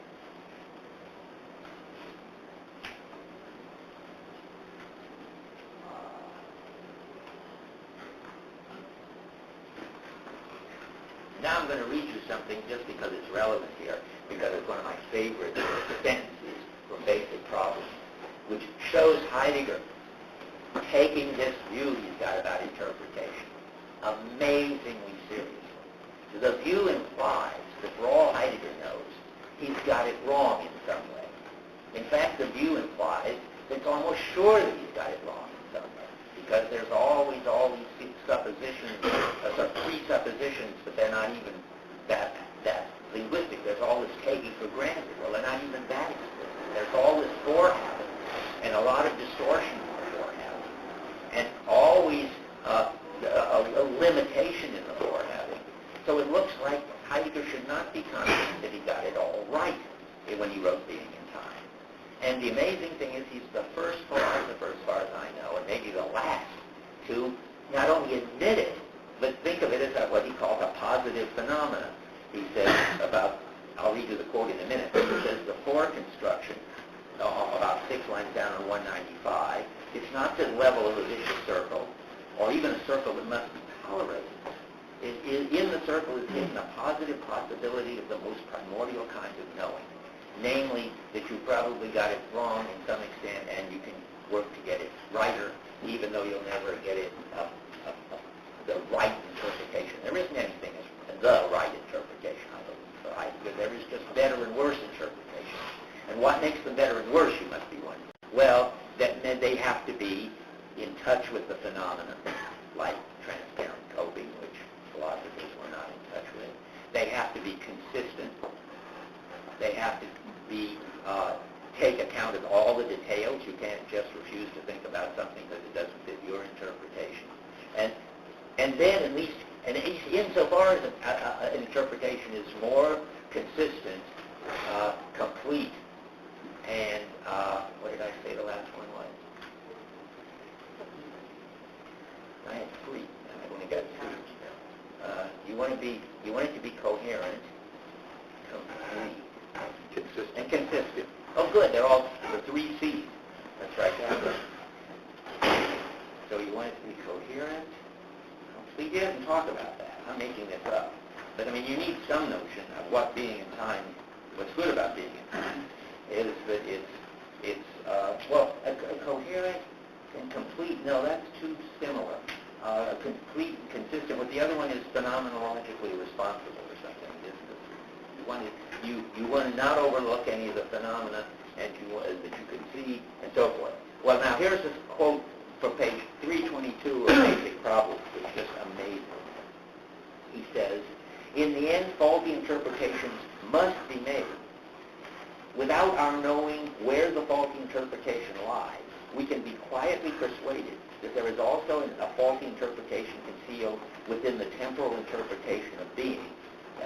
That's the whole job of being in time and Basic Problems, the temporal interpretation of being. So something's wrong in the temporal interpretation of being, and it's not. I better read it exactly. A faulty interpretation is concealed within the temporal interpretation of being as such, and again, no arbitrary one. Meaning, there's something sort of leading him to this false interpretation. I take that to mean, in his language, there's always a broader horizon. There's always an even more encompassing, comprehensive way of looking at it. And there isn't any such thing as getting the complete picture. But that's just amazing. I mean, have you ever seen any other philosopher from Plato through Husserl who said, well, I know there's something deeply and basically wrong with what I'm saying, and that's okay, that's what you would expect, and that's a challenge and a positive phenomena, and I'm not going to deny it. And it turned out that there was a lot wrong with this whole approach, and Heidegger, in the end, discovered a whole lot of things he hadn't taken account of, works of art, for instance, and that they made a big difference. Or that there was a whole history of the understanding of being, and not just one understanding of being in the West. I mean, there are deep things that he didn't know yet in being at the time. But he knew that he didn't know, that there were deep things he didn't know, and that was a positive phenomenon. I think that's wonderful. So now where are we? Okay, that's it. I just want to mention, and then we're going to be ready to go on to assertion. A paragraph at the bottom of 195, which is so mysterious that I think I have just cracked the mystery. But it won't interest you all that much, but it might interest somebody. It's the last paragraph. The circle in understanding belongs to the structure of meaning, and the latter phenomenon is rooted in the existential constitution of Dasein, that is, in understanding which interprets. Notice again how those two are always both there, so they must be different, and yet always linked. And so they must be very intimately connected. Okay, where are we now? An entity for which, as being in the world as being is itself an issue, has ontologically a circular structure. I've been saying that, just to show you that. Now, here's the funny thing. If, however, we note that, quote, circularity belongs ontologically to a kind of being which is present at hand, we must altogether avoid using this phenomenon to characterize anything like Dasein ontologically. Well, I'll just say this briefly for anybody who cares. What he's saying is, if you realize that science is also holistic, which it is, and people like Duhem. I don't know how to spell Duhem, or I would write it on the board. How do you spell it? D-U-H-E-M, I think. A French philosopher of science pointed out how science was circular, holistic, and that all facts in science were what was later called theory-laden. Heidegger believes all that, likes all that, and wants you to know, and Quine is another holist about science. Some of you have heard a little more about than do him. And there is Dagfinn Hillesdal, who made me aware of this. Dagfinn, who is a Quinian, and Davidsonian, another holist, another one who looks like he's also seen that we're in the circle. And yet, what Heidegger's saying, there is something different about the way you treat Dasein than the way you treat other holisms. And that the holism of science, which I call theoretical holism, is utterly different than the holism of being in time, which you have to have a word for it, I call it practical holism. And what he's doing is warning you about that. And then you get the interesting question. I wrote an article about this about 20 years ago. It may be I don't have it on my computer, it's so old. But it explains what I'm talking about, and it probably is in the article cabinet in the library if anybody wants to know more. It was called Holism and Hermeneutics. And the idea was, and Dagfinn Hillesdal has driven me to this. Most of my ideas come from knowing that Dagfinn is wrong about something, it seems to me, but I can't figure out why. And he was saying, in effect, that the study of human beings and science are all the same, and that's because they're all holistic. Well, here's the difference, I think. The holism of science is a for-having, but it's a kind of for-having which you can get explicit about.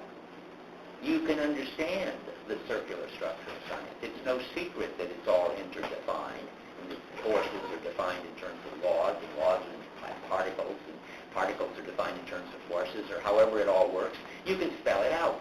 So if you can spell out the holism, then you're in the Duhem-Quine department.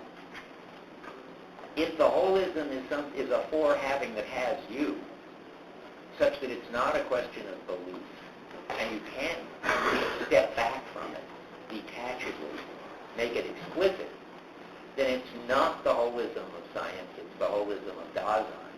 And I think Heidegger knows that there are these two. That's a new idea for me. Maybe I'm wrong, but at least there is two, and people like that can mix them up. And Heidegger doesn't want to mix them up. That's my hunch.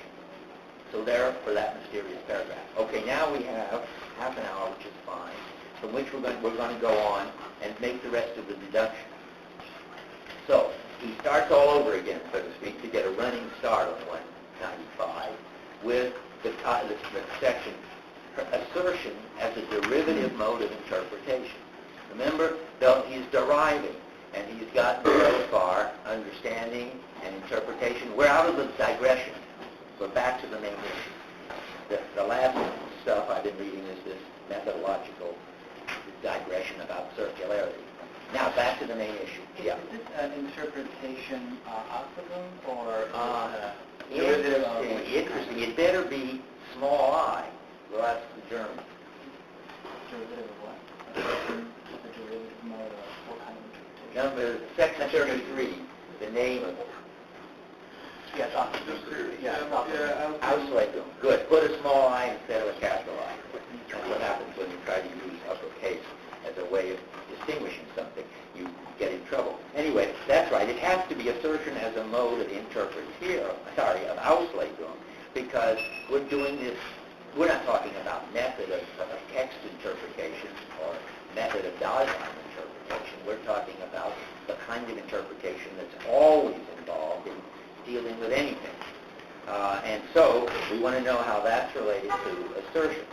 And we want to derive it. Remember the story. Why I find this so interesting. We're trying to get from pre-propositional coping to propositional kind of understanding.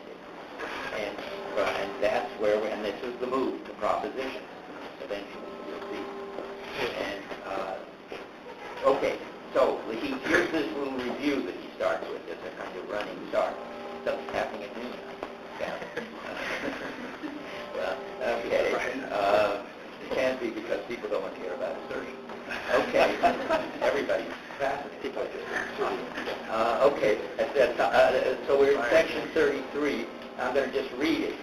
summarizing, all interpretation is grounded on understanding. That which has been articulated as such an interpretation and sketched out in the understanding in general as something articulable is the meaning. Oh dear, we don't want to talk about that. Where did I have to warn you about the section on meaning? Is it coming with it? We're beyond meaning. Well, you just... Good, okay, that reminds me, I forgot to tell you. I gotta go remind myself. Wait, where did I write it? I didn't write it. But I want to tell you, ignore the part of meaning. It is incomprehensible. Starting from the bottom paragraph on 192 to all on 193 to back at the top of 194 when he gets back to disclosedness of the there and everything is all right again. Now I wrote down here somewhere, maybe my computer couldn't stand it and just erased it. One thing I wanted to say about this.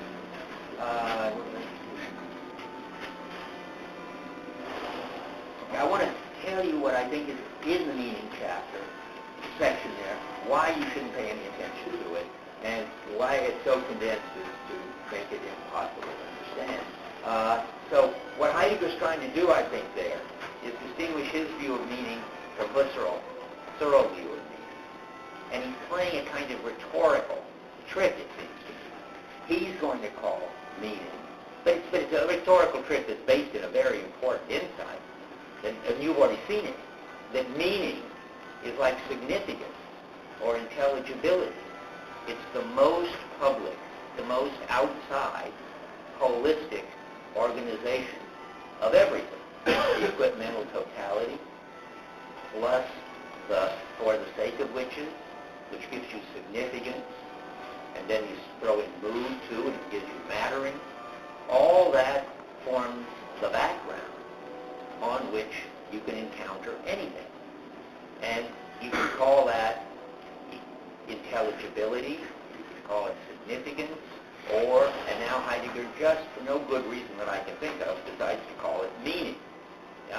And its meaning, he says in italics on 193, is that on the basis of which, that's always this advantage, on the basis of which, of a projection in terms of which, meaning is on the basis of which, of a projection in terms of which something becomes intelligible as something, and so forth. That is, meaning is what makes it possible to have understanding and interpretation, because it's the background. Now, calling it meaning is a big polemical move, because he wants to say, if you want to know the source of meaning, then you've got to go into this public, shared, referential totality, and that's finally the source of significance, of meaning, of intelligibility. They're all pretty much the same. Even of being, because being equals intelligibility. So, and why is he saying this? Well, and why is he calling it meaning? Well, because he's got a kind of polemic relation to Husserl and Searle, and in a certain way, Frege. So that's a little complicated. But at least Husserl and Searle, who think meaning is this inner, mental, intentional content. In Searle, the bottom line is, where does intrinsic meaning come from? It comes from the mind's ability to have this kind of intentional content and interpret things in terms of it, give things meaning, take things as chairs, or take the noise that's coming out of people's mouths as language. That's what we talked about last time. Give things meaning. I've got the meaning in my mind. There's stuff out there which is brute squiggles, and I give this private inner meaning to the brute squiggles. But then this becomes, has to be turned into a public thing, and there turns out to be collective intentionality, and so forth. But the bottom line is individual intrinsic meaning. And Heidegger's just flipping this around and saying, no, the bottom line is the most outside and the most public you could get, namely this whole organization of equipment and roles, etc. And he just sort of sticks this in here, I think, just to drive somebody like Husserl crazy, and that's it. He got meaning equated with intelligibility in this section, and that's fine, and we don't have to read it, because it's too condensed and too polemic. polemical and arbitrary to worry about. Now, back to what we should worry about. We finally got to assertion, and we're on 195. And I read this thing about meaning, and that was a mistake just because it launched me into that. But let's go on. We're not, we go on. Okay, just never mind something. I will think about it myself.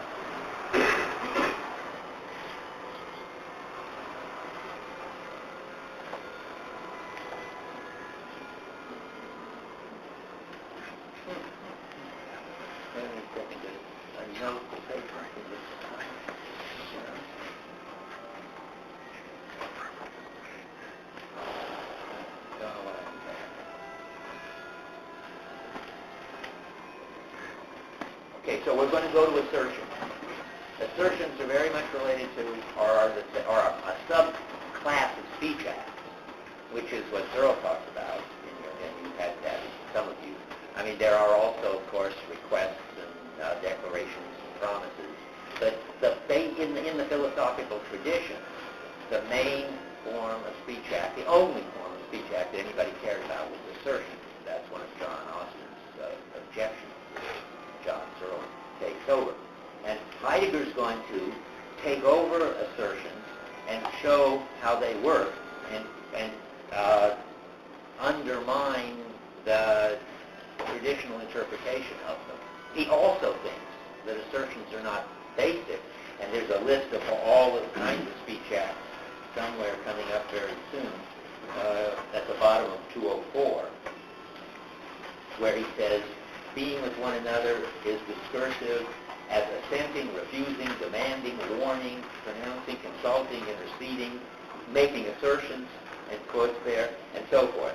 So he knows, like Austin, that the assertions are just one form of speech act. But he thinks also that since philosophy has gotten off on assertion and got it all wrong, he's got to go back and fix it. So that's what he's now going to do. He's going to derive assertion from coping and show how it's misunderstood by the tradition. So at the top of 196,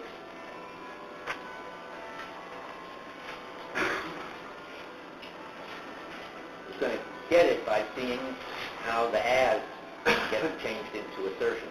He says, for one thing, it can be demonstrated by considering assertion in what ways the structure of the as, which is constituted for understanding and interpretation. By the way, that would be a sort of interestingly strong remark on the Forrest side, and I don't think the as weren't in quotes. I don't know why the as is in quotes. He doesn't usually put it in quotes. But anyway, I don't know what to make of that sentence, that the as is constituted for understanding and interpretation. In fact, I think Forrest and I sort of reached an agreement that the as was constituted for interpretation, which was co-basic. So he's saying something weird there. But maybe the quote is there that he knows he's saying something weird. Anyway, when this is done, both understanding and interpretation will be brought more sharply into view. Correct. Now, and Heidegger's goal is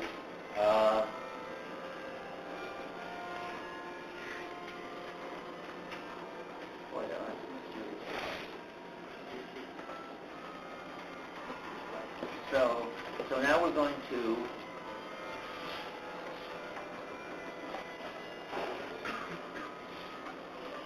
look at assertions and see that the kind of assertions that analytic philosophers talk about and that logicians deal with are what propositions in which decontextualized subjects are given relations to decontextualized predicates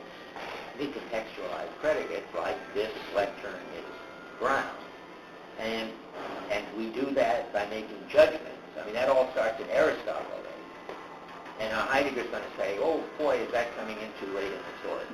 And now he's going to talk about how assertions really work when we are using them in our involved everyday activity. I mean, again, if you want to talk like contemporary, I mean, that's a Wittgensteinian move. Let's ask what people do with assertions. Let's treat them like equipment and understand how they work. And so that's what he says he's going to do. And he's going to use as his example the too heavy. And he says assertions, when they're normally functioning, have three components, and they are one, that there is, and the analytic philosophers talk about all of these. They just talk about them, he thinks, in a way that is left out the fact that they are practical and contextual at when we first come across them. And then you could leave that out. Then you get to the kind of assertion that Aristotle and analytic philosophers and logicians talk about. But we're going to talk about the involved kind of assertion. So, and it has three components: reference, predication, and communication. And those are talked about on 196. And he thinks reference, which is what he calls pointing out, nowadays it would be called reference, that this lectern is ground, this part, is it lets an entity be seen from itself. That is, it calls attention to some entity. And it points out an entity. And when it's pointed out, you can grasp it and see it. And not some representation of it, as he would always say, but the entity itself. And we pick out these meaningful entities on the background of our shared coping. So I can say, this hammer is too heavy. You all know which hammer I mean, because we're all together in the workshop hammering, and I get annoyed and I throw down and I say, this hammer is too heavy. I have pointed out the hammer. And then I have predicated of it too heavy.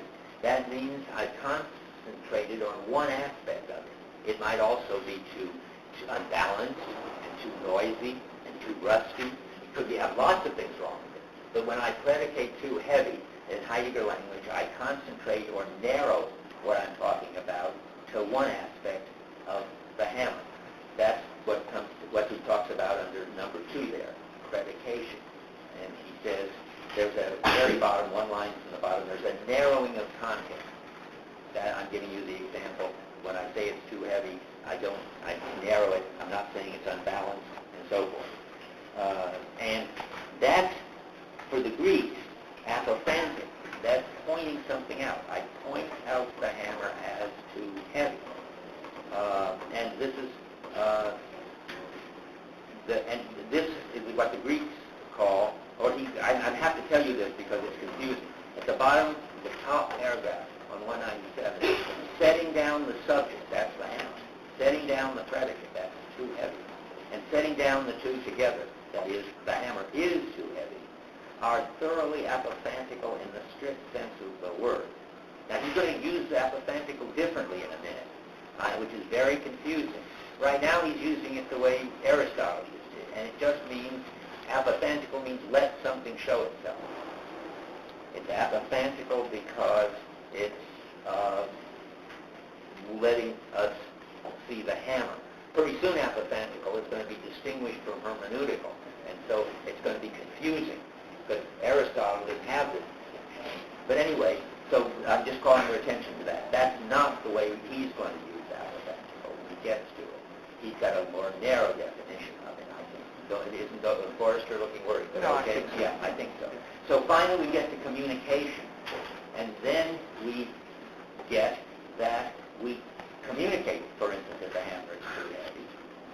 And as he says, others share with the person making the assertion, and he says a lot of interesting things in a hurry at the bottom of 197. One, that you communicate using language in a shared context so that you can point out something to everybody, like the hammer is too heavy. You don't even have to use words like this on the next page. You can just say, give me another hammer. You can throw it down and discuss. But whatever you're doing, everybody knows what this is, and that it's the hammer and so forth, because you share the situation. And that's the anti-Sesame Street point of view. I mean, remember the idea that somehow I've got a picture of a hammer and my head is too heavy, and then you're over there doing something quite different. Or on the phone, I can tell you the hammer's too heavy. There's nothing, we're not in a shared workshop. Then you get in your head a picture of the hammer being too heavy. That could happen. But the basic way assertions work, he thinks, is when people in a shared situation point out something about the shared situation. And then it isn't something in your head or my head. It's something that is in the shared situation. And the language helps both of you see it. Now, he's got another thing to say at the bottom of 197. Of course, once you see that as the basic use of language, you also see the very interesting fact about language, that it can be used outside of the situation. And then, that is, I could call you up and say, the hammer is too heavy. And what do you know then?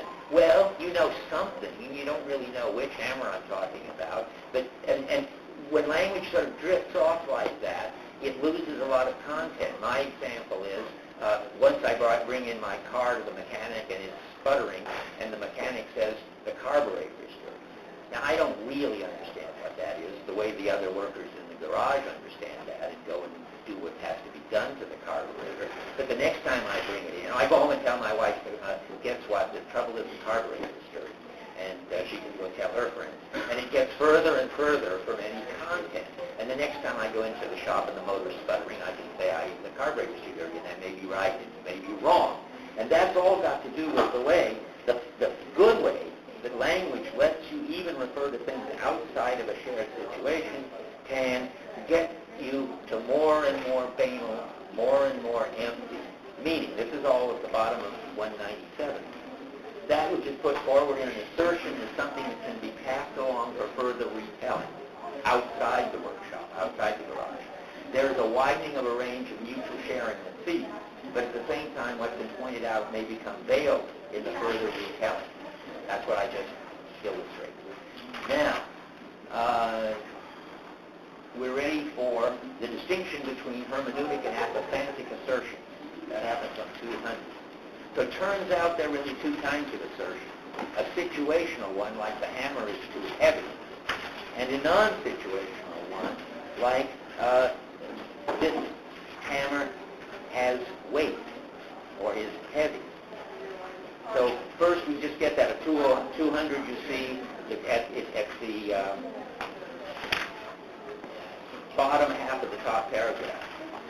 I could say the hammer is too heavy, or rather just too heavy, hand me the other hammer. And he says in another place, here he says, or I can just exchange the unsuitable tool without wasting words. From the fact that words are absent and they conclude the interpretation is absent. That's not so.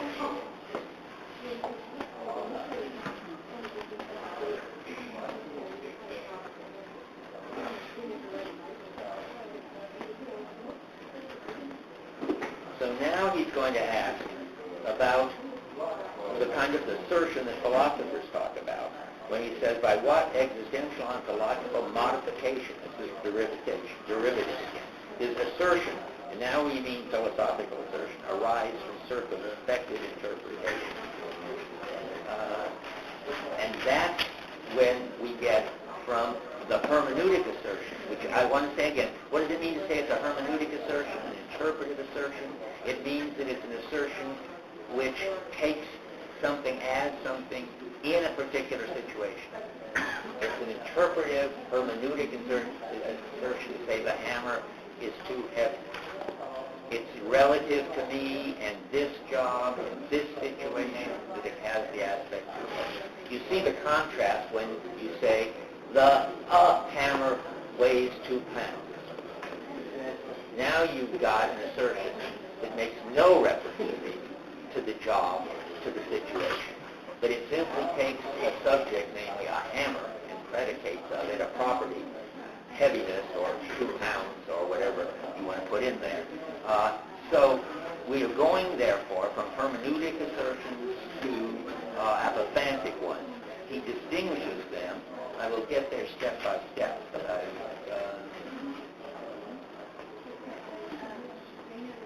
don't need that. Done that. Okay, so we're getting to the philosopher's assertions, and at the top of 201, you get him really distinguishing the two kinds of assertions. And now, so that's what you've got to see, 3 lines down. But you've got a level into the primordial answer. I better back up a bit here. You got to go clear back to the middle of 200 where you start reducing. The entity which is held in our forehead is a hammer. It's approximately ready to handle the equipment. If this entity becomes the object of an assertion, now that means philosophical assertion. It's very confusing because he's got a notion of practical involved assertion and a notion of this kind of theoretical detached assertion. And sometimes he uses assertion across the board, but sometimes when he says assertion, he's thinking philosophical assertion. That is, this kind of abstract Aristotle subject with properties. So here he says, the entity which is held in our forehead, for instance the hammer, is ready to handle the equipment. If this entity becomes the, quote, object of an assertion, now he means philosophical. Then as soon as we begin this assertion, there is a changeover. See, so it was already assertion, but now it's changed over into another kind of assertion. Not very clear. Then as soon as we begin this assertion, there's a changeover in the forehead. Something ready to hand with which we have to do or perform something turns into something about which the assertion that points it out, turns into something about which the assertion that points it out is made. Our foreheading is aimed, a now crucial punchline, at something present at hand in the ready phase. And that gives us, skipping down, a little access to properties, or the like. And that gives us, now skipping down some more, the as structure of interpretation has undergone a modification. That's the derivation. It is now, it no longer reaches out into the totality of involvement. It's cut off from significance, and so forth. The as structure gets pushed back into the present at hand, and now we've got just the hammer as heavy. We've got the philosopher's assertion. And that's how predication, step by step, we now follow, has gotten us into self-sufficient subjects, not subjects like Descartes, self-sufficient subjects of predication, like books, self-sufficient subjects of property, substances with property. That's, let's say, self-sufficient substances with self-sufficient properties. That's what we've derived now, and read you the derivation. And we know now that the apophantic assertions are decontextualized assertions. That's what we just read at the top of 201. And that's going to get us to logic. And that's, now we're down skipping to the third paragraph on 201. With the progress of knowledge from the structure of the logos, it was inevitable that this phenomenon of the apophantical as should come into view in some form or other. The manner in which it was proximately seen was not accidental, and it did not fail to work itself out in the history of logic. And what is logic? Well, logic turns out to be the structure of the kind of decontextualized, apophantic assertion. And Heidegger's got nothing against that. I'm going to make clear that Heidegger himself was a logician of sorts. He wrote his PhD thesis in an area of logic. He wrote 3 articles reviewing Russell and Whitehead's Principia Mathematica, which showed that he had understood them. But he thought the Principia Mathematica, when he finally criticizes it in the 3rd article, was what he called logistic. And now we have to understand what is logistic and how is there something wrong with it that isn't wrong with logic. And that's the last stage of the derivation. So on 202, he says, the second paragraph, binding and separating may be formalized still further. Logic is now formalized into related. The judgment gets dissolved logistically into a system of things that are coordinated with one another. It becomes the object of a calculus. So now we've gotten to the predicate calculus. We've got subjects with predicates. How many have had 14a already? Lots of you, I presume. No? Well, you will all have to see the predicate calculus. And Heidegger's tried to derive how finally everything gets so decontextualized that the predicate, first that the proposition gets turned from a hermeneutic assertion to an apophantic assertion, namely the hammer is, or hammers are heavy, let's say, and that then gets formalized into something, namely a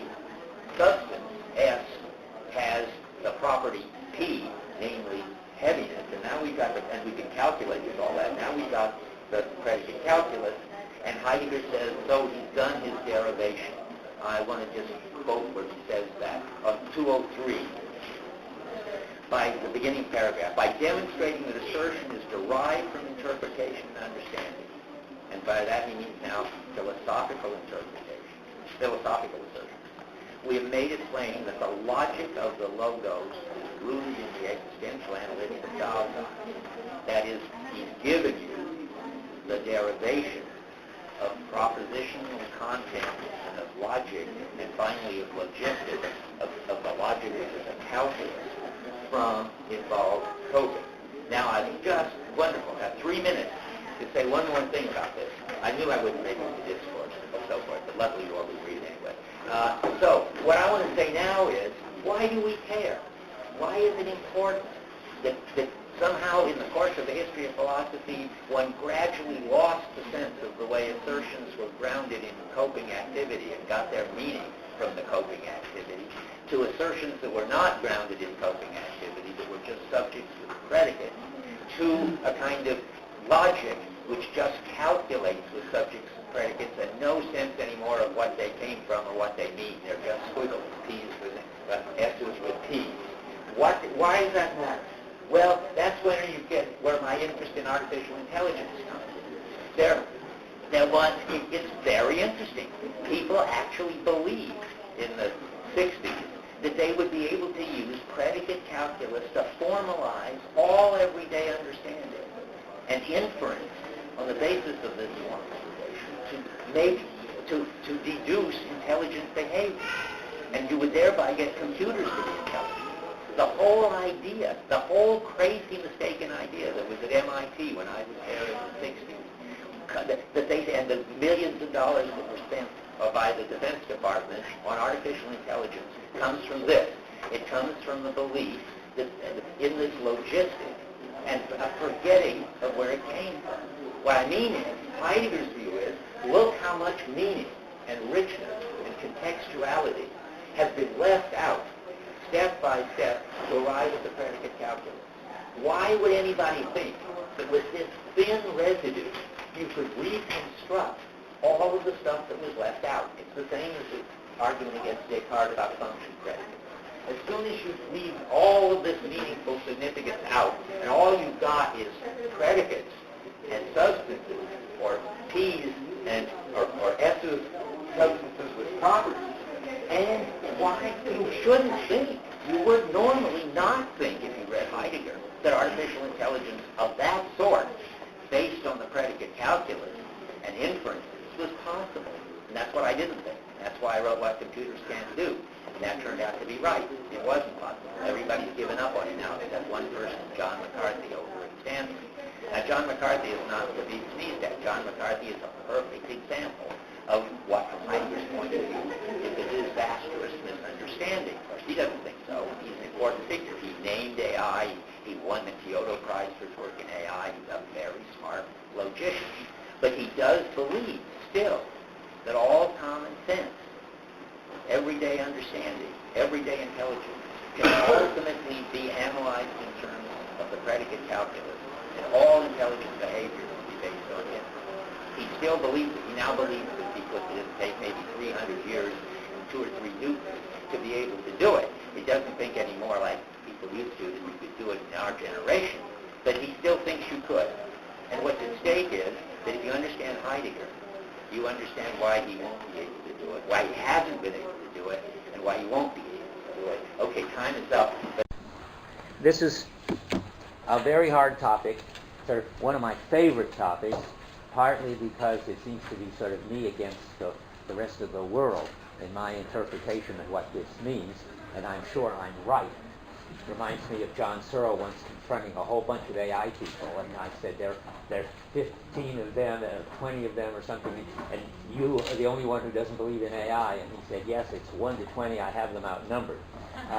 So it's sort of like that. I do think that there's a strong case to be made that Heidegger is a realist about everything, about the external world for sure, and that's he wins easily, hands down, and I don't think very many people would disagree with him on that, and a realist about the kind of things that science studies, which is where everything gets very hard and where even when the whole discussion is over, I don't feel, though I feel I'm right, I don't feel that I sort of clobbered the opposition into silence. I think there's still plenty of loose ends where they could climb back into the discussion. But here we go. So now Heidegger's given an account of the structure of everyday Dasein and how that enables Dasein to disclose the world and discover entities in the world, and how that enables Dasein, or how that, and I can't say enables Dasein, how that leads to their being, or reveals or something, three modes of being, namely the ready to hand, the present at hand, and the Dasein kind of being. And now Heidegger's ready to draw the epistemological conclusions from all of this and the ontological conclusions from all of this. Epistemological, a question of what we can know about the world, and then ontological, about sort of what kinds of entities we can have access to at all, or even in the universe. So let's start. I mean, I'll read you a lot of passages because there are lots of, as usual, murky passages which I think I can help illuminate. So let's look on 245. And I'm going to read that first full paragraph, starting with the second sentence. Even where the issue is not only one of ontical experience, but also one of ontological understanding, the interpretation of being takes its orientation, in the first instance, from the being of intra-worldly entities. That's better than being entities within the world, but it's the same. Thereby, the being of what is proximally ready to hand gets passed over, and entities are first conceived in the context of things which are occurring. I mean, that's the sort of traditional view of there being self-sufficient substances, namely the extended things in Descartes, and another self-sufficient substance, the mental thing, or nowadays, the mind, and and with that ontology, you get this kind of sort of opposition between two kinds of entities, and then you get the question is how they get related to each other, and what Heidegger has to do is go back and get the ontology straight, and so he says about 8 lines in the bottom, we must demonstrate that reality is not only, and that means substances, the present at hand, is not only one kind of being among others. I mean, this is just a review, you know this already, but that ontologically it has a definite connection in its foundations with Dasein, the world, and readiness to hand. That's the interesting claim, that somehow we've got to understand how presence at hand is not the only kind of being, and how it in some way depends on, is founded in Dasein and the ready to hand. And you can see already that if you aren't careful about how you do that, it's going to look like even the universe that science studies is going to end up somehow requiring Dasein in the ready to hand, and you end up in anti-realism. I want to say it's hard to avoid anti-realism, but Heidegger does it. He comes out, even though he's going to argue, of course, that the being of the ready to hand and the being of the present at hand all depend on that being called Dasein. Nonetheless, we're going to turn out to be realists about everything. The stuff in the world and the stuff in the universe. So now we have to find out how to do that. So Heidegger says he's going to talk about two traditional problems on the top of 246, and how you get a different view of them once you get the ontology straight, and that is at the end of the little top paragraph, he's going to talk about reality as a problem of being and whether the external world can be proved. That's the epistemological problem. And reality as an ontological problem, that really whether reality depends on us. What sort of being does reality have? And is there such a thing as a reality in itself? or is reality always relative to Dasein? Those are the two issues he wants to talk about. So it's very hard, I think, to get it straight. And I just wanted to say that you could, if you don't understand this part, you could skip it, and you could still manage to understand everything else in the book, in principle. So don't feel too bad about it or spend too much time on it unless it's an issue which really interests you a lot, which I gather it does a lot of you. That's the first thing to say. And the second thing is to say there's a lot in talking here about Kant, Dilthey, and Shaler, who was a colleague of Heidegger's, who had his own view about realism, and Heidegger's disagreeing with them in various ways. But since you don't know Dilthey and Shaler at all, and lots of you haven't had the Kant course, don't worry about that. What Heidegger's issues and Heidegger's answers can be stated independently of his way of bouncing off these other people to make his point. Okay, so now, first, this question of epistemology, or can we know the external world and the objects in the external world?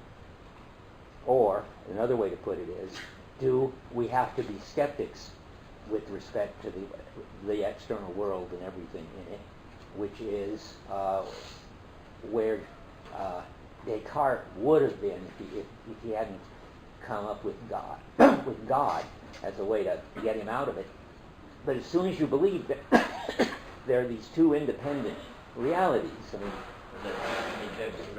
us here with the mind, self-sufficient with its intentional content,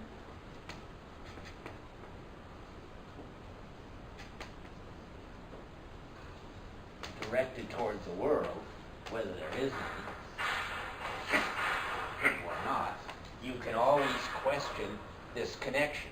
And you can say, yes, there's always directedness towards, but you can be directed towards Santa Claus or all sorts of things that don't exist in the world. Maybe you could be directed toward everything in the world and the whole world without it existing. That at least seems to make sense.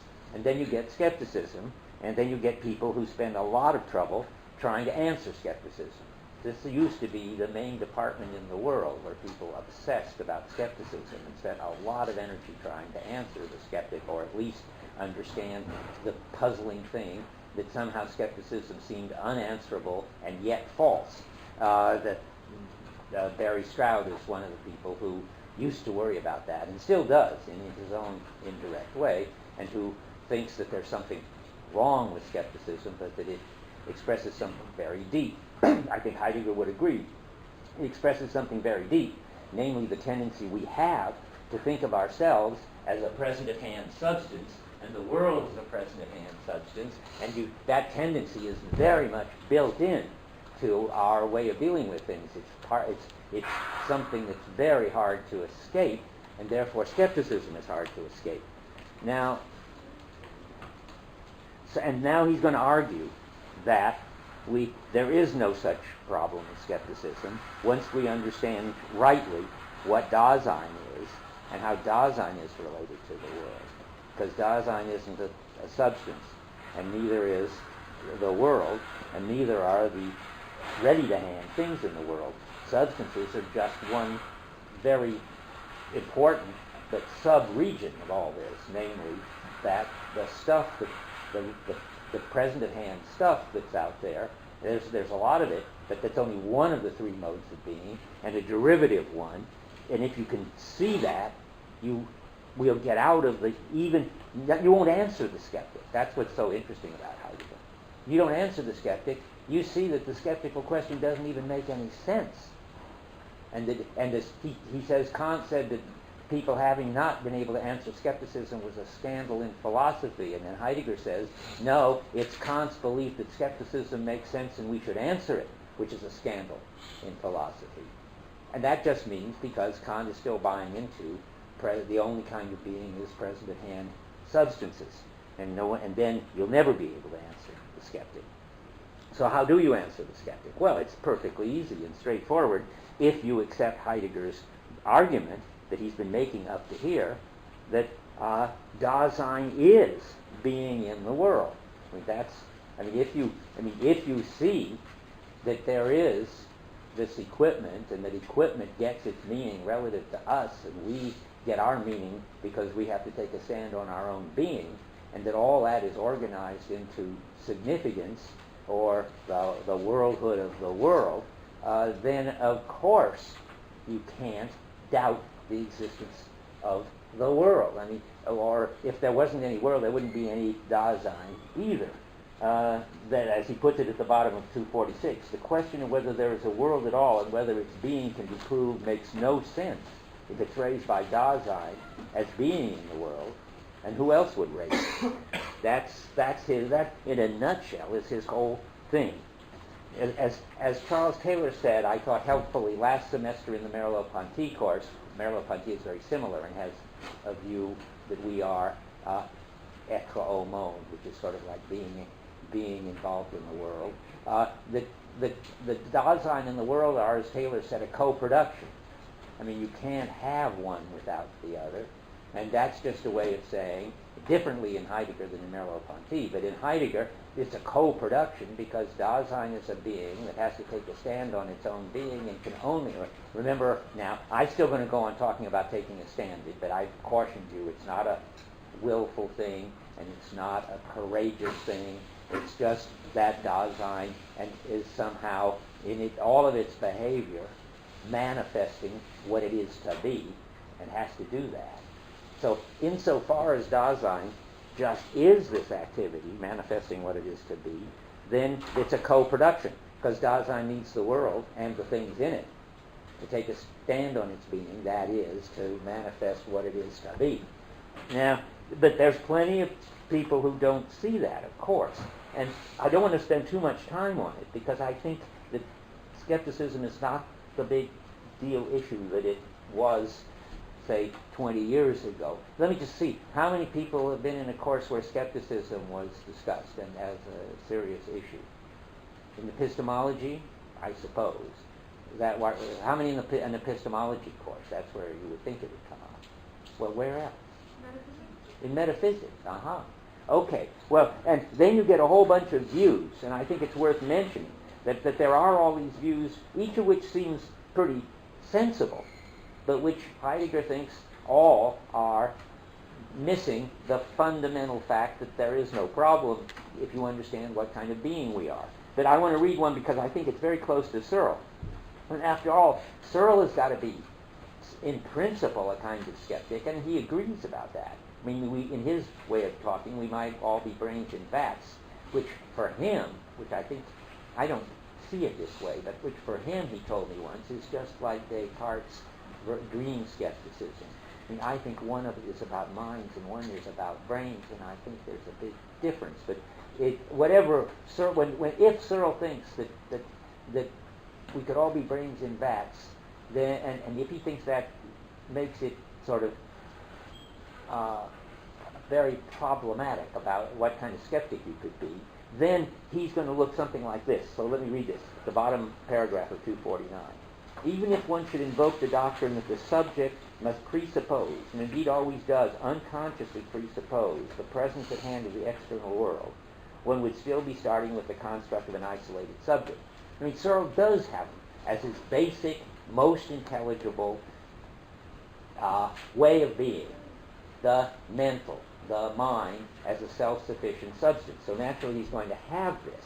And he's going to say something like, but this isn't quite fair, but somebody could say something like, well, we unconsciously presuppose the world.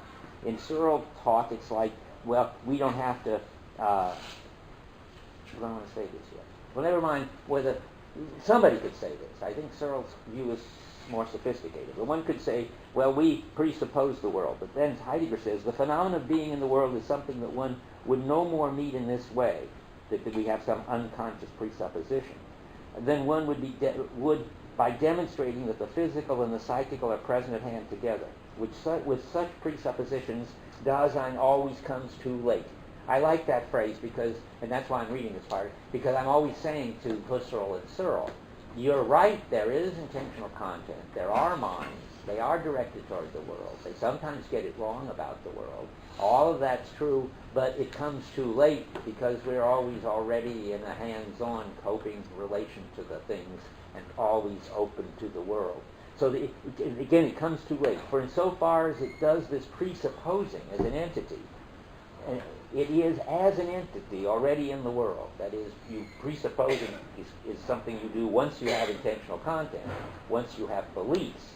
But there's a way of being in the world more basic than beliefs.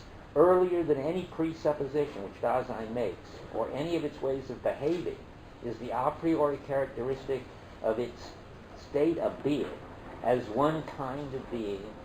Is the a priori characteristic of its state of being as one kind of being is care? As one whose kind of being is care. And then he goes on, and there have been all these views. I mean, there was a philosopher named Santayana who had a view that realism was a kind of animal faith. And there were other people thought it was presuppositions. But all of them, to have faith in the reality of the external world, whether rightly or wrongly, to prove the reality, whether adequately or inadequately, to presuppose it, whether explicitly or unconsciously, attempts such as these, which are not mastering their own basis with full transparency, presuppose a subject which is proximally worldless and unsure of its world, and which must at bottom first assure itself of its world. Well, Heidegger's terrific. He's so clear about this because it's really straightforward and easy compared to the issue we're heading for. Yeah. What's that? It's hard to hear me back there. There's noise in here. There's noise outside. Okay, I'll talk louder. Keep telling me that. I mean, we could even close the windows. It's not that hot today. Is it out on this side that the noise is coming from? Yes. Okay, why don't you close the windows? We'll get this door open. Can we please prop that door open? And I'll also talk loud, because I know how hard it must be to hear me, because I couldn't hear a thing you were saying. It's a brilliant demonstration. Okay.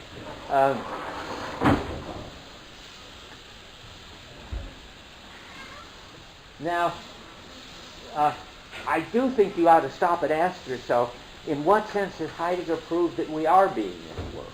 Because in a certain sense, you might want to say, well, are these other people, from Descartes to Kant to Husserl to Searle, might say, oh, yeah, but what right have you got to solve the problem sort of by fiat, just by saying Dasein is being in the world, and now look, your problem, poof, just disappeared. Well, I think Heidegger would say, well, that's phenomenology. We've shown that proximally and for the most part, or prima facie, we are not self-sufficient minds, but we're openly coping with things and doing it in terms of our for the sake of whiches and all of his descriptions. If that all is wrong and is some kind of an illusion, then the other guys, have got to show why you shouldn't start there and believe that. Why it's really the case that we're substances, minds, and there's just confronting brute stuff. Now, those of you who had Searle, just to give you an example, know that he has an argument. But his argument is, but any sensible person now would believe that. I mean, it's a funny kind of argument, but and he appeals to science. He says science shows us that there's only brute stuff, and science is studying that brute stuff. And then we, by introspection, see that we also are a mind, and those are the only two realities, and any modern person who should believe that. And that's, okay, well, you can try that. Heidegger would say, well, first you better just pay attention to the phenomena and make sense of the phenomena, and then maybe it won't look so obvious anymore that any sensible person should just believe this picture. But you can try, at least. I want you to realize that, I mean, Heidegger just isn't make the problem go away by magic, but I do think he at least shifts the burden of proof. If you can't just take it for granted. Well, Descartes worked hard to get people, as I said, to believe they had an inner and that it was self-sufficient. He had dream skepticism. He had all sorts of arguments. He had brain skepticism, too. He had all sorts of arguments. Now people can just take it for granted But Heidegger wants to say, well, Descartes' arguments don't work, and you better go back and have arguments of your own, or you should accept the way it looks. That's phenomenology. So at least the burden of proof is switched. And I must say, I don't know. If anybody does or wants to come up with their own Cartesian claim, anybody who's got a good argument that this is all an illusion, that we are involved in the world directly coping with things in order to fulfill our goals, or better, for the sake of which is that we've got, and that really it's that. If anybody's got that argument going, I'd like to hear about it. Anyway, so here we go. And the next question, I really want to get past this to the hard one, but the next question is, okay, there's some sense in which the world as the totality, well, the world is given because we're being in the world. But what about the entities in the world? I mean, it doesn't make much sense, but I'll raise the question, couldn't we just be wrong about everything in the world? And mistaken, because we are mistaken sometimes about some things, couldn't we be mistaken about everything? Well, Heidegger thinks that doesn't make sense either, because we've got to have some entities which we are actually coping with in order to be taking a stand on our being. This is what he puts it rather as offhanded, it's so obvious to him, at the top of 251. Along with Dasein as being in the world, entities within the world have in each case already been disclosed. This existential ontological assertion seems to accord with the thesis of realism, that the external world is really present at hand. Well, the second part he denies. He thinks that the entities are already disclosed, along with Dasein, as ready to hand. But he does think that the entities are already disclosed. That means you could be wrong about some things, and if you only imagined you were coping with them. But you couldn't be wrong about everything. Yeah, and that means that the skeptical position just finally doesn't make any sense. That's what he says on 250. This, by the way, is what Stroud believes and Davidson believes too. That there's, and like Heidegger, they believe that this gets, and everybody, I think, and I suppose Rorty believes it too, though he thinks worrying about skepticism is more kind of silly than senseless, I think. But generally, there are a lot of people now who have got for their own reasons Heidegger's view, but he says, the second paragraph, the problem of reality, in the sense of the question whether an external world is present at hand and whether such a world can be proved, turns out to be an impossible one, that problem. Not because its consequences lead to inextricable impasses, but because the very entity which serves as its theme, namely Dasein, is one which, as it were, repudiates any formulation of the question. Where that's just to say again, oh, if we're being in the world.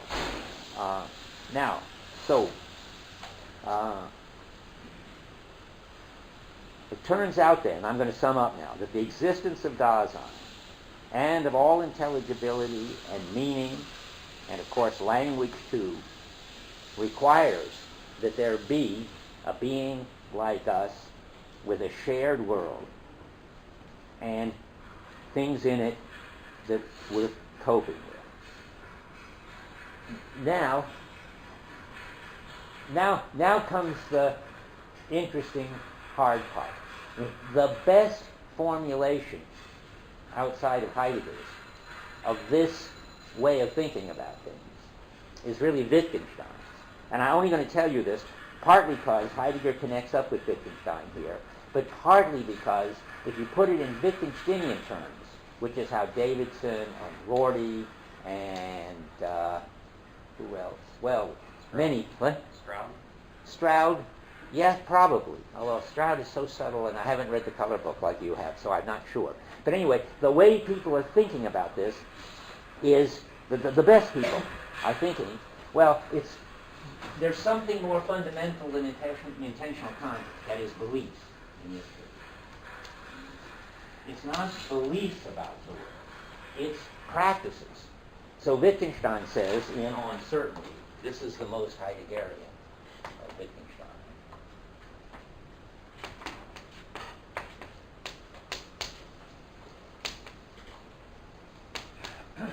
That it's not a question of whether our beliefs about the world are true or not, but that we have something more, he's getting close to Heidegger, something more fundamental that we come in too late when we talk about beliefs, that it's our coping with the world that matters, our practices which are in the world in a special way. So Wittgenstein says you can't make now let's talk Searle language too, because Searle is influenced by Wittgenstein here. You can't make the background into a belief system. And the way we take the world for granted is not by having presuppositions about it. That's why I say it's not fair to say that Searle is like the bottom of 249. Because like Wittgenstein, Searle would say it's not propositional taking for granted with presuppositions and beliefs, but that our behavior takes the world for granted. Our ways of acting. And those we can't formulate in propositions and assertions. We can't formulate our background coping with things as a bunch of beliefs we have about things and how they behave. My tendency, Wittgenstein says someplace, I don't believe there are books. I know how to take down a book and read in a book. He turns the belief that there are books into a lot of know-how for coping with books. And therefore, Wittgenstein thinks that to raise the skeptical questions doesn't make sense, because they're all raised in terms of, are our beliefs that there's a world and objects out there justified? And now, I'll just put a parenthesis here about Searle. At this point, the relation to Searle becomes very puzzling, because Searle would say, that's right, it's the background practices where the realism lies. And at that point, I think he becomes exactly like Heidegger and Wittgenstein. And then he goes on to say, but the background is in the brain, so the whole skeptical issue comes back because we might be brains in vats, and I don't know what to make of that. That's not a Wittgensteinian move or a Stroud-like move or a Heidegger-like move, and I don't know whether it works or not. If you want to deal with it in a paper from a Heideggerian point of view, you're welcome to. It's the matrix issue, you'll see, as soon as I get authorized. In fact, who's the matrix person? If you remind me, I can now put the paper, finally it's in official form, and I give you I'll give you the paper. I can't give you the website where the other papers are, but I will as soon as I can. Okay, remind me after class so I can write it down to do it. Let's see now, where are we? So now, now it looks, and this is what really interests me and fascinates me, the more you get it right about why we can't be skeptics about the everyday world, the more it looks like it's impossible to be realists about the universe. And I'll try to explain why. The very same reason that we make sense of everything in terms of practices that we can't even make explicit means that the intelligibility of everything depends on us in a way that we cannot fully understand. Meaning depends on us. Intelligibility depends on us. Being able to encounter anything depends on us. But if meaning and world and intelligibility are all a kind of co-production, it seems to follow that there couldn't be anything that was really a thing in itself, that is something that in no way depended on us and would just be whatever it was, whether there'd ever been any Dasein or not. It seems that the very thing that makes you a realist about the world and the objects in the world drives you to anti-realism about the universe and the objects in the universe. And many people think that Heidegger draws just this conclusion, and other people who are half convinced by me that Heidegger's trying to be a realist think that he should draw this conclusion. And the interesting question is, to me, and that's what I'm going to talk about for the rest of the time, why Heidegger thinks that he's not driven to the conclusion, let's put it again, that since meaning, world, intelligibility, access to everything depends, encountering, to put it better for this discussion, encountering depends on us. The clearing in which anything could show up as anything depends on us. The idea of being what I call a robust realist, what used to be called a metaphysical realist, that there is stuff out there with a structure and properties that don't in any way depend on us doesn't seem to make any sense. It's as if Heidegger, to get us out of being in our minds, has got us stuck in our world. And therefore, it cuts us off from the universe. Do you understand that? Because I think that's really fascinating. And I think you have to see that problem before you can ask yourself, well, does Heidegger manage, without repudiating, let me repeat, that intelligibility depends on us, meaning depends on us, the possibility of encountering anything depends on us, the clearing in which anything ever shows up depends on us, and can Heidegger have all that and believe that science deals with things as they are in themselves? Yeah. Okay, well, the world, good. I haven't explained it. The world is, we all going to agree about this to begin with, the world is the meaningful to whole, very close to the notion of significance. That's part of the meaning. That's one meaning of world. Another meaning of world, that's the whole. The world is this holistic organization of practices, equipment,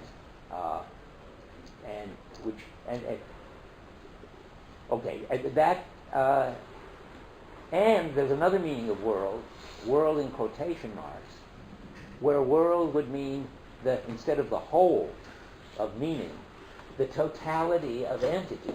But that would still be world. Yeah, that's a good idea. We're going to have to close that? Is that, no? Okay, so, yeah, that's what I thought was that. Good idea. So we're now going to suffocate in the interest of hearing each other. So now, but I take it everybody's wrapped up as if it's cold. So I see people, so maybe it doesn't matter. We can close the doors. Up there it seems quiet. Is there a noise? Okay, anyway. So, and sometimes Heidegger uses this world in quotes to mean the totality of entities of the sort that we come across.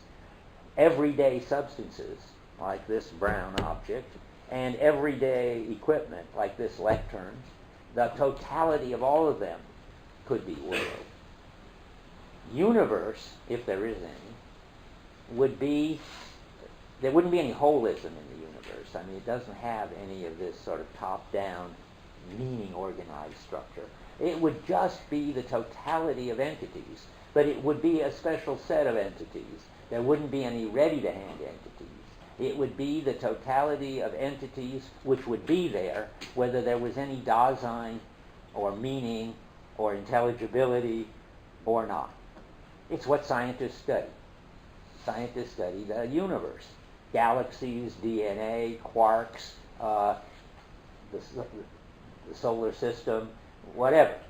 It's a very clear distinction. I don't think there's anything confusing about it, except Heidegger's sort of confusing about it because he uses world in quotes sometimes to mean all the stuff around here, including equipment, and sometimes world in quotes seems to mean the universe, namely that special subset of entities that would be there whether we were around or not.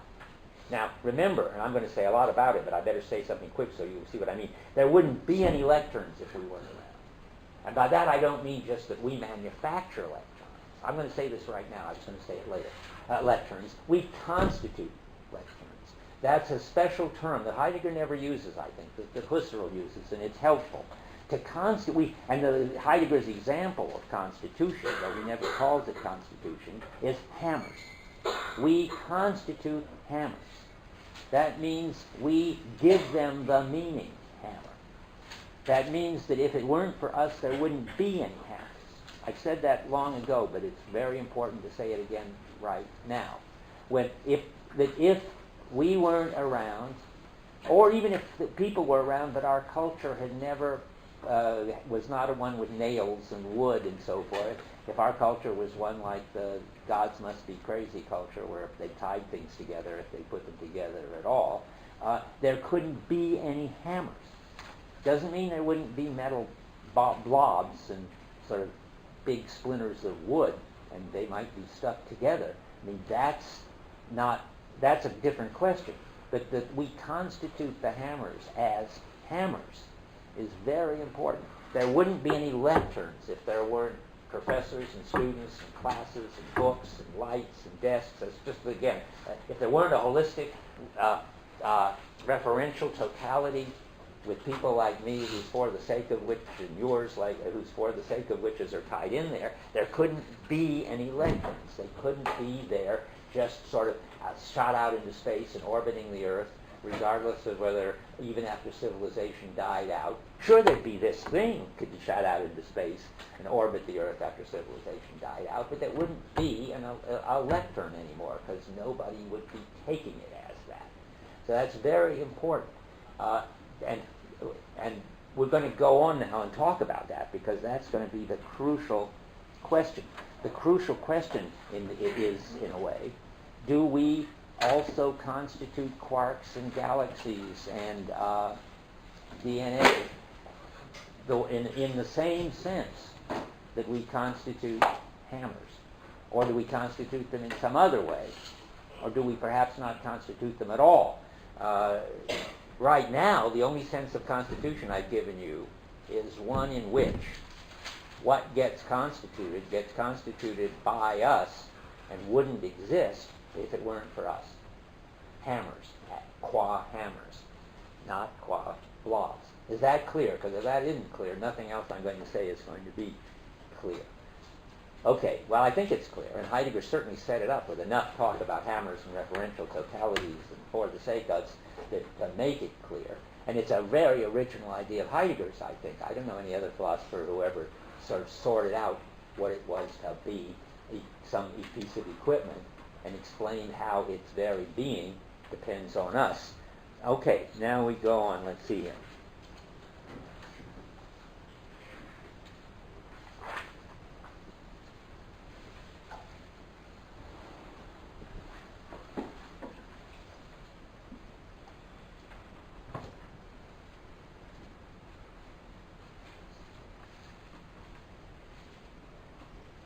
But now I took this, I got sort of out of the order of what I was going to say.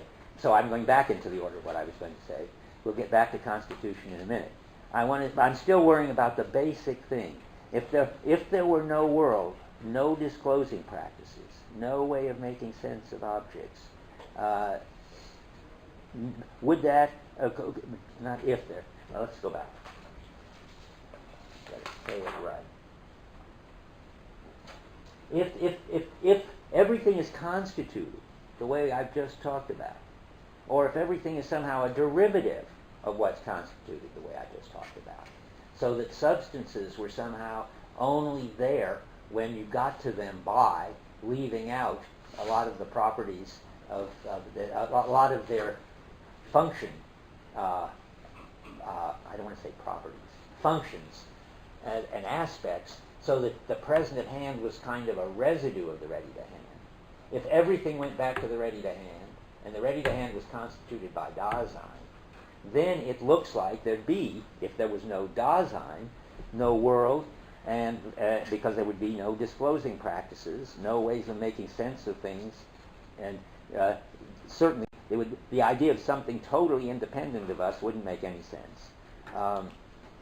And now further, I'm just trying to give you the intuitions that lead people to think that Heidegger couldn't be a realist. Remember that if the background is not a belief system, and we could never know it explicitly, any more than you can know explicitly all the practices that go into what it is to be feminine, what it is to be masculine in our culture. You can get some of them. We have some beliefs, like men shouldn't cry in situations where it's okay for women to cry and so forth. We could turn some of these practices into beliefs, but we sense that there's a whole lot more that's going on that makes it possible for some of us to show up as masculine and some to show up as feminine that we could ever state as a belief system.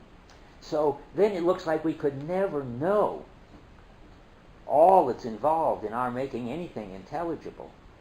We could never get the background explicit so that we could bracket it or put it aside as Taylor says prescind from it. I don't know where he gets this word, but I mean, leave it out. The way it looks like, say, Galileo thought you could leave it out.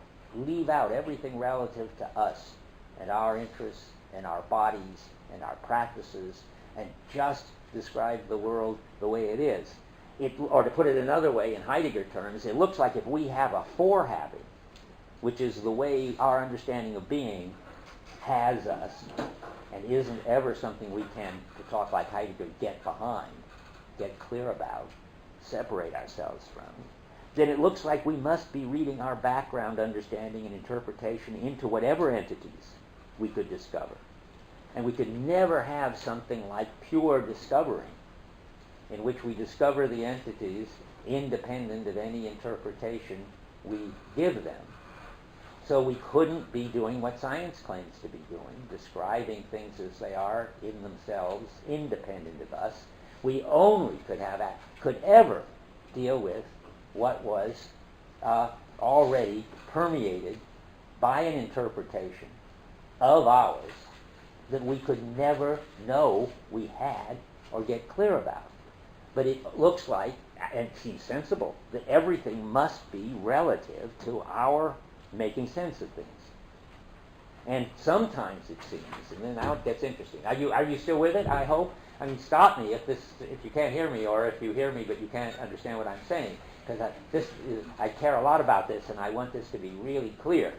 Okay, so it looks like Heidegger might well hold this view. On 251, I give you the most sort of anti-realist view, where he says, in the second paragraph, I take out just a little sentence. He says, and I'm just halfway down in that big paragraph toward the right, reality is possible only in the understanding of being. Well, that sounds like that doesn't sound very much like a realist. A realist meaning that there's reality independent of us. Or to take another one on the end of that same paragraph, only because, about 8 lines from the end of that paragraph, only because being is in the consciousness. That is to say, only because, and of course that's in quotes, because that's the wrong way to put it. That is to say, only because it is understandable in Dasein, can Dasein also understand and conceptualize such characteristics of being as independence, the quotes in itself, and reality in general. Only because of this are quote-independent entities, as encountered within the world, accessible to circumspection. Well, it looks like he's saying we never really have independent entities. So we're going to put it in quotes the way we put consciousness in quotes. That we're going to be very suspicious of independence, because reality is possible only in the understanding of being. So how could there be any independent, really independent entities? You've got to picture these independent entities, remember, as would be out there, totally whether we exist or ever existed. Is there anything that could have that status, according to Heidegger? Now, whether this is something that looks like a problem for Heidegger or a wonderful insight for Heidegger depends on your intuitions. I mean, my intuitions are that would be a disaster if that followed from his view. We better just close the book and turn to somebody else. When Merleau-Ponty says at the end of the Phenomenology of Perception that galaxies are cultural constructions, one wonders whether anything in all that Merleau-Ponty has said, it seems to me, makes any sense at all. Now, however, being a constructivist about science, as some of you must know from other courses in, I suspect, whatever cultural studies and rhetoric and English departments, and maybe even by now history departments seem to believe, it seems that being a constructivist about science shows that Heidegger was really on the forefront. He really saw something that we're all now beginning to see, that he'd been conned by these scientists into thinking that there was some independent reality and that they had a special access to it, whereas their reality is just as much constituted as anything. How many have had this kind of constituted view of science in some course? Which course? Lakoff, of course. He's one of the worst. Oh, yes, of course. Yes, the Lakoff linguistic approach about how all of this is constituted by the metaphors we use. But you're the only one? You people have been sort of protected from constitutive views, that's really unfortunate because you won't be able to see how wonderful Heidegger manages to squirm out of this position that he's in. So you haven't read Rorty? Anybody read Rorty in any course? Not very many. In what course? No, I didn't read it in the course. That was my own. Oh, see. What about pure mathematics? What about mathematics? Mathematics. Well, Lakoff just showed that mathematics was totally dependent on Lakoff. But that's how he goes about doing things. But I don't believe it for a minute. But mathematics is too hard. Always take the simplest thing. Take some big chunk like a galaxy. Don't worry about these very complicated entities that nobody for 2,000 years has really figured out their ontological status, and neither is Heidegger. He hasn't. They're not present at hand. What triangles? They're not ready to hand. They're not Dasein. Heidegger occasionally mentions them, doesn't he, Rick? And he says they subsist or something like that. You know, you look like you know. He says different things in different contexts. And he has no coherent view of mathematical entities, I think, but it's a kind of methodological principle I think you should all follow, and I think Heidegger does, and I certainly will. Take the simplest cases first. If you can't understand what the status of DNA and galaxies, you're never going to get it right about triangles. So here we go. So the typical constructivist is Richard Rorty, another one is Ian Hacking, another one is Arthur Fine. These are all important people in the philosophy of science business. And what Rorty and Fine say, and I think it's important to keep it in mind, is of course quarks are real. They're just as real as baseballs. That's I think Rorty says that. Fine says something very similar to that. Yeah. Sorry, what do you mean by constructivist?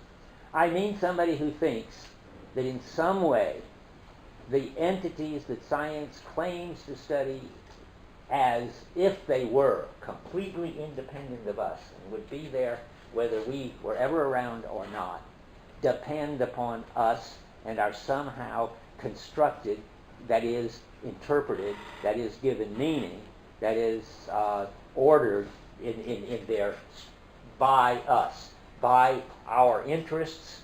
That's Hacking. They are functionally relative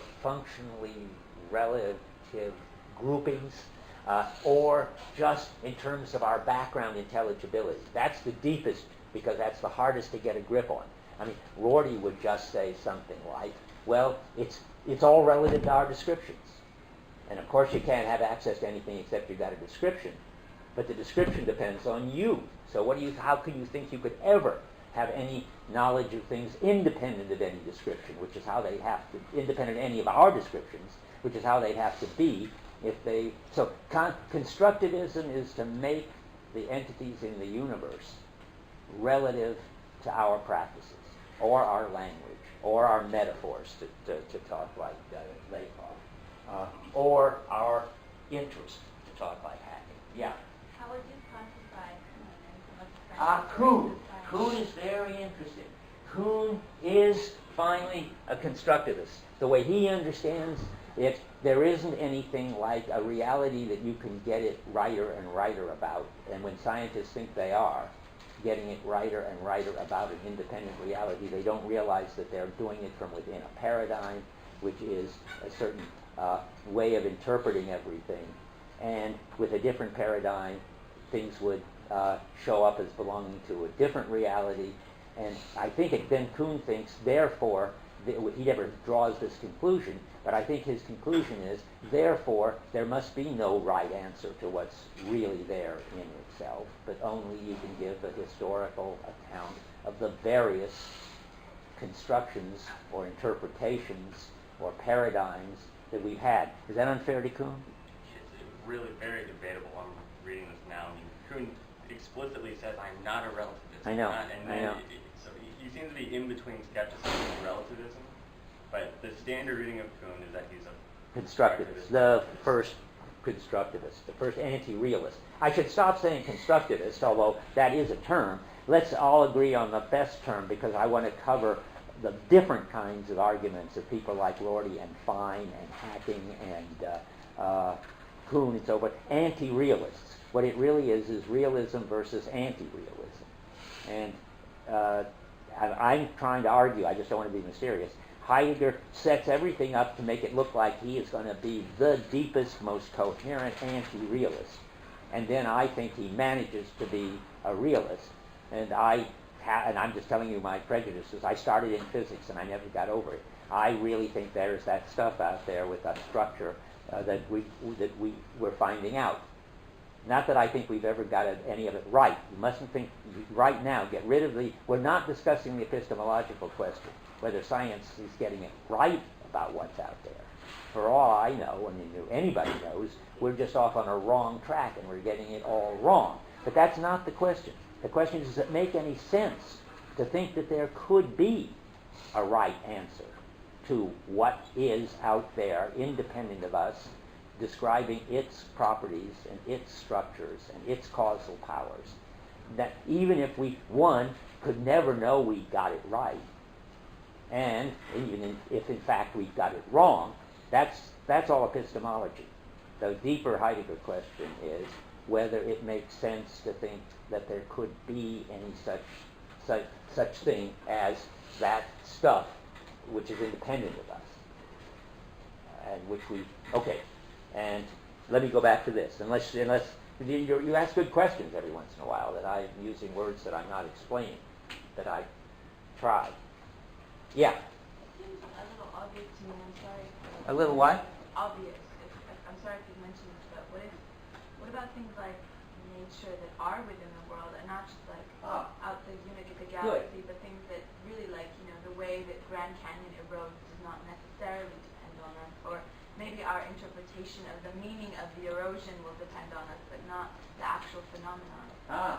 Okay, good. I thought you were going to say something utterly different, but that's fine too. But let me say what I thought you'd say. In a way, nature shows up in the world in various ways, Heidegger says, as the stuff out of which we make hammers and so forth, and this is getting already close to what you think, or what you're asking. And we certainly do have some various understandings of nature, he says. There's the romantic one. He mentions once, I think it's on page 100, this stuff that stirs and strives.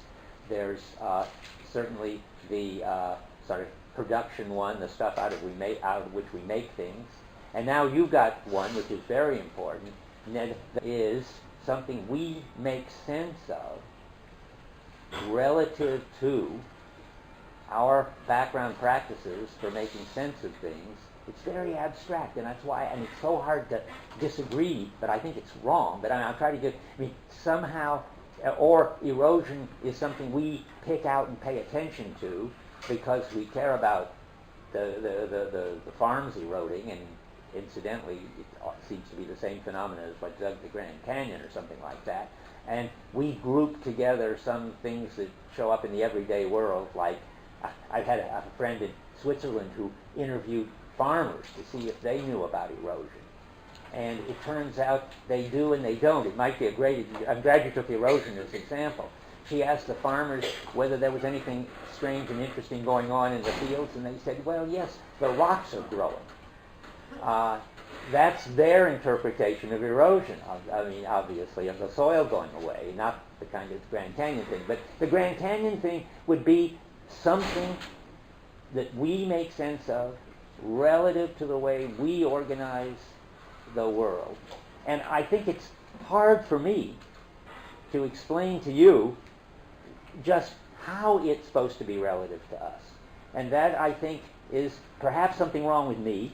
Perhaps it's a weakness of this view that we're supposed to think that, of course, whatever erosion is, it's something that whose intelligibility, understanding, description and stuff must be relative to us. And whatever is really going on there, if that even makes any sense, is something we have no access to because it's all colored by our way of making sense of things.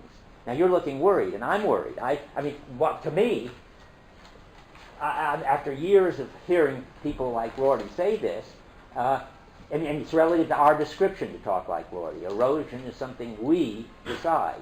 Or as I say, like hacking, it's out of all the sort of chaos of stuff going on, we pick this out because we care about it. All of that seems so hard for me to get. But I think it's partly just because it seems so inevitably to follow from Heidegger's position that you don't need to give, if you're one of the anti-realists, an exact account of how it happens. I mean, you could, by the way, I guess, let me try to be fair to them, you could give a whole historical story of the various things that people have thought about what we now call erosion, that the rocks were growing, that the canyon was, I don't know, being made by canyon gods and something like that. And then you could say, and our latest story is erosion, but that's just one more story in this history. And you could try to turn it into a history of interpretations, and ours is just one of them. That would be the anti-realist move, I think. He would not say that the Grand Canyon's existence depends on us, but that it shows up for us because we're gods on it. It shows up for us as the Grand Canyon, or a canyon, or like that. That's right. We carve, but then to say, well, what exists then? Well, maybe, well, now we'd be careful. I don't know, not a Heidegger, but an anti-realist would say that there is something in itself. Let's try to be a Kantian anti-realist. It's the only, I mean, if it gets any more anti-realist than that, I can't even understand it. But Kant would say there is some kind of causal basis. Even cause isn't the right word there, because cause is already something we bring in. Kant is a perfectly, brilliantly wonderful anti-realist, because he says that cause is something we bring in, time is something we bring in, space is something we bring in. There is something there that's the ground of the phenomena that we organize spatially, temporally, causally, and so forth. Now Kant says that's empirical realism and transcendental idealism. That means the canyon is certainly not something that depends on you or me, or that even is a kind of cultural hallucination. The canyon is objectively there because any human being will see it and knows it. But all of it is still relative to our capacities. And that's why it's called transcendental idealism. Finally, when you get down to what is metaphysically really there, then you get something which we know nothing about and can never know anything about. Namely, Kant calls it the thing in itself. Okay, that helps. And your questions are right. Anybody else? Okay, let's go on. I mean, I do my best. I'm trying so hard to get inside the other guy's positions, which I have a lot of trouble doing. But I hope I'm convincing you that at least it makes some sense. And by the way, you can say, and Kant's a good example, that look, Kant can say, I'm a realist, and like an empirical realist. I mean, what more do you want? I say that the canyon is really there, and it's there, and anybody could see it, and it was there before human beings were ever on Earth, and it'll still be there when there are no more human beings on Earth. Of course, Kant would say that's just our way of thinking about it, finally. But we think about it as real and independent of us. We couldn't think of it any other way, and that's not exactly wrong. Empirically, that's right in Kant's argument. But ultimately, metaphysically, that's wrong, because transcendental idealism says that finally, that's all relative to human beings. Now, why am I saying this? Maybe if I look back here. Oh, I'm saying it because I have a name for these people. I want to call them deflationary realists. That is, they say, of course we're realists about baseballs and quarks. Who could doubt that there are baseballs, and who could doubt that there are quarks? I mean, maybe we're wrong. You could doubt it, but I mean, there's nothing in principle wrong about thinking there are baseballs and quarks. And so we're all realists. Rorty's a realist, Fine is a realist, Hacking is a realist. But those are anti-realist realists. That is, they're deflationary realists. They want to say, but metaphysical realism, that there is some way that things are in themselves utterly independent of us.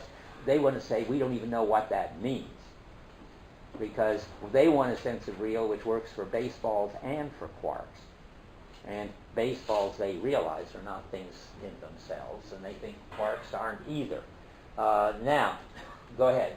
You said that things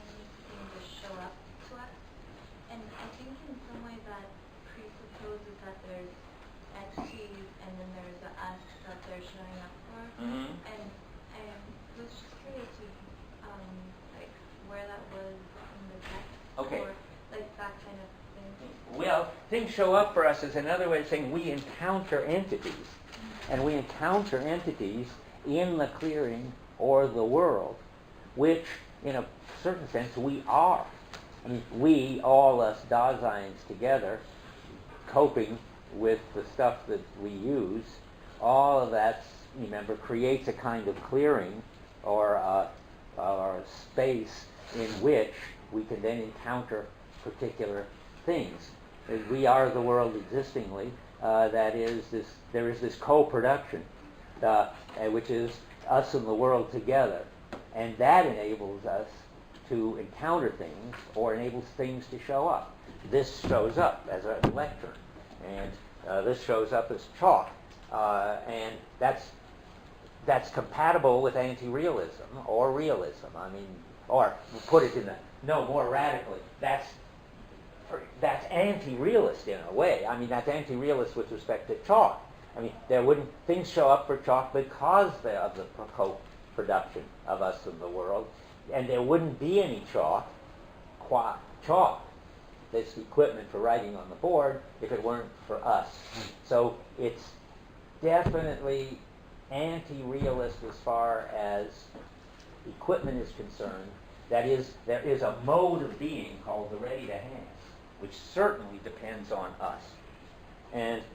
But that wouldn't make you an anti-realist, really, because there may be another mode of being in which it doesn't depend on us. But insofar as we're talking about baseballs and chalk and hammers and so forth, we're talking about a mode of being such that anything that has that mode of being wouldn't exist if we weren't around, and therefore depends on us. And about them, we're anti-realists. I mean, we have to be. I mean, it's very hard to think of how you could possibly be a realist about chalk and hammers. Yeah?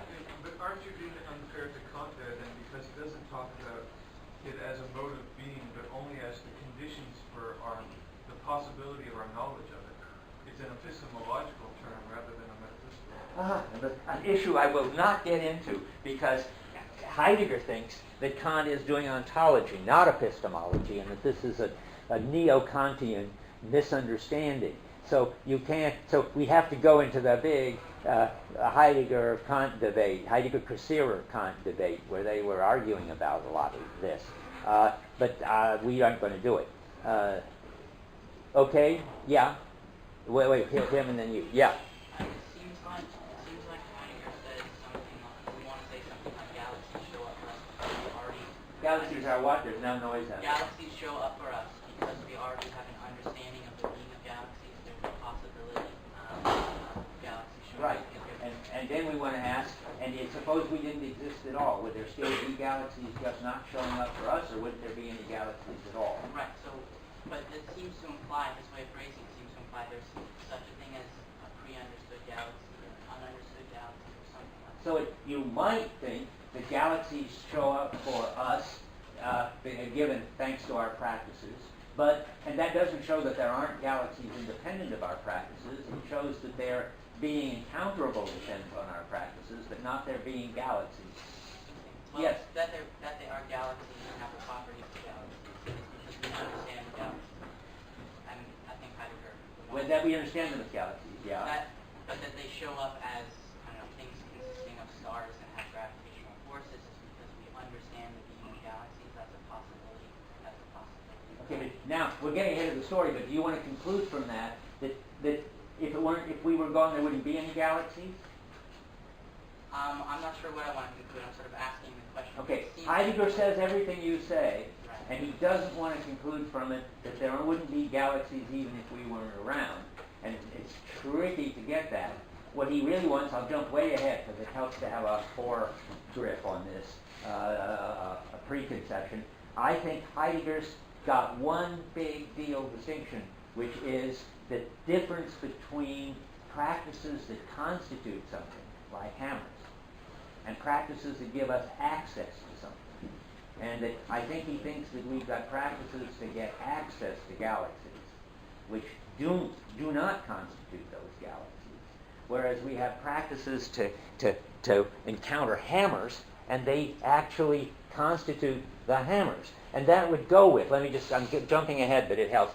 So he wants to say, if you can distinguish ready-to-hand being, motive, being ready-to-hand from being present at hand, you've got a possibility of distinguishing you could be an anti-realist with the ready-to-hand, and at least you've got the possibility of being a realist with respect to the present at hand.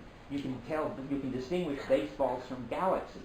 The trouble with these people who are all anti-realists is they've only got one understanding of being, and if they start thinking of it all in this ready-to-hand baseball way, they're going to end up thinking that it all somehow depends on us. So Heidegger's going to, thanks to his two kinds of being, he's got a chance to be a realist. Yeah? Well, I think there's a certainly present-at-hand way to conceive of baseballs, right? There's the non. That's right. Then there's a round sphere. Right. A round thing. But there are two quotes that I'd like to read on page 177. Heidegger says something near the bottom, 5 lines from the bottom. 177. Wait, let's all get there. I'm excited that you found something way back there that's relevant to this. Go ahead. Yeah? The quote is, yet even the purest theory has not left all moves behind it. And then there's another Wait. Where are you? Yet even the purest theory has not left all moods behind. And even when we look theoretically at just the present at hand, it does not show itself purely as it looks unless this theory lets it come towards us in a tranquil tarrying alongside. Terrific. Go ahead. Again, there's another quote on page 84, the 4 lines on the bottom. Yet even as an a priori condition for the objects which biology takes for its theme, this structure itself can be explained philosophically only if it has been conceived beforehand as the structure of Dasein. And the way I want to interpret that is... This structure itself can be explained only what's by life, only in terms of, so the violence is thus conceived as a state of being. That's wonderful. I was going to use that quote at one point. Why was I going to use that quote? That's a very interesting quote. That says that, let me think a minute. Where does that fit in? He's saying a very interesting thing there, that it's just as you can't understand the present at hand, except as what you get when you leave out a lot of what's about the ready-to-hand. Remember space. You leave out nearness, you leave out centeredness, you leave out places, you leave out right and left and up and down, and if you leave all that out, you get Cartesian space. And he thinks it's interesting about life. This may turn out to be wrong, that the only way to understand life is to think of it first in this vitalist special way, and then leave out everything that's got only that is, think of it in terms of us, and then leave out a whole lot, and then you'll get to life. But you've got to do it. We got to understand life as privative Dasein. I don't think he says it here, but I think he says it someplace else. But it's certainly true about animals. I don't think he probably thinks it. I don't know about trees or privative Dasein. It seems to be very unlikely. But he thinks the way to understand animals is to understand them as sort of like us with a lot left out. Now that could be wrong, and if you get a completely mechanistic view of life, which people are certainly trying, and Heidegger certainly can't prove that they can't do it, then that'll turn out to be wrong.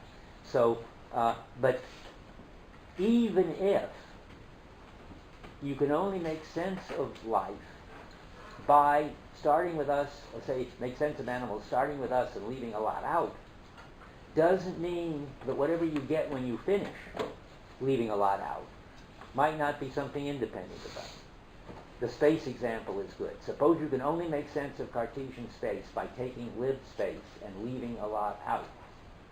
Does that mean that Cartesian space depends on us?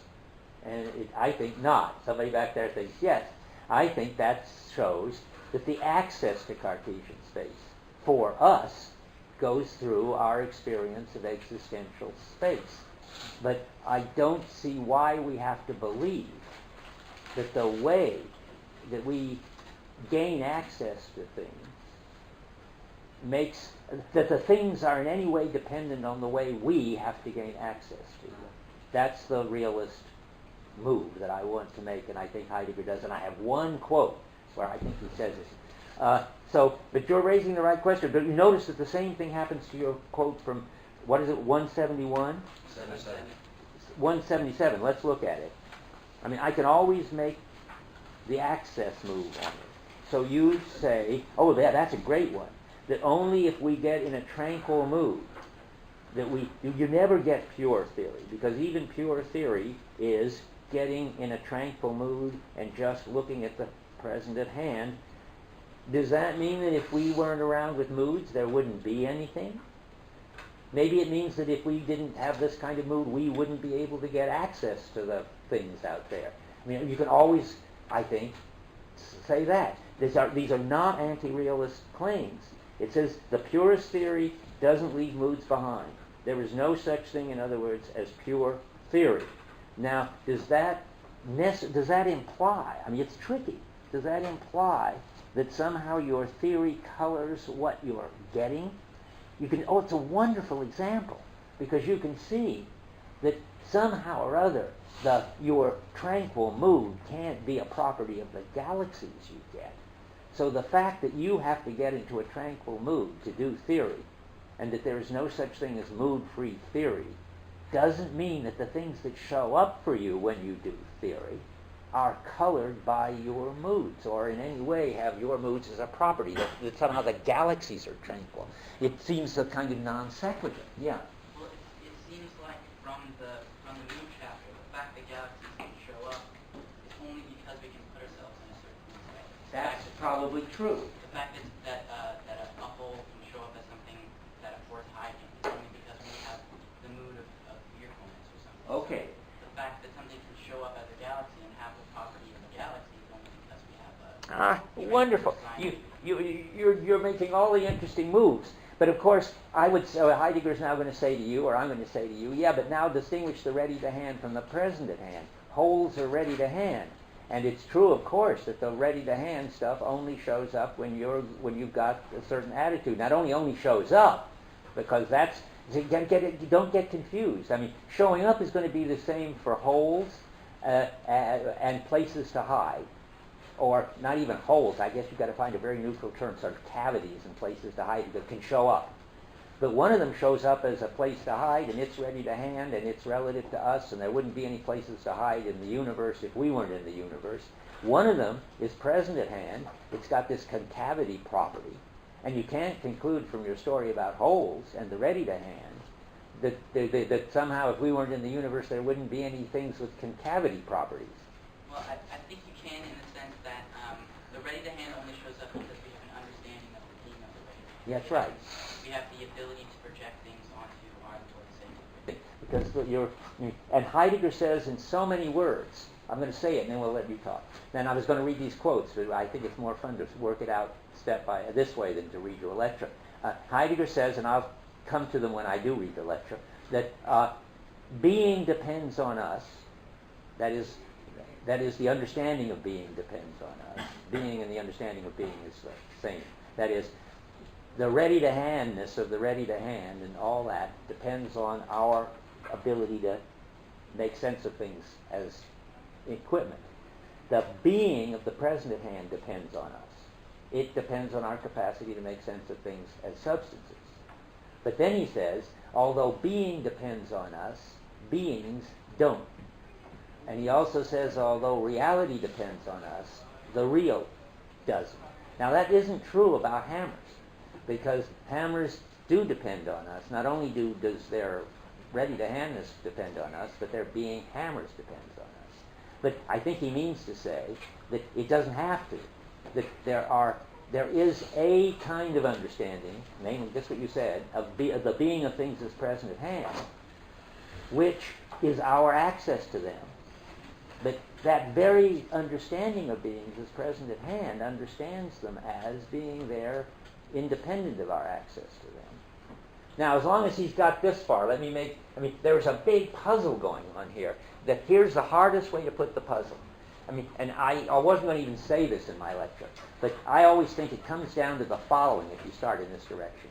We have practices for making sense of things as independent of our practices.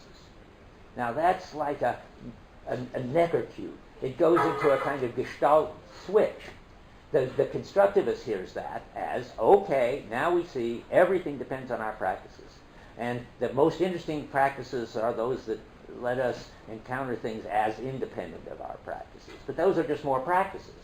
And the realist hears that as, isn't it amazing? We've got practices that give us access to things which are just the way they are, independent of those very access practices. And then it turns into realism. And you have to make up your mind which way you're going to hear this flip. Yes? I don't mean to nitpick, but it's interesting that you brought up the idea of a whole, because a whole is not present, it's absent. That's how you notice a whole. No, that's you're hiding in a hole, you're hiding actually in the ground. The whole Not is important. there. Not important. As a place to hide, it's a positive thing. And as a concavity, it may not be, it's empty, all right. Don't worry about it. It's not going to make any difference to the ontology. Yeah? All right, I just want to clarify. Are you saying when scientists engage in these access practices that they're transparent, presuppositionless, and useless?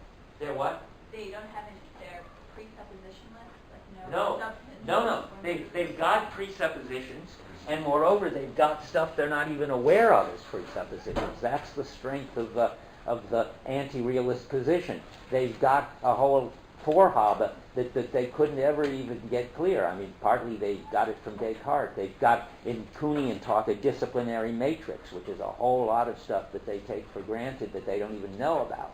And the question is, does that mean that they could never get to a description of things as they are, independent of them, in such a way that the things would be that way whether they were getting at them or not? And when you put it that way, you get tempted to be an anti-realist. All right. And then it may be that that's what you should be, but I don't think so. Yeah. Excuse me. Time is up. I mean, perhaps I'm going too much ahead, but I've been wondering the difference between Andre Barison's duration. I don't know if it's right in English. Duration. Yeah, Bergson. And the Heidegger's time. Okay, stop there. I'll just say one quick thing. I mean, all of this gets even much messier when you get to temporality. And that's why you get a book by Bill Blattner called Heidegger's Temporal Idealism. Because the hardest thing will be to understand whether time could be there in the universe independent of us. But don't take the hardest thing first. Take this is hard enough. Okay.